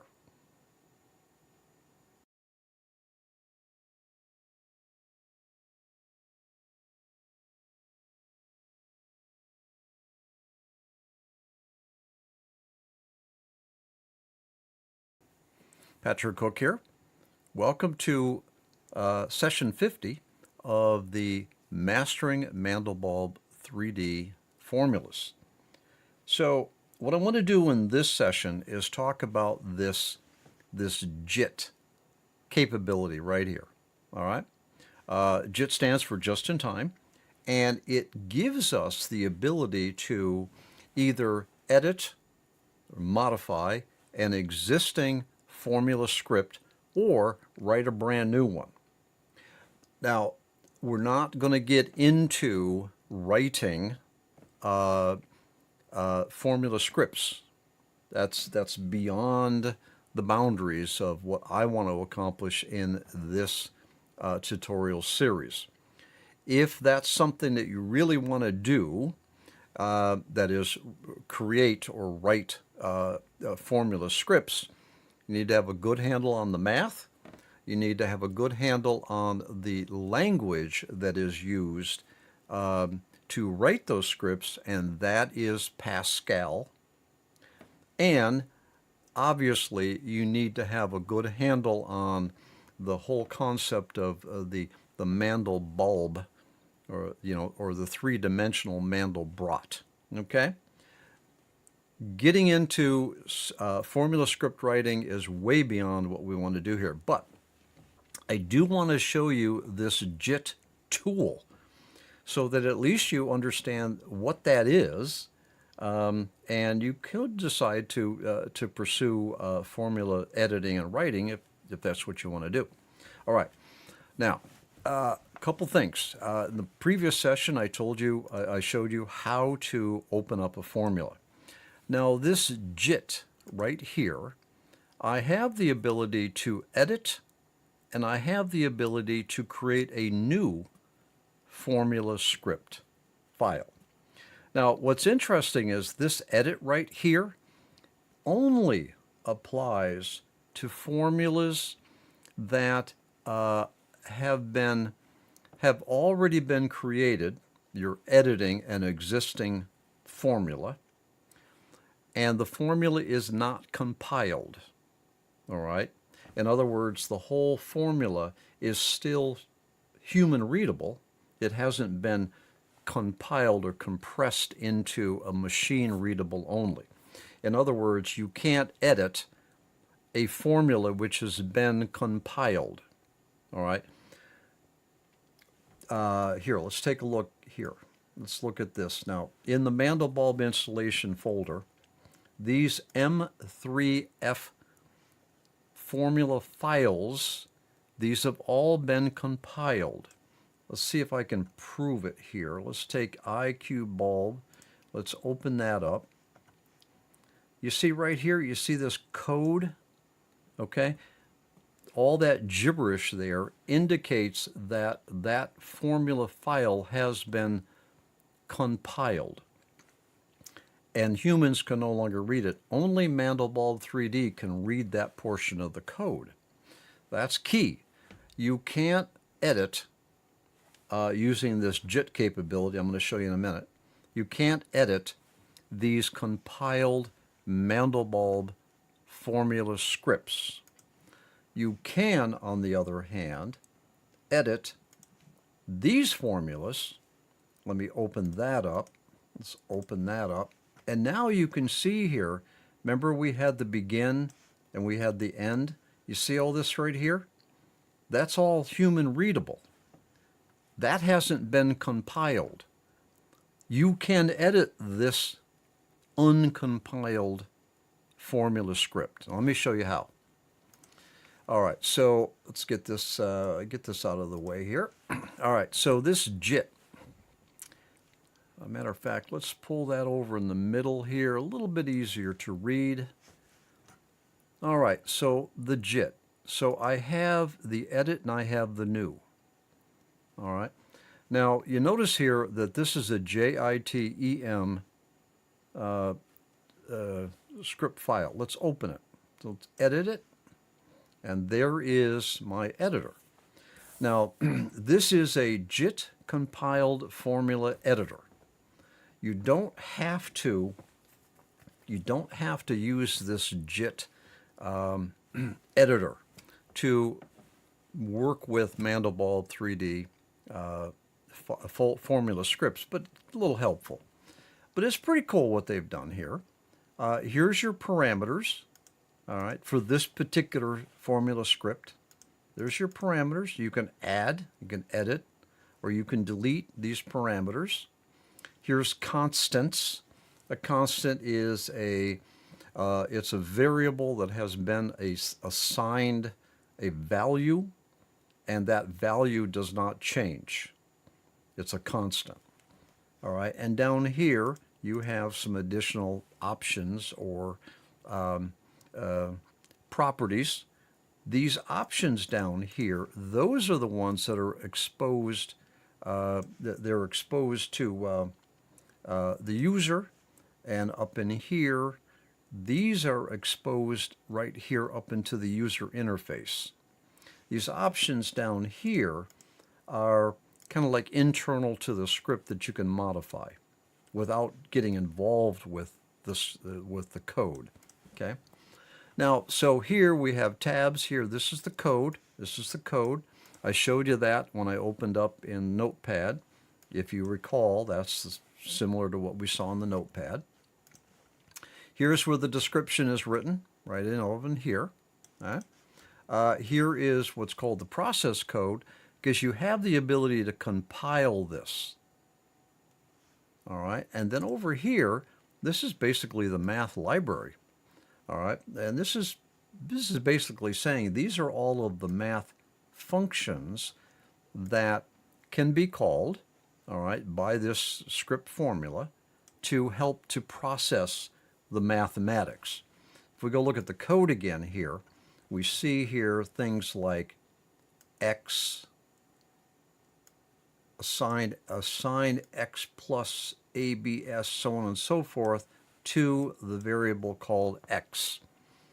By the way, the colon equals, that is Pascal's syntax for assigning a value to a variable. All right. So, for instance, down here, oh, here we go. Okay. What we're going to do is we're going to assign to x1, that's the name of the variable, we're going to assign it x plus. All right. And then what x plus v add addition x, that's another variable. All right. And then this semicolon here indicates that that's the end of the statement. This is all Pascal, or Delphi. It's sometimes referred to as Delphi. This is the Delphi Pascal language. All right. Now, you can actually come in here and edit this formula script.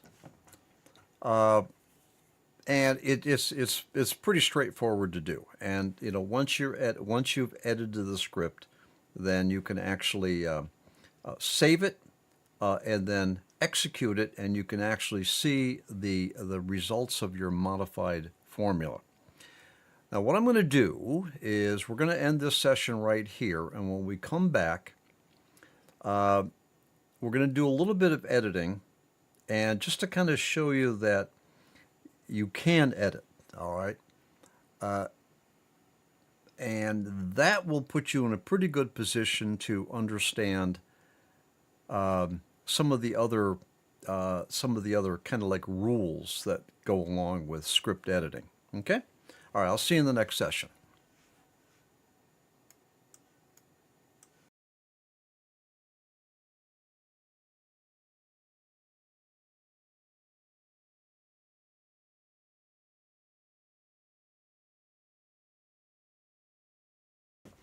Patrick Cook here.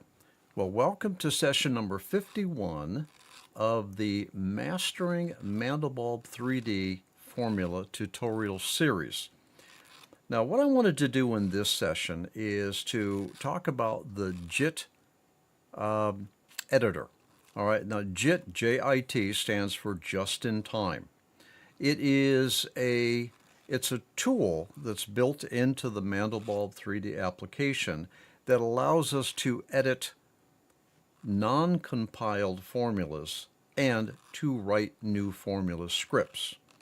Now, if you take a look at the screen here, I have reset, so I am back to when Mandelbulb application would be opened with the default formula of integer power. Now, this integer power is a compiled formula script, and so we can't edit it, at least not with the JIT compiler. We would have to have the original code in order to modify the internal code or the script of the formula. We don't have that code. All right, so this is a compiled formula, and you can't edit a compiled formula. Let's just see if we can take a look here. Let's just pick anything. This is the folder for that comes along with the Mandelbulb3D application installation.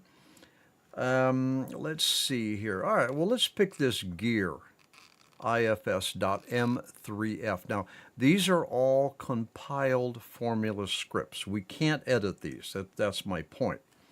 All right, so let's open that with Notepad. All right, and you see here, all right, this is the formula script. Now, here's our options, okay, often referred to as properties. And here is the code. And all that gibberish there, that's actually the hexadecimal equivalent of a compiled code. Here's the description, all right, and then here's the author. All right, so we can't edit a compiled formula. Now let me show you. Let me show you what I mean. So we're on the integer power, and if I go to this JIT button and I press it, you see here that the edit JIT compiled formula can't be edited because it's already compiled, and we don't have what's called the source code, where the uncompiled code, to be able to edit it. We can create a new formula script, but that's a topic for a little later on in the session. Now, all right, so I think we've pretty much established that we cannot edit a compiled formula, but we can edit, using the JIT editor tool, a non-compiled. Now, an example of a non-compiled, let's get the file manager back up here. You see here that included with the Mandelbulb installation is a number of JIT_EM formula scripts, okay? Now, I'm not entirely certain where these formula scripts came from, but it was a person who had developed a number of scripts, and at some point they were included in the Mandelbulb installation. Now, what's interesting is that these JIT JMs, they do not show up in our lists until we call them. All right, more on that in a minute. All right, so let's get back here. So this is a JIT, this is an uncompiled. Let's prove it. I'm going to open this up in Notepad, and now here, you remember we saw code, begin and end. Okay, there is the code right there. All right, that is an uncompiled formula script, which means that we can edit it. Let me show you. So let's go. All right, so let's do this. Let's what we could do here is we can, come on, get off there. We're going to use this, and I'm going to open that up. So I'm going to open that up. I'm going to go to the installation folder of my Mandelbulb, and I'm going to go into this folder, and let's pull up let's box bulb. Okay, let's open that. So okay, so I have, there it is. Come on, there it is. So it loaded into my Mandelbulb application. Now let's go ahead and execute it, calculate it.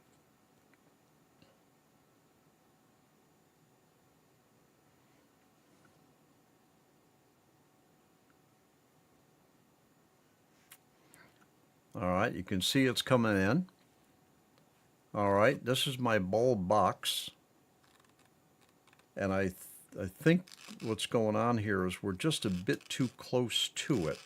But that's pretty cool. All right, that's good enough for now to illustrate the JIT editor.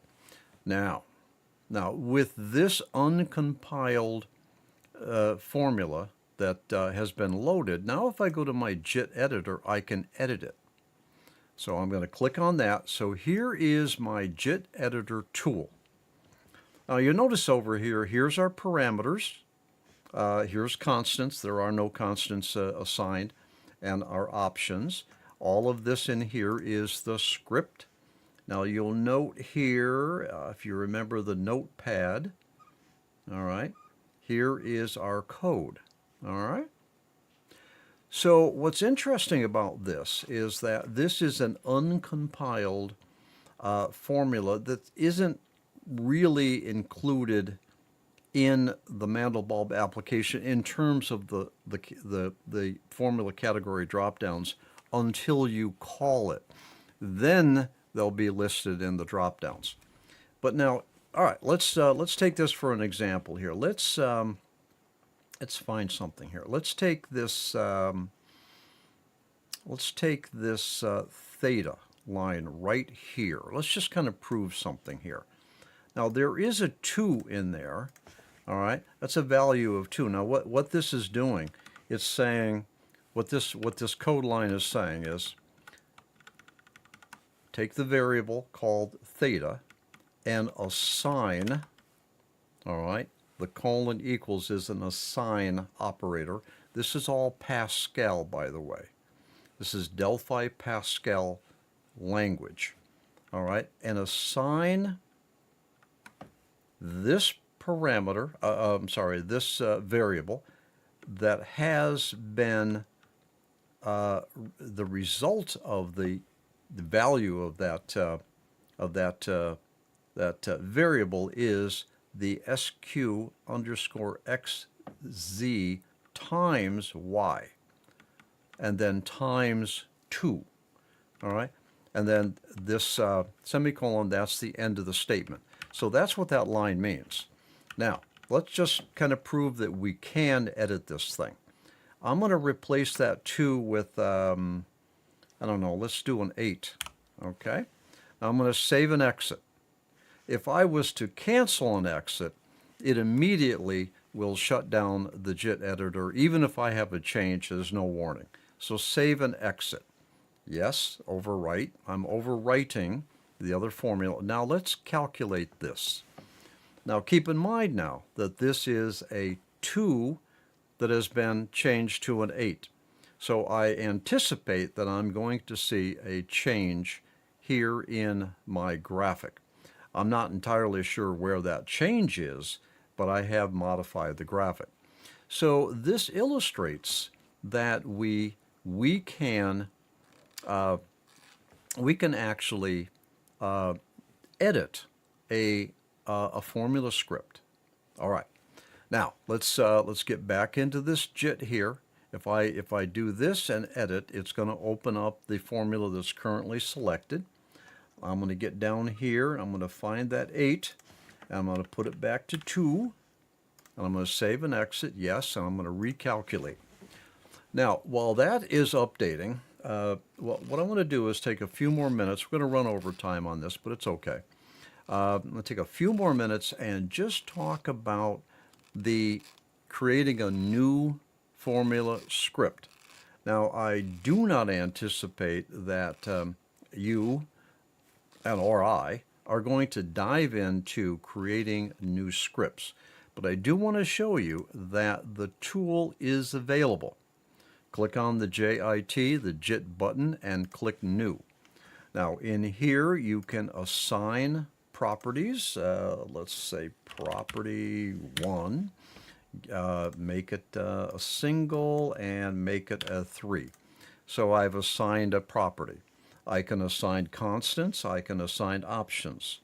Now in here, this is where you're going to write your code. Now keep in mind that this is Pascal. That's pretty bad code right there. That's not going to work. But this is Pascal. And then what you do is you can save it. Now you need, this is the name. All right, my new formula. All right. Usually you want the convention of starting with the JIT to indicate that it is an uncompiled formula script that is not native to the Mandelbulb3D application. And certainly you can make these scripts available to other Mandelbulb3D application users, and they can load it in and they can run it. So getting into the actual code is well beyond this tutorial series, but I wanted to let you know that you do have the ability to create formula scripts. Now let's test something here. If I made a bunch of changes here. If I do a cancel and exit, it's all gone. So be very careful with that. There is no confirmation when you cancel and exit. You've just lost all your work. All right? So we're over time in this session, but that's okay, because this is important information. You do have, in review, you do have the ability to edit an uncompiled formula script. You can edit the code. You can edit the properties. You can come in here and you can edit to make that default, change the value and make a new default value that would show up on your interface. All right. So if you use a formula a lot, if it's not a compiled formula, you can alter the default properties, default values of the properties. All right. So you can edit the code. You can modify it, you can play with it. If it doesn't work, you'll know, and then you can go back in there and edit. All right? So you can, with the JIT editor, you have the ability to edit uncompiled Mandelbulb 3D formula scripts, and you have the ability to create new scripts that you can use for yourself or share with others. Okay? All right, I think that puts us in really good condition in terms of having covered a great deal of this formula-related functionality. I think we're ready to bring this tutorial series number 2 to a conclusion, which we'll do in the next session. I'll see you there.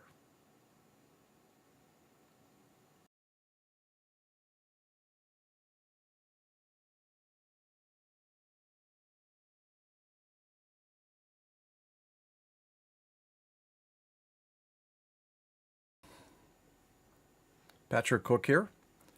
Welcome to session 52 of the Mastering Mandelbulb 3D Formula Tutorial Series. This is series number 2. And I think that brings us to a point where we can close down this tutorial series. Everything that I wanted to accomplish, we have accomplished. Whether or not you understand all of the various functionality is not really relevant right now, because you have the ability to go back and review. But more importantly, you want to try to put a lot of this stuff into some action. Be creative with this Mandelbulb 3D. Venture down the road of these formulas, even if it's a little intimidating, because I think you're going to find that there's a lot of creativity that can be extracted from this once you get to a point where you're utilizing all of the various functionality that is available to you, well, concerning formulas anyway.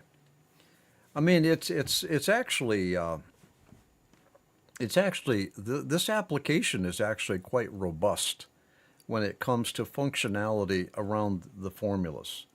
I mean, if you think about it, you've got 3 hybrid modes. You've got alternate. If you remember, think of alternate as kind of a layering, all right, of Mandelbulb objects. You've got the interpolate. All right, this is where 2 Mandelbulb formulas can be averaged together, and you can decide the averaging weight of the one or the other. Okay, you can make this more prominent than this formula. You get to decide the weighting in interpolate. The DE combinate is a very, very powerful hybrid mode, because it gives you up to 6 formula slots to work with. Okay, and it's a volumetric Boolean situation where you can take 2 Mandelbulb or multiple Mandelbulb objects, and you can Boolean combine them. You can have them intersect one another. You can have one extract from another. All right, there's a lot of things you can do with it. Now keep in mind, in DE combinate, you've got two formula sequences, and that sequence is going to be the 2 sequences. The dividing point is going to be decided by this value right here. All right, so if this value is 4, your first DE combinate sequence is going to be formulas 1, 2, 3. Your second sequence is going to be 4, 5, and 6. Obviously, if those formula slots are not assigned, they're not part of the sequence. So the DE combinate is a 2-sequence volumetric Boolean mathematical process, all right, to combine or mix your Mandelbulb objects. You do have the ability to modify with the DE comb. You can modify just how these Boolean operators actually occur. DE combinate is a very, very powerful functionality when it comes to your formulas. Don't overlook the power of the DE combinate. All right, you have the ability to control the number of iterations, an iteration of the formula itself, how many times the formula repeats, and you have the ability to modify how many times the sequence of formulas repeat. 1, 2, 3, 4, 1, 2, 3, 4, 1, 2, 3, 4, that sort of thing. Very powerful. You also have the ability to modify the R bailout, which can give you some amazing, amazing results. Don't be afraid to change these things. The worst that could happen is that your Mandelbulb3D application crashes because you taxed it too heavily. But that's all right. As long as you're up here and you're doing regular saves and you're ready for the crash, you're fine. Experiment. Push the limits on this stuff. Now look, you got 2 3D escape time lists. All right, you got a 3D A meaning analytical, which means that the application will do its best to determine the DE, the distance estimate values. Okay, they tend to render faster and better quality. You got the 4D, they got the 4DA. Don't forget now all these ADSs here. All right, those are all transforms. And if you remember what a transform is now, a transform itself does not create a Mandelbulb object, but will have an impact on another object to transform an object. All right, so you've got 3 drop-down lists of transforms in the ADS category. Now, you also have shape formulas. Do some really cool stuff with these shapes here, especially in DE combinate, where now you can have one shape that carves out part of another shape. It can really get pretty crazy. All right, so you've got 2 drop downs of shape or DIFS formulas, and this last category, this last drop down, those are DIFS or shape formula transforms. So now there you can actually have a DIFS transform that has an impact on a DIFS. All right, escape time and DIFS don't normally mix. All right. All right, so let's see. Wow. I think we're in great shape here. All right, in terms of the functionality of the Mandelbulb formula functionality. So we're going to close down this whole tutorial series because we're done. We're done. But let me just take a minute or two and encourage you to push your limits on the utilization of the formula capabilities and functionality of the Mandelbulb3D application. You are not going to get any graphics on the screen without a formula. That's where the graphics come from. They're formulas that are executed and then somehow combined or or extracted or averaged or whatever. The only way you're going to get any type of graphics on that screen is by utilizing a formula. That's the easy part. All right. The challenging part is how do you mix and combine and formulas and modify the formula conditioners. A conditioner would be iterations, our bailout. Those are conditioners. Over in the DE combinate, these are conditioners. Okay? The DE com, that's a conditioner. All right? Mixing the formulas, mixing them, modifying their formula conditioners, modifying their properties. All right, you got a lot of properties to work with here. Your ability to create a very interesting graphic on the screen, whether it's a still or an animation, is almost entirely dependent upon how much of the utilization of the formula functionality that you leverage in the application. Now, with that said, I just want to let you know that working with the Mandelbulb formulas is not hard.